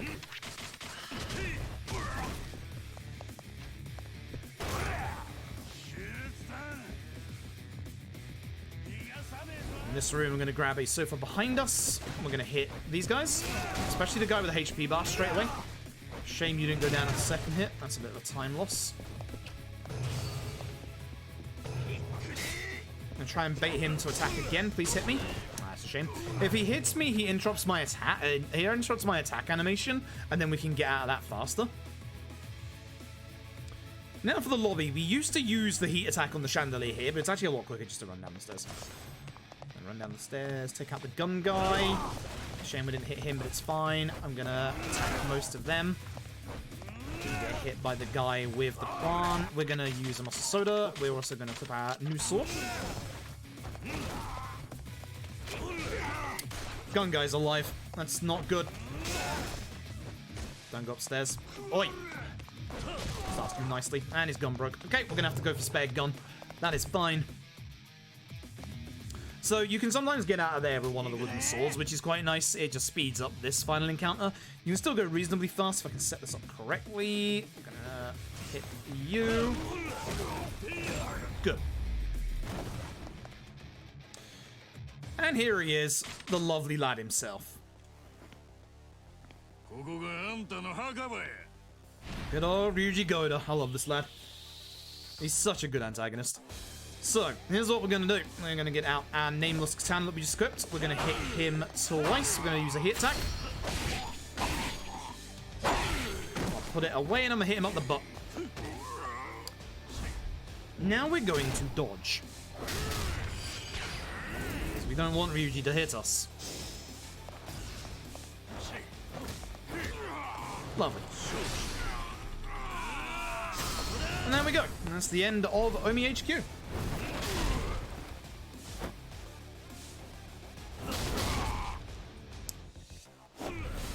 You'd think this would be where the run slows down, but actually this is where things pick up. And speaking of pick up, we're gonna have to pick up a lot of items. So this next chapter has a very big list of things to do, and if you forget any of it, you're in trouble. So, let's get started. We need more money. we just need way more money. That's the important part. K2 slowing down. I mean, at least it has a break in this chapter, which I'm going to take because I need to warm my fingers up, because my fingers are not reacting well. So, we're going to head down here. We're going to go over to this potted plant, and we're going to grab this gold plate. That's another 100,000 yen. We need 200,000 yen more. We're going to grab that later on, though. For now, we're going to run down here. I'm going to make a mess of things because I can't keep my hands straight. As soon as we get to this car, we're going to use Silent Power just before we run out of stamina. Doesn't matter that these guys aggro onto us. This is an area trigger.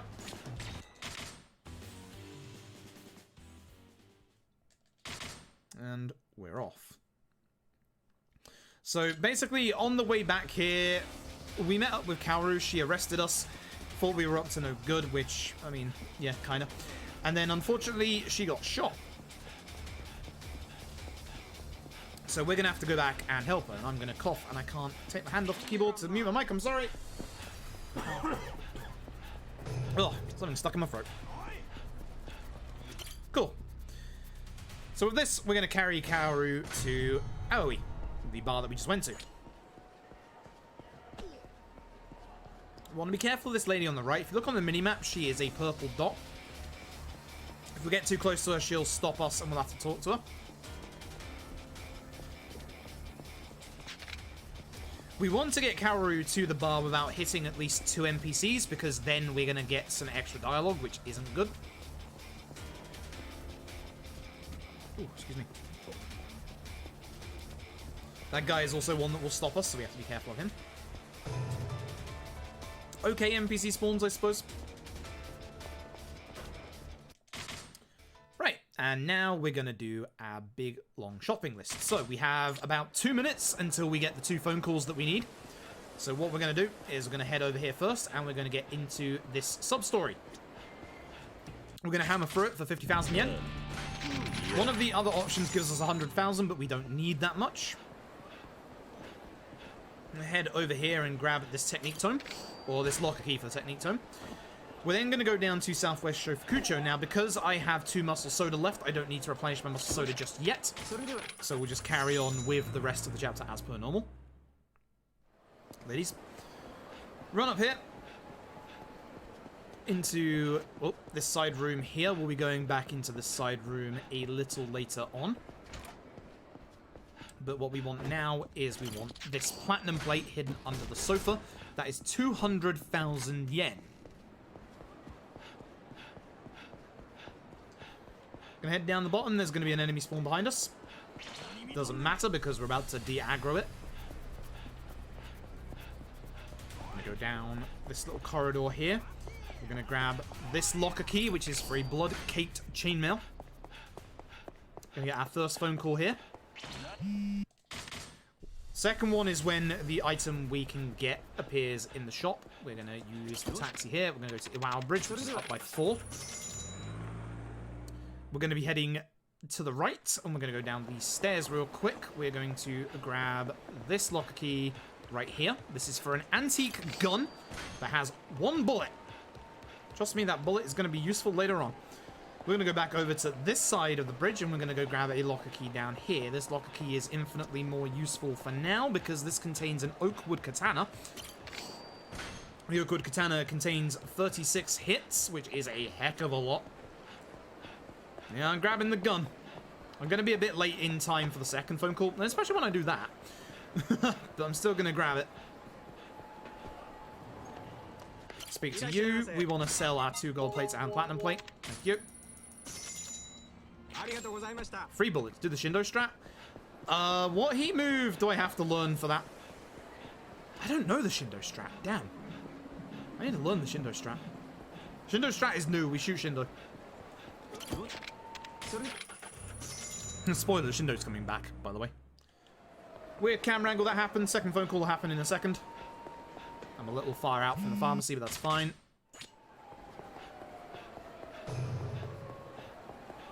Need to get my route down better for that. Hello, sir. No, I didn't want an app stim RX, but you know what? That's 20k. That's actually quite a lot. Okay, no superfluous spending anymore. Darn my cold hands. We're still fine with 20k, don't worry, we got more than enough. But no superfluous spending anymore. That's our entire Christmas budget. Outside of 4 phase 1, hit with chair, sword heat action 2nd phase. Shindo strat 3rd phase. Wait, sword? Sword heat action? Huh.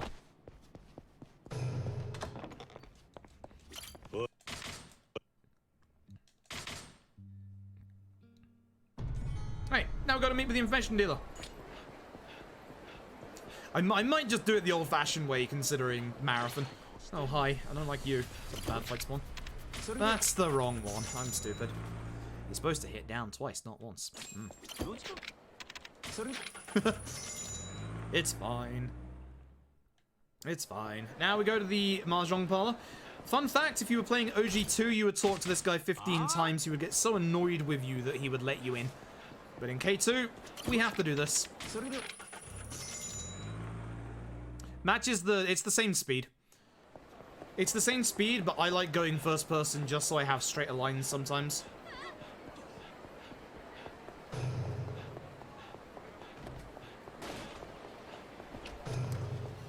This is Junka. He has a Mahjong piece to allow us to get into the Mahjong parlor. We're going to catch him a stuffed animal. No, we're not. Bye. We're now going to go rescue his little girl. That's a bad fight spawn. I can't talk to this on the right to despawn it because it's a sub-story. And will get me into a different fight, so I have to go and use that vending machine. Vending machines despawn fights, which is absolutely beautiful.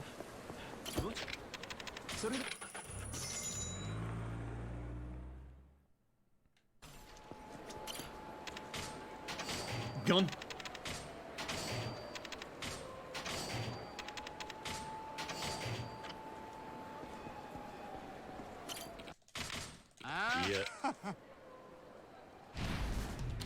Alright, Yakuza. Run back, grab sign, muscle soda, equip sword, equip chainmail. Hello, thank you. And attack. Cool!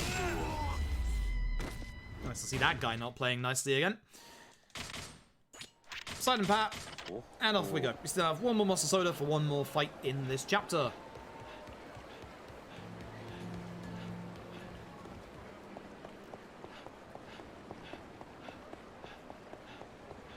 Steakhouse. Hungry Tom. I tell you what, I'm also hungry.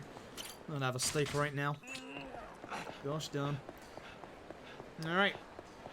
We got the cat back. We're now gonna go back to Junko, who's gonna give us the piece that we need to get into the Mahjong parlor. That's an okay fight spawn. I quite like. No, it turned around. Never mind. It's bad.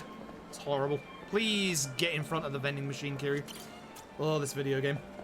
Oh, this video game. Oh, this video game. Hi.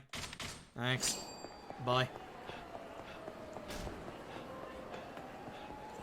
And we're gonna head back over to the Mahjong parlor, down by 2 this time because we're in the top right part of the city. And everyone in chat a burger? Yo! I could do with a 6 AM burger, heck yeah.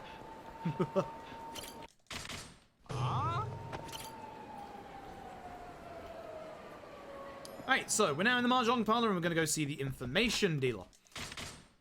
This lad, right here. So we have to pay him the initial 100k. And because we earn enough money, he's gonna give us an extra option that allows us to skip a almost 5-minute back and forth fetch quest. By paying him 300,000 yen. Ouch.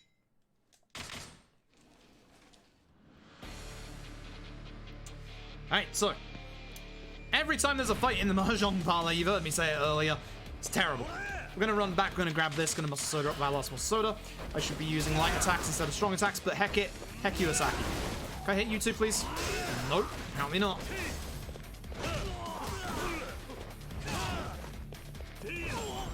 Terrible. Terrible. Alright, so with this, we now need to get some fresh muscle soda. I'm gonna get that on the way.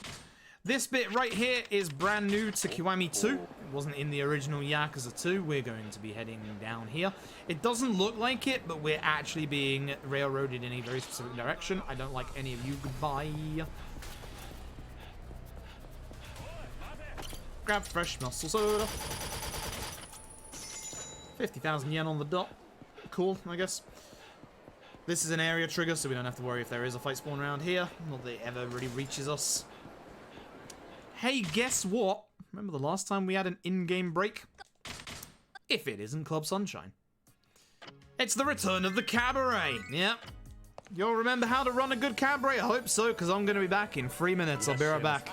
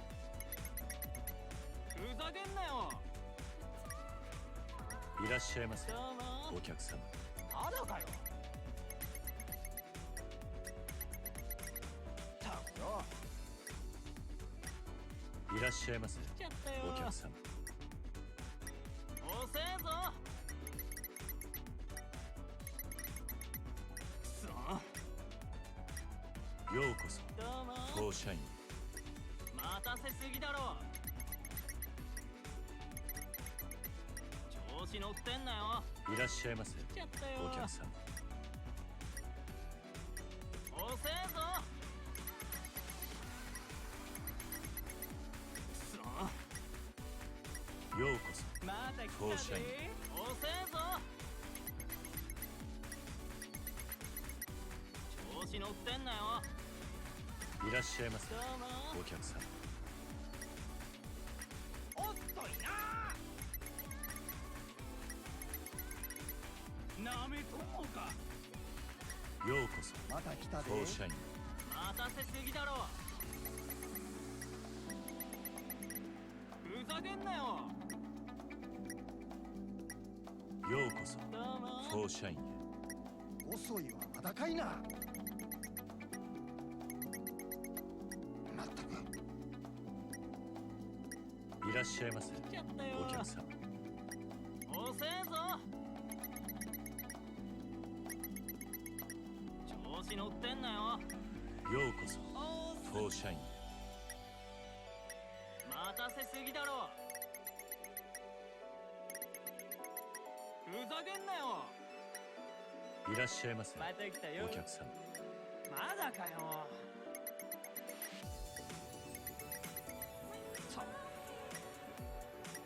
いらっしゃいませお客さん。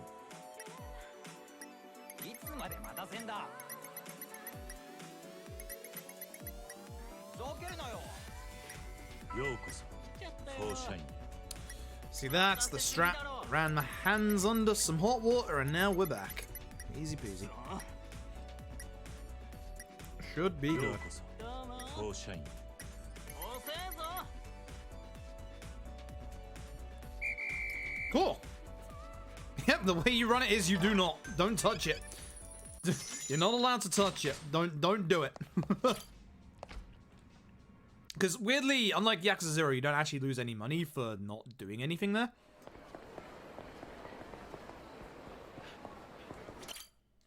And that's the end of chapter 4. Lovely. The rest of this run is now a roller coaster. It's going to go very, very fast at this point. So, back to Kamurocho. I'm going to go back to Serena. Yeah, we're going in Serena. No one's used it since the events of Yakuza 1. We're going to go head back to Tojo HQ to apprise everybody of the situation. Usually there's a fight spawn down here. Not this time. Lovely. Happy with that. There's Daigo. Leave me alone, Daigo. Okay, so we are going to be getting a few items here, and then we're going to do our first big level up of the run. So down we go. Key to the warehouse. Basically, we want to install Daigo as the 6th chairman of the Tojo clan, and to do that, we need the backing of a rather large ranked member of the Tojo, or whom was once rather large ranked. I don't know why I'm not skipping this. I'm going to grab this here, which is a technique tome. We're going to grab this, which is a very familiar looking dagger. And we're going to grab the katana, and then we leave.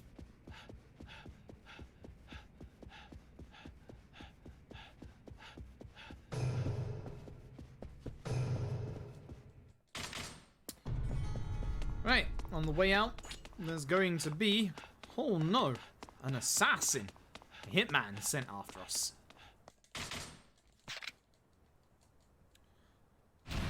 So we're going to get out our wooden sword, and then we're going to do a bunch of level ups. We're going to take a muscle soda, take our 2 tomes. We're going to go down to our stats. I'm going to go over and do sprint level 1, EXP gain 1, EXP gain 2, battle skills, we want weapon attack level 1. Where are you? Hang on. And all the rest into attack. With this, as you can see, we're doing over 1 HP bar's worth of damage.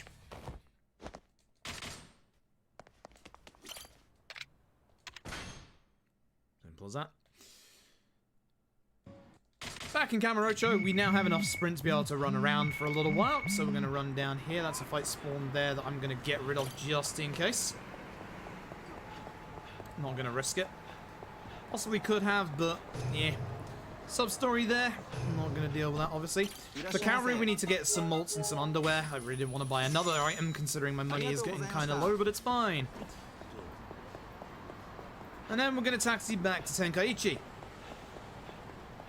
Again, you'll see here the taxi list is absolutely brilliant. It has about 9 different spots, and then when we move to Yakuza 3 in about an hour and a little bit, you'll notice that all the taxis have gone. There's only 3 of them. And it hurts. It really hurts.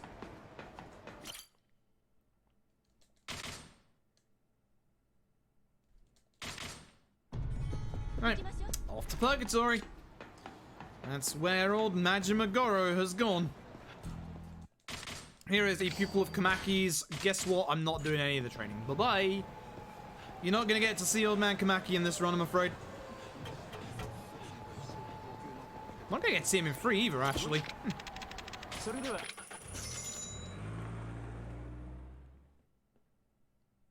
Alright, in we go. Let's go in the right side of the actual bathroom this time, because you can just skip through here. Lovely jubbly. So there is something being built here in the place where the homeless used to live. It is called Kamurocho Hills, and it's not going to be done for like 20 games. You're still not going to get to explore it when it is done. Cough. So, down to Purgatory. Off to see old Majima.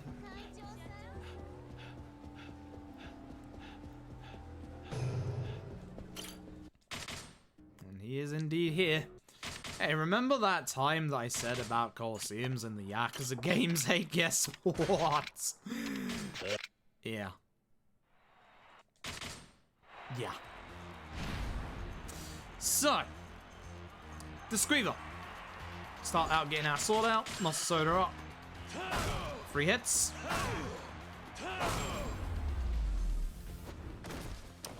Here comes the legend himself.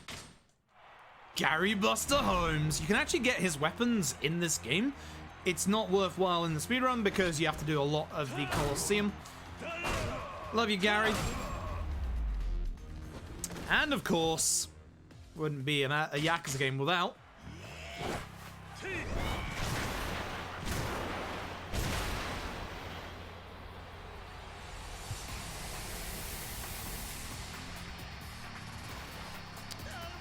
so, sword out, hit Majima twice.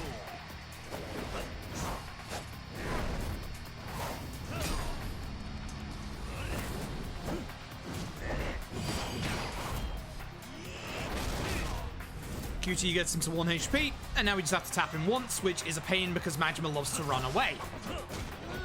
And do that. Majima not playing nice today.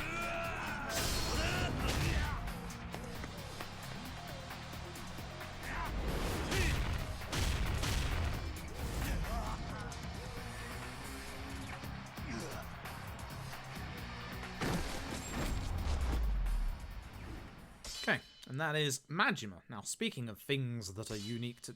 Please. Speaking of things that are unique to K2, coming up next is a minigame that was introduced in Yakuza 6 and was brought back for K2. It is the Clan Creator, and in the speedrun it's a pain in the backside because it's quite random. Even if we do the same thing over and over again, we can just lose a massive amount of time to it. Thanks, Clan Creator. Appreciate you for that.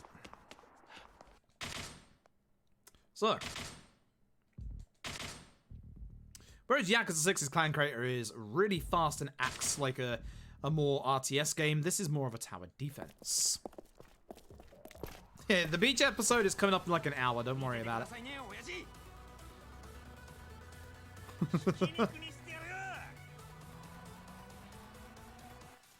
Hey, so, we're going to place our units in very specific places over the next 5 waves. We're going to start off by sending Majima up the top. There, actually.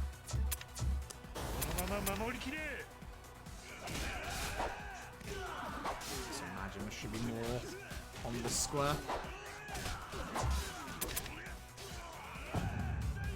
We're going to take our tracksuit guy here, down here, because tracksuit guy is actually really, really good.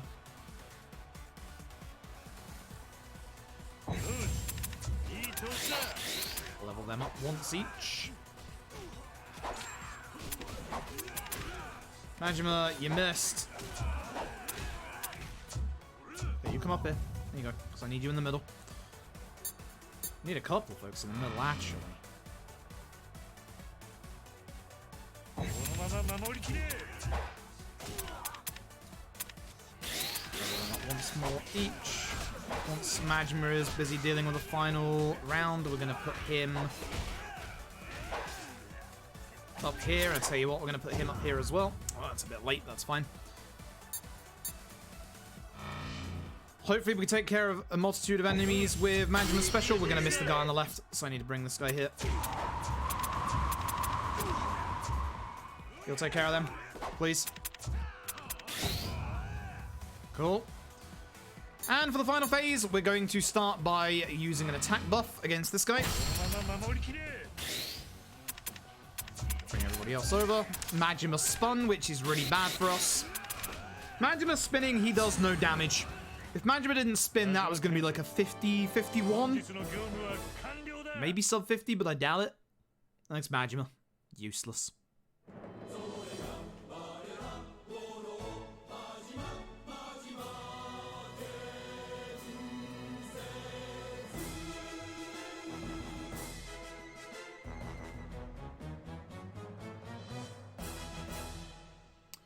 The end of that.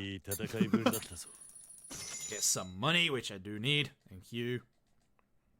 And with that, we're going to head over to Saruna and end the chapter. That wasn't too bad otherwise, honestly.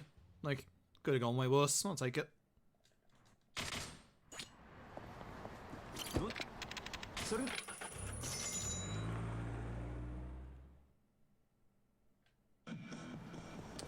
And off we go.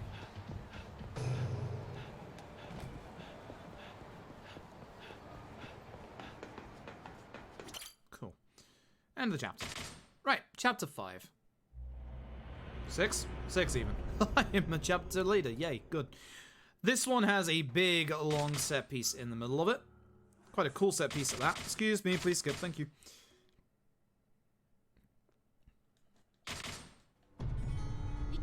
Didn't get the run forward. That sucks. Only saves you like a second, but every second does count. Hi, Yuya. Bye, Yuya. Alright, we need to head over to Theatre Square. We're going to be taxiing to Theatre Alley, though, because it's a little better than Theatre Square. 5.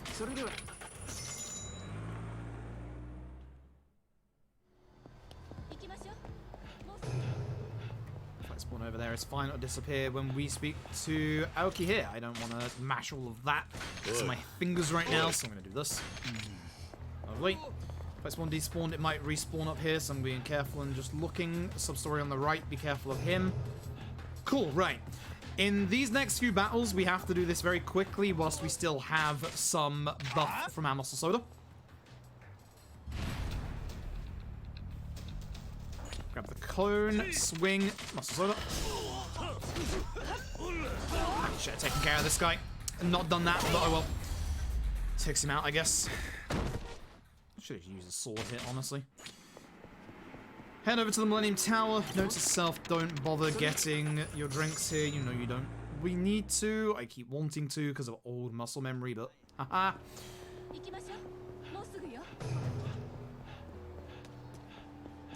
over here and speak to this guy.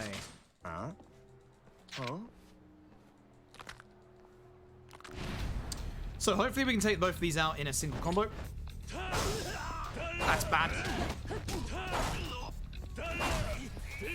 There's the backup. Yeah, oh well. So the quicker you take him out, the less backup arrives. That's terrible. I missed him. That really sucks. That could have been really good, but nope. And now with that, we've got the key to get to the Amano building, where supposedly Daigo is. So off we go. There's a fight spawn down there. Can I make it to the vending machines? No. So we'll speak to Karu instead. De-aggroes them and lets us walk past them. Lovely.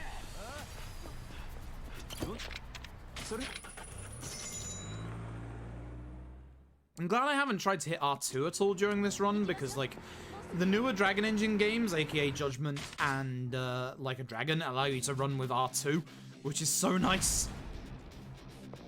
Anyway, here he is for the very first time. It's the Man in Black. This lovely gentleman is a member of the Jingwon Mafia, and he also goes down in one sword hit, which is great. We're gonna go over here, we're gonna break this down, I'm gonna put that away, I'm gonna grab the saw, and we're gonna go up to the next floor.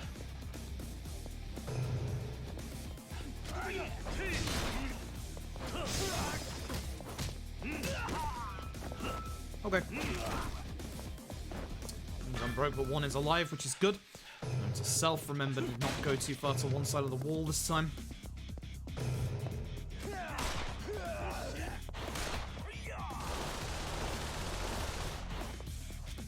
Yep, that's it.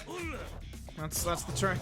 So, when you're holding a weapon, you quick step a little further than when you're not holding a weapon, which allows us to dodge all of those bullets, because we can dodge past its cone.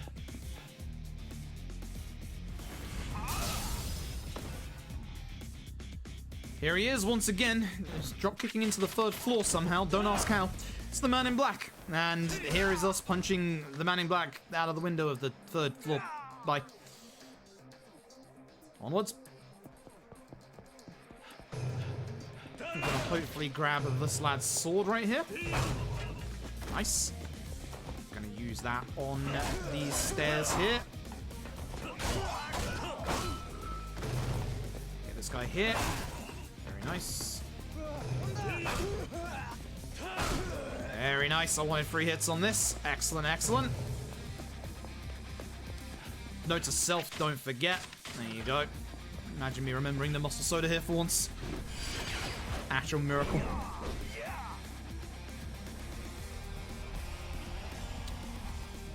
He has a few iframes. Give him a second. Not the box. Thank you. Break the sword, grab the cylinder, or the canister. I said cylinder. Oh well. I don't think you can throw him out of the room.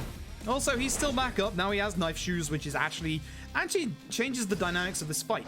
Knife shoes, he turns from blunt attacks into bladed. Hi. Very, very good set piece. Take that.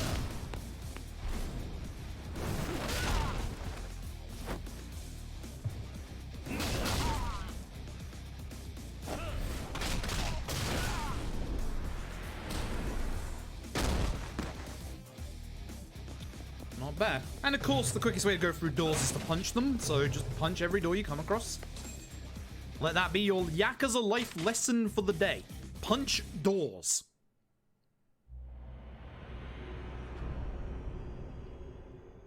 Always be punching doors. And note yourself, see how many muscle soda you got.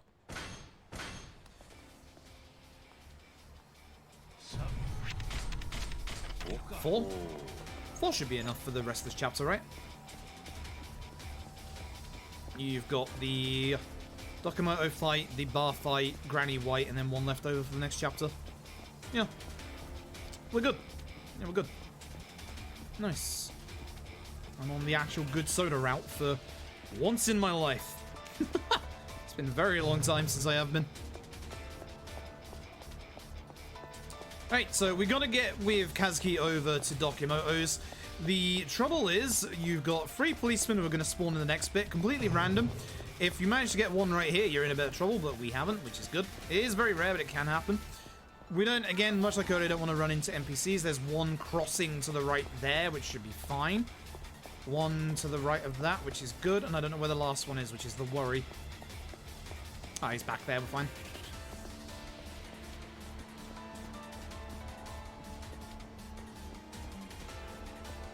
No. Punch doors, not people. That's the life lesson.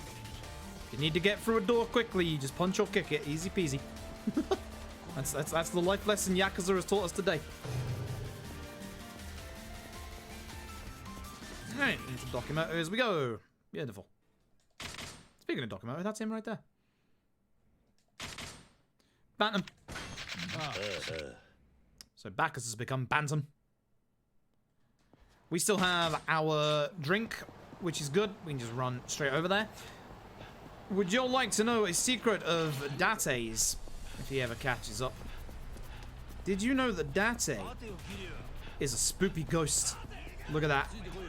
Look at that. He's an actual ghost. You can see through his shirt. Date is actually a member of the dead. Unbelievable. Hi, guys. Thanks for not getting into a fight with me. I appreciate it. So we go over, have a drink, we talk about some of the problems, and then we're going to get a phone call from Kaoru who says, hey, you kind of left me here, you know, like, yep, whoops, sorry about that, let's go get her. She doesn't exactly know her way around the city.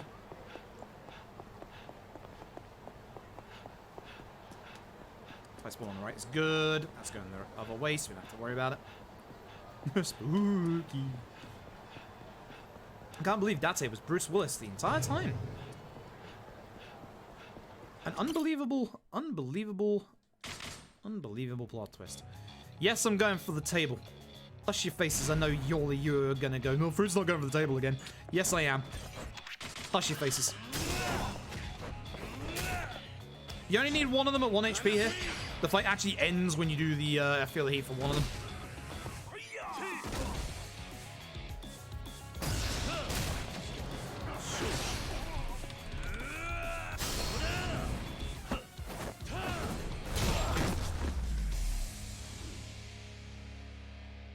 I should probably just try mashing without controller as well. I'll probably go pretty fast. Either way. I hope I can get as satisfying a hit as Tap does in this next fight, because, oh, the next fight is so good. Anyway, we're going to run back over to the bar, and we're going to have to be a little careful because our stamina is not going to carry us all the way this time. So we're going to have to stop around the Millennium Tower area. Stop there after we go down the stairs. There we go. It's probably stopping for a bit too long, but it's fine.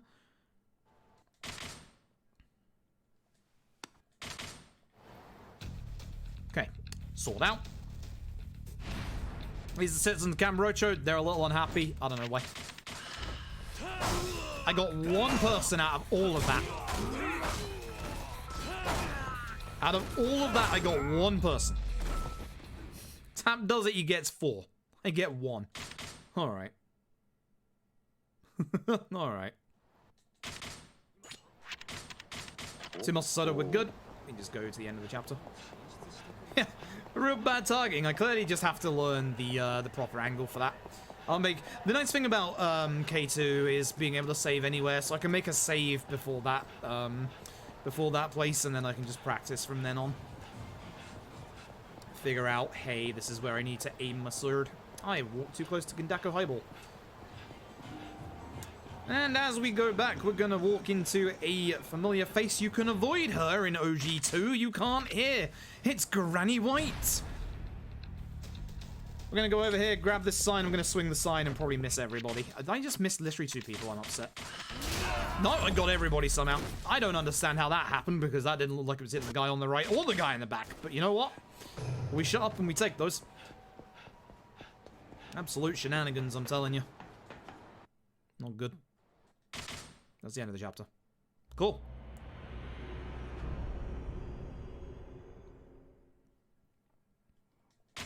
Alright, so. I want to, note to self, equip weapon when you do this. We're going to the Millennium Tower. Our old friend, the florist, has figured out how to put on a shirt, and so he's got an office in the Millennium Tower. Nothing will ever go wrong with this. He's also working with the police again, which, yes, the police have access to a surveillance network that goes across the entire city, which, it's not good. Don't trust that in the slightest. Either way, speak to this lad. Karu uses her powers to get in. It's still dealing with the fact that this place blew up before, remember? Can't have a Yakuza game without the Millennium Tower exploding. It's that when we get here, somebody has set fire to the basement, and they're still here. So here's what we're gonna do. I'm gonna go into our inventory, use a muscle soda. I'm gonna go here and equip the saw, am I? I guess I am. We want to grab a weapon attack level 2. Do I want... I guess I can get that. I don't normally hit. Take care of him. Take care of you. Take care of you. Take care of you. Take care of you. Ooh. Take care of you. So I'm going to use the Nameless against Hayashi anyway, so it's not like I'm going to be using that. Hi Hayashi, how you doing? Guess who's back? It's Hayashi. So here's what we're going to do. Stab him. Then really stab him. Then stab him before he gets off the ground. It's the end of Hayashi. Look at his HP. That's how we deal with Hayashi in this game. Hi. His Feel the Heat is a lot higher than most bosses as well. Yeah, this game definitely doesn't. I'm gonna try hitting him really fast with my katana. See if we can just get him into his Feel the Heat.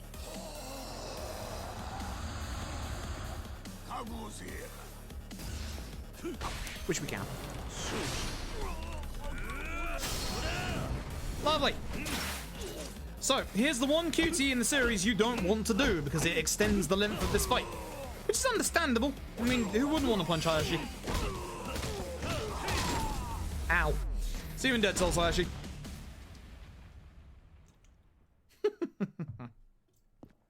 Nice.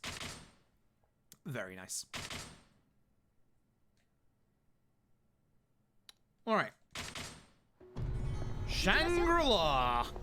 Good old Shangri-La. We're gonna go over here and get some muscle soda. I'm gonna head over to good old Shangri-La. You might remember it from about an hour ago? Hour and a half? Doesn't matter if you get into this fight. This is an area trigger. It does matter if you get into this fight on PS4. On the base consoles, if you get into that fight and go into that load trigger, it sometimes never loads and then crashes. Thanks, Dragon Engine. Spot like that in Yakuza 6 as well. Good first hit. I want, hopefully, the knife. Nope. Fair enough. That's all it is. Not ideal, but gets me through. And now crowbar. That's a shame. Okay, good. Made it through before the attack wore off.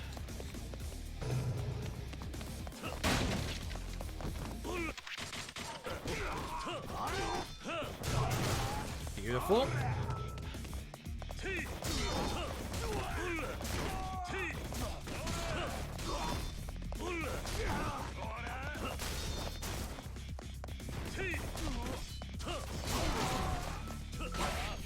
Not the weapon I wanted, but it's the weapon that'll do.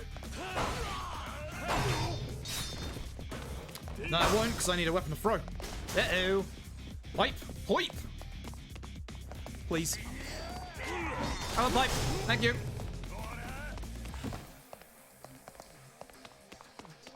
Right through that, then put it away. That's our new sword. I'm going to equip that in a second. Punch door.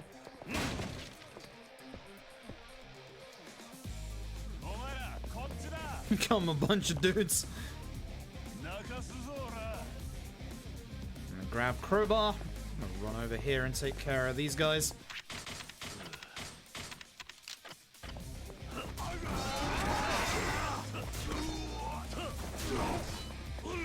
And then watch the ragdolls fly. Oh, nice door. Oh, very nice. Ooh.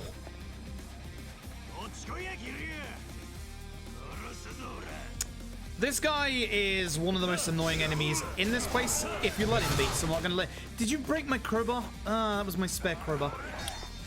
Well, okay then, I guess I'll just have to take the 6-hit one. Not great. Might run out of weapons at some point.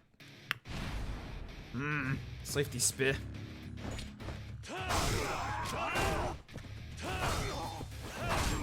It's been a while since I've had to use safety spear.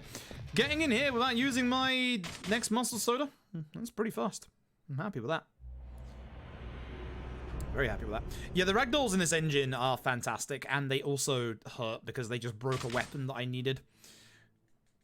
That happens a lot, sadly. Kashiwagi! Hey, Kashiwagi. See you in Yakuza 3, Kashiwagi.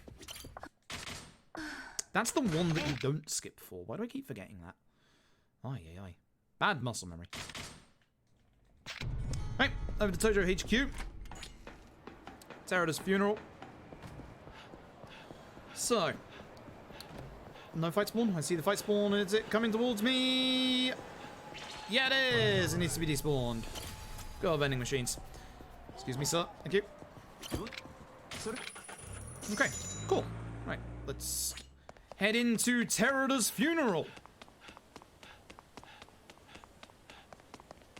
Head up here. Over here. That's Teruda.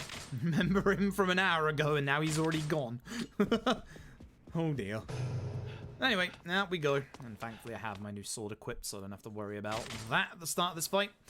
So here come a bunch of the Goryu. Yes, Ryuji's in town.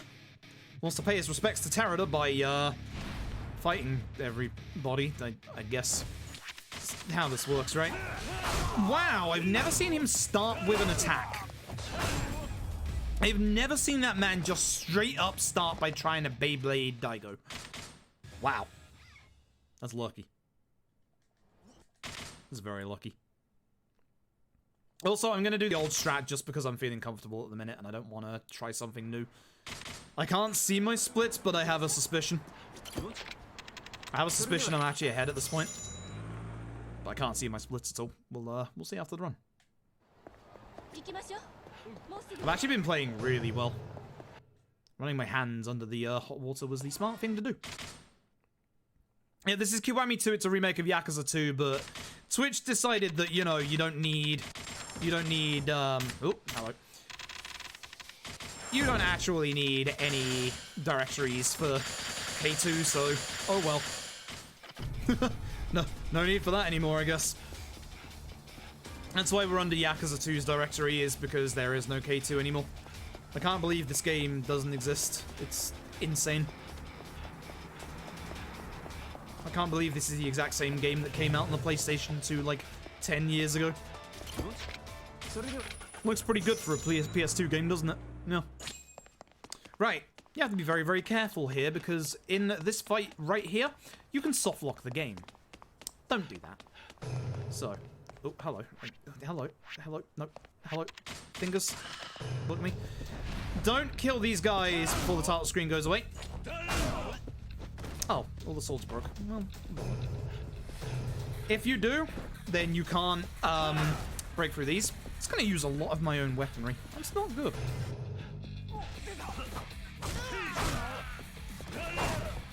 Sakurai, why did you break? Hi! Yeah, you get out of here. I might actually need to grab a spare weapon somewhere. This is slightly worrying. So as we go in here, we're going to do old strats because old strats are what I remember, and I think I'm just going to play it safe for now. So. Hey, guess who's also back? It's Shindo. He looks good. He looks way better than Kiwami Shindo, let's be honest. Here's what we're going to do. You saw me take a citrus cider there. It's a medium-based attack drink because we don't want him to go straight into his final phase, or his next phase even. Please don't guard. Thanks, Shindo. So by doing that and then taking a muscle soda, you can see that we do enough damage to just send him straight outside. So we can Dragon Engine run on PS2 is the actual marvel. Yeah, a good FPS as well. Currently 112. Wow. It's impressive. Alright, so over here we go. We're going to be going outside and we're going to be going and fighting old Shindo. Punch. So, unfortunately, the reason why we want to skip the phase is because of what you're about to see here. It's a little... When he has a time to warm up like this, he actually stores up a guard, which is a real pain in the backside. So I'm just going to hit him normally with those. My intros are still working.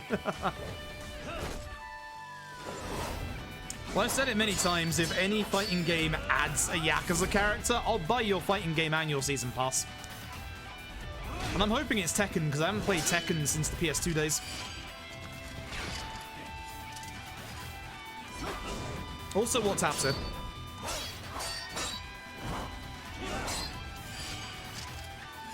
Which, funnily enough, we'll hit on that point on the 20th. Actually a very, very important point. So, Time to go to the conference room. Now, my worry is I probably won't be able to keep this muscle soda going for that. I really don't think I'm going to be able to. It's going to be tight. The damage with your muscle soda actually goes through cutscenes as well, so you kind of need it on pre-cutscene. Oh god, I'm risking it. You moron. Woo!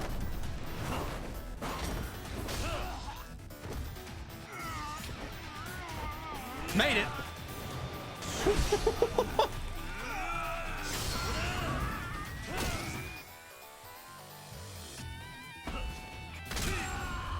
Would Majima hit a woman? Canonically, he kinda has. Canonically, he kinda has. Which isn't good. But that would be getting into Yakuza 5 stuff.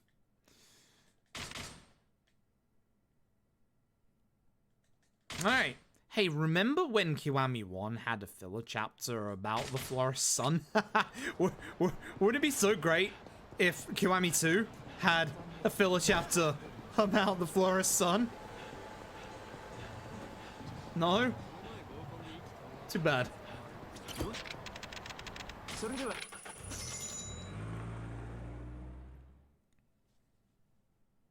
Guess who's back? Being an idiot. It's the Florist's son. The Florist's son has heard about an informant. An informant who can get any information. Who, you know, he doesn't know it's his dad, but it just so happens to be his dad. Please, no bad fight spawn. I see a good fight spawn.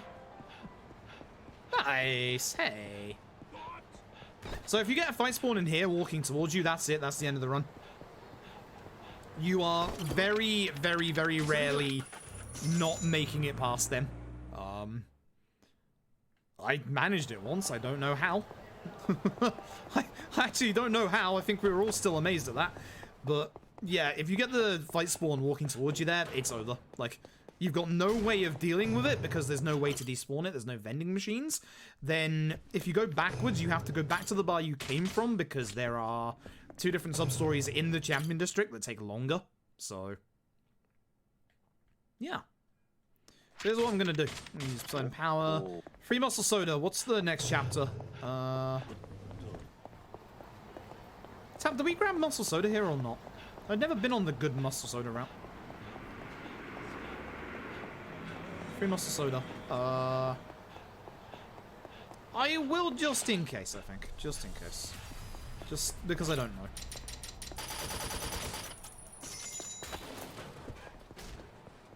You do? Okay.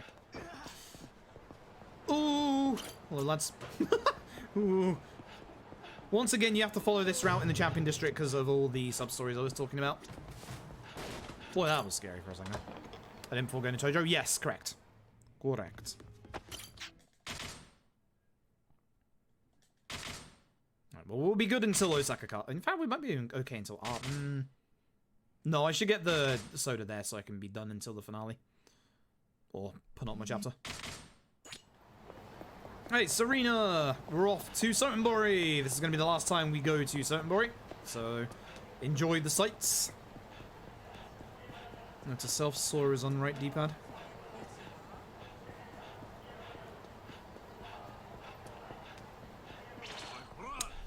That's not good. Yeah, that was always going to happen. Well, guess I'm using that muscle soda. Shame. Well, that's definitely not PBing now. Oh well. Should have gone back and despawned them, but well, thought I could risk it, so I decided to risk it. Never mind. Never mind. Definitely a good thing we bought spare. Anyway, we're going back to Sotenbori and we're going to deal with some mixed feelings. We're going to go over to the bar because Kaoru has disappeared.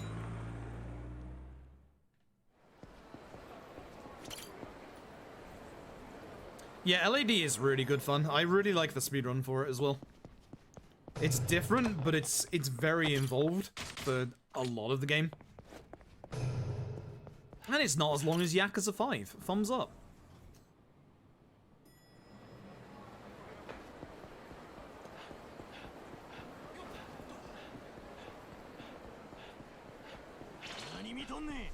Overstood you.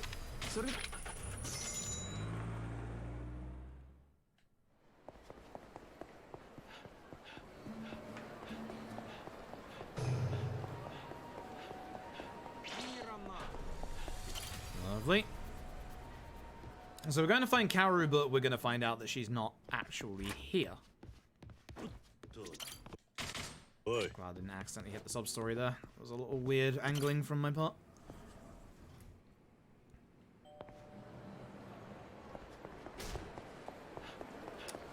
Didn't know that there was any fight spawn, which is good. Don't have to bother despawning it. It's down there. Alright, and as we get to Kaoru, we're going to find that there are some individuals up to no good.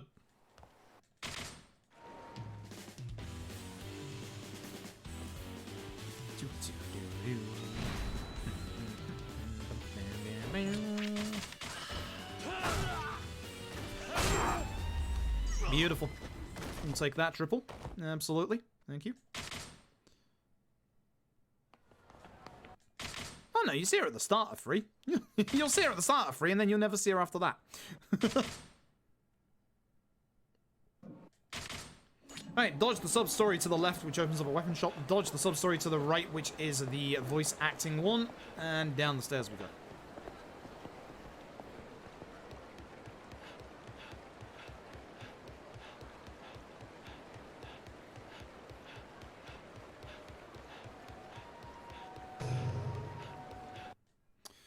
This is a tattoo artist here in Sotenbori. He is kind of the same level as the person who did our back tattoo. Everyone's a bit conflicted over this tattoo design because it is a tattoo design for one Ryuji Goda. Now, the tattoo artist has two pupils, one of which he wants to take over the business, and the other one who is a pain in the backside called Satoshi, who ends up stealing the design and leaving. So we're going to go sort him out.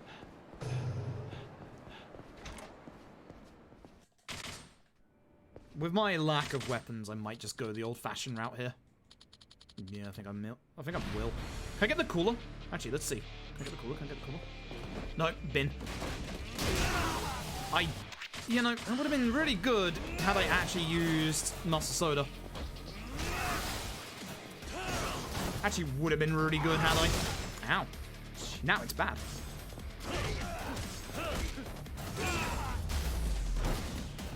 Terrible. Should have just used the sword after all. Either way, we're going to rip off our shirt and show them that it's okay to put a tattoo on somebody you don't like.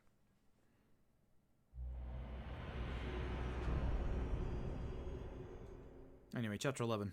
110, 100, 109, 5824. No, that is not my sort code and pin number. I need to remember that code for this chapter. Area trigger. Doesn't matter if it was a fight. We need 30k for the story for here, which we still have, thankfully. So we're going to go do taxi to South Shofukucho, which is down by 5, I believe. 3, 4. Not 5, 4. Speak to this lad here. Hi. Pay him his money. Cool. 110, 100, 109, 5824.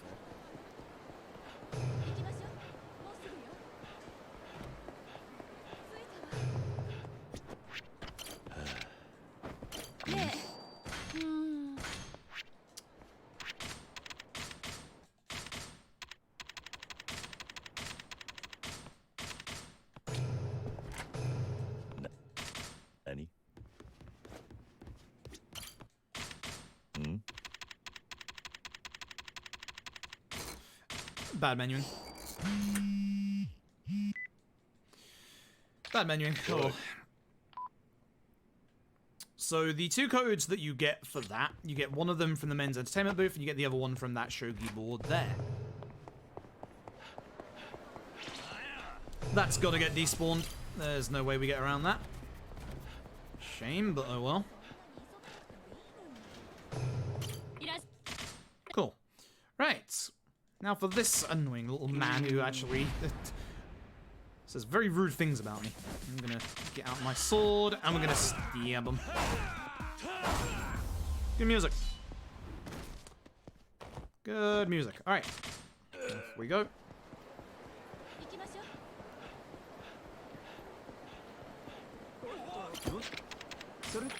We're gonna go find Santa. Hopefully you all are ready. It is Christmas after all. Ladies and gentlemen, Santa Claus. Yeah, that's Santa Claus. That's the man who is sneaking into your house at night, stealing all your stuff.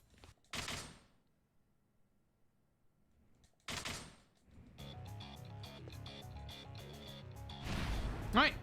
This man is Sim. He DMCA's this game. We don't like Sim.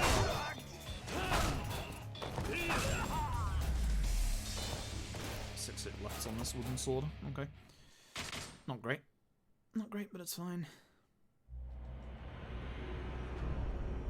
Oh yeah, we'll be using other weapons other than the wooden sword soon enough, but the wooden swords are good in this game. Like, surprisingly good. And plentiful.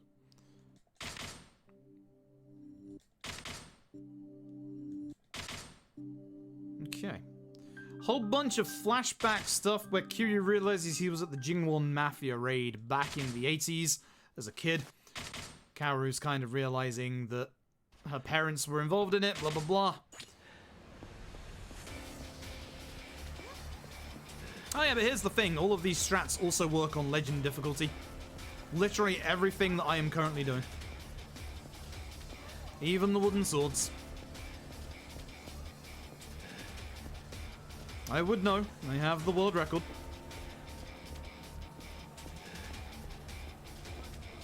It's one of those really dickish flaunts, isn't it? I would know, like, they hold the world record, I have to be good. Ah, yes. Watch out for the guy on the left. He's the one that most people forget about. By most people, I mean me.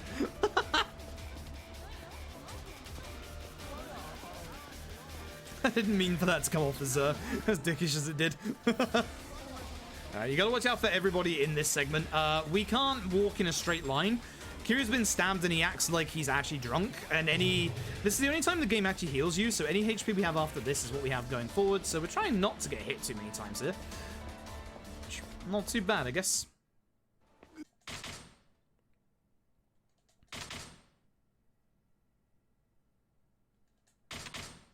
Cool. Right. Now, more importantly, speaking of a cameo from Yakuza 0, it's your old favourite and mine, it's the Overtarian. So, we need to go through this way a couple of times, which is why we're just going to deal with it. We're going to do this, we're going to go to our stats, and we're going to boost our attack all the way up to 174.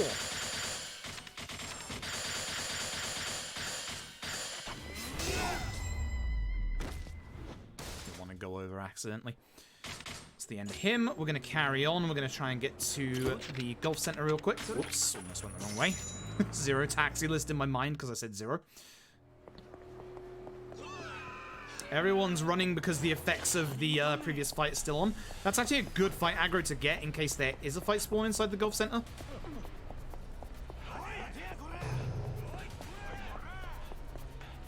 Which there isn't, for once. This man is about to get sawn in half. Allow me to demonstrate. Here's my saw. There goes this man. 2 hits. 2 hits. Beautiful. Now we're going to go and see Kurokawa. Something's a little off here. Now, the reason why we're doing all of this, stop me if you've heard this one before. Haruka's been kidnapped. Yeah, I know. I know. I know. I know. So here is good old Kurokawa. We used to deal with old Kurokawa by shoving him in the river, but that's a bit slow these days. Which is a shame.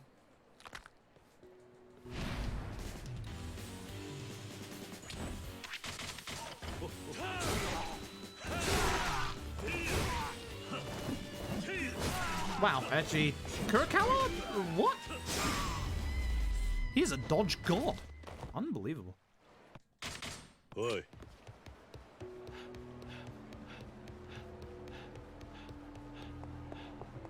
Right, we're going to go over to the clinic now, because we're going to go and find Asaki, the information dealer from earlier. Who may or may not know where Haruka was taken. And by who? They ran early forward. Whoa. That was lucky. That was very lucky.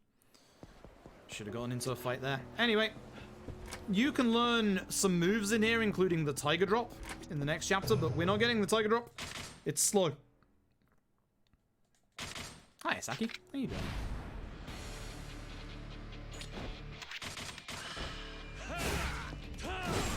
"15 hits of the sword left. Shouldn't be enough." Alright, we're gonna head over to Osaka Castle. I don't think I need to get any attack up, but I'm gonna just in case. I'm fairly certain I didn't. But just in case. So, Osaka Castle splits in two, and a giant golden castle comes out from the ground. You're gonna have to trust me on that one.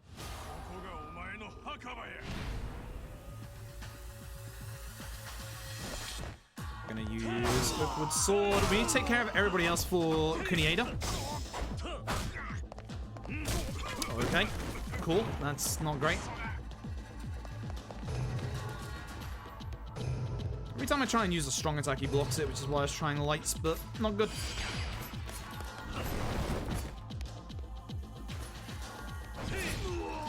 It's terrible. So, the problem with these enemies on this level is that if they're standing on those traps, they will actually dodge constantly, and you won't be able to stop them. I really don't want to use too many nameless katana hits, but my weapon route is bad right now. I have to use my crowbar.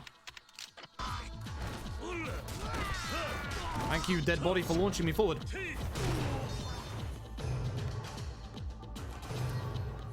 I'm very, very low on weapons. This is going to be quite tight in the end game. Very, very tight. Alright. Time for the Gatling gun section. We're going to start off by attacking Kunieda. The sensitivity of it is rather hard to deal with. Take care of them. Ugh. So in the original PS4 version, it's not as sensitive as it is, but it has recoil, like much more recoil. I went the wrong way. Nuts.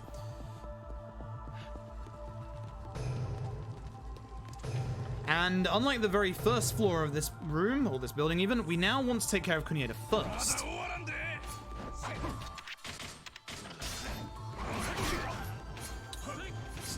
Unfortunate. Oh, this is going horribly wrong. What a bad start. They all ran through the middle, which is where, obviously, all of these traps are, which is what you don't want them to do. Seriously? Come here, you two. Please, Kiryu, lock onto them. Kiryu, please, thank you. I have to use another muscle soda. So I'm glad I did pick some fresh up, otherwise I'd have been in trouble. Anyway, this is happening. Yep, that's a tiger. Yep, that's a second tiger. Yeah, we're about to fight some tigers. We need to equip our sword. I might heal, considering my HP value here. Oh, okay. It wouldn't let me go into my actual menu. Not that. I just need to hit one tiger. It doesn't matter which one. Really doesn't matter which one. It's up to hit one of them. The second tiger, even though it's not going to look like it visually, is about to go into their heat mode, so they're going to have extra defense. So you do have to be a little careful.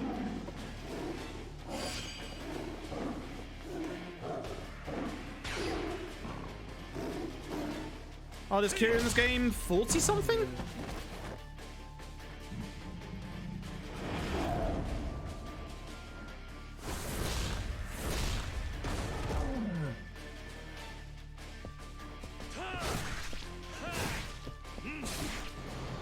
Nice. Good tiger.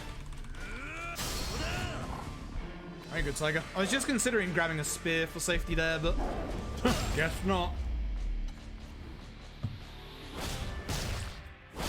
Late 30s? Really? Huh. I thought it was like early 40s. Guess I'm wrong. Alright, that's the end of the chapter. Cool. I am a little worried about my weapon route. I am a little behind at this point. And by a little, I mean I'm very behind at this point. Very, very behind. Alright, let's carry on. So, this is part of the main story, even though it doesn't exactly add much to it. We're going to try and make Haruka into an idol. But Haruka is going to vehemently state that she doesn't want to be an idol. Please ignore the events of Yakuza 5, thank you very much.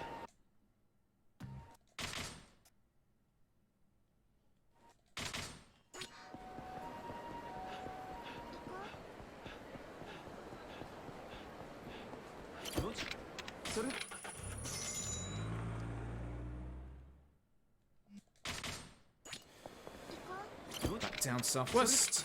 Does it know Yakuza 2? I don't remember. I actually don't remember.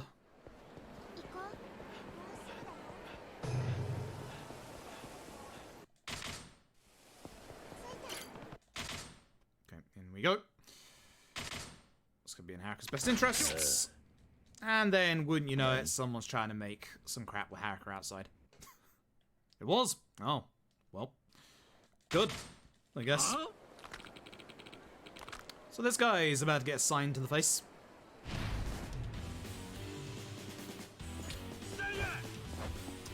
Grab signboard, run back, muscle soda. Cool. Definitely need to grab some fresh muscle soda here just in case before the finale. Or before we start heading to the finale. I'm a little on the low side. Go here, grab you. Alright, so now we're going to go find a singer at Stigil. This is again a little bit of side stuff that we have to get through before the end of the game.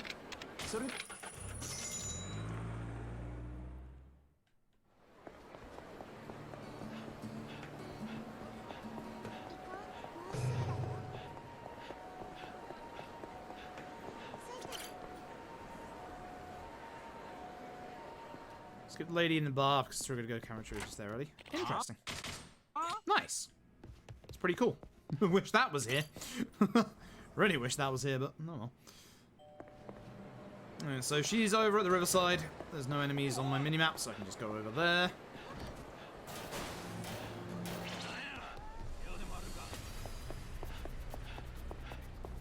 Hello? I was gonna say, I know the trigger is here somewhere. What is happening?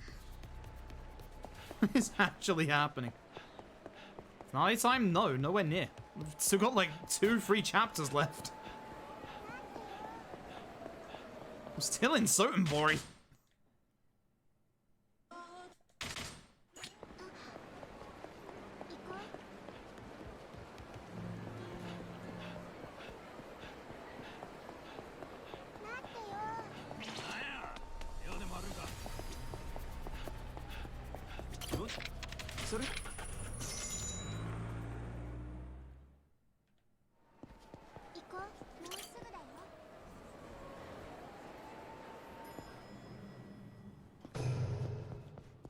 Alright, back to Kamurocho, which is going to be problematic with how little weaponry I've got.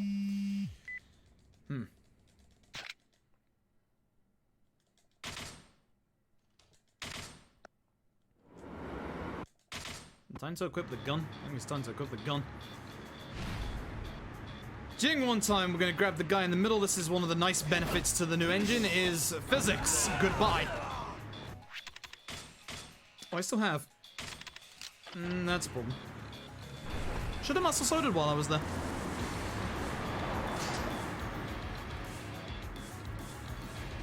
Actually, definitely should have muscle sodaed while I was there.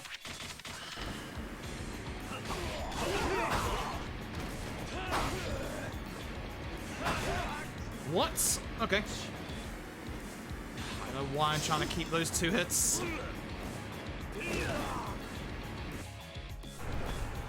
Not good. This is not good. I'm very, very low on weapons.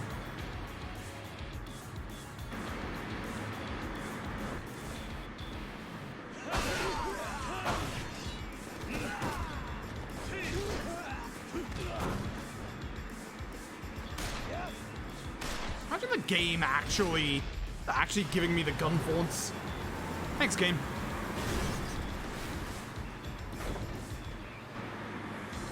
I grabbed the guy in the middle. He has 2 HP bars. Doesn't anymore. Excuse me, go off the thing. Thank you.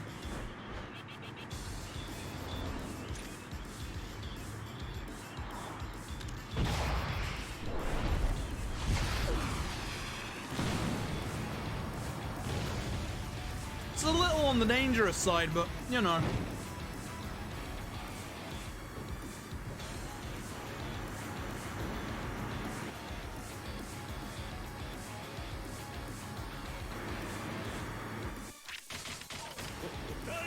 Goodbye, Man in Black. It was fun once again. And, if you're a bit squeamish, don't look at where the Man in Black lands.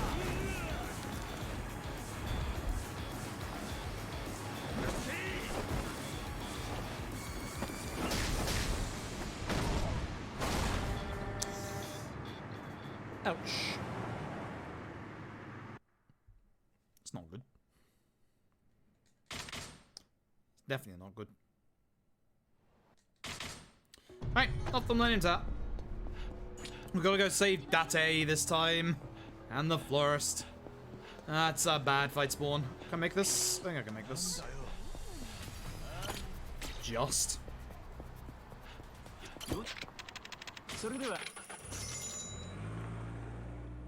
Very, very lucky. Alright.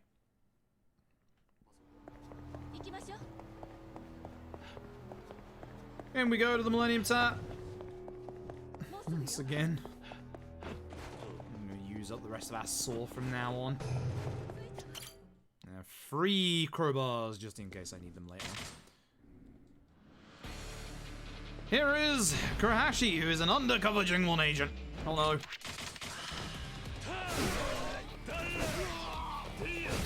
At this point, who isn't an undercover Jingwon agent?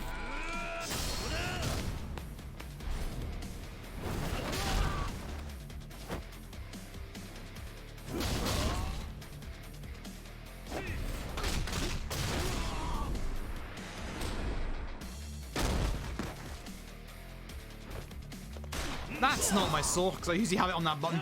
Wow, that gun hit actually destroyed them, huh? Okay, sure. Gun secretly best weapon. Let's go.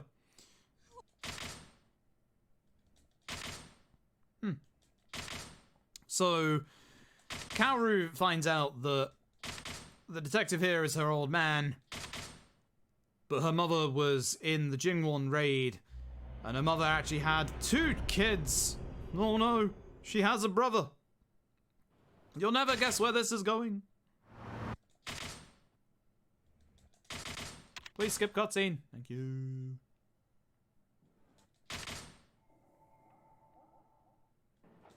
Alright, let's go find Kaoru. She's a Serena. Let's go.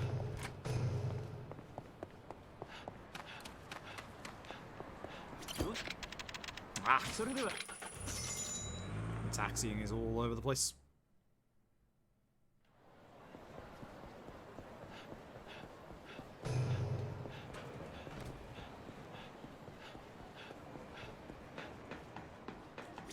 Cool. So this is a reasonably long chapter with a couple of things in it. Stuff that matters and stuff that doesn't matter. We're gonna go check up on Kazuki, because Kazuki is finally awake. Watch out for any fight spawns. There's one down there which will despawn. Which means it'll respawn elsewhere. That's a good spawn. We're okay with that. Lovely. Kazuki wakes up and says that the Jingwon have planted like 32 bombs all around Kamurocho. Oh no. And to make matters worse, Ryuji and the Goryu are going to invade Kamurocho real soon as well. Definitely slightly awkward.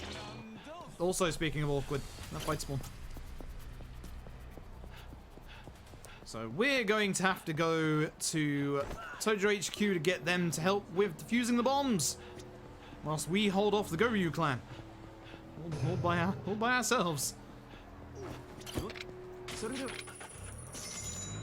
At that point, Daigo is going to do a big impassioned speech. Everybody's going to be pumped up, excited, and getting ready to go to war.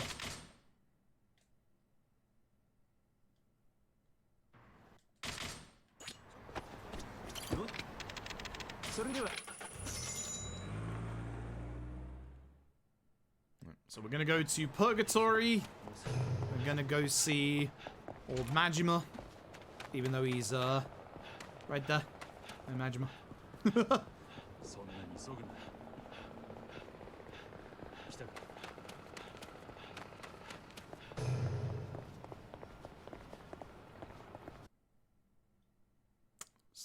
Haven't had to do the long trek back to Purgatory since K1, but here we go again, I guess.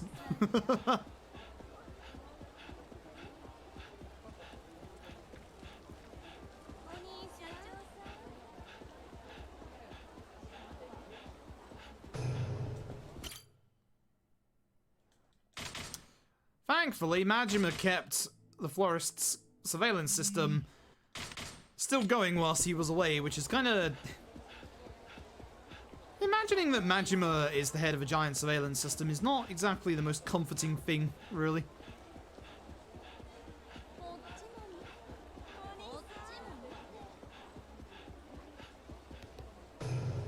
Alright, and we're getting a couple of calls from our friends around the city saying that they're under attack from the Goryu, so we're gonna have to go and save them.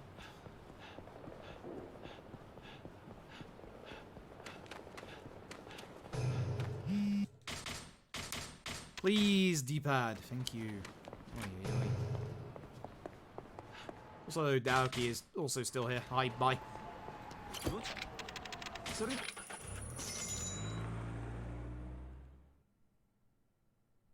Right, first up, the Bar Bantam.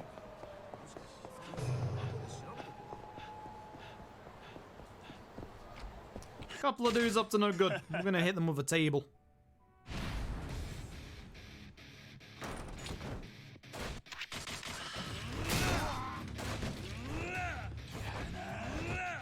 Suspicion he would block that, which is a shame. The table is a much better weapon than the bar stools. The bar stools are terrible. Don't use the bar stools. Only tables.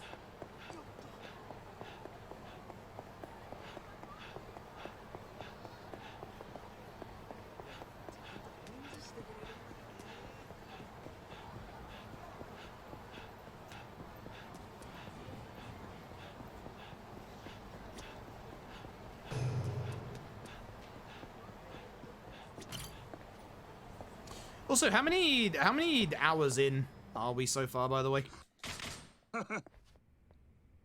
Into the run.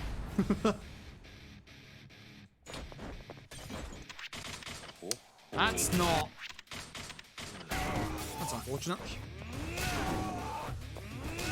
Still salvaged. 748. Okay, so we're looking at like a...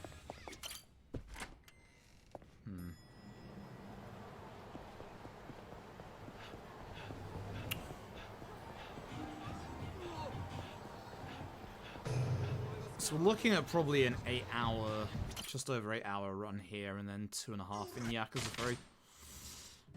Okay. Hey, I still have some uses of my saw left, lads. Hello. Please get hit by my saw. Thank you. Not what I wanted to do, but it's fine. Hi, here's a gun. What? How do you survive gun bullet, but you don't survive gun butt? Impossible. Actually impossible. Alright, so the majority of this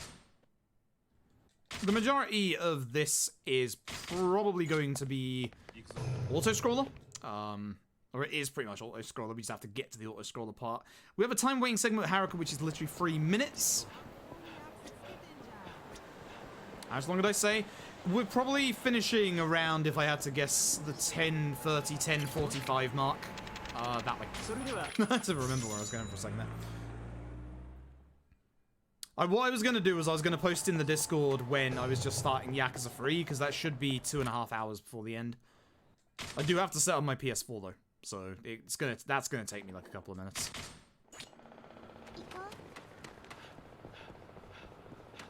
Alright, so we're in the time waiting segment with Haruka. Anything we interact with here is gonna waste time. We do need some fresh... Hi. Muscle soda. Just gonna let them go. We're just gonna let them go. And then we're gonna despawn them. Yep. I probably had plenty. That's fine.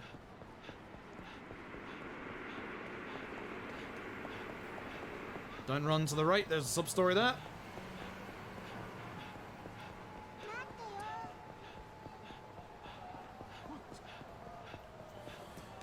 I mean, if we're nearing 8... Actually, there's something I can do to extend it by another 10 minutes. I have a plan. I have a good plan. I have a very good plan, actually. I'm gonna run out of stamina, that's my plan. Just gonna get my stamina back.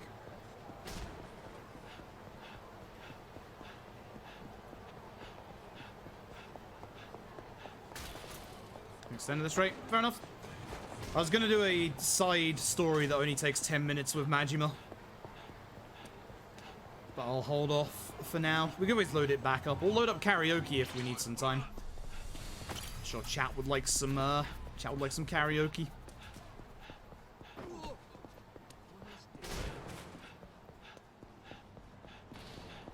Alright, so we're gonna have to sit here and wait for a phone call. So for the next 2 minutes, I'm gonna stare at this door. And once I stare at this door, I'm gonna go and take a very quick break, refill my water bottle, etc. So be right back.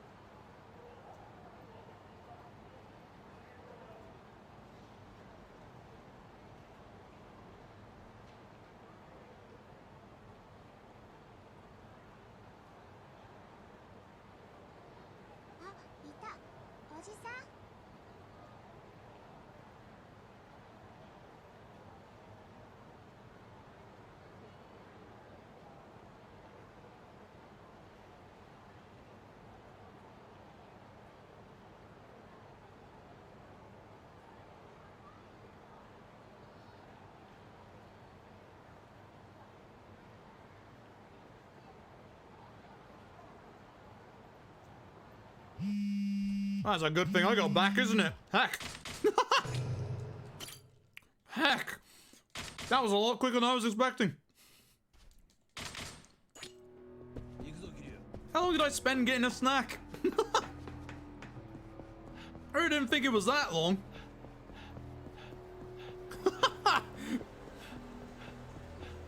Yeah, I think we came into this run a slight bit behind anyway, so this will bring us hopefully back on track a little bit. And hey, I'm not going like 6 hours underestimate this time. Unless we just don't run Yakuza 3, I guess.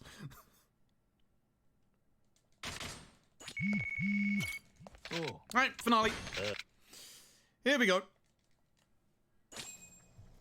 That's the 30th person I talk to. Thanks, Daddy.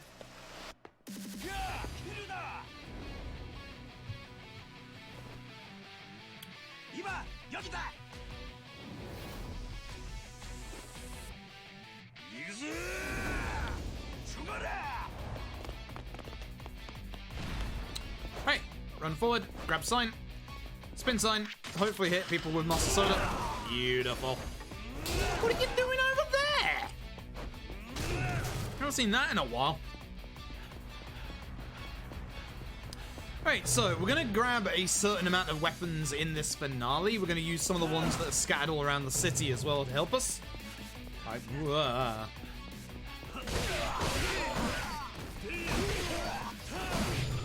6 hits, not bad, not bad. 5 after this. CO, are you gonna break again, or are you gonna actually come over like you did the other day? Oh, he's trying. Oh, he's trying. Look at him, he's trying. He's just stuck.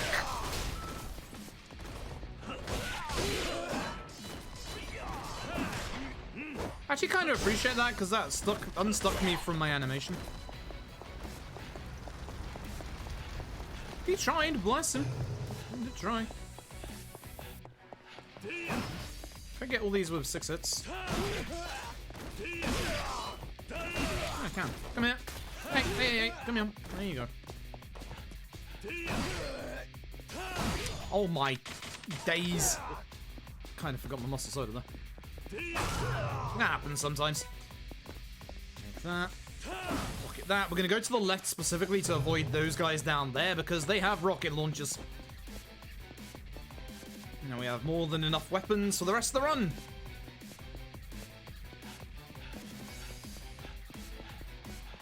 If we needed a healing item, we could pick that up. That is a Toughness Infinity, which is the best healing item in the game. Yep.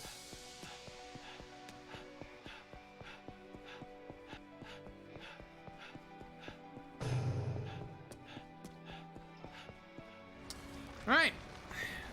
So these two we can overhit with the same weapon. If we can, then we don't have to... I did it again, didn't I? I hate doing that. Oh. I don't mean to actually put that away because I need to keep that out to be able to hit them. There we go. This will take them both out.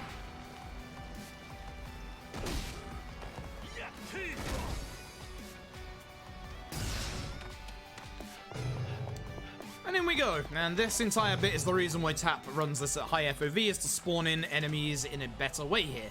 Which I really should be doing. Which I really should be doing.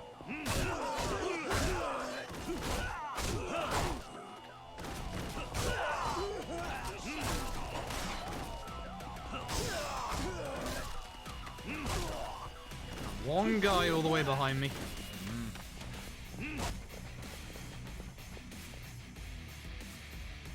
Okay, everybody here. Some of these guys might explode. Grenades are strong, and they're all holding them. Nah, didn't fancy that. CO, come here. Thanks.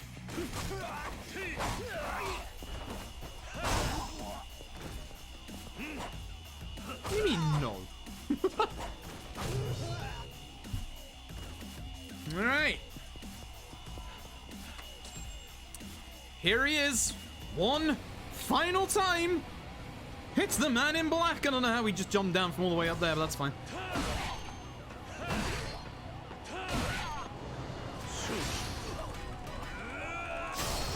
And that, after all of that, is the end of the man in black.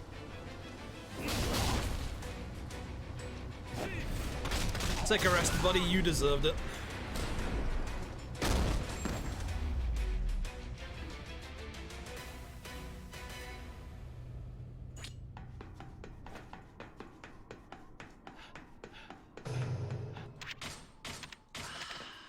Muscle soda up. Hello. D-pad. Square. Hi, Ryuji!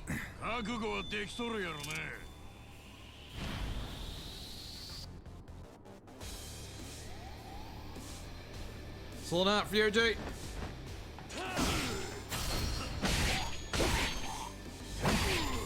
Imagine me actually remembering to use the heat attack for once. It's a Christmas miracle.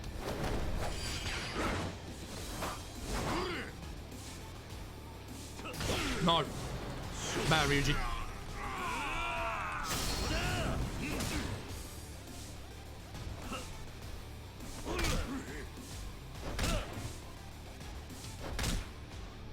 That is the end of Ryuji 2.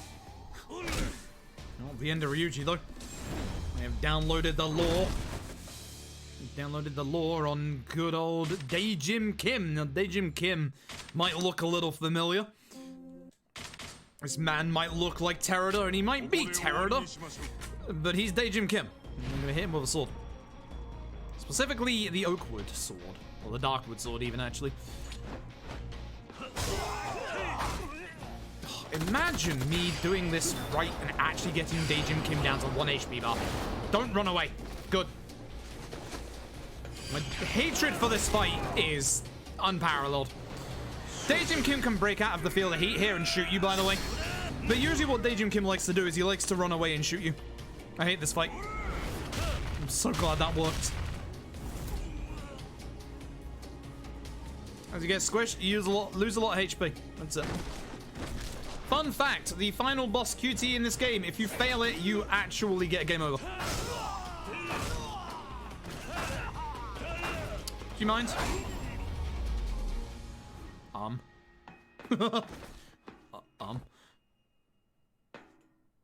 Did it? No. It's be running in a marathon. I'd have to redo this entire fight again.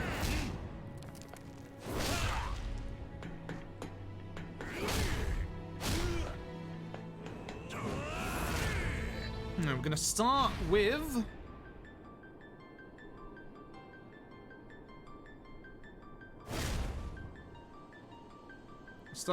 a sword. Use fresh martial sword up. Change to this sword. Heat attack. Hit Ryuji on the ground. These are multiple HP bars that we're doing damage-wise, by the way.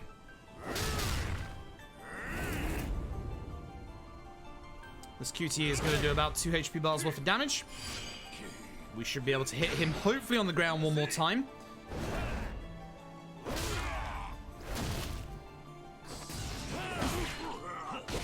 Perfect.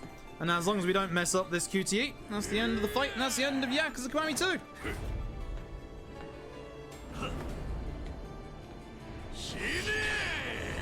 Cool.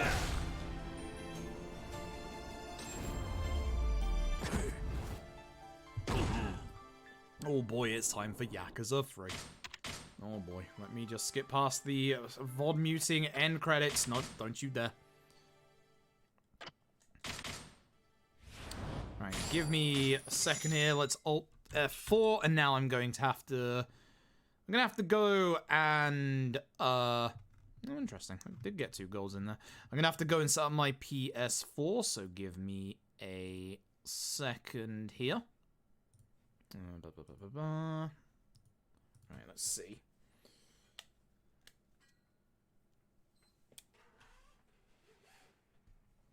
Give me just 2 seconds here. And see that it just lowered a bit. Ooh. Have to hit my actual HDMI splitter, otherwise it's not gonna work. Alright, where is it?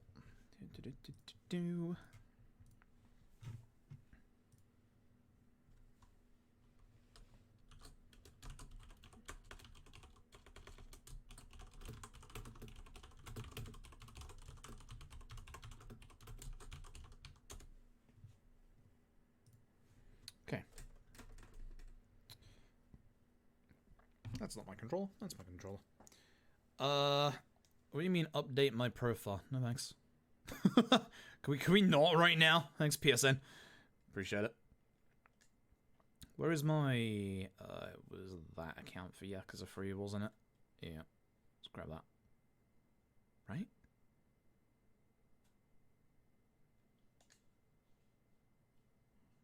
Yeah, there you go. Okay, let me throw up the capture card again. Boom. Alright, Yakuza 3. Alright, Yakuza 3. Let's do this. Yakuza 3 is a very different Yakuza run to any of the other Yakuza runs.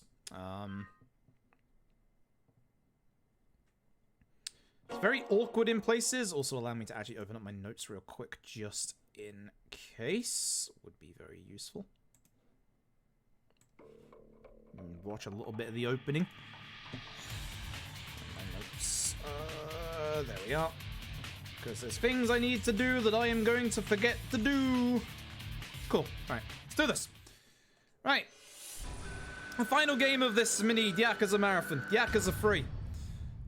On easy. Let's go.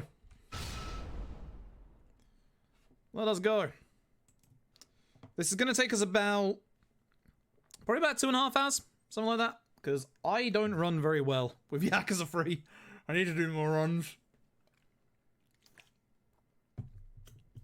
I'm like a good 15 to 20 minutes behind world record pace because I just don't do enough runs of 3, 4, or 5. And I really need to. So, this takes place, it begins 1 year after the events of Yakuza 2. Act surprised, Daigo gets shot. God damn it, Daigo. So, we're now gonna go backwards in time to the events of 1 year after the end of Yakuza 2. There's Kaoru. And yes, this is a PS3 game, by the way. That's why it looks very, very different than the last time you saw a Yakuza game. And that's the last time you'll ever see Kaoru in a Yakuza game. Genuine shame. She's off to America. Alright.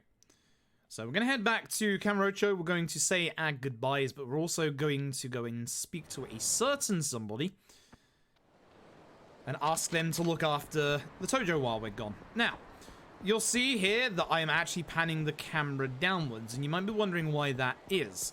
In the old, if you remember the old GTA runs on PS2, where you could change the traffic and despawn the traffic by spinning the camera, yeah, same logic here. Now notice how many civilians there are here.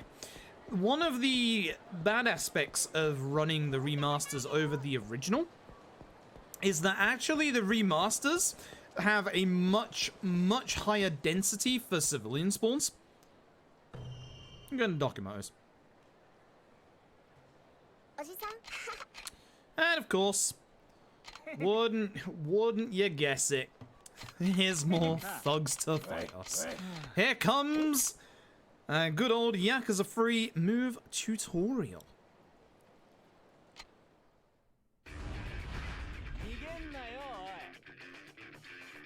That looks like I'm dropping frames again. If the stream lags, it's on my end again, I'm afraid. So, you can hit multiple people with these, but it's a little finicky at times. Shame. Come here.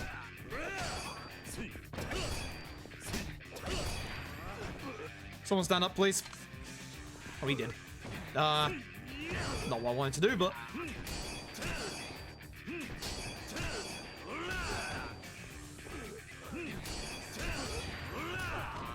Now it's weapons.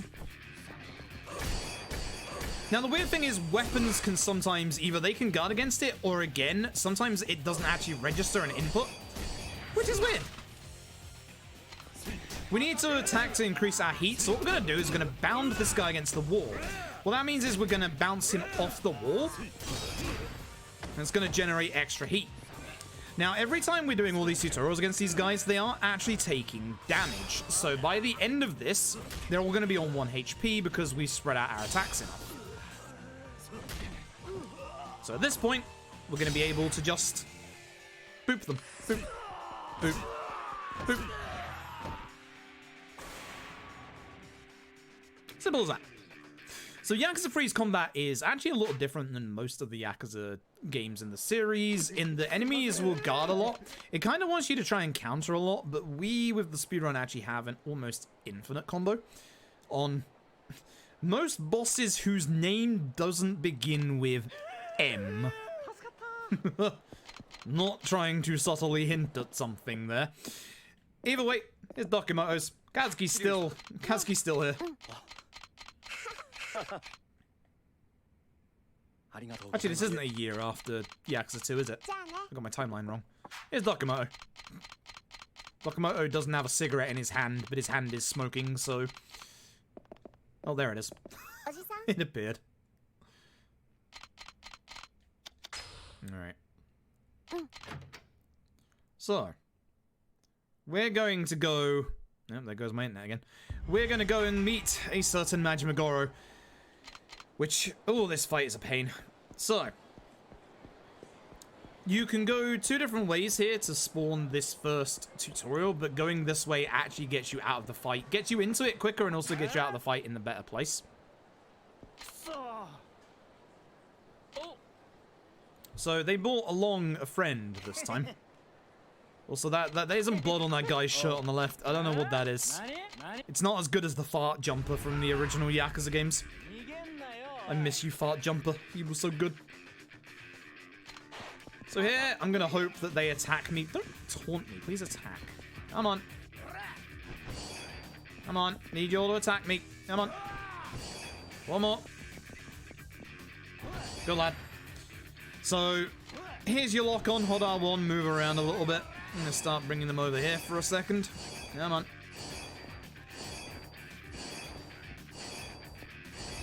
Quick step. You know, quick stepping. Off we go. I'm gonna drag them into this corner now, so they're all together. Now, just to make sure you aren't stupid, it's gonna ask you to do this again.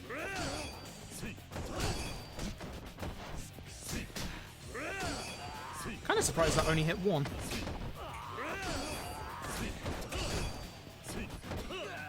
So one of the other things is you can't actually hit enemies that are on the ground in Yakuza 3. That only comes back in Yakuza 4 onwards.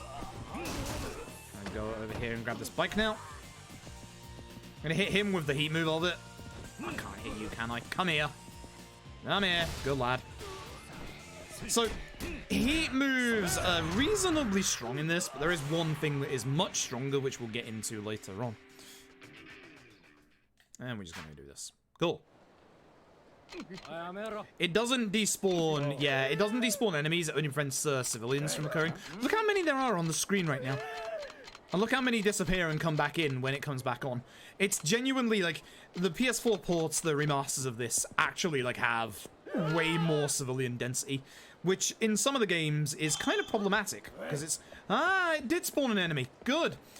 So, evil tutorial spawns in an enemy after it sometimes, like that did. Initiative gives us a bunch of healing items here because we're about to do a hard fight. Wouldn't you believe? And of course, we are going to the roof of the Millennium Tower.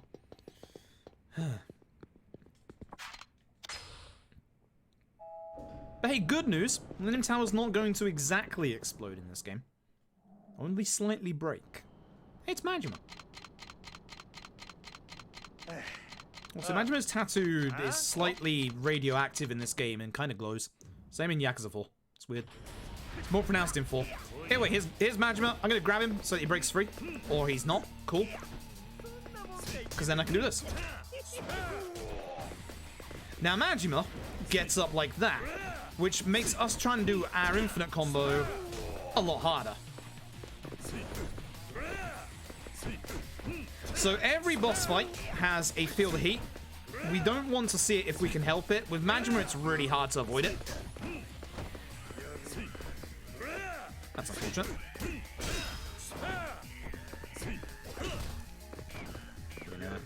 Huh. This is a very hard fight to avoid it with. Oh, that's unfortunate. I'm just going to keep attacking because I don't expect to dodge this one.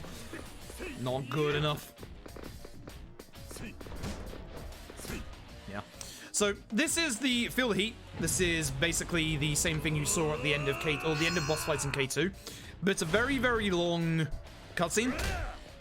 You can skip every single one. Some of them, aka every boss beginning with the letter M, is a lot harder to dodge than others. Well, that was an okay Majima. It wasn't great, but it's like it. It's better than a lot of my attempts. And the good old PS save system of having to confirm twice. Alright, so. We're now going to be a couple of years later. We're going to be going over to Okinawa, where Kiryu and Haruka are running an orphanage. Which, you know what that means? Time for character development. So, over to the beach. Right, that's where Eri is. I was thinking of Izumi in the next chapter. Oh, it is Izumi. Both of the bottom options for Izumi. Izumi's getting bullied at school because she doesn't have parents and she comes from an orphanage. So we'll go beat up the kids. It's fine. Or their parents, maybe. One of the two. And as we say, we're a family. There's 9 of us. Also, there's junk in the ocean, but ignore that. So chapter 2 is also quite a short chapter. Chapter 3 is going to be a very, very long chapter. One of the longest in the actual game. We went fishing. That's why we don't have our shirt on. So there's a bunch of Yakuza who are hanging around. The Ryudo family. They have the deed to the land. And they're kind of... They want us to get off the land. For reasons we don't yet know. And we're going to go downtown to downtown Okinawa. Downtown Ryukyu. And see our amazing floral shirt to indicate we're not in Kamurocho head busting mode. So this is downtown Ryukyu. I actually really hope this place comes back in the Dragon Engine at some point, because I would love to see this in the Dragon Engine. This place is really nice. It's really, really nice. So we're going to head over to the coin lockers. We'll be going over there again later on, but now specifically the next story part is over there. Now, Yakuza 3 has set places where enemies can spawn, but they don't necessarily always spawn there. The other part is that they also have some really nasty ones. Like, you can have an enemy spawn right there. Like, where we just walked. Which, if that happens, reset run. Here is a guy called Rikia, a member of the Ryudo. You'll be seeing him a lot in this run. We're going to try and get him in this corner. And hit him against these signs. Because that does an insane amount of damage. Pushing him the wrong way.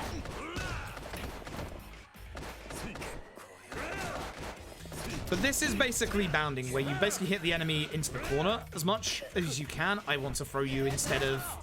I don't want to see or feel the heat. I've messed up already. Oh, come on. Rikia, stop. Whoa, I'm glitching out. Come on, in the corner. There you go. So to stop the feel the heat, I have to hit him again. Or throw him, basically.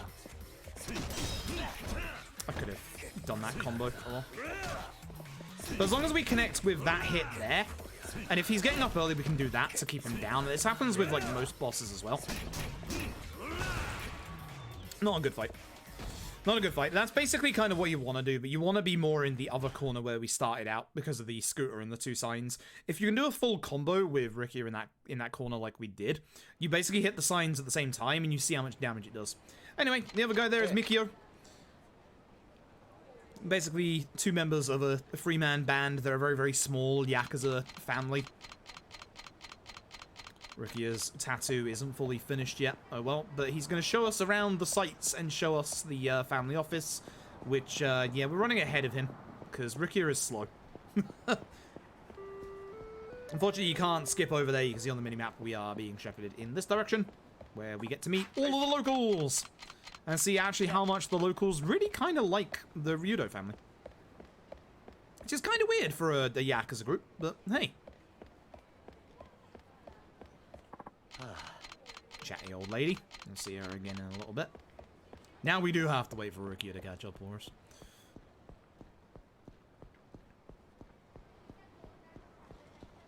Wait. And Rikia. Good lad. Right. In we go. I'm going to go meet the boss, Nakahara. This is Nakahara.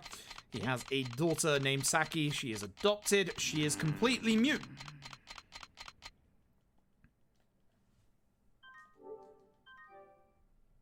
Okay. Chapter 3. Power struggle. That newscaster makes a cameo in Yakuza 5. So, Chapter 3. This is the first of our big, long chapters in the game. We are going to learn some more about the kids in the orphanage. So we're going to head into the side room and find that Shiro is also being bullied. He's not going to tell us just yet, so we're going to try and prize it out of him. We do have to do every single dialogue option here. Spin my notes down for later so I don't forget the thing that I need to remember. Lovely jubbly. So, maybe one of the other kids knows something. Do we know anybody who would rat out people? Yes, we do. It's Taichi. Taichi is our resident narc. What up, Taichi? So Taichi is going to tell us that Shiro's actually being bullied at school. We're going to phone up the teacher and say, hey, stop this. Stop this right now. And the teacher's going to come back and tell us that our kids are the devils because they're orphans. Which, that's not nice. That's not nice in the slightest. So we're going to go talk to Shiro.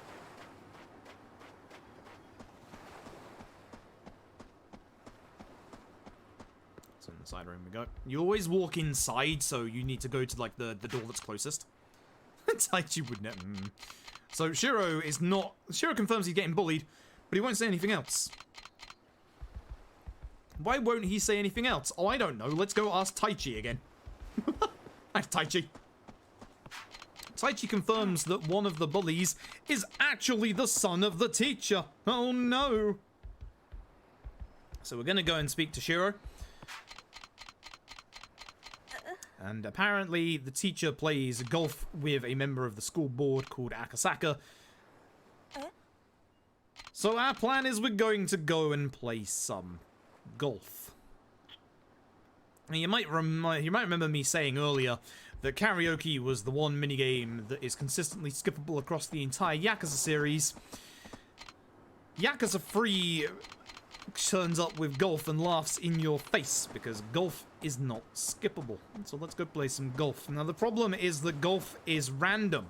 The courses are the same, but the wind is completely random. We've not found a way to make it manipulatable.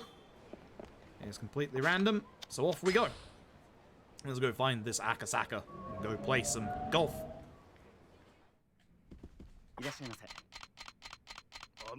There he is. Yeah, he's a regular. I'm bad at golf. I'm very, very bad at golf. So this isn't going to go well. Please have nice wind today. Nothing above 7. That's nice wind. Hey, we'll take that. We'll actually take that. I like that wind. That's good wind. So the game's going to go through the tutorial on how to golf. And then we are going to golf. So Akasaka, it doesn't matter if you win, lose, or draw here. It literally doesn't matter. Akasaka's AI is going to act the same way every single run, though, where he's going to do okay on this hole. Ooh, hello. Well, that's not good, but that'll do. Nice shot. Say nice shot. I'll take that. So he's going to get it in pretty much in par here. I don't know how to read the green very often. Oh, ooh. Not bad. I'll take that. So the less strokes that you take, obviously, the better. However, you don't want to get a hole-in-one because a hole-in-one has a really long animation to it. Don't do it. Birdie. We're winning. We're good at golf. All right. So this is a par 3. It's a hole-in-one opportunity. How bad is the wind? It's pretty good. Yeah, good wind. Oh, that's not what I want. I want that one. Where's the hole? I can't tell. Oh, it's there. I'm stupid. Right there. Sounds good. Nice shot. Not exactly a nice shot, but you know what? That'll do. How do I read this? Ah, I'm upset. We'll take it. Akasaka's going to get it in a birdie here. He does pretty well at this hole.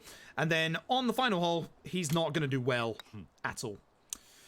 Don't say a word. Thank you. Just lining up my shot. Thanks.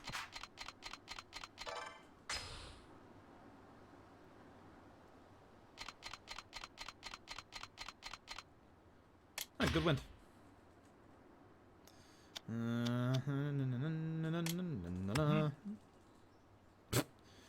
Yeah, sure. yeah, sure. So Akasaka's AI is about to break. I don't know why, but it breaks. Yeah, well, that's not bad. I'll take that. I don't know where that was going, honestly. What is he even doing? It's worse than me. How do you be worse than me? Shut up. Not a word.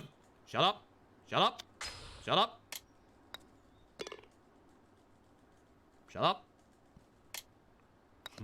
I got it in par. I win.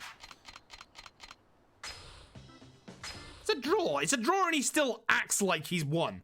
What was that nonsense? Either way, we've made friends with Akasaka, the school board.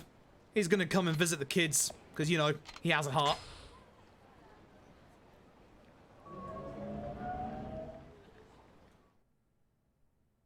I'm going to find him outside of the orphanage.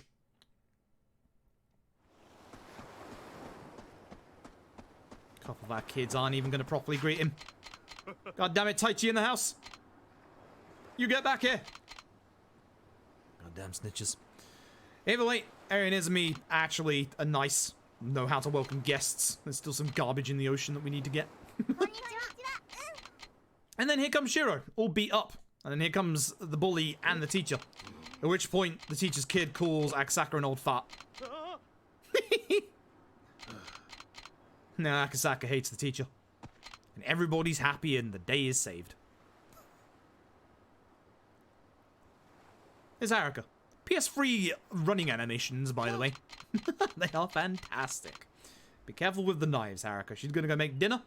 We're gonna deal with some more of the kids. In the side room, we're gonna go and see Taichi. I'm gonna go at Ayako.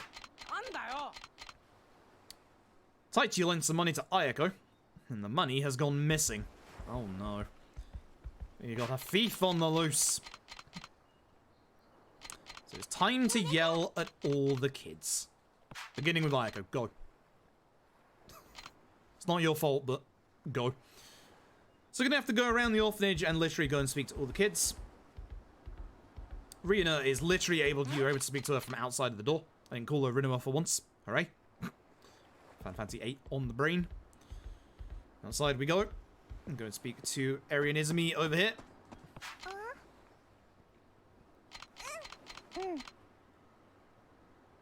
Taichi is in the road. Gosh darn it, Taichi, get out of the road. And get back in the house. That's an angry Taichi. The man needs to calm down. Over on the beach, we have Shiro, Mitsuo, and Koji.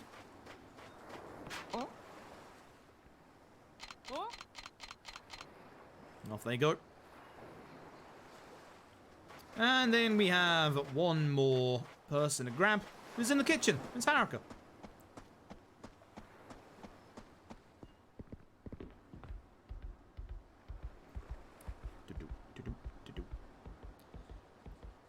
And there we go. Yes, Taichi does want to be a wrestler. Yes, he does. Wonder if his last name is Suzuki.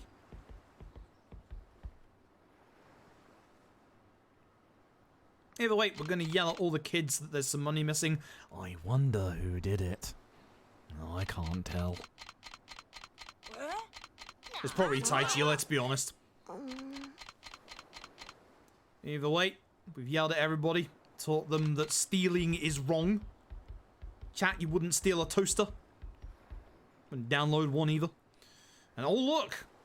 Eri is in the bag, putting money in it. Surprise! And she runs off.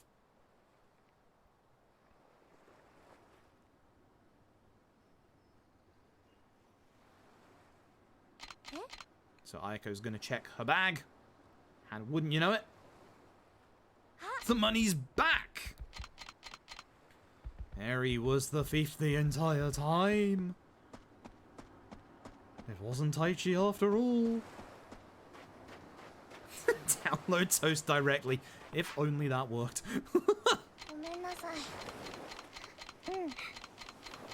So. We have a nice heart-to-heart with Eri. Everybody's happy again. We're not gonna steal anything anymore. Probably. So, we're now gonna go back and yell at the kids some more, but actually say that the money was found on the floor because we dropped it. Cough. Cough, I guess. 2 more hours, by the way, folks. 2 more hours. But the nice thing, apart from my chair breaking, excuse me, the nice thing is that we're now going to be getting on with actual story. You download pizzas, it depends what you want on your pizza. Do we get to have the conversation about what makes a pizza again? Because there's not much that happens in this run at this point. Like, let's be honest, a pizza is a sandwich, right? You've got dough, which is bread. You got fillings. Sounds like a sandwich to me. Taichi has seen the Yakuza. I guess it's story time. Thanks, Taichi. There's a Ryudo family lot are hanging around, so we're gonna have to go look for them. I mean, here we go, right? Right. if that is all right, if the definition of a pizza is that, right? Right? Then a quiche is a pizza. You cannot deny that a quiche is a pizza. Quiche absolutely makes the description of a pizza. Here's Rekia. Saki's gone missing, by the way. Yeah. But here we are talking about pizza and quiches.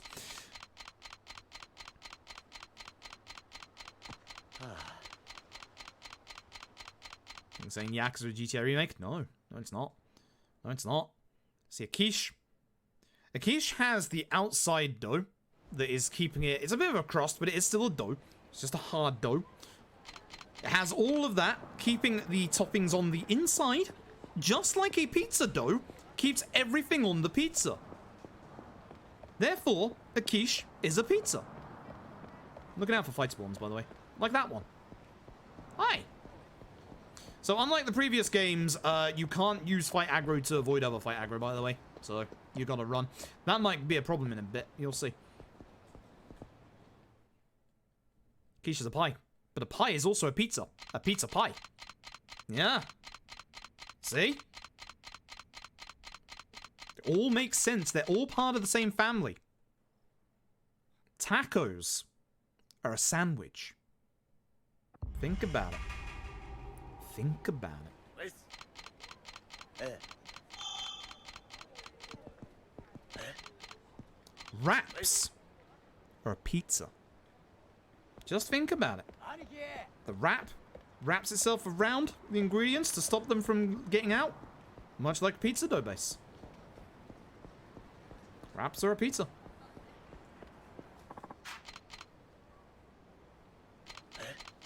Tacos are a panini. I see nothing wrong with this. Especially if you stack two tacos together, it's a double panini. And it's pretty good.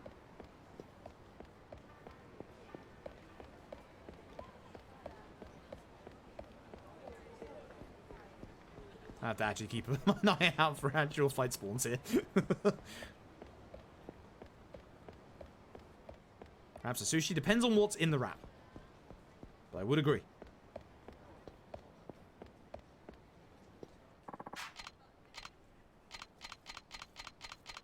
Wrap is a wrap, piece is wrap if you eat it rolled up. Nah, but they both serve the same purpose with almost the same ingredients. Therefore, a wrap is a pizza.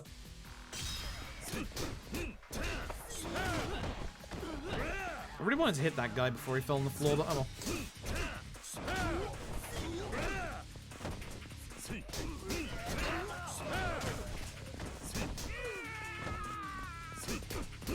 How you doing, Rekia? You don't look like you're doing good. Bad fight.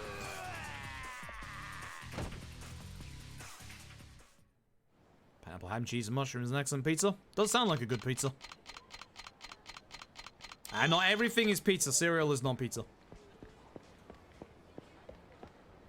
Now, if you put cereal on a pizza dough, maybe cereal would also become pizza. Think about it. Not necessarily a good one, but it would become pizza.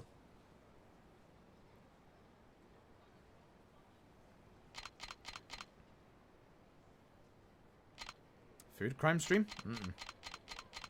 It's an ideas stream. Yes. It's just nothing much happens in this game, so it has to devolve into pizza conversation. So it can be pizza if it's in the middle of a pizza dough. Absolutely. All you do is you form basically a bowl with the pizza dough, and you put the soup in the middle.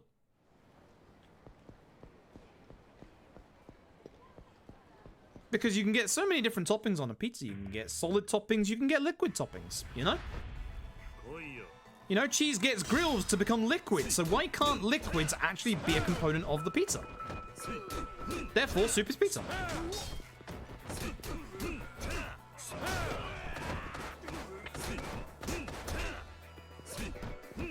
How are you not? Cool.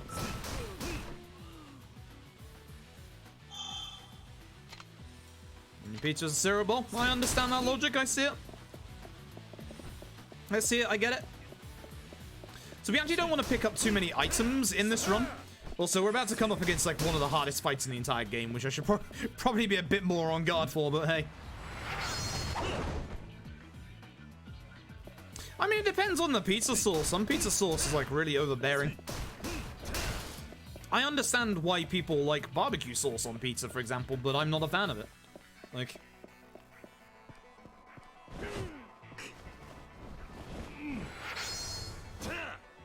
An orange juice concentrate right out of the can, washed down with saltine crackers.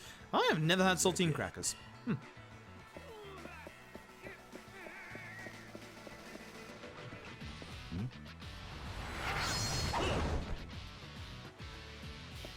Tabasco pizza is good. Yeah, Tabasco pizza is very good. Nice little bit of spice to it.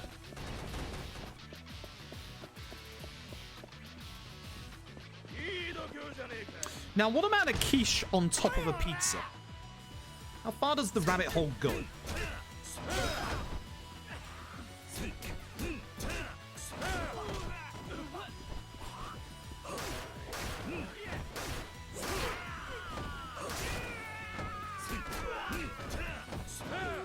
So please stand up. I can't hit you on the floor. This is Yakuza 3. As a sandwich is bread on bread. Is bread on bread. I should probably concentrate here. This is the hardest fight in the game. This is Tamashiro. Like, even casually, this guy is like kind of a wall. Here, we're going to keep him in this corner, where I'm not going to be able to hit him, apparently. Thank you.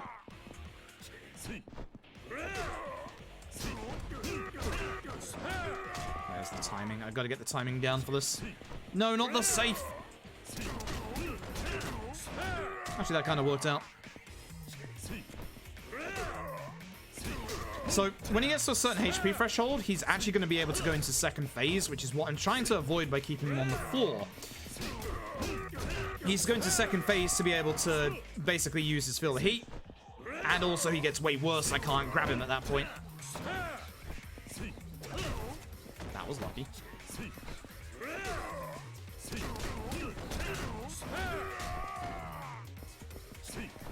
He's basically at that HP threshold now, so... No, you stay on the ground. Thank you. Oh, he wants to get up. I don't like this. Oh, he's just getting up. He doesn't care.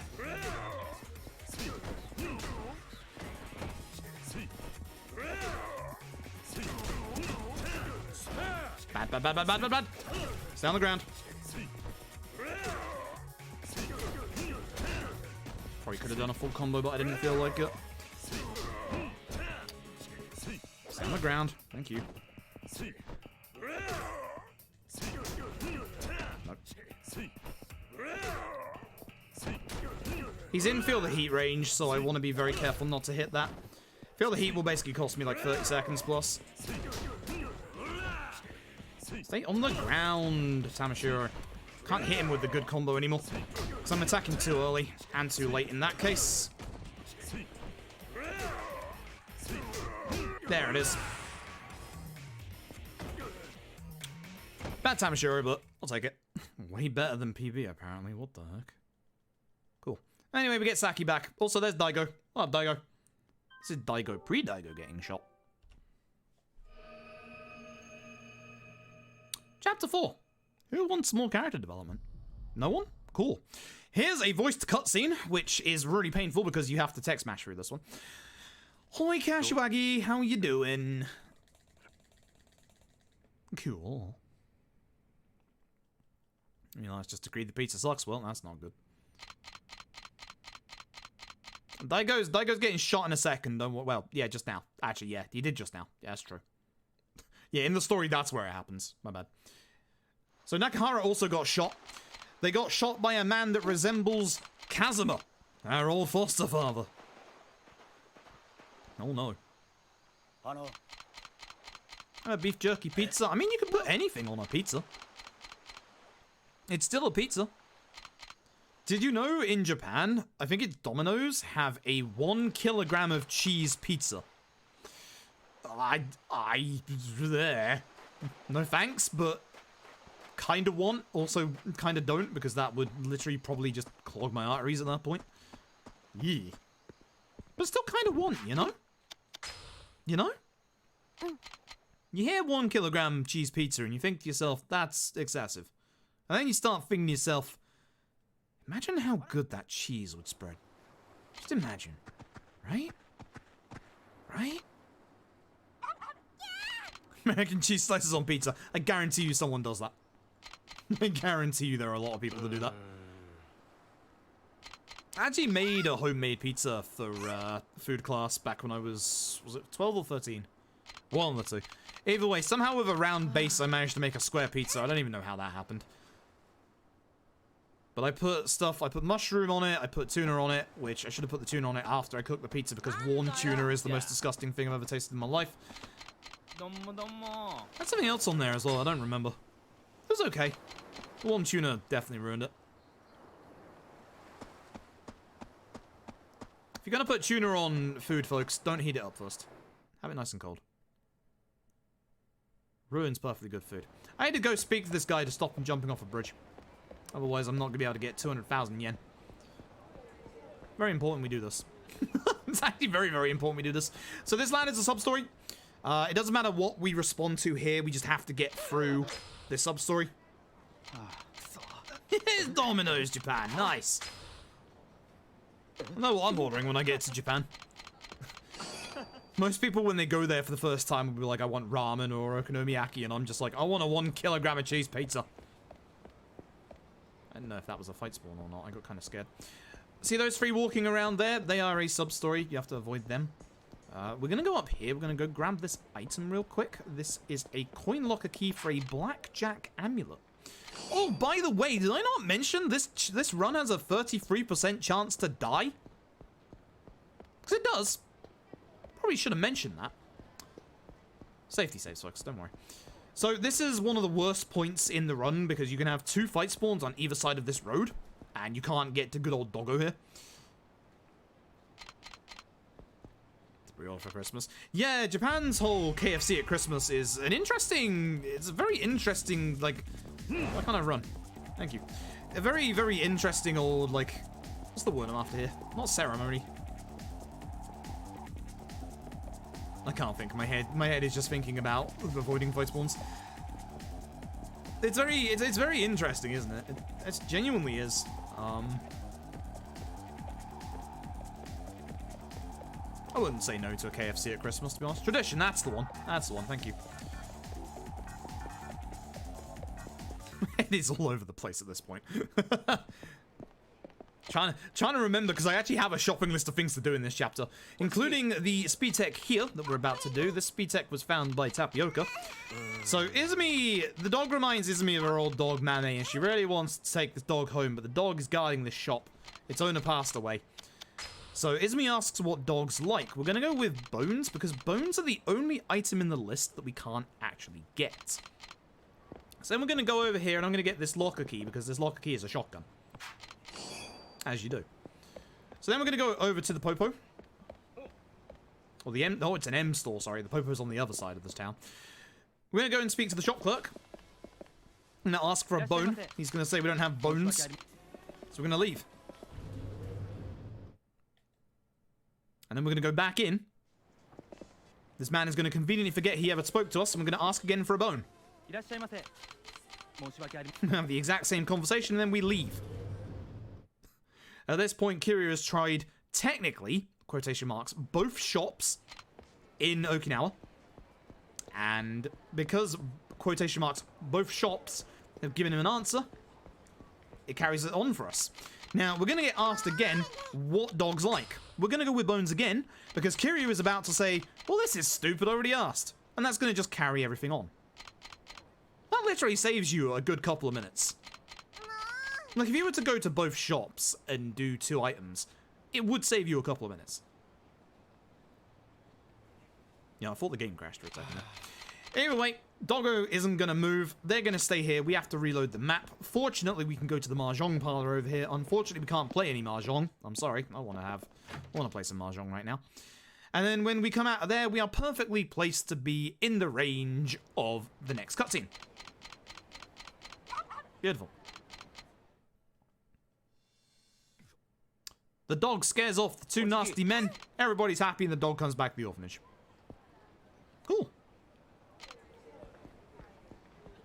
back to the orphanage. That's a fight spawn. Ooh, I don't like you. Okay, good. Wasn't one of those. There's a couple of... Okay, so fight spawns, for the most part, in Yakuza 3, they'll always get you when they look at you and run after you, much like the other Yakuza games. There's a couple of fight spawns in 3, 4, and 5 that if you walk close to them, they will just aggro onto you anyway, and you'll instantly get into a fight. Zero chance to get away. Like, it's just an automatic one. Anyway, character development round 2. Here's Mitsuo and Rihanna. Mitsuo wants to go to the cinema. Rihanna, he's got a little crush. Rihanna's like, heck no. Now, Rick here and Kiryu think that that's because it's his clothes and that he's really badly dressed. And I'd like you to look at Kiryu and Rick here and tell me that they are the epitome of fashion.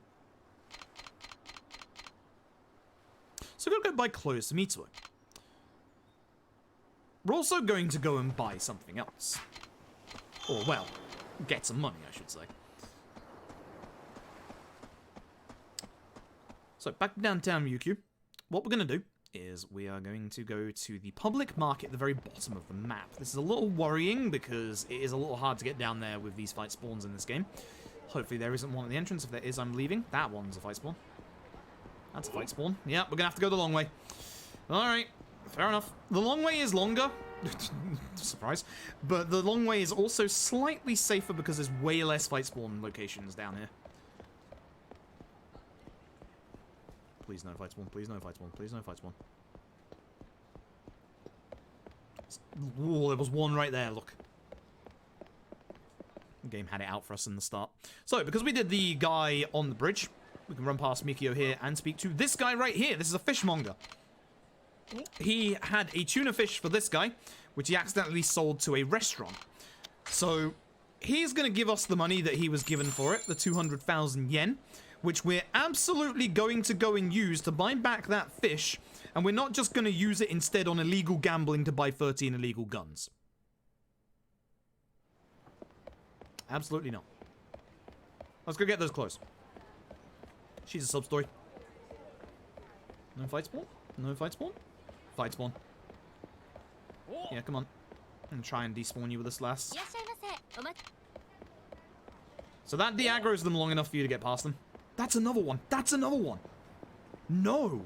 Bad Yakuza 3. Stop doubling up on fight spawns. We're going for the American flag and the 10-gallon hat. Heck yeah, we are.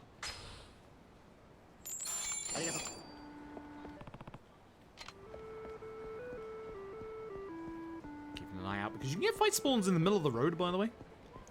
One of the nice things about the Western version of the remasters for Yakuza 3 and 4 is you can see that there are actually sub-story markers. They weren't in the original Yakuza 3 and 4. The first time that a Yakuza game had sub-story markers was actually, would you believe it, Yakuza Dead Souls. Ladies and gentlemen, please show some appreciation for the best Yakuza game, Dead Souls. Thank you. But the remasters for 3 and 4 in the West, they added the sub-story markers, which is nice.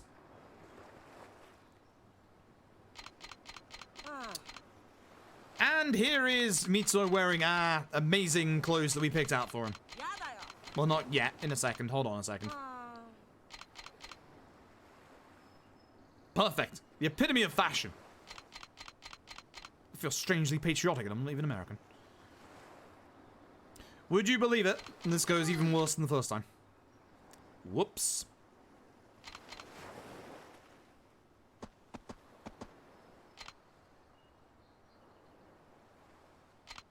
I don't know how it didn't work. Look at him. He looks amazing. Fun fact, that shirt right there is a pre-order bonus for Yakuza Dead Souls originally. Yeah. Fun fact. Believing. So Rihanna is going to be making lunch. We're going to be helping her out. And then we're going to overhear a conversation between her and Haruka where she says something completely indefensible. And then we're going to go and stalk Mitsuo. As you do. As a dotting parent, you have to stalk your kids sometimes, I guess. Once again, there's not much going on here. Would we like to talk about pizza again? Because I've got 1,000,001 pizza takes. Taichi in the house. So, Mitsuo's gone over to the coin lockers. he's kind of stalking Rihanna, and we're about to go stalk Mitsuo. Big problem. So off we go.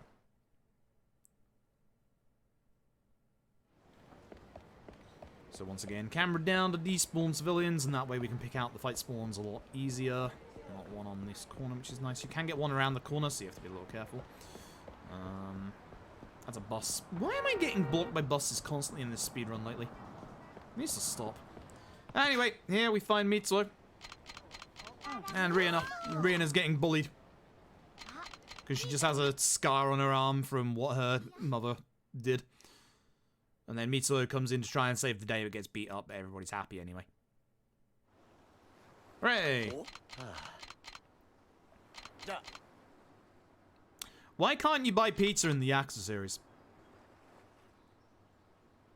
Anyway, do you remember golf? Remember how golf was unskippable? Who's up for some baseball? Heck yeah, sports ball, let's go.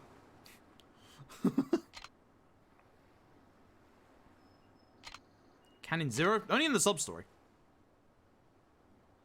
Wait, actually, does one of the eateries have it? Why can we not eat at New York Hot Dog? Like, that place has been in the Yakuza series for so long. So, in the cutscene after this one, I want you to keep an eye on Taichi's face. Taichi's face is, unfortunately, nightmare fuel. It's gonna be what I have nightmares about tonight. Oh, mammy. Yeah, just look at Taichi's face. I don't know what he's doing. What is that expression supposed to mean? Taichi, what are you doing? Anyway. Here's how to do baseball really fast. Aim at the ground and spike the ball. If you hit the ball correctly, there's a big long animation that takes like 5 to 10 seconds every time. And there are 10 balls. So as long as you spike it towards the ground like you just saw, you'll see how quickly it skips past it. So intentionally fail baseball. Not wrong, and also over here, some of the pizza companies tried doing a hamburger pizza, which was literally just a pizza with meat in the dough. It didn't work so well. It was nice, don't get me wrong, but it didn't taste like a burger. Definitely did not taste like a burger, I can tell you that right now. That was Pizza Hut, yes. I had it once and then was like, yeah, never again. Cool. It's like tiny bit of tomato, tiny bit of cheese on top, and just bake it into the stuffed crust. KNHS has approved a COVID-19 vaccine and begin vaccinations next week. Huzzah! That sucks because I have to go out today. Gosh darn it. Yo, that makes me happy. As somebody that lives in the UK, that actually makes me happy. Funnily enough, I actually left my house for the... Oh, this story. I hate this story. I left my house for the first time in 4 months yesterday because, hey, guess what? I'm somebody that doesn't need to leave my house during a bloody global pandemic. Thank you very much. Unlike some members of my family. And I had to go out because I had to get a letter from the doctors. I've been needing this letter for a while so I can apply for a very specific job that I've been trying to get for a very, very long time. And I only have until the 11th of December, which is next week, to be able to get it. And my doctors have been, they have not been happy about that, but they finally agreed to do it. Here's Hashimoto, by the way. His son is also bullying this lady's son. That's all you need to know. So, got an email last Friday. It said to me, hey, we did your letter. Yours 50 quid. Yeah, fair enough. That is a massive heck you 50 quid if I've ever seen one. But, okay, fair enough. I'll pay it. I'm happy. So I go out yesterday. Here's the thing. My beard has grown so long that it pushes the face mask up above my eyes. Not even joking. Not good. So I have to hold my mask down the entire time. So, get to the doctors. I say, hey, I'm here for my letter. And they say, okay, I'm gonna look for your letter. They looked on the system. Okay, we can see we did your letter. One problem. Don't know where it is. I mean, you don't know where it is. We don't know where it is. I walked too close to Hashimoto again. Gosh darn it. Like, what do you mean you don't know where? What do you mean you don't know where my letter is? You've done it. You can see on the system. You said, hey, letter's finished. Where's my letter? And they said to me, we don't know where the letter is. So I had to wait until the main secretary came in yesterday. Where's my letter? I don't know. I got an email yesterday saying, we're looking into this for you. So the first time that I went out of the house in literally 4 months, I didn't even need to. Feels very not good. I did very well at not leaving my house during a global pandemic, and then I did, and I didn't even have to. Oh, for the love of, get out of the way. Come on. Turn around. There you go. Good lad. Bad fight spawn. At least he acted nicely. So, Hacker's going to go shopping. She's going to tell us to look around for a little bit. Wait for it. This is going to be... She teleports. What the heck? Yep, there she goes. And that's us looking around a bit. Cool, we're done. And you discharge paperwork and you're getting out of the US Navy. Watch paperwork for 5 months. Yeah. Yeah, that sucks. That really sucks. And I need this paper before the 11th. And it is currently the 2nd. I went the wrong way. If I get into a fight spawn, it's my own fault. I was supposed to go over here and use this taxi from the other direction. That's a fight spawn. No. Thank you. I'm supposed to taxi up here. Where's the Yakuza 3 sports game? Golf and baseball. Unskippable golf and baseball. Anyway, it's time to finally go to Kamurocho. Hey, guess what? It's not finally time to go to Kamurocho. Hey. Mac! This is Mac. This is an absolutely amazing character. Mac is the teacher of your revelations. So the Yakuza... Actually, Yakuza Kinzan was the first place you got revelations, but Yakuza 3 also gives you revelations.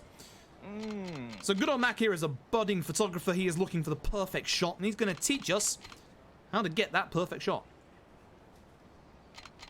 So, unlike the other Yakuza games, whose revelations are all skippable, this one isn't. Enjoy.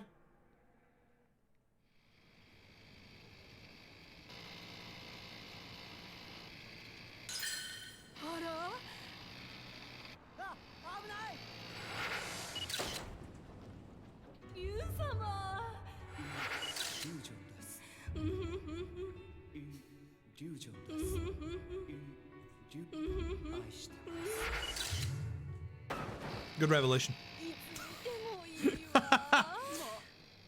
Yeah, all the revelations are like that. They're over the top. They're amazing. I kind of wish that the others weren't skippable, but hey.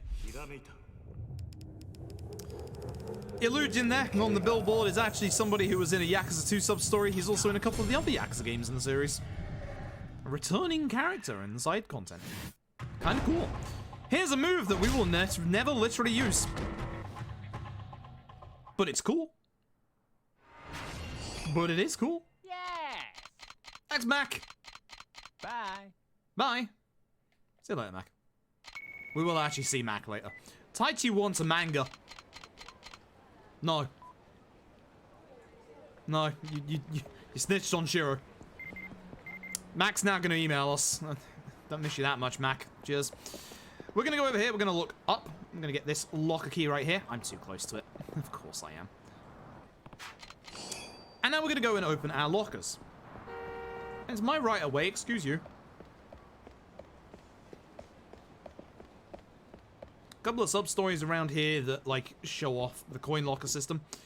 We're going to open this one, which is our expulsion. We're going to open this one that we just got, which is a double-action revolver. And then we're also going to get what we said earlier, the blackjack amulet. And with this, it's finally time. It's time to go to Kamurocho. Now, the nice thing is Haruka has bought our plane ticket this time, which would otherwise cost 30,000 yen. That's actually an important point for later on. It's a very important point for later on. Is that a fight spawn? No. Right? No. Good. Just a little worried for a second there. Sir, do you mind? I thought you were a fight spawn.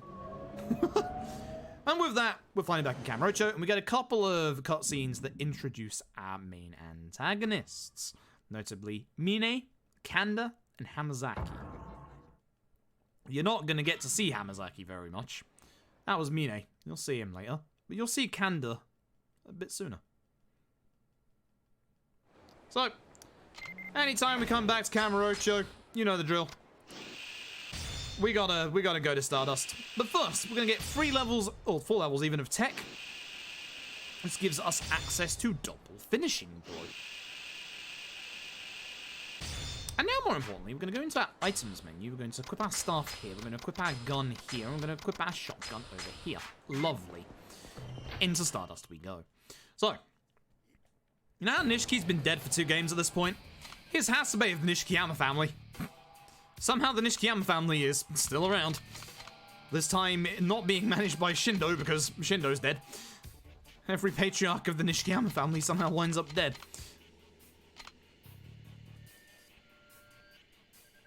So they bought in 300 million to buy Stardust, at which Kazuki and Yuya are like, heck no. So we're just gonna beat everybody up as we do. So we don't actually want to aim for Hasebe here. We're just going to take care of everybody else first. I should be using combos on Hasebe. I should be doing the quick strap for the next fight, but oh well. This is... Could you just kick him? Thank you.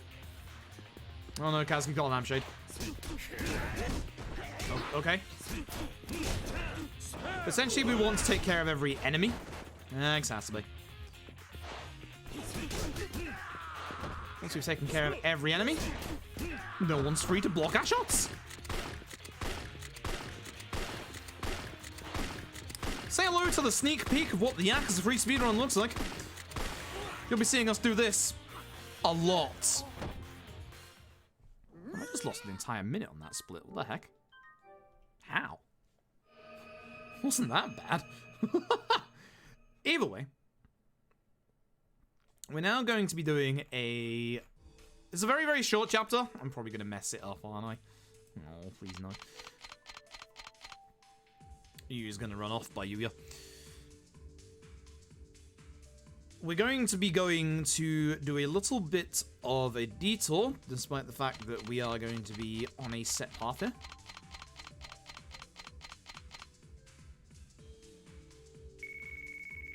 Voiced cutscene. Here comes Kashiwagi. The majority of the voiced cutscenes in this game are actually Kashiwagi. I'm upset now. There we go. So, Kashiwagi wants to see us. He says we should come to Tokyo. Surprise, we're already in Tokyo.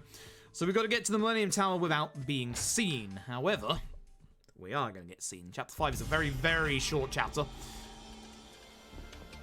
So, it might not look it, but there are police everywhere blocking the path we can take, so we can only go a certain route. When we go this certain route, though, there is one road that we can actually go down, and we're going to take it.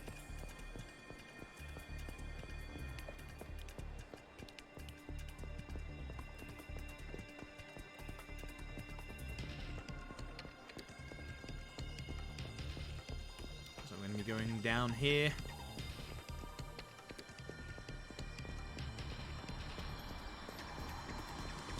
I'm going to be going into the Popo on Pink Street. I'm going to be grabbing this coin locker key. Sat conveniently between the aisles. It is a broken M1985, which is a shotgun. Because of course it is.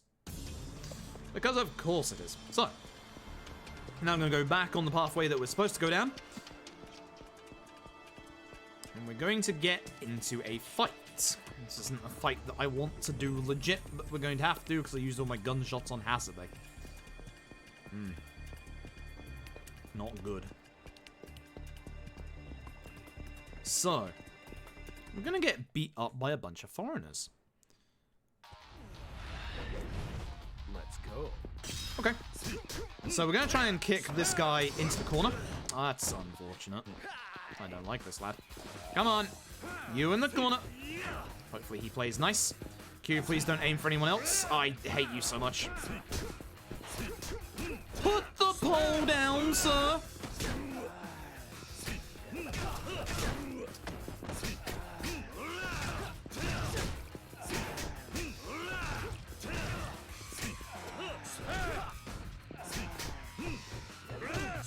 This is not how you're supposed to do this fight. But I've already messed it up, so you know. This is how we're doing the fight. Ah, he runs at you if you're too far away, which is what leads to that. Please don't hit me. I could have got him on the ground again. So again, this guy also has a field of heat. We really don't want to see it.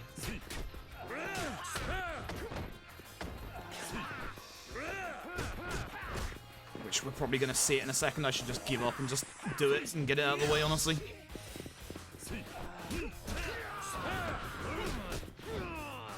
Yeah, it's fine. Bad fight. Bad fight. You don't want to see this. You definitely don't want to ever see this. Like, look how little damage this does in this whole time that we could just be damaging him. Either way, that's the end of him. Now we have one enemy left. Nice. So he took extra damage there because, again, he bounded off against the wall. Cool. Now that fight's dealt with, we're going to leave and we're going to find another mysterious foreigner who definitely isn't Mac. Hi, Mac. Kiryu with his short-term memory loss. There's 100% Mac. So, this is going to give you a tutorial for the next chase section. So this one is a little different than the one from before. Wow. What the heck? It keeps happening. So, we can't actually finish this tutorial until... We can't finish this chase section until the tutorial's over. So we're just going to hit him twice, and I'm going to hold off. I don't know why Mac's running either, but alright. Again? There we go.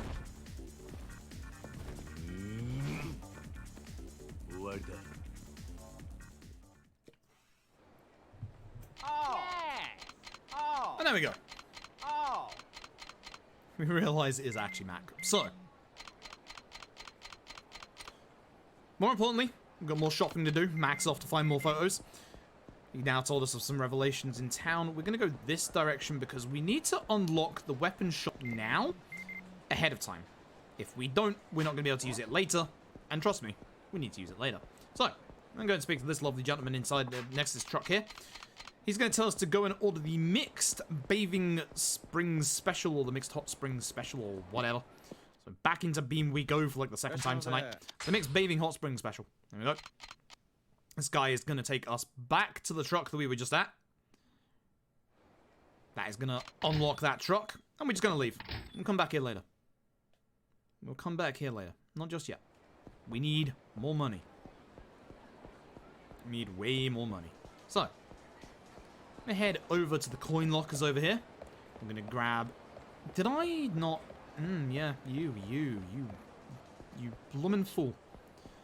You bloomin' fool, you forgot it, didn't you? You almost forgot it. You almost ran too far and forgot it. We need this locker key. Yes, there you go. Yes, you almost forgot it. You absolute fool. Knew my... It's not just Kiryu's short-term memory that's really bad, it's mine as well. Over to the coin lockers.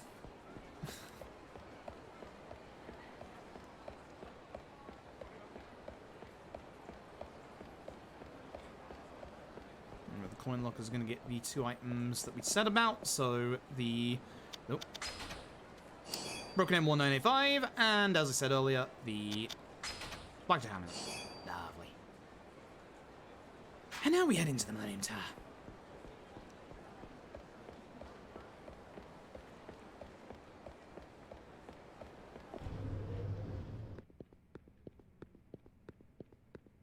We're going to go and meet with Kashiwagi, who gets into an unfortunate accident with a helicopter. Oh boy.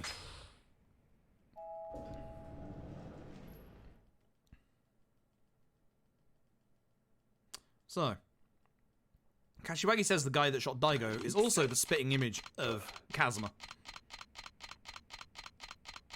So the reason why they shot Daigo is that they wanted help with the deeds to the land where we are. It's the same reason, well, it's the reason why Nakahara got shot.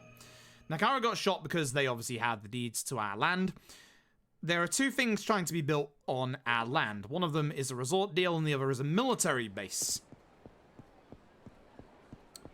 Now, we had a lovely dinner with Kashiwagi, and you can see the wine on our jacket. Now, there may or may not have been a helicopter attack on the Millennium Tower at the same time, you know, whilst we were having a lovely, nice dinner. And the police might mistake this for blood. You know, we could probably take our jacket off. We should probably just run. Definitely not suspicious in the slightest. Alright, bye. And this is one of the points where running the remaster is actually kind of painful, because of the extra civilian spawn density. If we bump into a civilian, we're going to bounce off them, and we're going to have to get rid of the police. Look at how many civilians have spawned in front of me right now. How I found that way to go through, I don't know. If you look at our mini-map, you can see how many police there are and how many are still chasing us.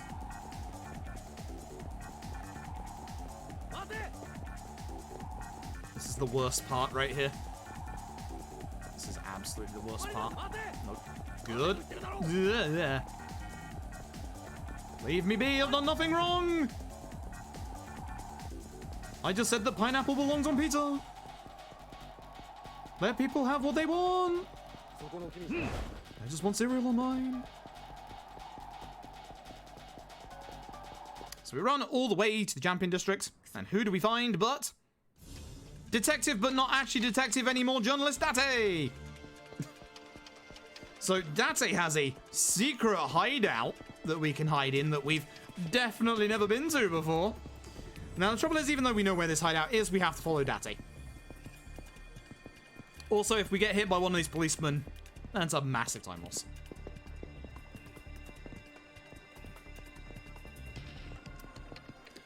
Explain to you the difference between this and Mario and Sonic in the Olympics. Mario and Sonic in the Olympics is not part of the Sega Extended Universe because Mario is in it. But Team Sonic Racing is, which includes Shenmue, which is part of the Yakuza Extended Universe, aka the Extended Sega Universe. So you can kind of push Date a bit, but you want to be careful not to push him too far. See how he's getting off track and he keeps moving? It's because I should be despawning civilians here. But I'm not. Because I forgot.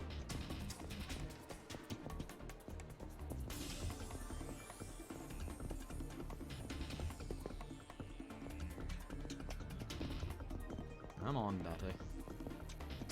We even walk faster than Date, like... I mean, you all know they announced the Yakuza Hollywood movie, right? I guarantee you the Sega Cinematic Universe has begun. Sonic and Tails are going to jump through a portal and find themselves in Kamurocho at some point. Dr. Robotnik is going to take over Kamurocho with robots.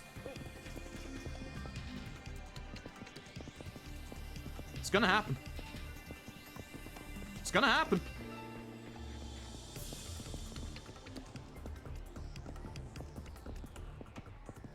You'll have Alex Kidd in Miracle World also turn up.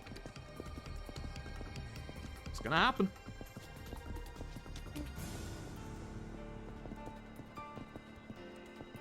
I was pushing Date close to the policeman and getting myself in trouble. It's fine. Come on. Come on, lad. Forward. Forward, not back. There you go. And for some reason he walks here when you can just run around freely. Come on. Oh, hey, look! The hideout was Serena the entire time! And Fist of the North Star also in the same universe. Technically, we don't speak about Fist of the North Star here. we don't mention that name. This is Kanda. You'll see Kanda soon. Kanda likes giving people massages. That's the official line. Here's Mine. He's our main antagonist for the game. He's actually really cool. I like him a lot.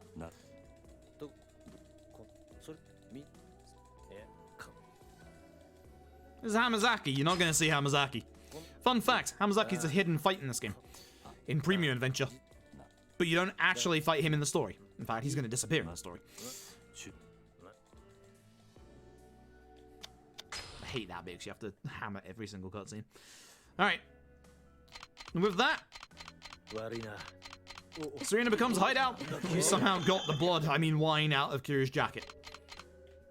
And we're off.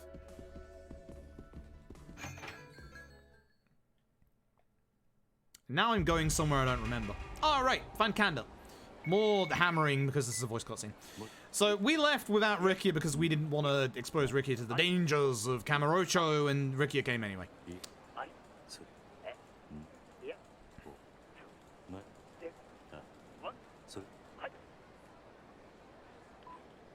So we're going to run forward. We're going to get a text from Rikia. That's a revelation right there on the left.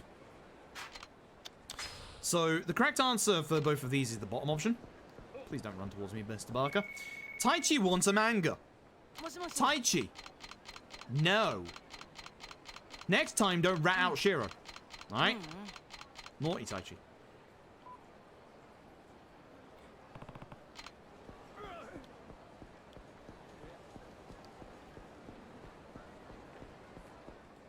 And again, the bottom option is the correct option here. I'm gonna lay a big truth bomb on how to make your pizza experience even better, right? Sunny side up egg on top. That's it. That's what you need. Sunny side up egg on top of your pizza. Trust me. Trust me on this one. It will completely enhance the experience in ways you wouldn't have believed. Anyway, we're going to go over to the M store.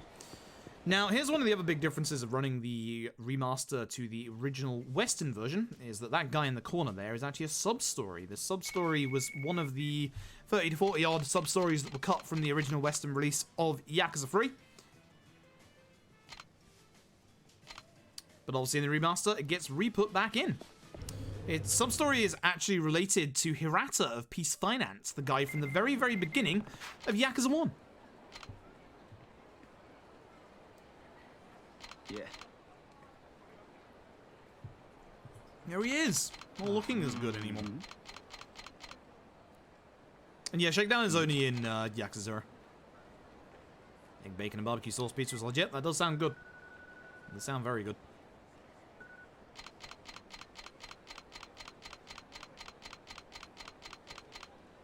Another explosion? No, it's an old one, don't worry. In this game, the Millennium Tower only gets hit with a helicopter, don't worry about it. Oh, it's already happened. Right, so we're going to go over here to find Rikia, who's helping out a lady, because Kanda wants to give her a massage. Genuinely, just a massage. No, I don't know why either, but apparently it's a hobby of his. Either way, Kanda is the patriarch of the Nishikiyama family, so for the final time, let's deal with the woman Nishikiyama family and get them out of here. Your patriarch is gone, you know. It's my fault. Y'all need to stop. Okay, you're going on this tree. Oh, okay, that's not very cool.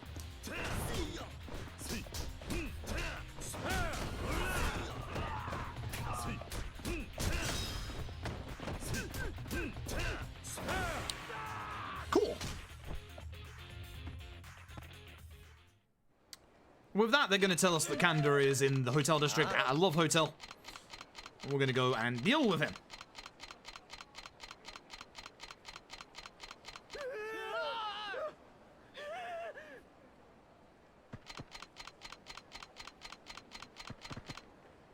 And off we go.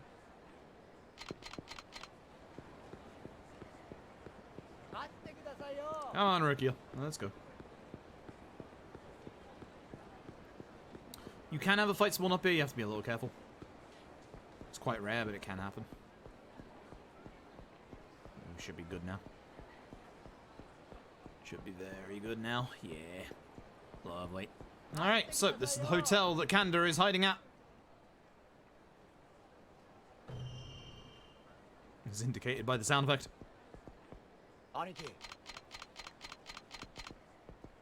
Ricky's gonna spin. Oh, he didn't spin this time. Just turn around normally. Anyway, brand new set piece. We're gonna go find Kanda.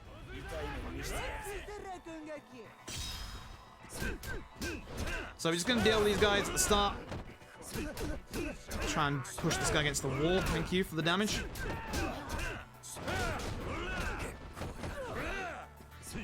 Oh, that's Ricky I'm trying to hit. Oh, you're not gone. you mind? Excuse you? Okay, so there are 4 different floors in this place for 4, 5. Wait, 4, 5, 6? Yeah, 4, 5, 6, 7. I'm right. Ignore me a second. So we're gonna start on floor 4. We're gonna go up to floor 6. To think for a second there. And we're gonna go around here to room 603. There's Kanda. He's in the same room every single time, so you don't have to worry too much. There he goes. He's going down. We're going to go around this corner, and I'm going to hit these guys to build up my heat real quick, and then I'm going to get out my staff. The staff is like the weakest weapon in the game, but right here it takes care of these guys in 1 hit. So in my book, that makes it a pretty good weapon. We're going to go down here, and we're going to go to 407, which is all the way down the end of this hallway. Well, 406. 406? 406.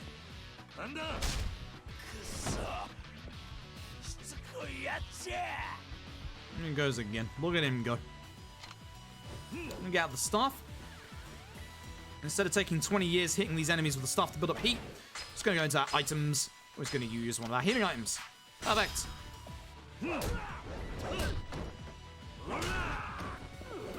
And up we go. We're now going to go all the way up to floor 7. So we're ignoring floor 5 completely.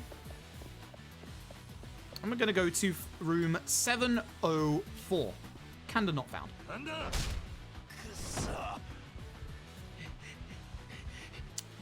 Right, here comes a easy fight to mess up. So I'm really hoping I don't. So, Kanda. Kanda's going to use his physical strength a lot in this fight. You see those things on the wall behind him? Yeah, he's going to grab those.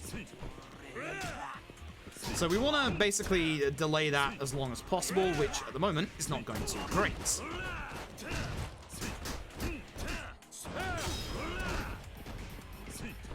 At one point, which is right here apparently, Kanda's going to stop caring and he's going to just try and run. Also, he's going to do this a lot. What? Sunshine, could you stop? I need you to stop doing that. Now he has a chair. Goodness. This is the bad part of the Kanda fight. Really? This is happening? Okay, you have to stop. Kanda! I've never had a bad Kanda fight like this. I have, but not for a while. Hey, Kanda. Oh my goodness. That's not enough damage. That is very much not enough damage. That is bad. It's actually really, really bad. So Kanda's gonna display his strength. Yeah, he's actually doing this.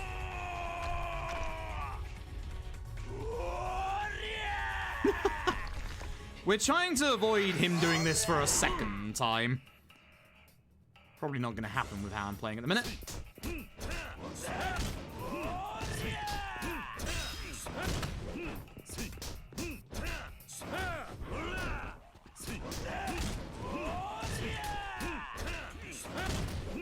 Shotgun time.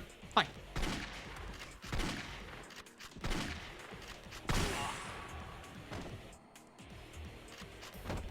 That's what I think about Kanda. That skips out on a lot of very long cutscenes. Unfortunately, using that shotgun here means I have to do a lot more work in the fight that I'm supposed to use that shotgun in, which is in the next chapter. Oh boy.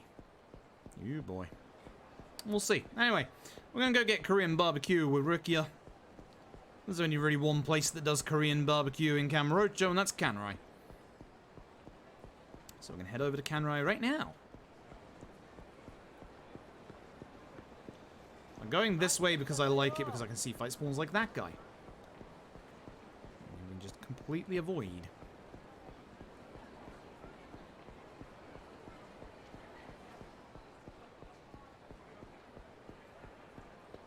Going right, doesn't matter. Lovely. Alright, so. I'm gonna get given a choice here. We're splitting the bill. This means that you don't get hit with a massive bill for Rukia. And we get to keep a lot of our money, which we need right now.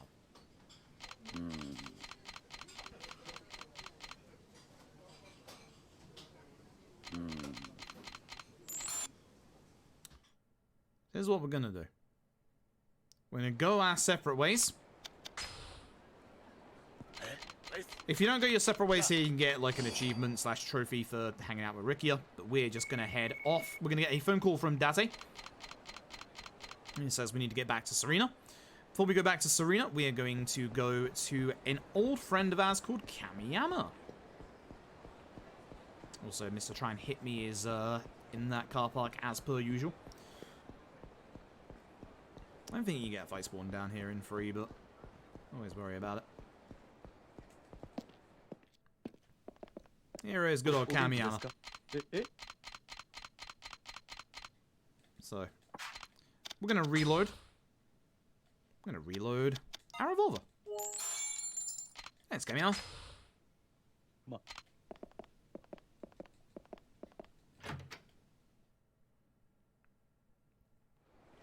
Oh, don't worry, we'll be putting that tuna money to good use. Like reloading my gun. So, as I said earlier, you'll notice that the taxi list in the older games is much smaller than the other taxi lists because you only get 3 spots and we're at one of them. So, we're now going to head over to Tenkaichi. This is a kind of dangerous way to go, not going to lie. I should probably have gone the other way. And see that there is a weird mark on the mini-map, though. Yo, no fight spawn? Hey, good stuff. Very good stuff. And as soon as we get close to Serena, there's some people shouting behind it. The guy on the left is Ibuchi of the Honest Living Association. So the game is about to introduce us to a side thing that you can do in the game, where an Honest Living Association is something that was set up by Kashiwagi to help people who had left the Yakuza get back to a good life. This is a themed restaurant. Don't question it. The Hitmen stuff in this game gives you a ton of money, but obviously we are not going to be utilizing any of that. I'm just going to be leaving, honestly.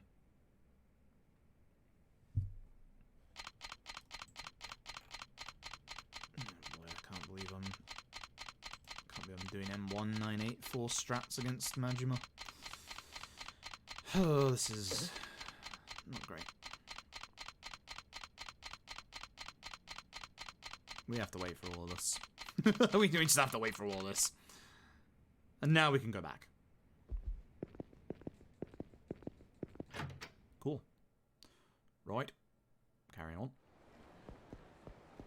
Please no fight spawn. Please no fight spawn. Hey. Please no fight spawn this way.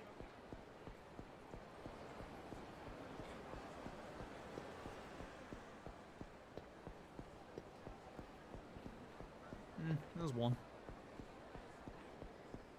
Nice. Yeah, you're a bit late there, fella. Alright. Speak to Date.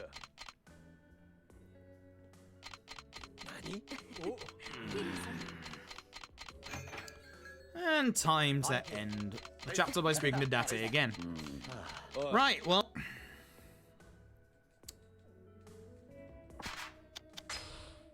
It's about time we went and had a talk with an old friend of ours.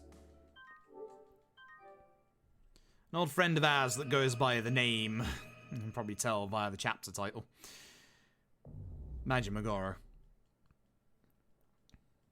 Yep. You don't fight Majima once in this game, you fight him twice.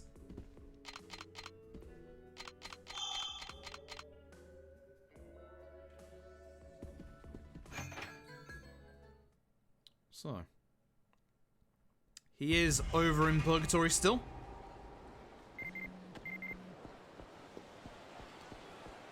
So, thankfully, there is a taxi spot over by Purgatory still.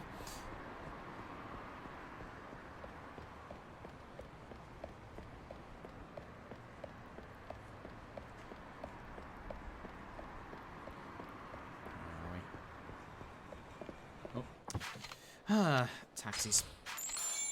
Hitboxes in this game are interesting. We got about an hour of the run left, by the way. Just as a heads up. So we're getting there. Either way, We go inside, and who meets us but Majima. Business Majima, as I like to call him here. Doesn't seem too happy about it, but you know. So we're going to try and push Majima along. Make it a bit quicker. This is the bit you have to worry about, because you can push him backwards.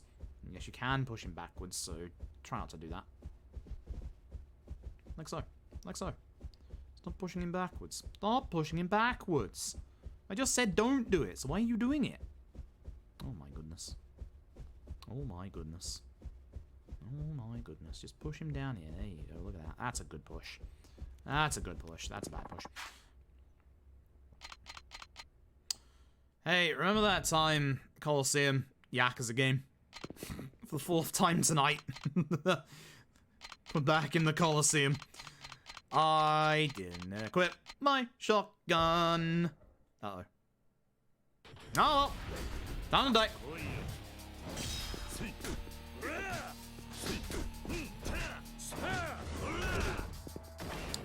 Upgrades! We're going to get our last upgrade of the run, which is Essence of Finishing. We're also going to go to our items, and I'm going to equip my new shotgun over here. Wonderful. Because we, unsurprisingly, need a shotgun. He still does the spin to get up, by the way, so you have to be a bit careful. How did I not? That's not what I wanted to do. That's fine, we can build that back up.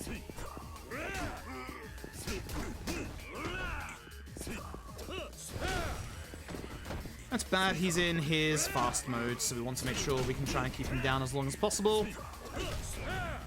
Not that. Okay, so he is now out of it. Wonderful.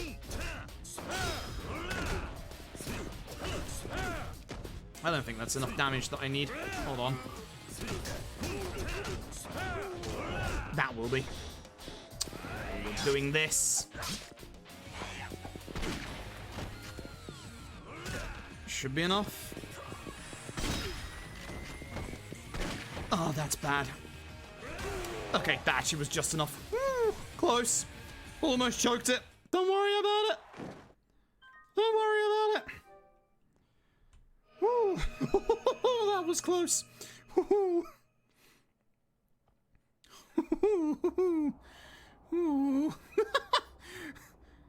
I didn't panic when I missed my heat attack. That's for sure. So, to be certain there, I needed to do 2 heat attacks, but thankfully the last one was just enough. Either way, and guess who's still living below Majima's office? It's the florist. Still doesn't know how to put on a shirt. Oh, hey! Hamazaki's meeting with a familiar-looking face. Yep, if you remember Yakuza Kiwami 1, that is indeed Lao Ka Long. Well, Ka Long is still kicking, he's still around.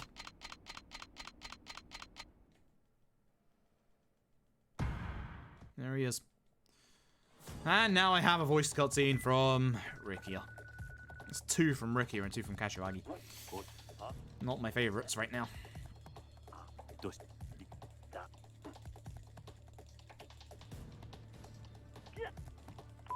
And Rikia's got taken by Lao Ka Long.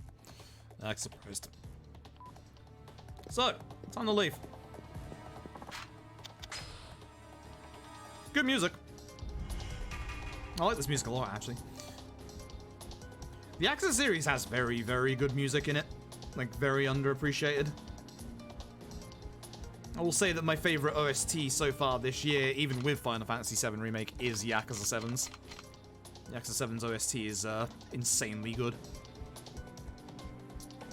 There's no reason to pan the camera down here. You can't despawn anybody. Please don't be in my way, large lad. Oh, I dislike you. Alright. Time to use the item box. Here's what we're going to do. We're going to put away pretty much every single thing we've got outside of our revolver. 2 blackjack amulets and a heat item. And for some reason, Majima's family office, which is this little porta cabin here, is now available as hideout. By the way, there's Kamurocho Hills. For some reason, they tore it all down. Yeah, I don't know why either. They weren't doing that bad with it.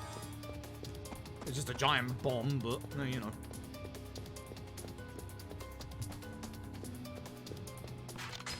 What? Forgot that was an option. Goes over, Rikia.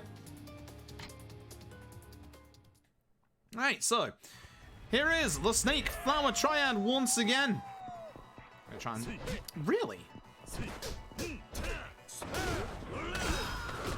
Really?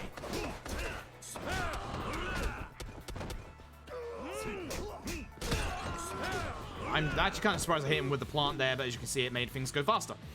Cool. 3 people died there. Only 1 person died at the Millennium Tower, and that thing's still standing. Alright, so we're gonna grab a gun off this guy on the left. Thank you very much. Now, in this next encounter, we have to take out the officer. We're gonna play Spot the Officer of the Snake Flower Triad. Try and see if you can figure out which one of these guys is actually the officer.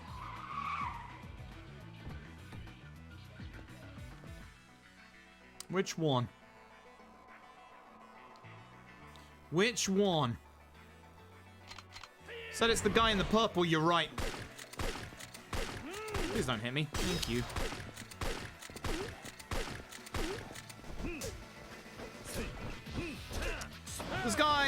There's a couple of enemies in the game that don't particularly care about being heat attacked. This guy's one of them. So we're going to attempt to not heat attack him and just attack him instead. Thankfully he did that, so I can hit him with a full combo. Beautiful! Very good.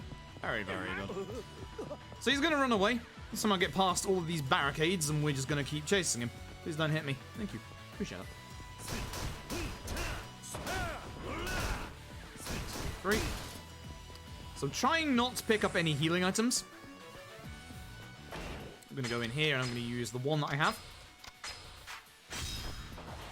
Because by doing this, he goes down very quickly.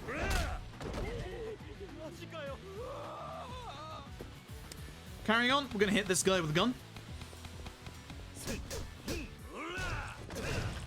And now before we take care of the guy who's blocking the way, we're actually going to take care of the guy with a gun. That way, he drops the gun and it doesn't despawn because he despawns.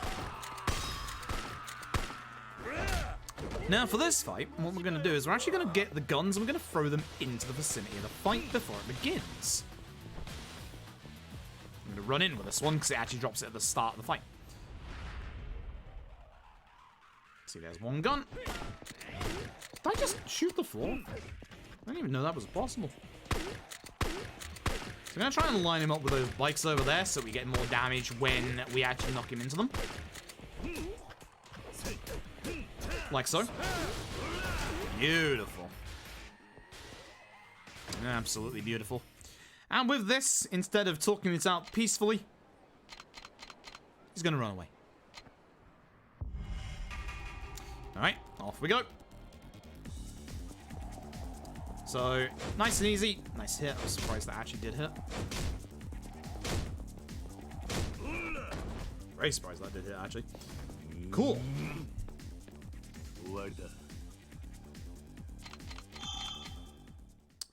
And with that, second part of the Cabaret set piece. Gonna dodge past this guy because he likes to hit me. Yes, see? There you go. There you go. I'm just gonna keep on running. This guy probably will try and hit me as well. Yep. Here, we're going to take out the guy with the gun. Because in front of this barricade is a large man with a bike. Seeing him.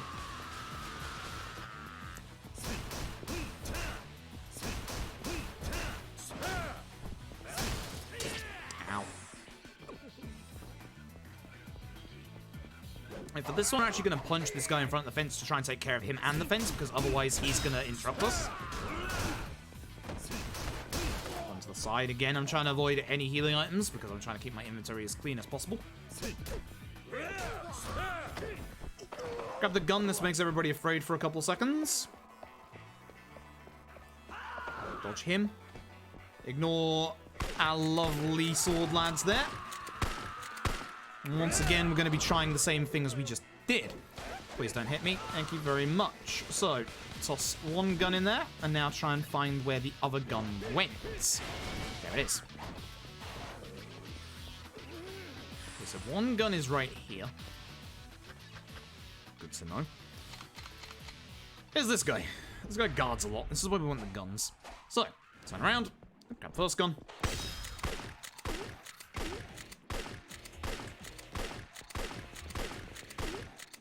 Throw the gun. Second gun. All of this does add up, you know. Kind of surprised that didn't actually dodge me all the way, but okay.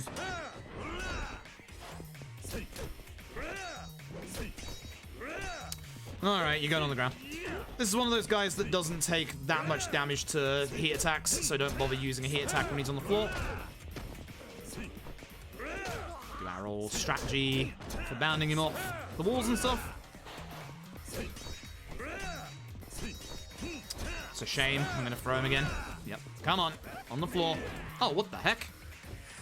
I've never seen that before. Excuse you, sir.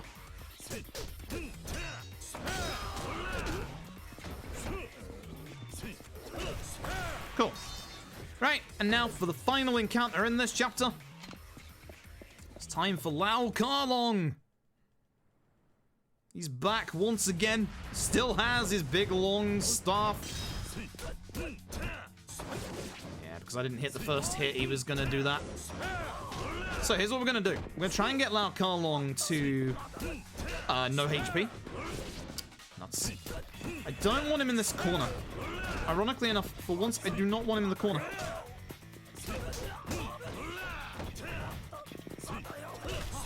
I want him in a nice open area like this. Because he actually didn't block one of those hits. That sucks. Nah, stop this. Bad luck, Karlong.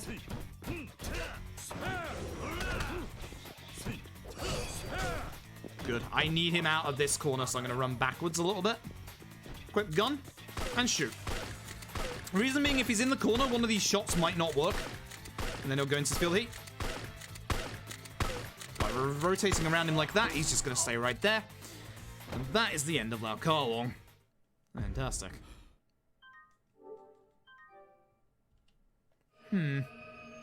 That's interesting. I'm 3 minutes ahead of PB pace. Well, I've made a mistake. We've got a problem. You see, I was supposed to make a save there. That's Mine. I'm Mine. So, remember that time that I said the run has a 33% chance to die? Yeah!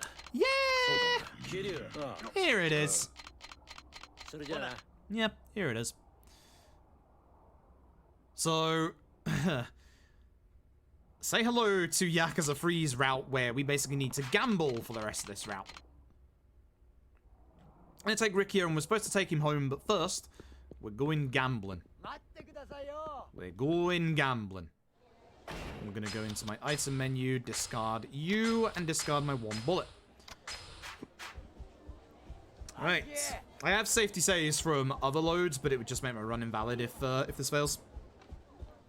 So, here's what we're going to do. We're going to go into the casino. We're going to go over here, and we're going to buy 100k of chips. And we're going to go play some high-rate blackjack. Hello there, sir. So, the 2 blackjack amulets allow you to get 5 free wins on both of them. We're going to do this. I'm going to do 5 bets at maximum wager. So that's 5 wins. On the 6th one and onwards, you get a chance to be able to do high-stakes gambling. We do not want to see it on the 6th or anything after the 10th. This is the 3rd.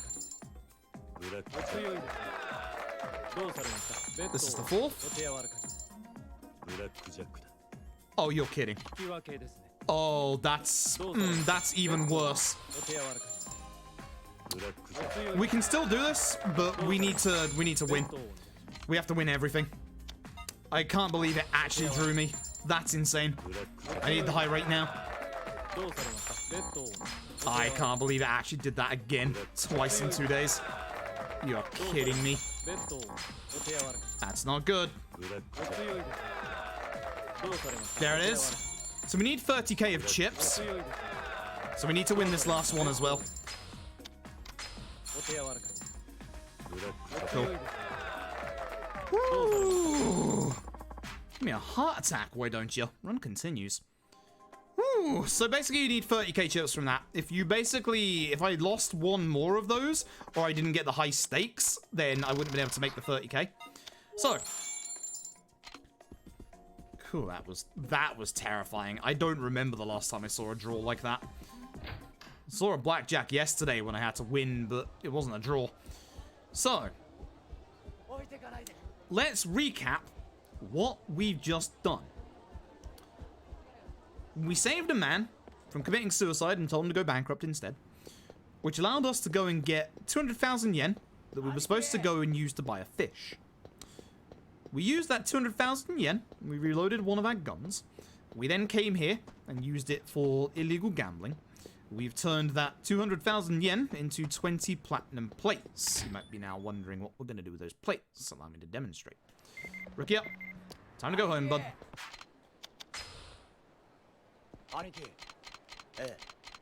Time to go home, bud. But here's a voice cutscene from Tamiya, the Minister of Defense.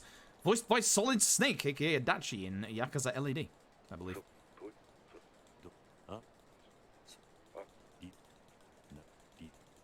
This is a long voice cutscene. My hand hurts, please stop. Cool. PB pace, I'm 3 minutes ahead of PB pace.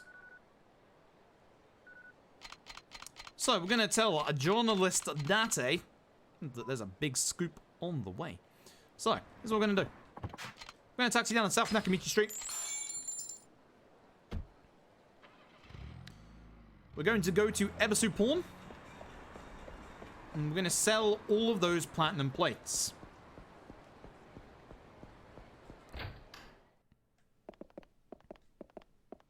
I'm supposed to go the other way because there's a bloomin' locker key on the floor that way. Selling all 20 of those platinum plates gets us 3 million yen. We have turned the 200k for the tuna into 3 million yen. So, let us go. Yeah, because the free marathon PB. Yeah, it is classic me, isn't it? It's a revelation on the right there.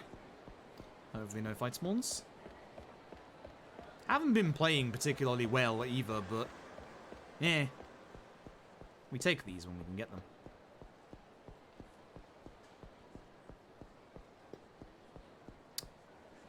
Here is Date.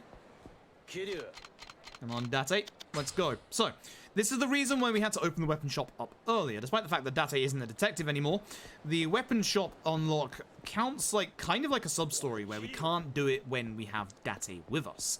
And Date doesn't want us to open the weapon shop, but Date certainly doesn't mind us going in and buying illegal guns with him there. That man's laughing at the menu. Fight spawn on the right. Just spawned in. Just saw that. And ahead of us. Terrifying. We're going to speak to this man in a second. Once again, we need to go and spend this money. It's very, very, very important. That's fight spawn. Goodness. Alright. And in we go. Hello, sir. I'm here to buy 13 of your finest illegal guns. Thank you very much. Heck yeah.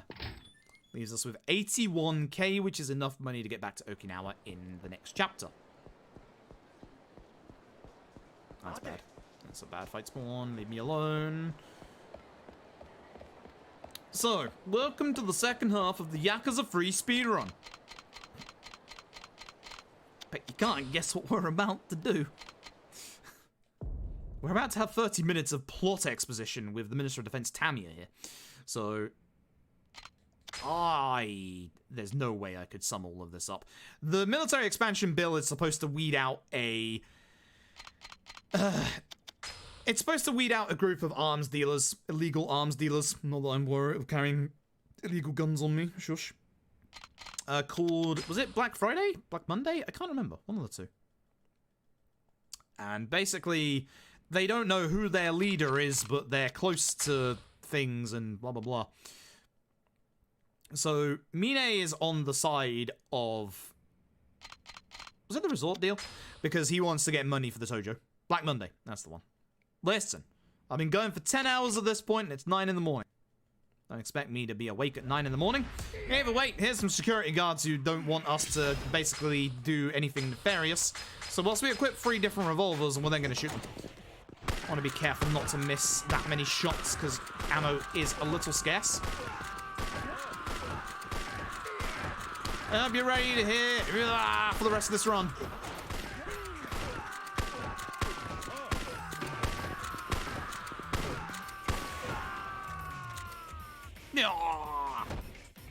This is literally the rest of this run.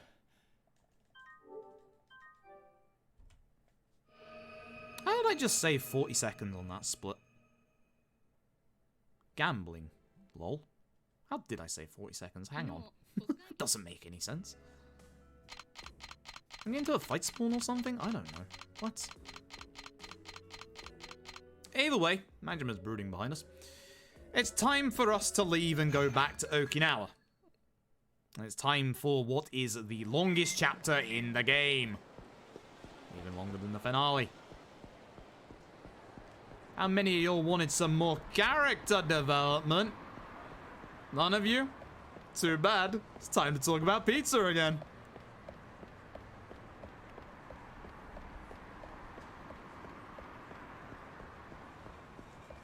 Excuse me, taxi, please, thank you.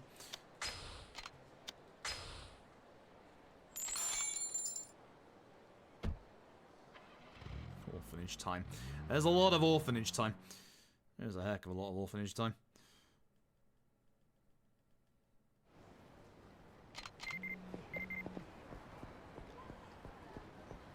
So you can make a dream pizza with whatever toppings you wanted. What would you put on it? Like, ignore what the taste would be like. Like, just, if you could create a pizza that tasted amazing, what would you put on top? Like, what would you want to put on top? You know, would you be a rebel and put some chocolate on top of there, for example? Have a nice sweet pizza, some chocolate and pineapple? Think about it. Think about it. Nakara's out of the hospital. Looking a little worse for wear considering he got shot.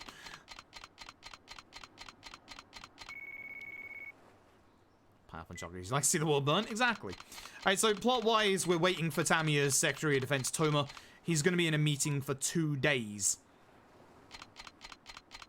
It's a long meeting. So it's time for character development. It's also time for Taichi to go and try and kill Mitsuo via wrestling. We always knew Taichi was a nefarious, no good fella.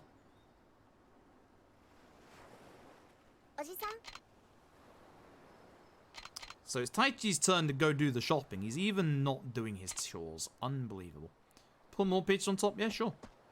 Why not? So Taichi's trying to wrestle Mitsuo, and Mitsuo really doesn't want to wrestle Taichi. We're yelling at Taichi to go do the shopping. With that, we're gonna leave.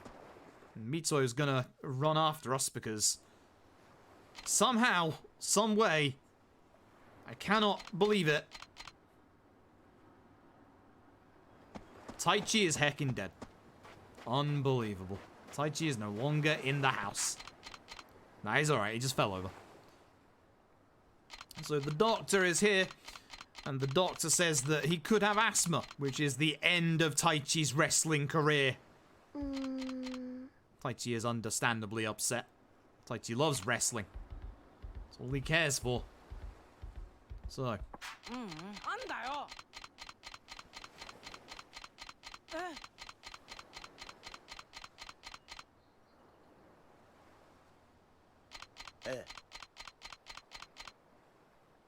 Rikia has an idea of how to cheer Taichi up. We're going to put on a professional, definitely not staged like real fake wrestling match. But we need to go here, walk one step, and get a text. And then we have to go back. Look at that double text sound. Oh. This is one of the worst parts in the run. We have to do a specific set of moves in a specific order. Now, the unfortunate thing about this is that our opponent, the Rikia Mask, he doesn't like to play along. So. Hi, Rikia. It's Ricky Mask versus Dragon Mask. So we're gonna have to start with doing 2 throws against Ricky Mask.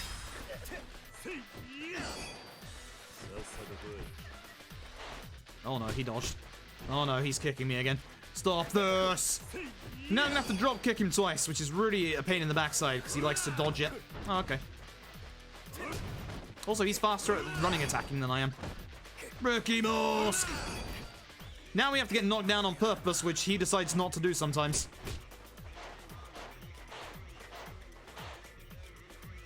Please. Please! Dude. I hate this. That doesn't count, by the way. This is ridiculous. That is actually ridiculous. One more drop kick for the fans. By the way, if he guards it, it doesn't count either. This is the worst Ricky Mask I've seen in years. What is happening? This is supposed to be over 30 seconds ago. Now we heat attack him, but if you're too far away, it doesn't work. And if he's running, it doesn't work. And if he's attacking, it doesn't work. If he's dodging, it doesn't work. And that PB lead, 3.5 minutes, all gone. It's because Ricky Mask decides to just jump around like an idiot. I hate this bit. Like, how long? It took him like 30 seconds to knock me to the ground, and even then, it wasn't the one that counts. Also, Taichi's not got asthma, he's just allergic to buckwheat noodles. And he also just bodied Rikia, so... yeah. Now it's time for some Haruka development, because in this game, Haruka doesn't get kidnapped at all. So... we should go and spy on Haruka. Let's go spy on Haruka. Taichi is back in the house, he's grounded. It was his idea that just cost us all that time. That is literally the worst Ricky Mask I've actually seen in a very, very, very long time. How is that fair?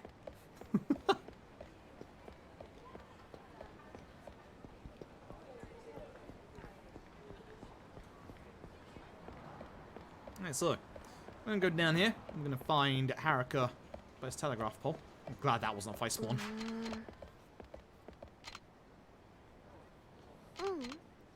So she is looking at a help wanted poster that seems very suspicious. So we're gonna go and look and see what she's up to. This is more filler, by the way. I'd rather do Koi Koi. This guy in the middle of the street is a revelation. That sub-story is still walking around, by the way. I thought that was a fight spawn, my god. Be very careful of it walking around. Marston K1 changed your mind? No, she was. She knew what soap plans were. These weird individuals gave her an envelope. Now she's running away. This don't look good. There's the sub-story. Right there. Wow, that's rude. Can't say things like that. Right, so, hopefully no fight spawn down here, because I kind of need to save all the time I can. Thanks to game shenanigans.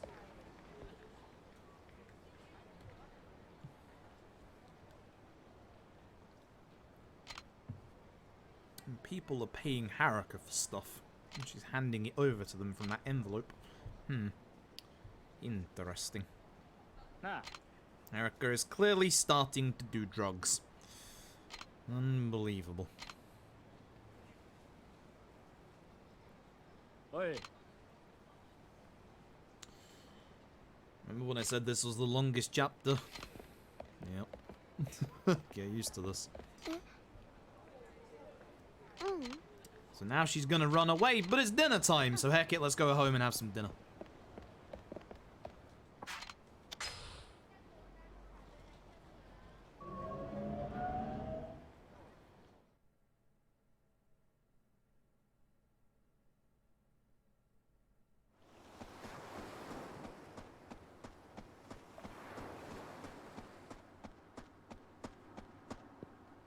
And here we go. So dinner is a very expensive looking hot pot. 2 of them, in fact. Where did she get the money for that? She's gonna go out to town at the dead of night, at which point we're like, no you're not. And she's like, yeah I am. She's in that rebellious phase. Oh dear. So off we go. I'll buy his pizza. Yes. Absolutely. I don't see why not. So we're going to go head up to the north part of Hatamachi. She's going to be in that corner again where we first saw her.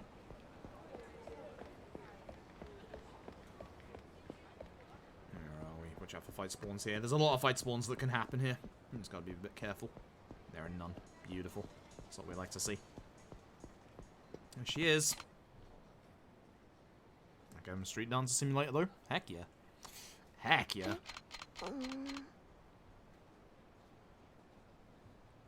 So, we're gonna be waiting here a little while until we can catch these two in the act.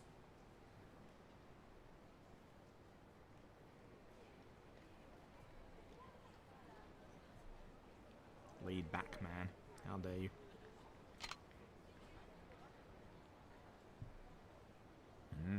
They're up to no good. Uh-oh. Policeman! Scatter! Never mind. Envelope's pizza. They keep the contents inside, so I suppose if you put tomato sauce and cheese and stuff inside, then... yeah. Envelopes of pizza. I can't see any downside in the logic. Wait and see.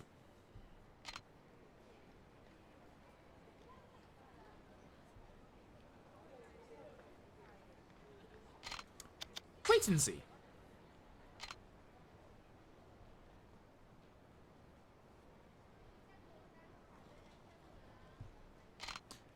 Wait and see.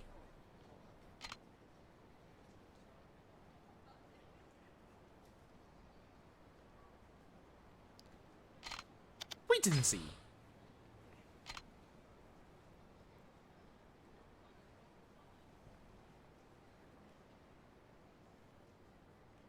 Time to go punch dudes.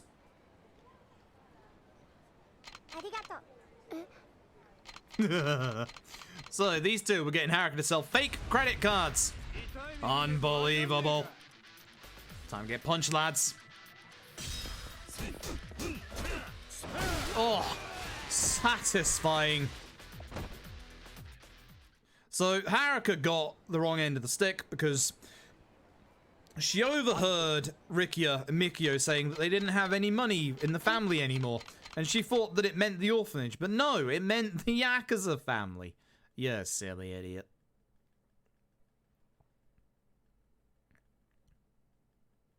And with that, it's back to the story, right? Yeah. No. No, it's not. No, it's not. Toma is still in his meeting.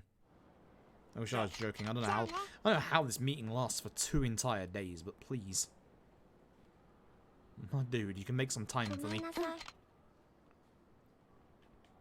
And so off we go. Once again. These no fight spawns.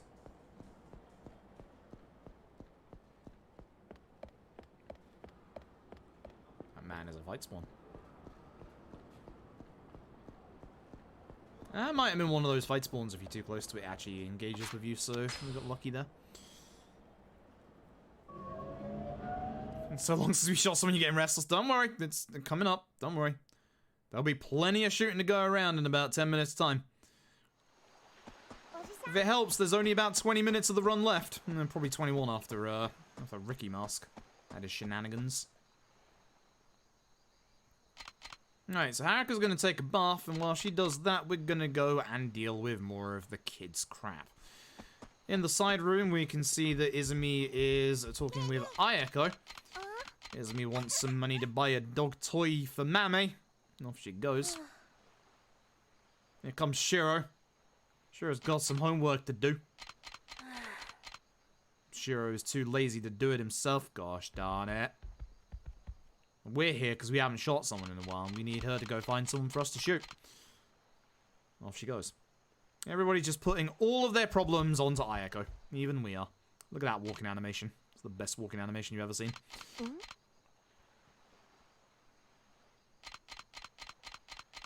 Might have to buy some time. I can do that. These games have karaoke. I'm fairly certain we can get some karaoke out of this.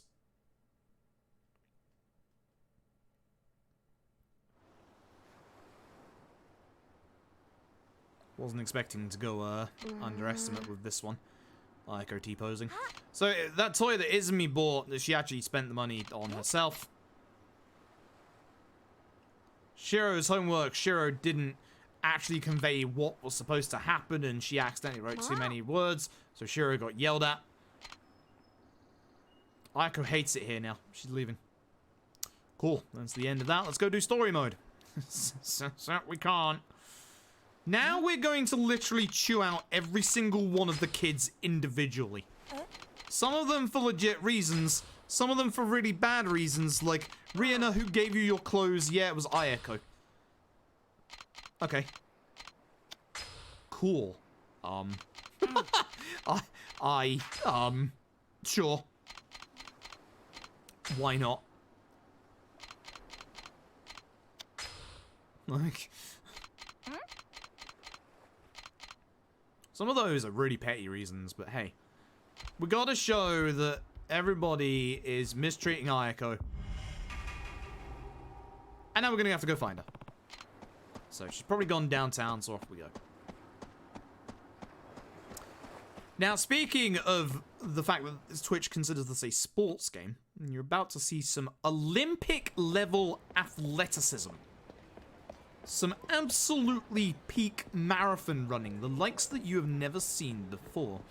If you're wondering at home why you've never been able to run a marathon, it's because your form and technique are terrible. That's a fight spawn. That's terrible. I have to go this way. Why didn't I taxi here again? I said that yesterday. Oh, lady. So, I want you to witness what peak athleticism looks like.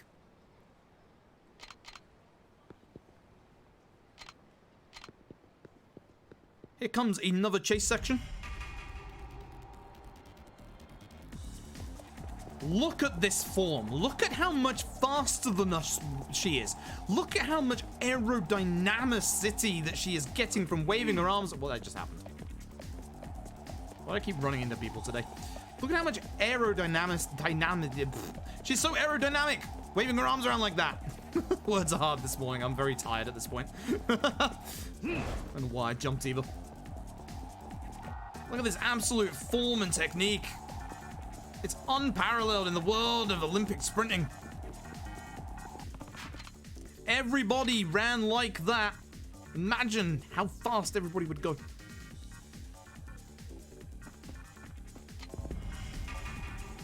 Here she goes again.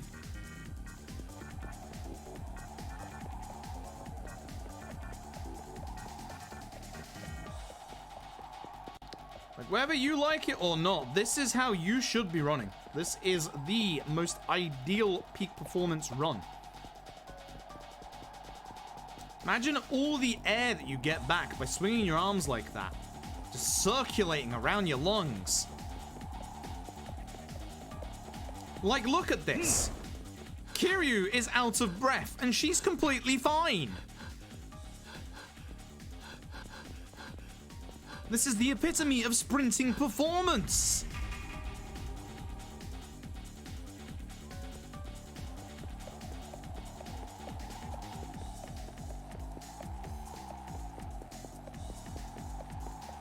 This is a gold medalist in the making, folks.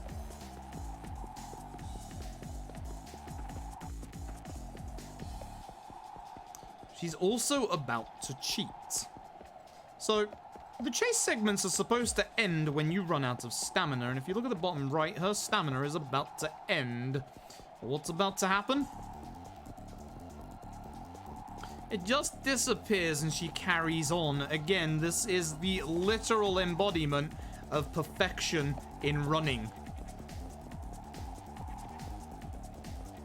You cannot get better than this. She is transcending the limits of her own stamina.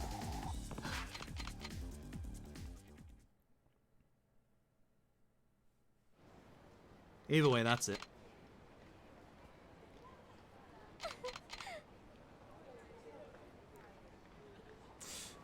I got some... We're gonna go back to the orphanage. Everybody's gonna welcome Ayako back and say that they're sorry for, you know, not giving her a bit more respect and for dumping everything on her. I got some good news. I've got some real good news. We're about to get a phone call.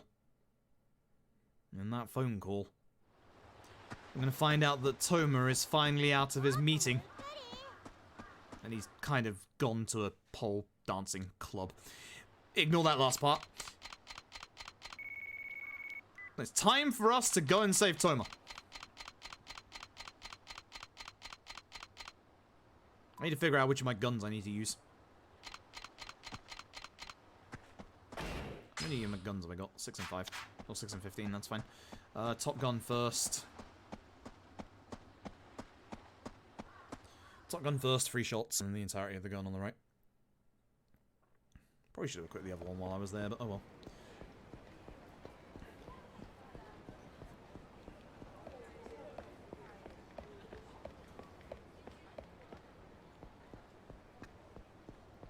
That's fight spawn over there. There's the sub-story.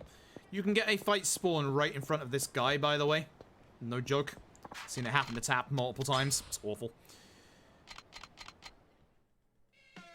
And here we go. Here is the Kazama lookalike. This is Joji Kazama, his brother in the CIA. Yes, it's a stupid plot twist.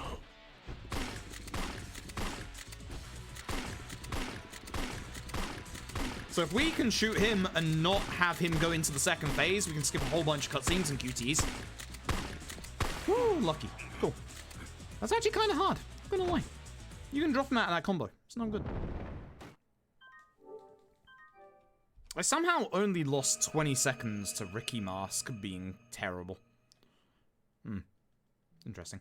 Either way, whilst we're in this lovely strip club and we save Toma, Joji says that he wasn't the one that shot Nakahara or Daigo. It was actually his assistant, Andre Ricardson, who we've already seen. You remember that foreigner who fought us earlier? That's him. Now, for some reason, Taichi's in the club. Taichi, this is no place for a child of your age. Get out of the club. Unfortunately, Mine and Tamashiro turned up with a bulldozer and kind of destroyed the orphanage. Whoops.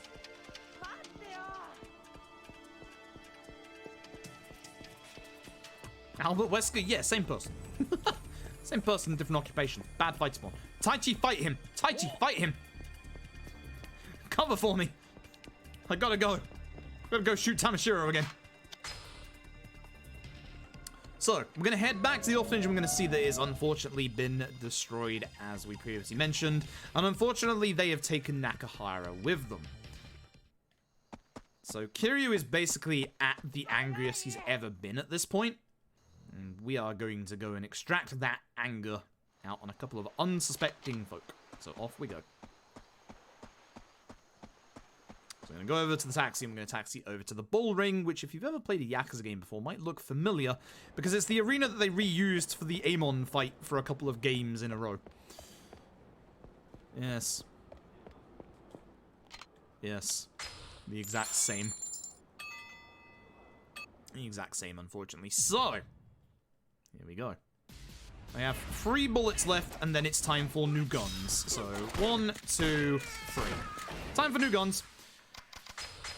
Oh, Yakuza 3, your speedrun is, somewhat cursed, I guess.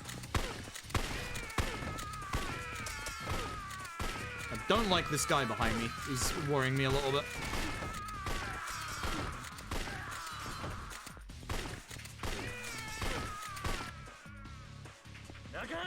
Time to save Nakahara from the bull.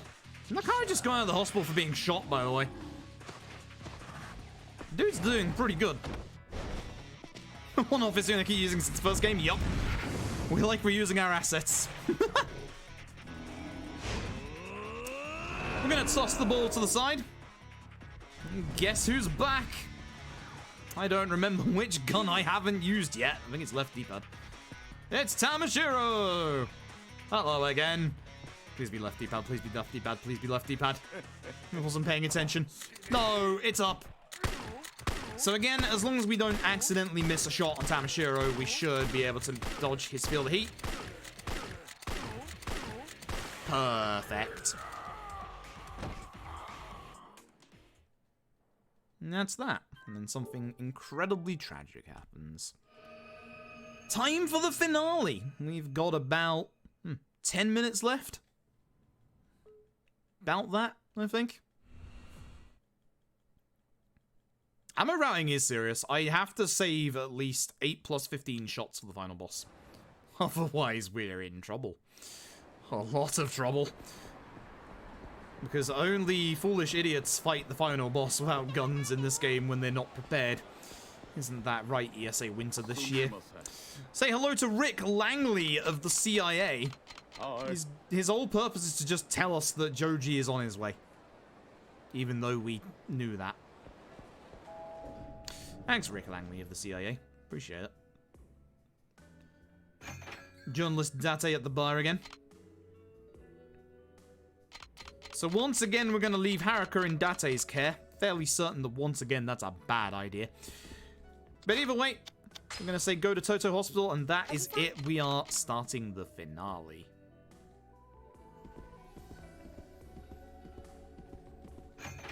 Yeah, exactly. The Mama of Serena in multiple games is only known as Mama.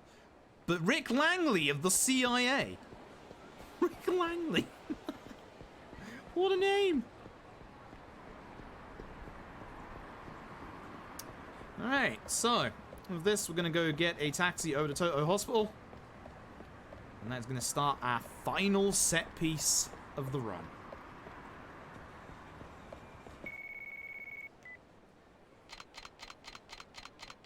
Joji, the CIA is not going to be able to watch our back, so we're just going to have to go and do it ourselves, I guess.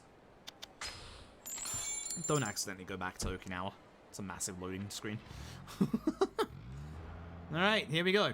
I actually quite like Yakuza 3 set piece because you go through practically every single enemy in the game. The trouble is, we just have guns now. That's an unloaded gun. Get used to this sound for a second. This is what we did all those fish activities for. I have 4 guns left after this.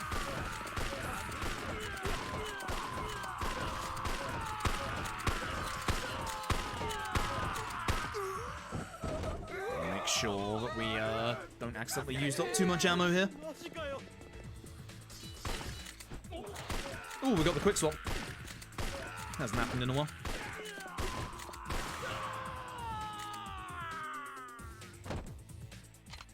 So we gotta chase after the captain. That lad there, he's off. Defeat the captain. So here's what we're gonna do. We're gonna literally run past everybody. His entourage is not that good. Literally. They do put a couple of guys at the stairway at least. I'm just gonna get our revolver out and shoot this guy. I think that's 3 bullets left, which is good. That should be enough for the next guy. Excuse me. Excuse me. Excuse me.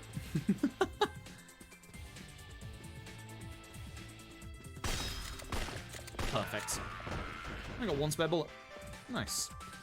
So here's what we're gonna do. We're gonna stand here in this corner, aim a bit to the right, and then shoot him. Is it me, or was that firing faster than it should have done? Hoxie, can you do me a favor and clip that?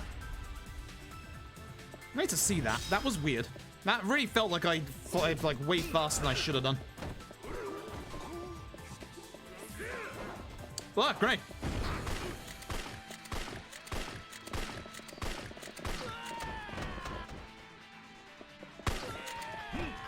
Want a fresh gun for this? Thank you. That was faster? Thought it was. Interesting. I have no idea how I did that. I want to take out these guys with the machine guns because I don't want them interrupting me as I try and break through this barrier. You don't have to do that, but I just want them gone, honestly. The hits on the bed. Please don't shoot me, shotgun guy. Now here we're going to punch into this guy ahead of time because otherwise he's going to shoot us. No, bye. And goodness for walls. This gun. How many guns do I have? I need to figure that out. I tell you what, that 8 is perfect. So 8 and 15. Okay, so I've got 3 guns to fully use now. That is actually perfect. That is the exact amount of gun I need.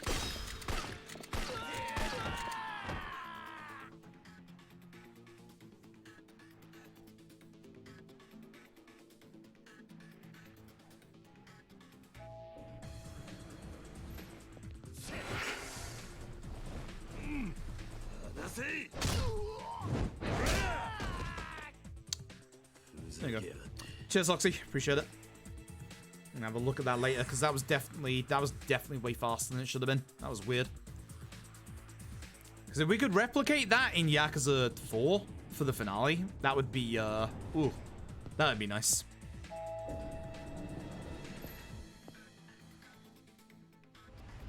Right, off to Daigo's hospital room. I can only load 15 bullets in a gun before it becomes useless, that's why. Guns aren't made very well these days, unfortunately. Let's use the gun on up D-pad to start this fight so that we don't accidentally use two little guns. Hey, look who it is! Let's go. It's Wesker!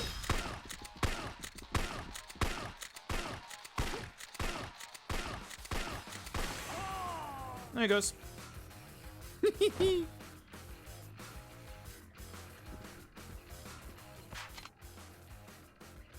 Now, in what looks like an homage to Resident Evil 2, wait for it. Wait for it.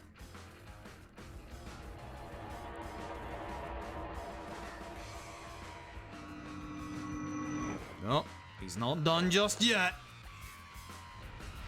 Time to go to the roof. So I'm gonna try and take one of these guys' guns rather than use my own right now. Probably this guy's. Hey, he attack him. Thank you. I want to save some of my bullets for a fight coming up.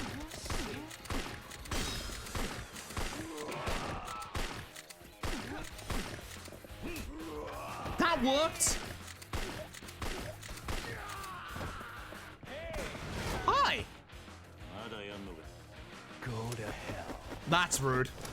You can't just tell someone to go to hell. That's rude. Let's do it. Okay. Sure. I also have guns, by the way. That's not something you want to hear, but... that might just be enough. It might be one less. We're about to find out. Hopefully none of these bullets miss, because that can happen.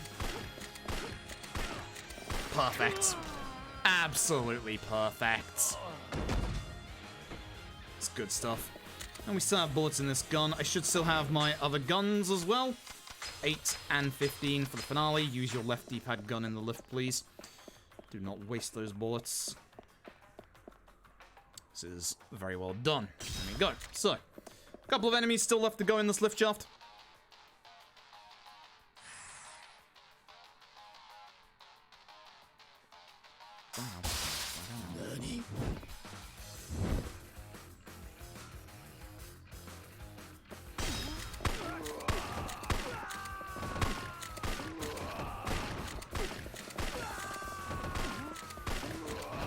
Perfect. Absolutely perfect amount.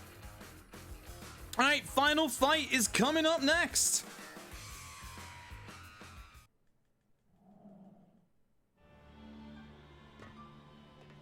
Kiryu-san, これがあなたの最後の戦いです。思いっきり来てください。言われなくても遠慮はしねえ。とことんやってやるぜ。行くぞ。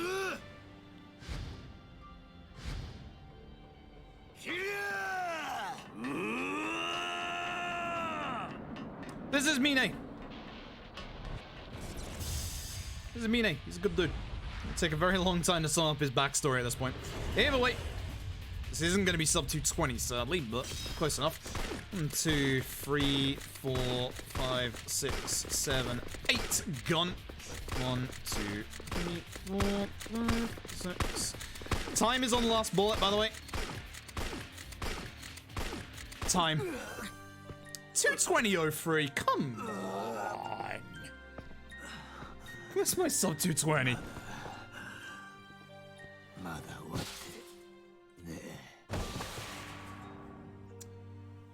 That's a PB by almost 4 minutes. Hooray. Hooray! Nowhere near world record pace, but hey. Neat! Very neat. Very, very neat. Ricky Mast did deny the 220. Oh, I'm mad. Oh, I'm actually mad. Wow. Either way, that's... I was gonna say 11 hours of Yakuza. How long was that, actually? I feel like that wasn't 11 hours. Oh dear. I come almost an hour underestimate again. What is my problem? I even, like, submitted an actual video with video evidence this time. My goodness. My goodness. Oh, nothing like a marathon PB, huh? 10:24. Oh my god, I've done it again. だけだ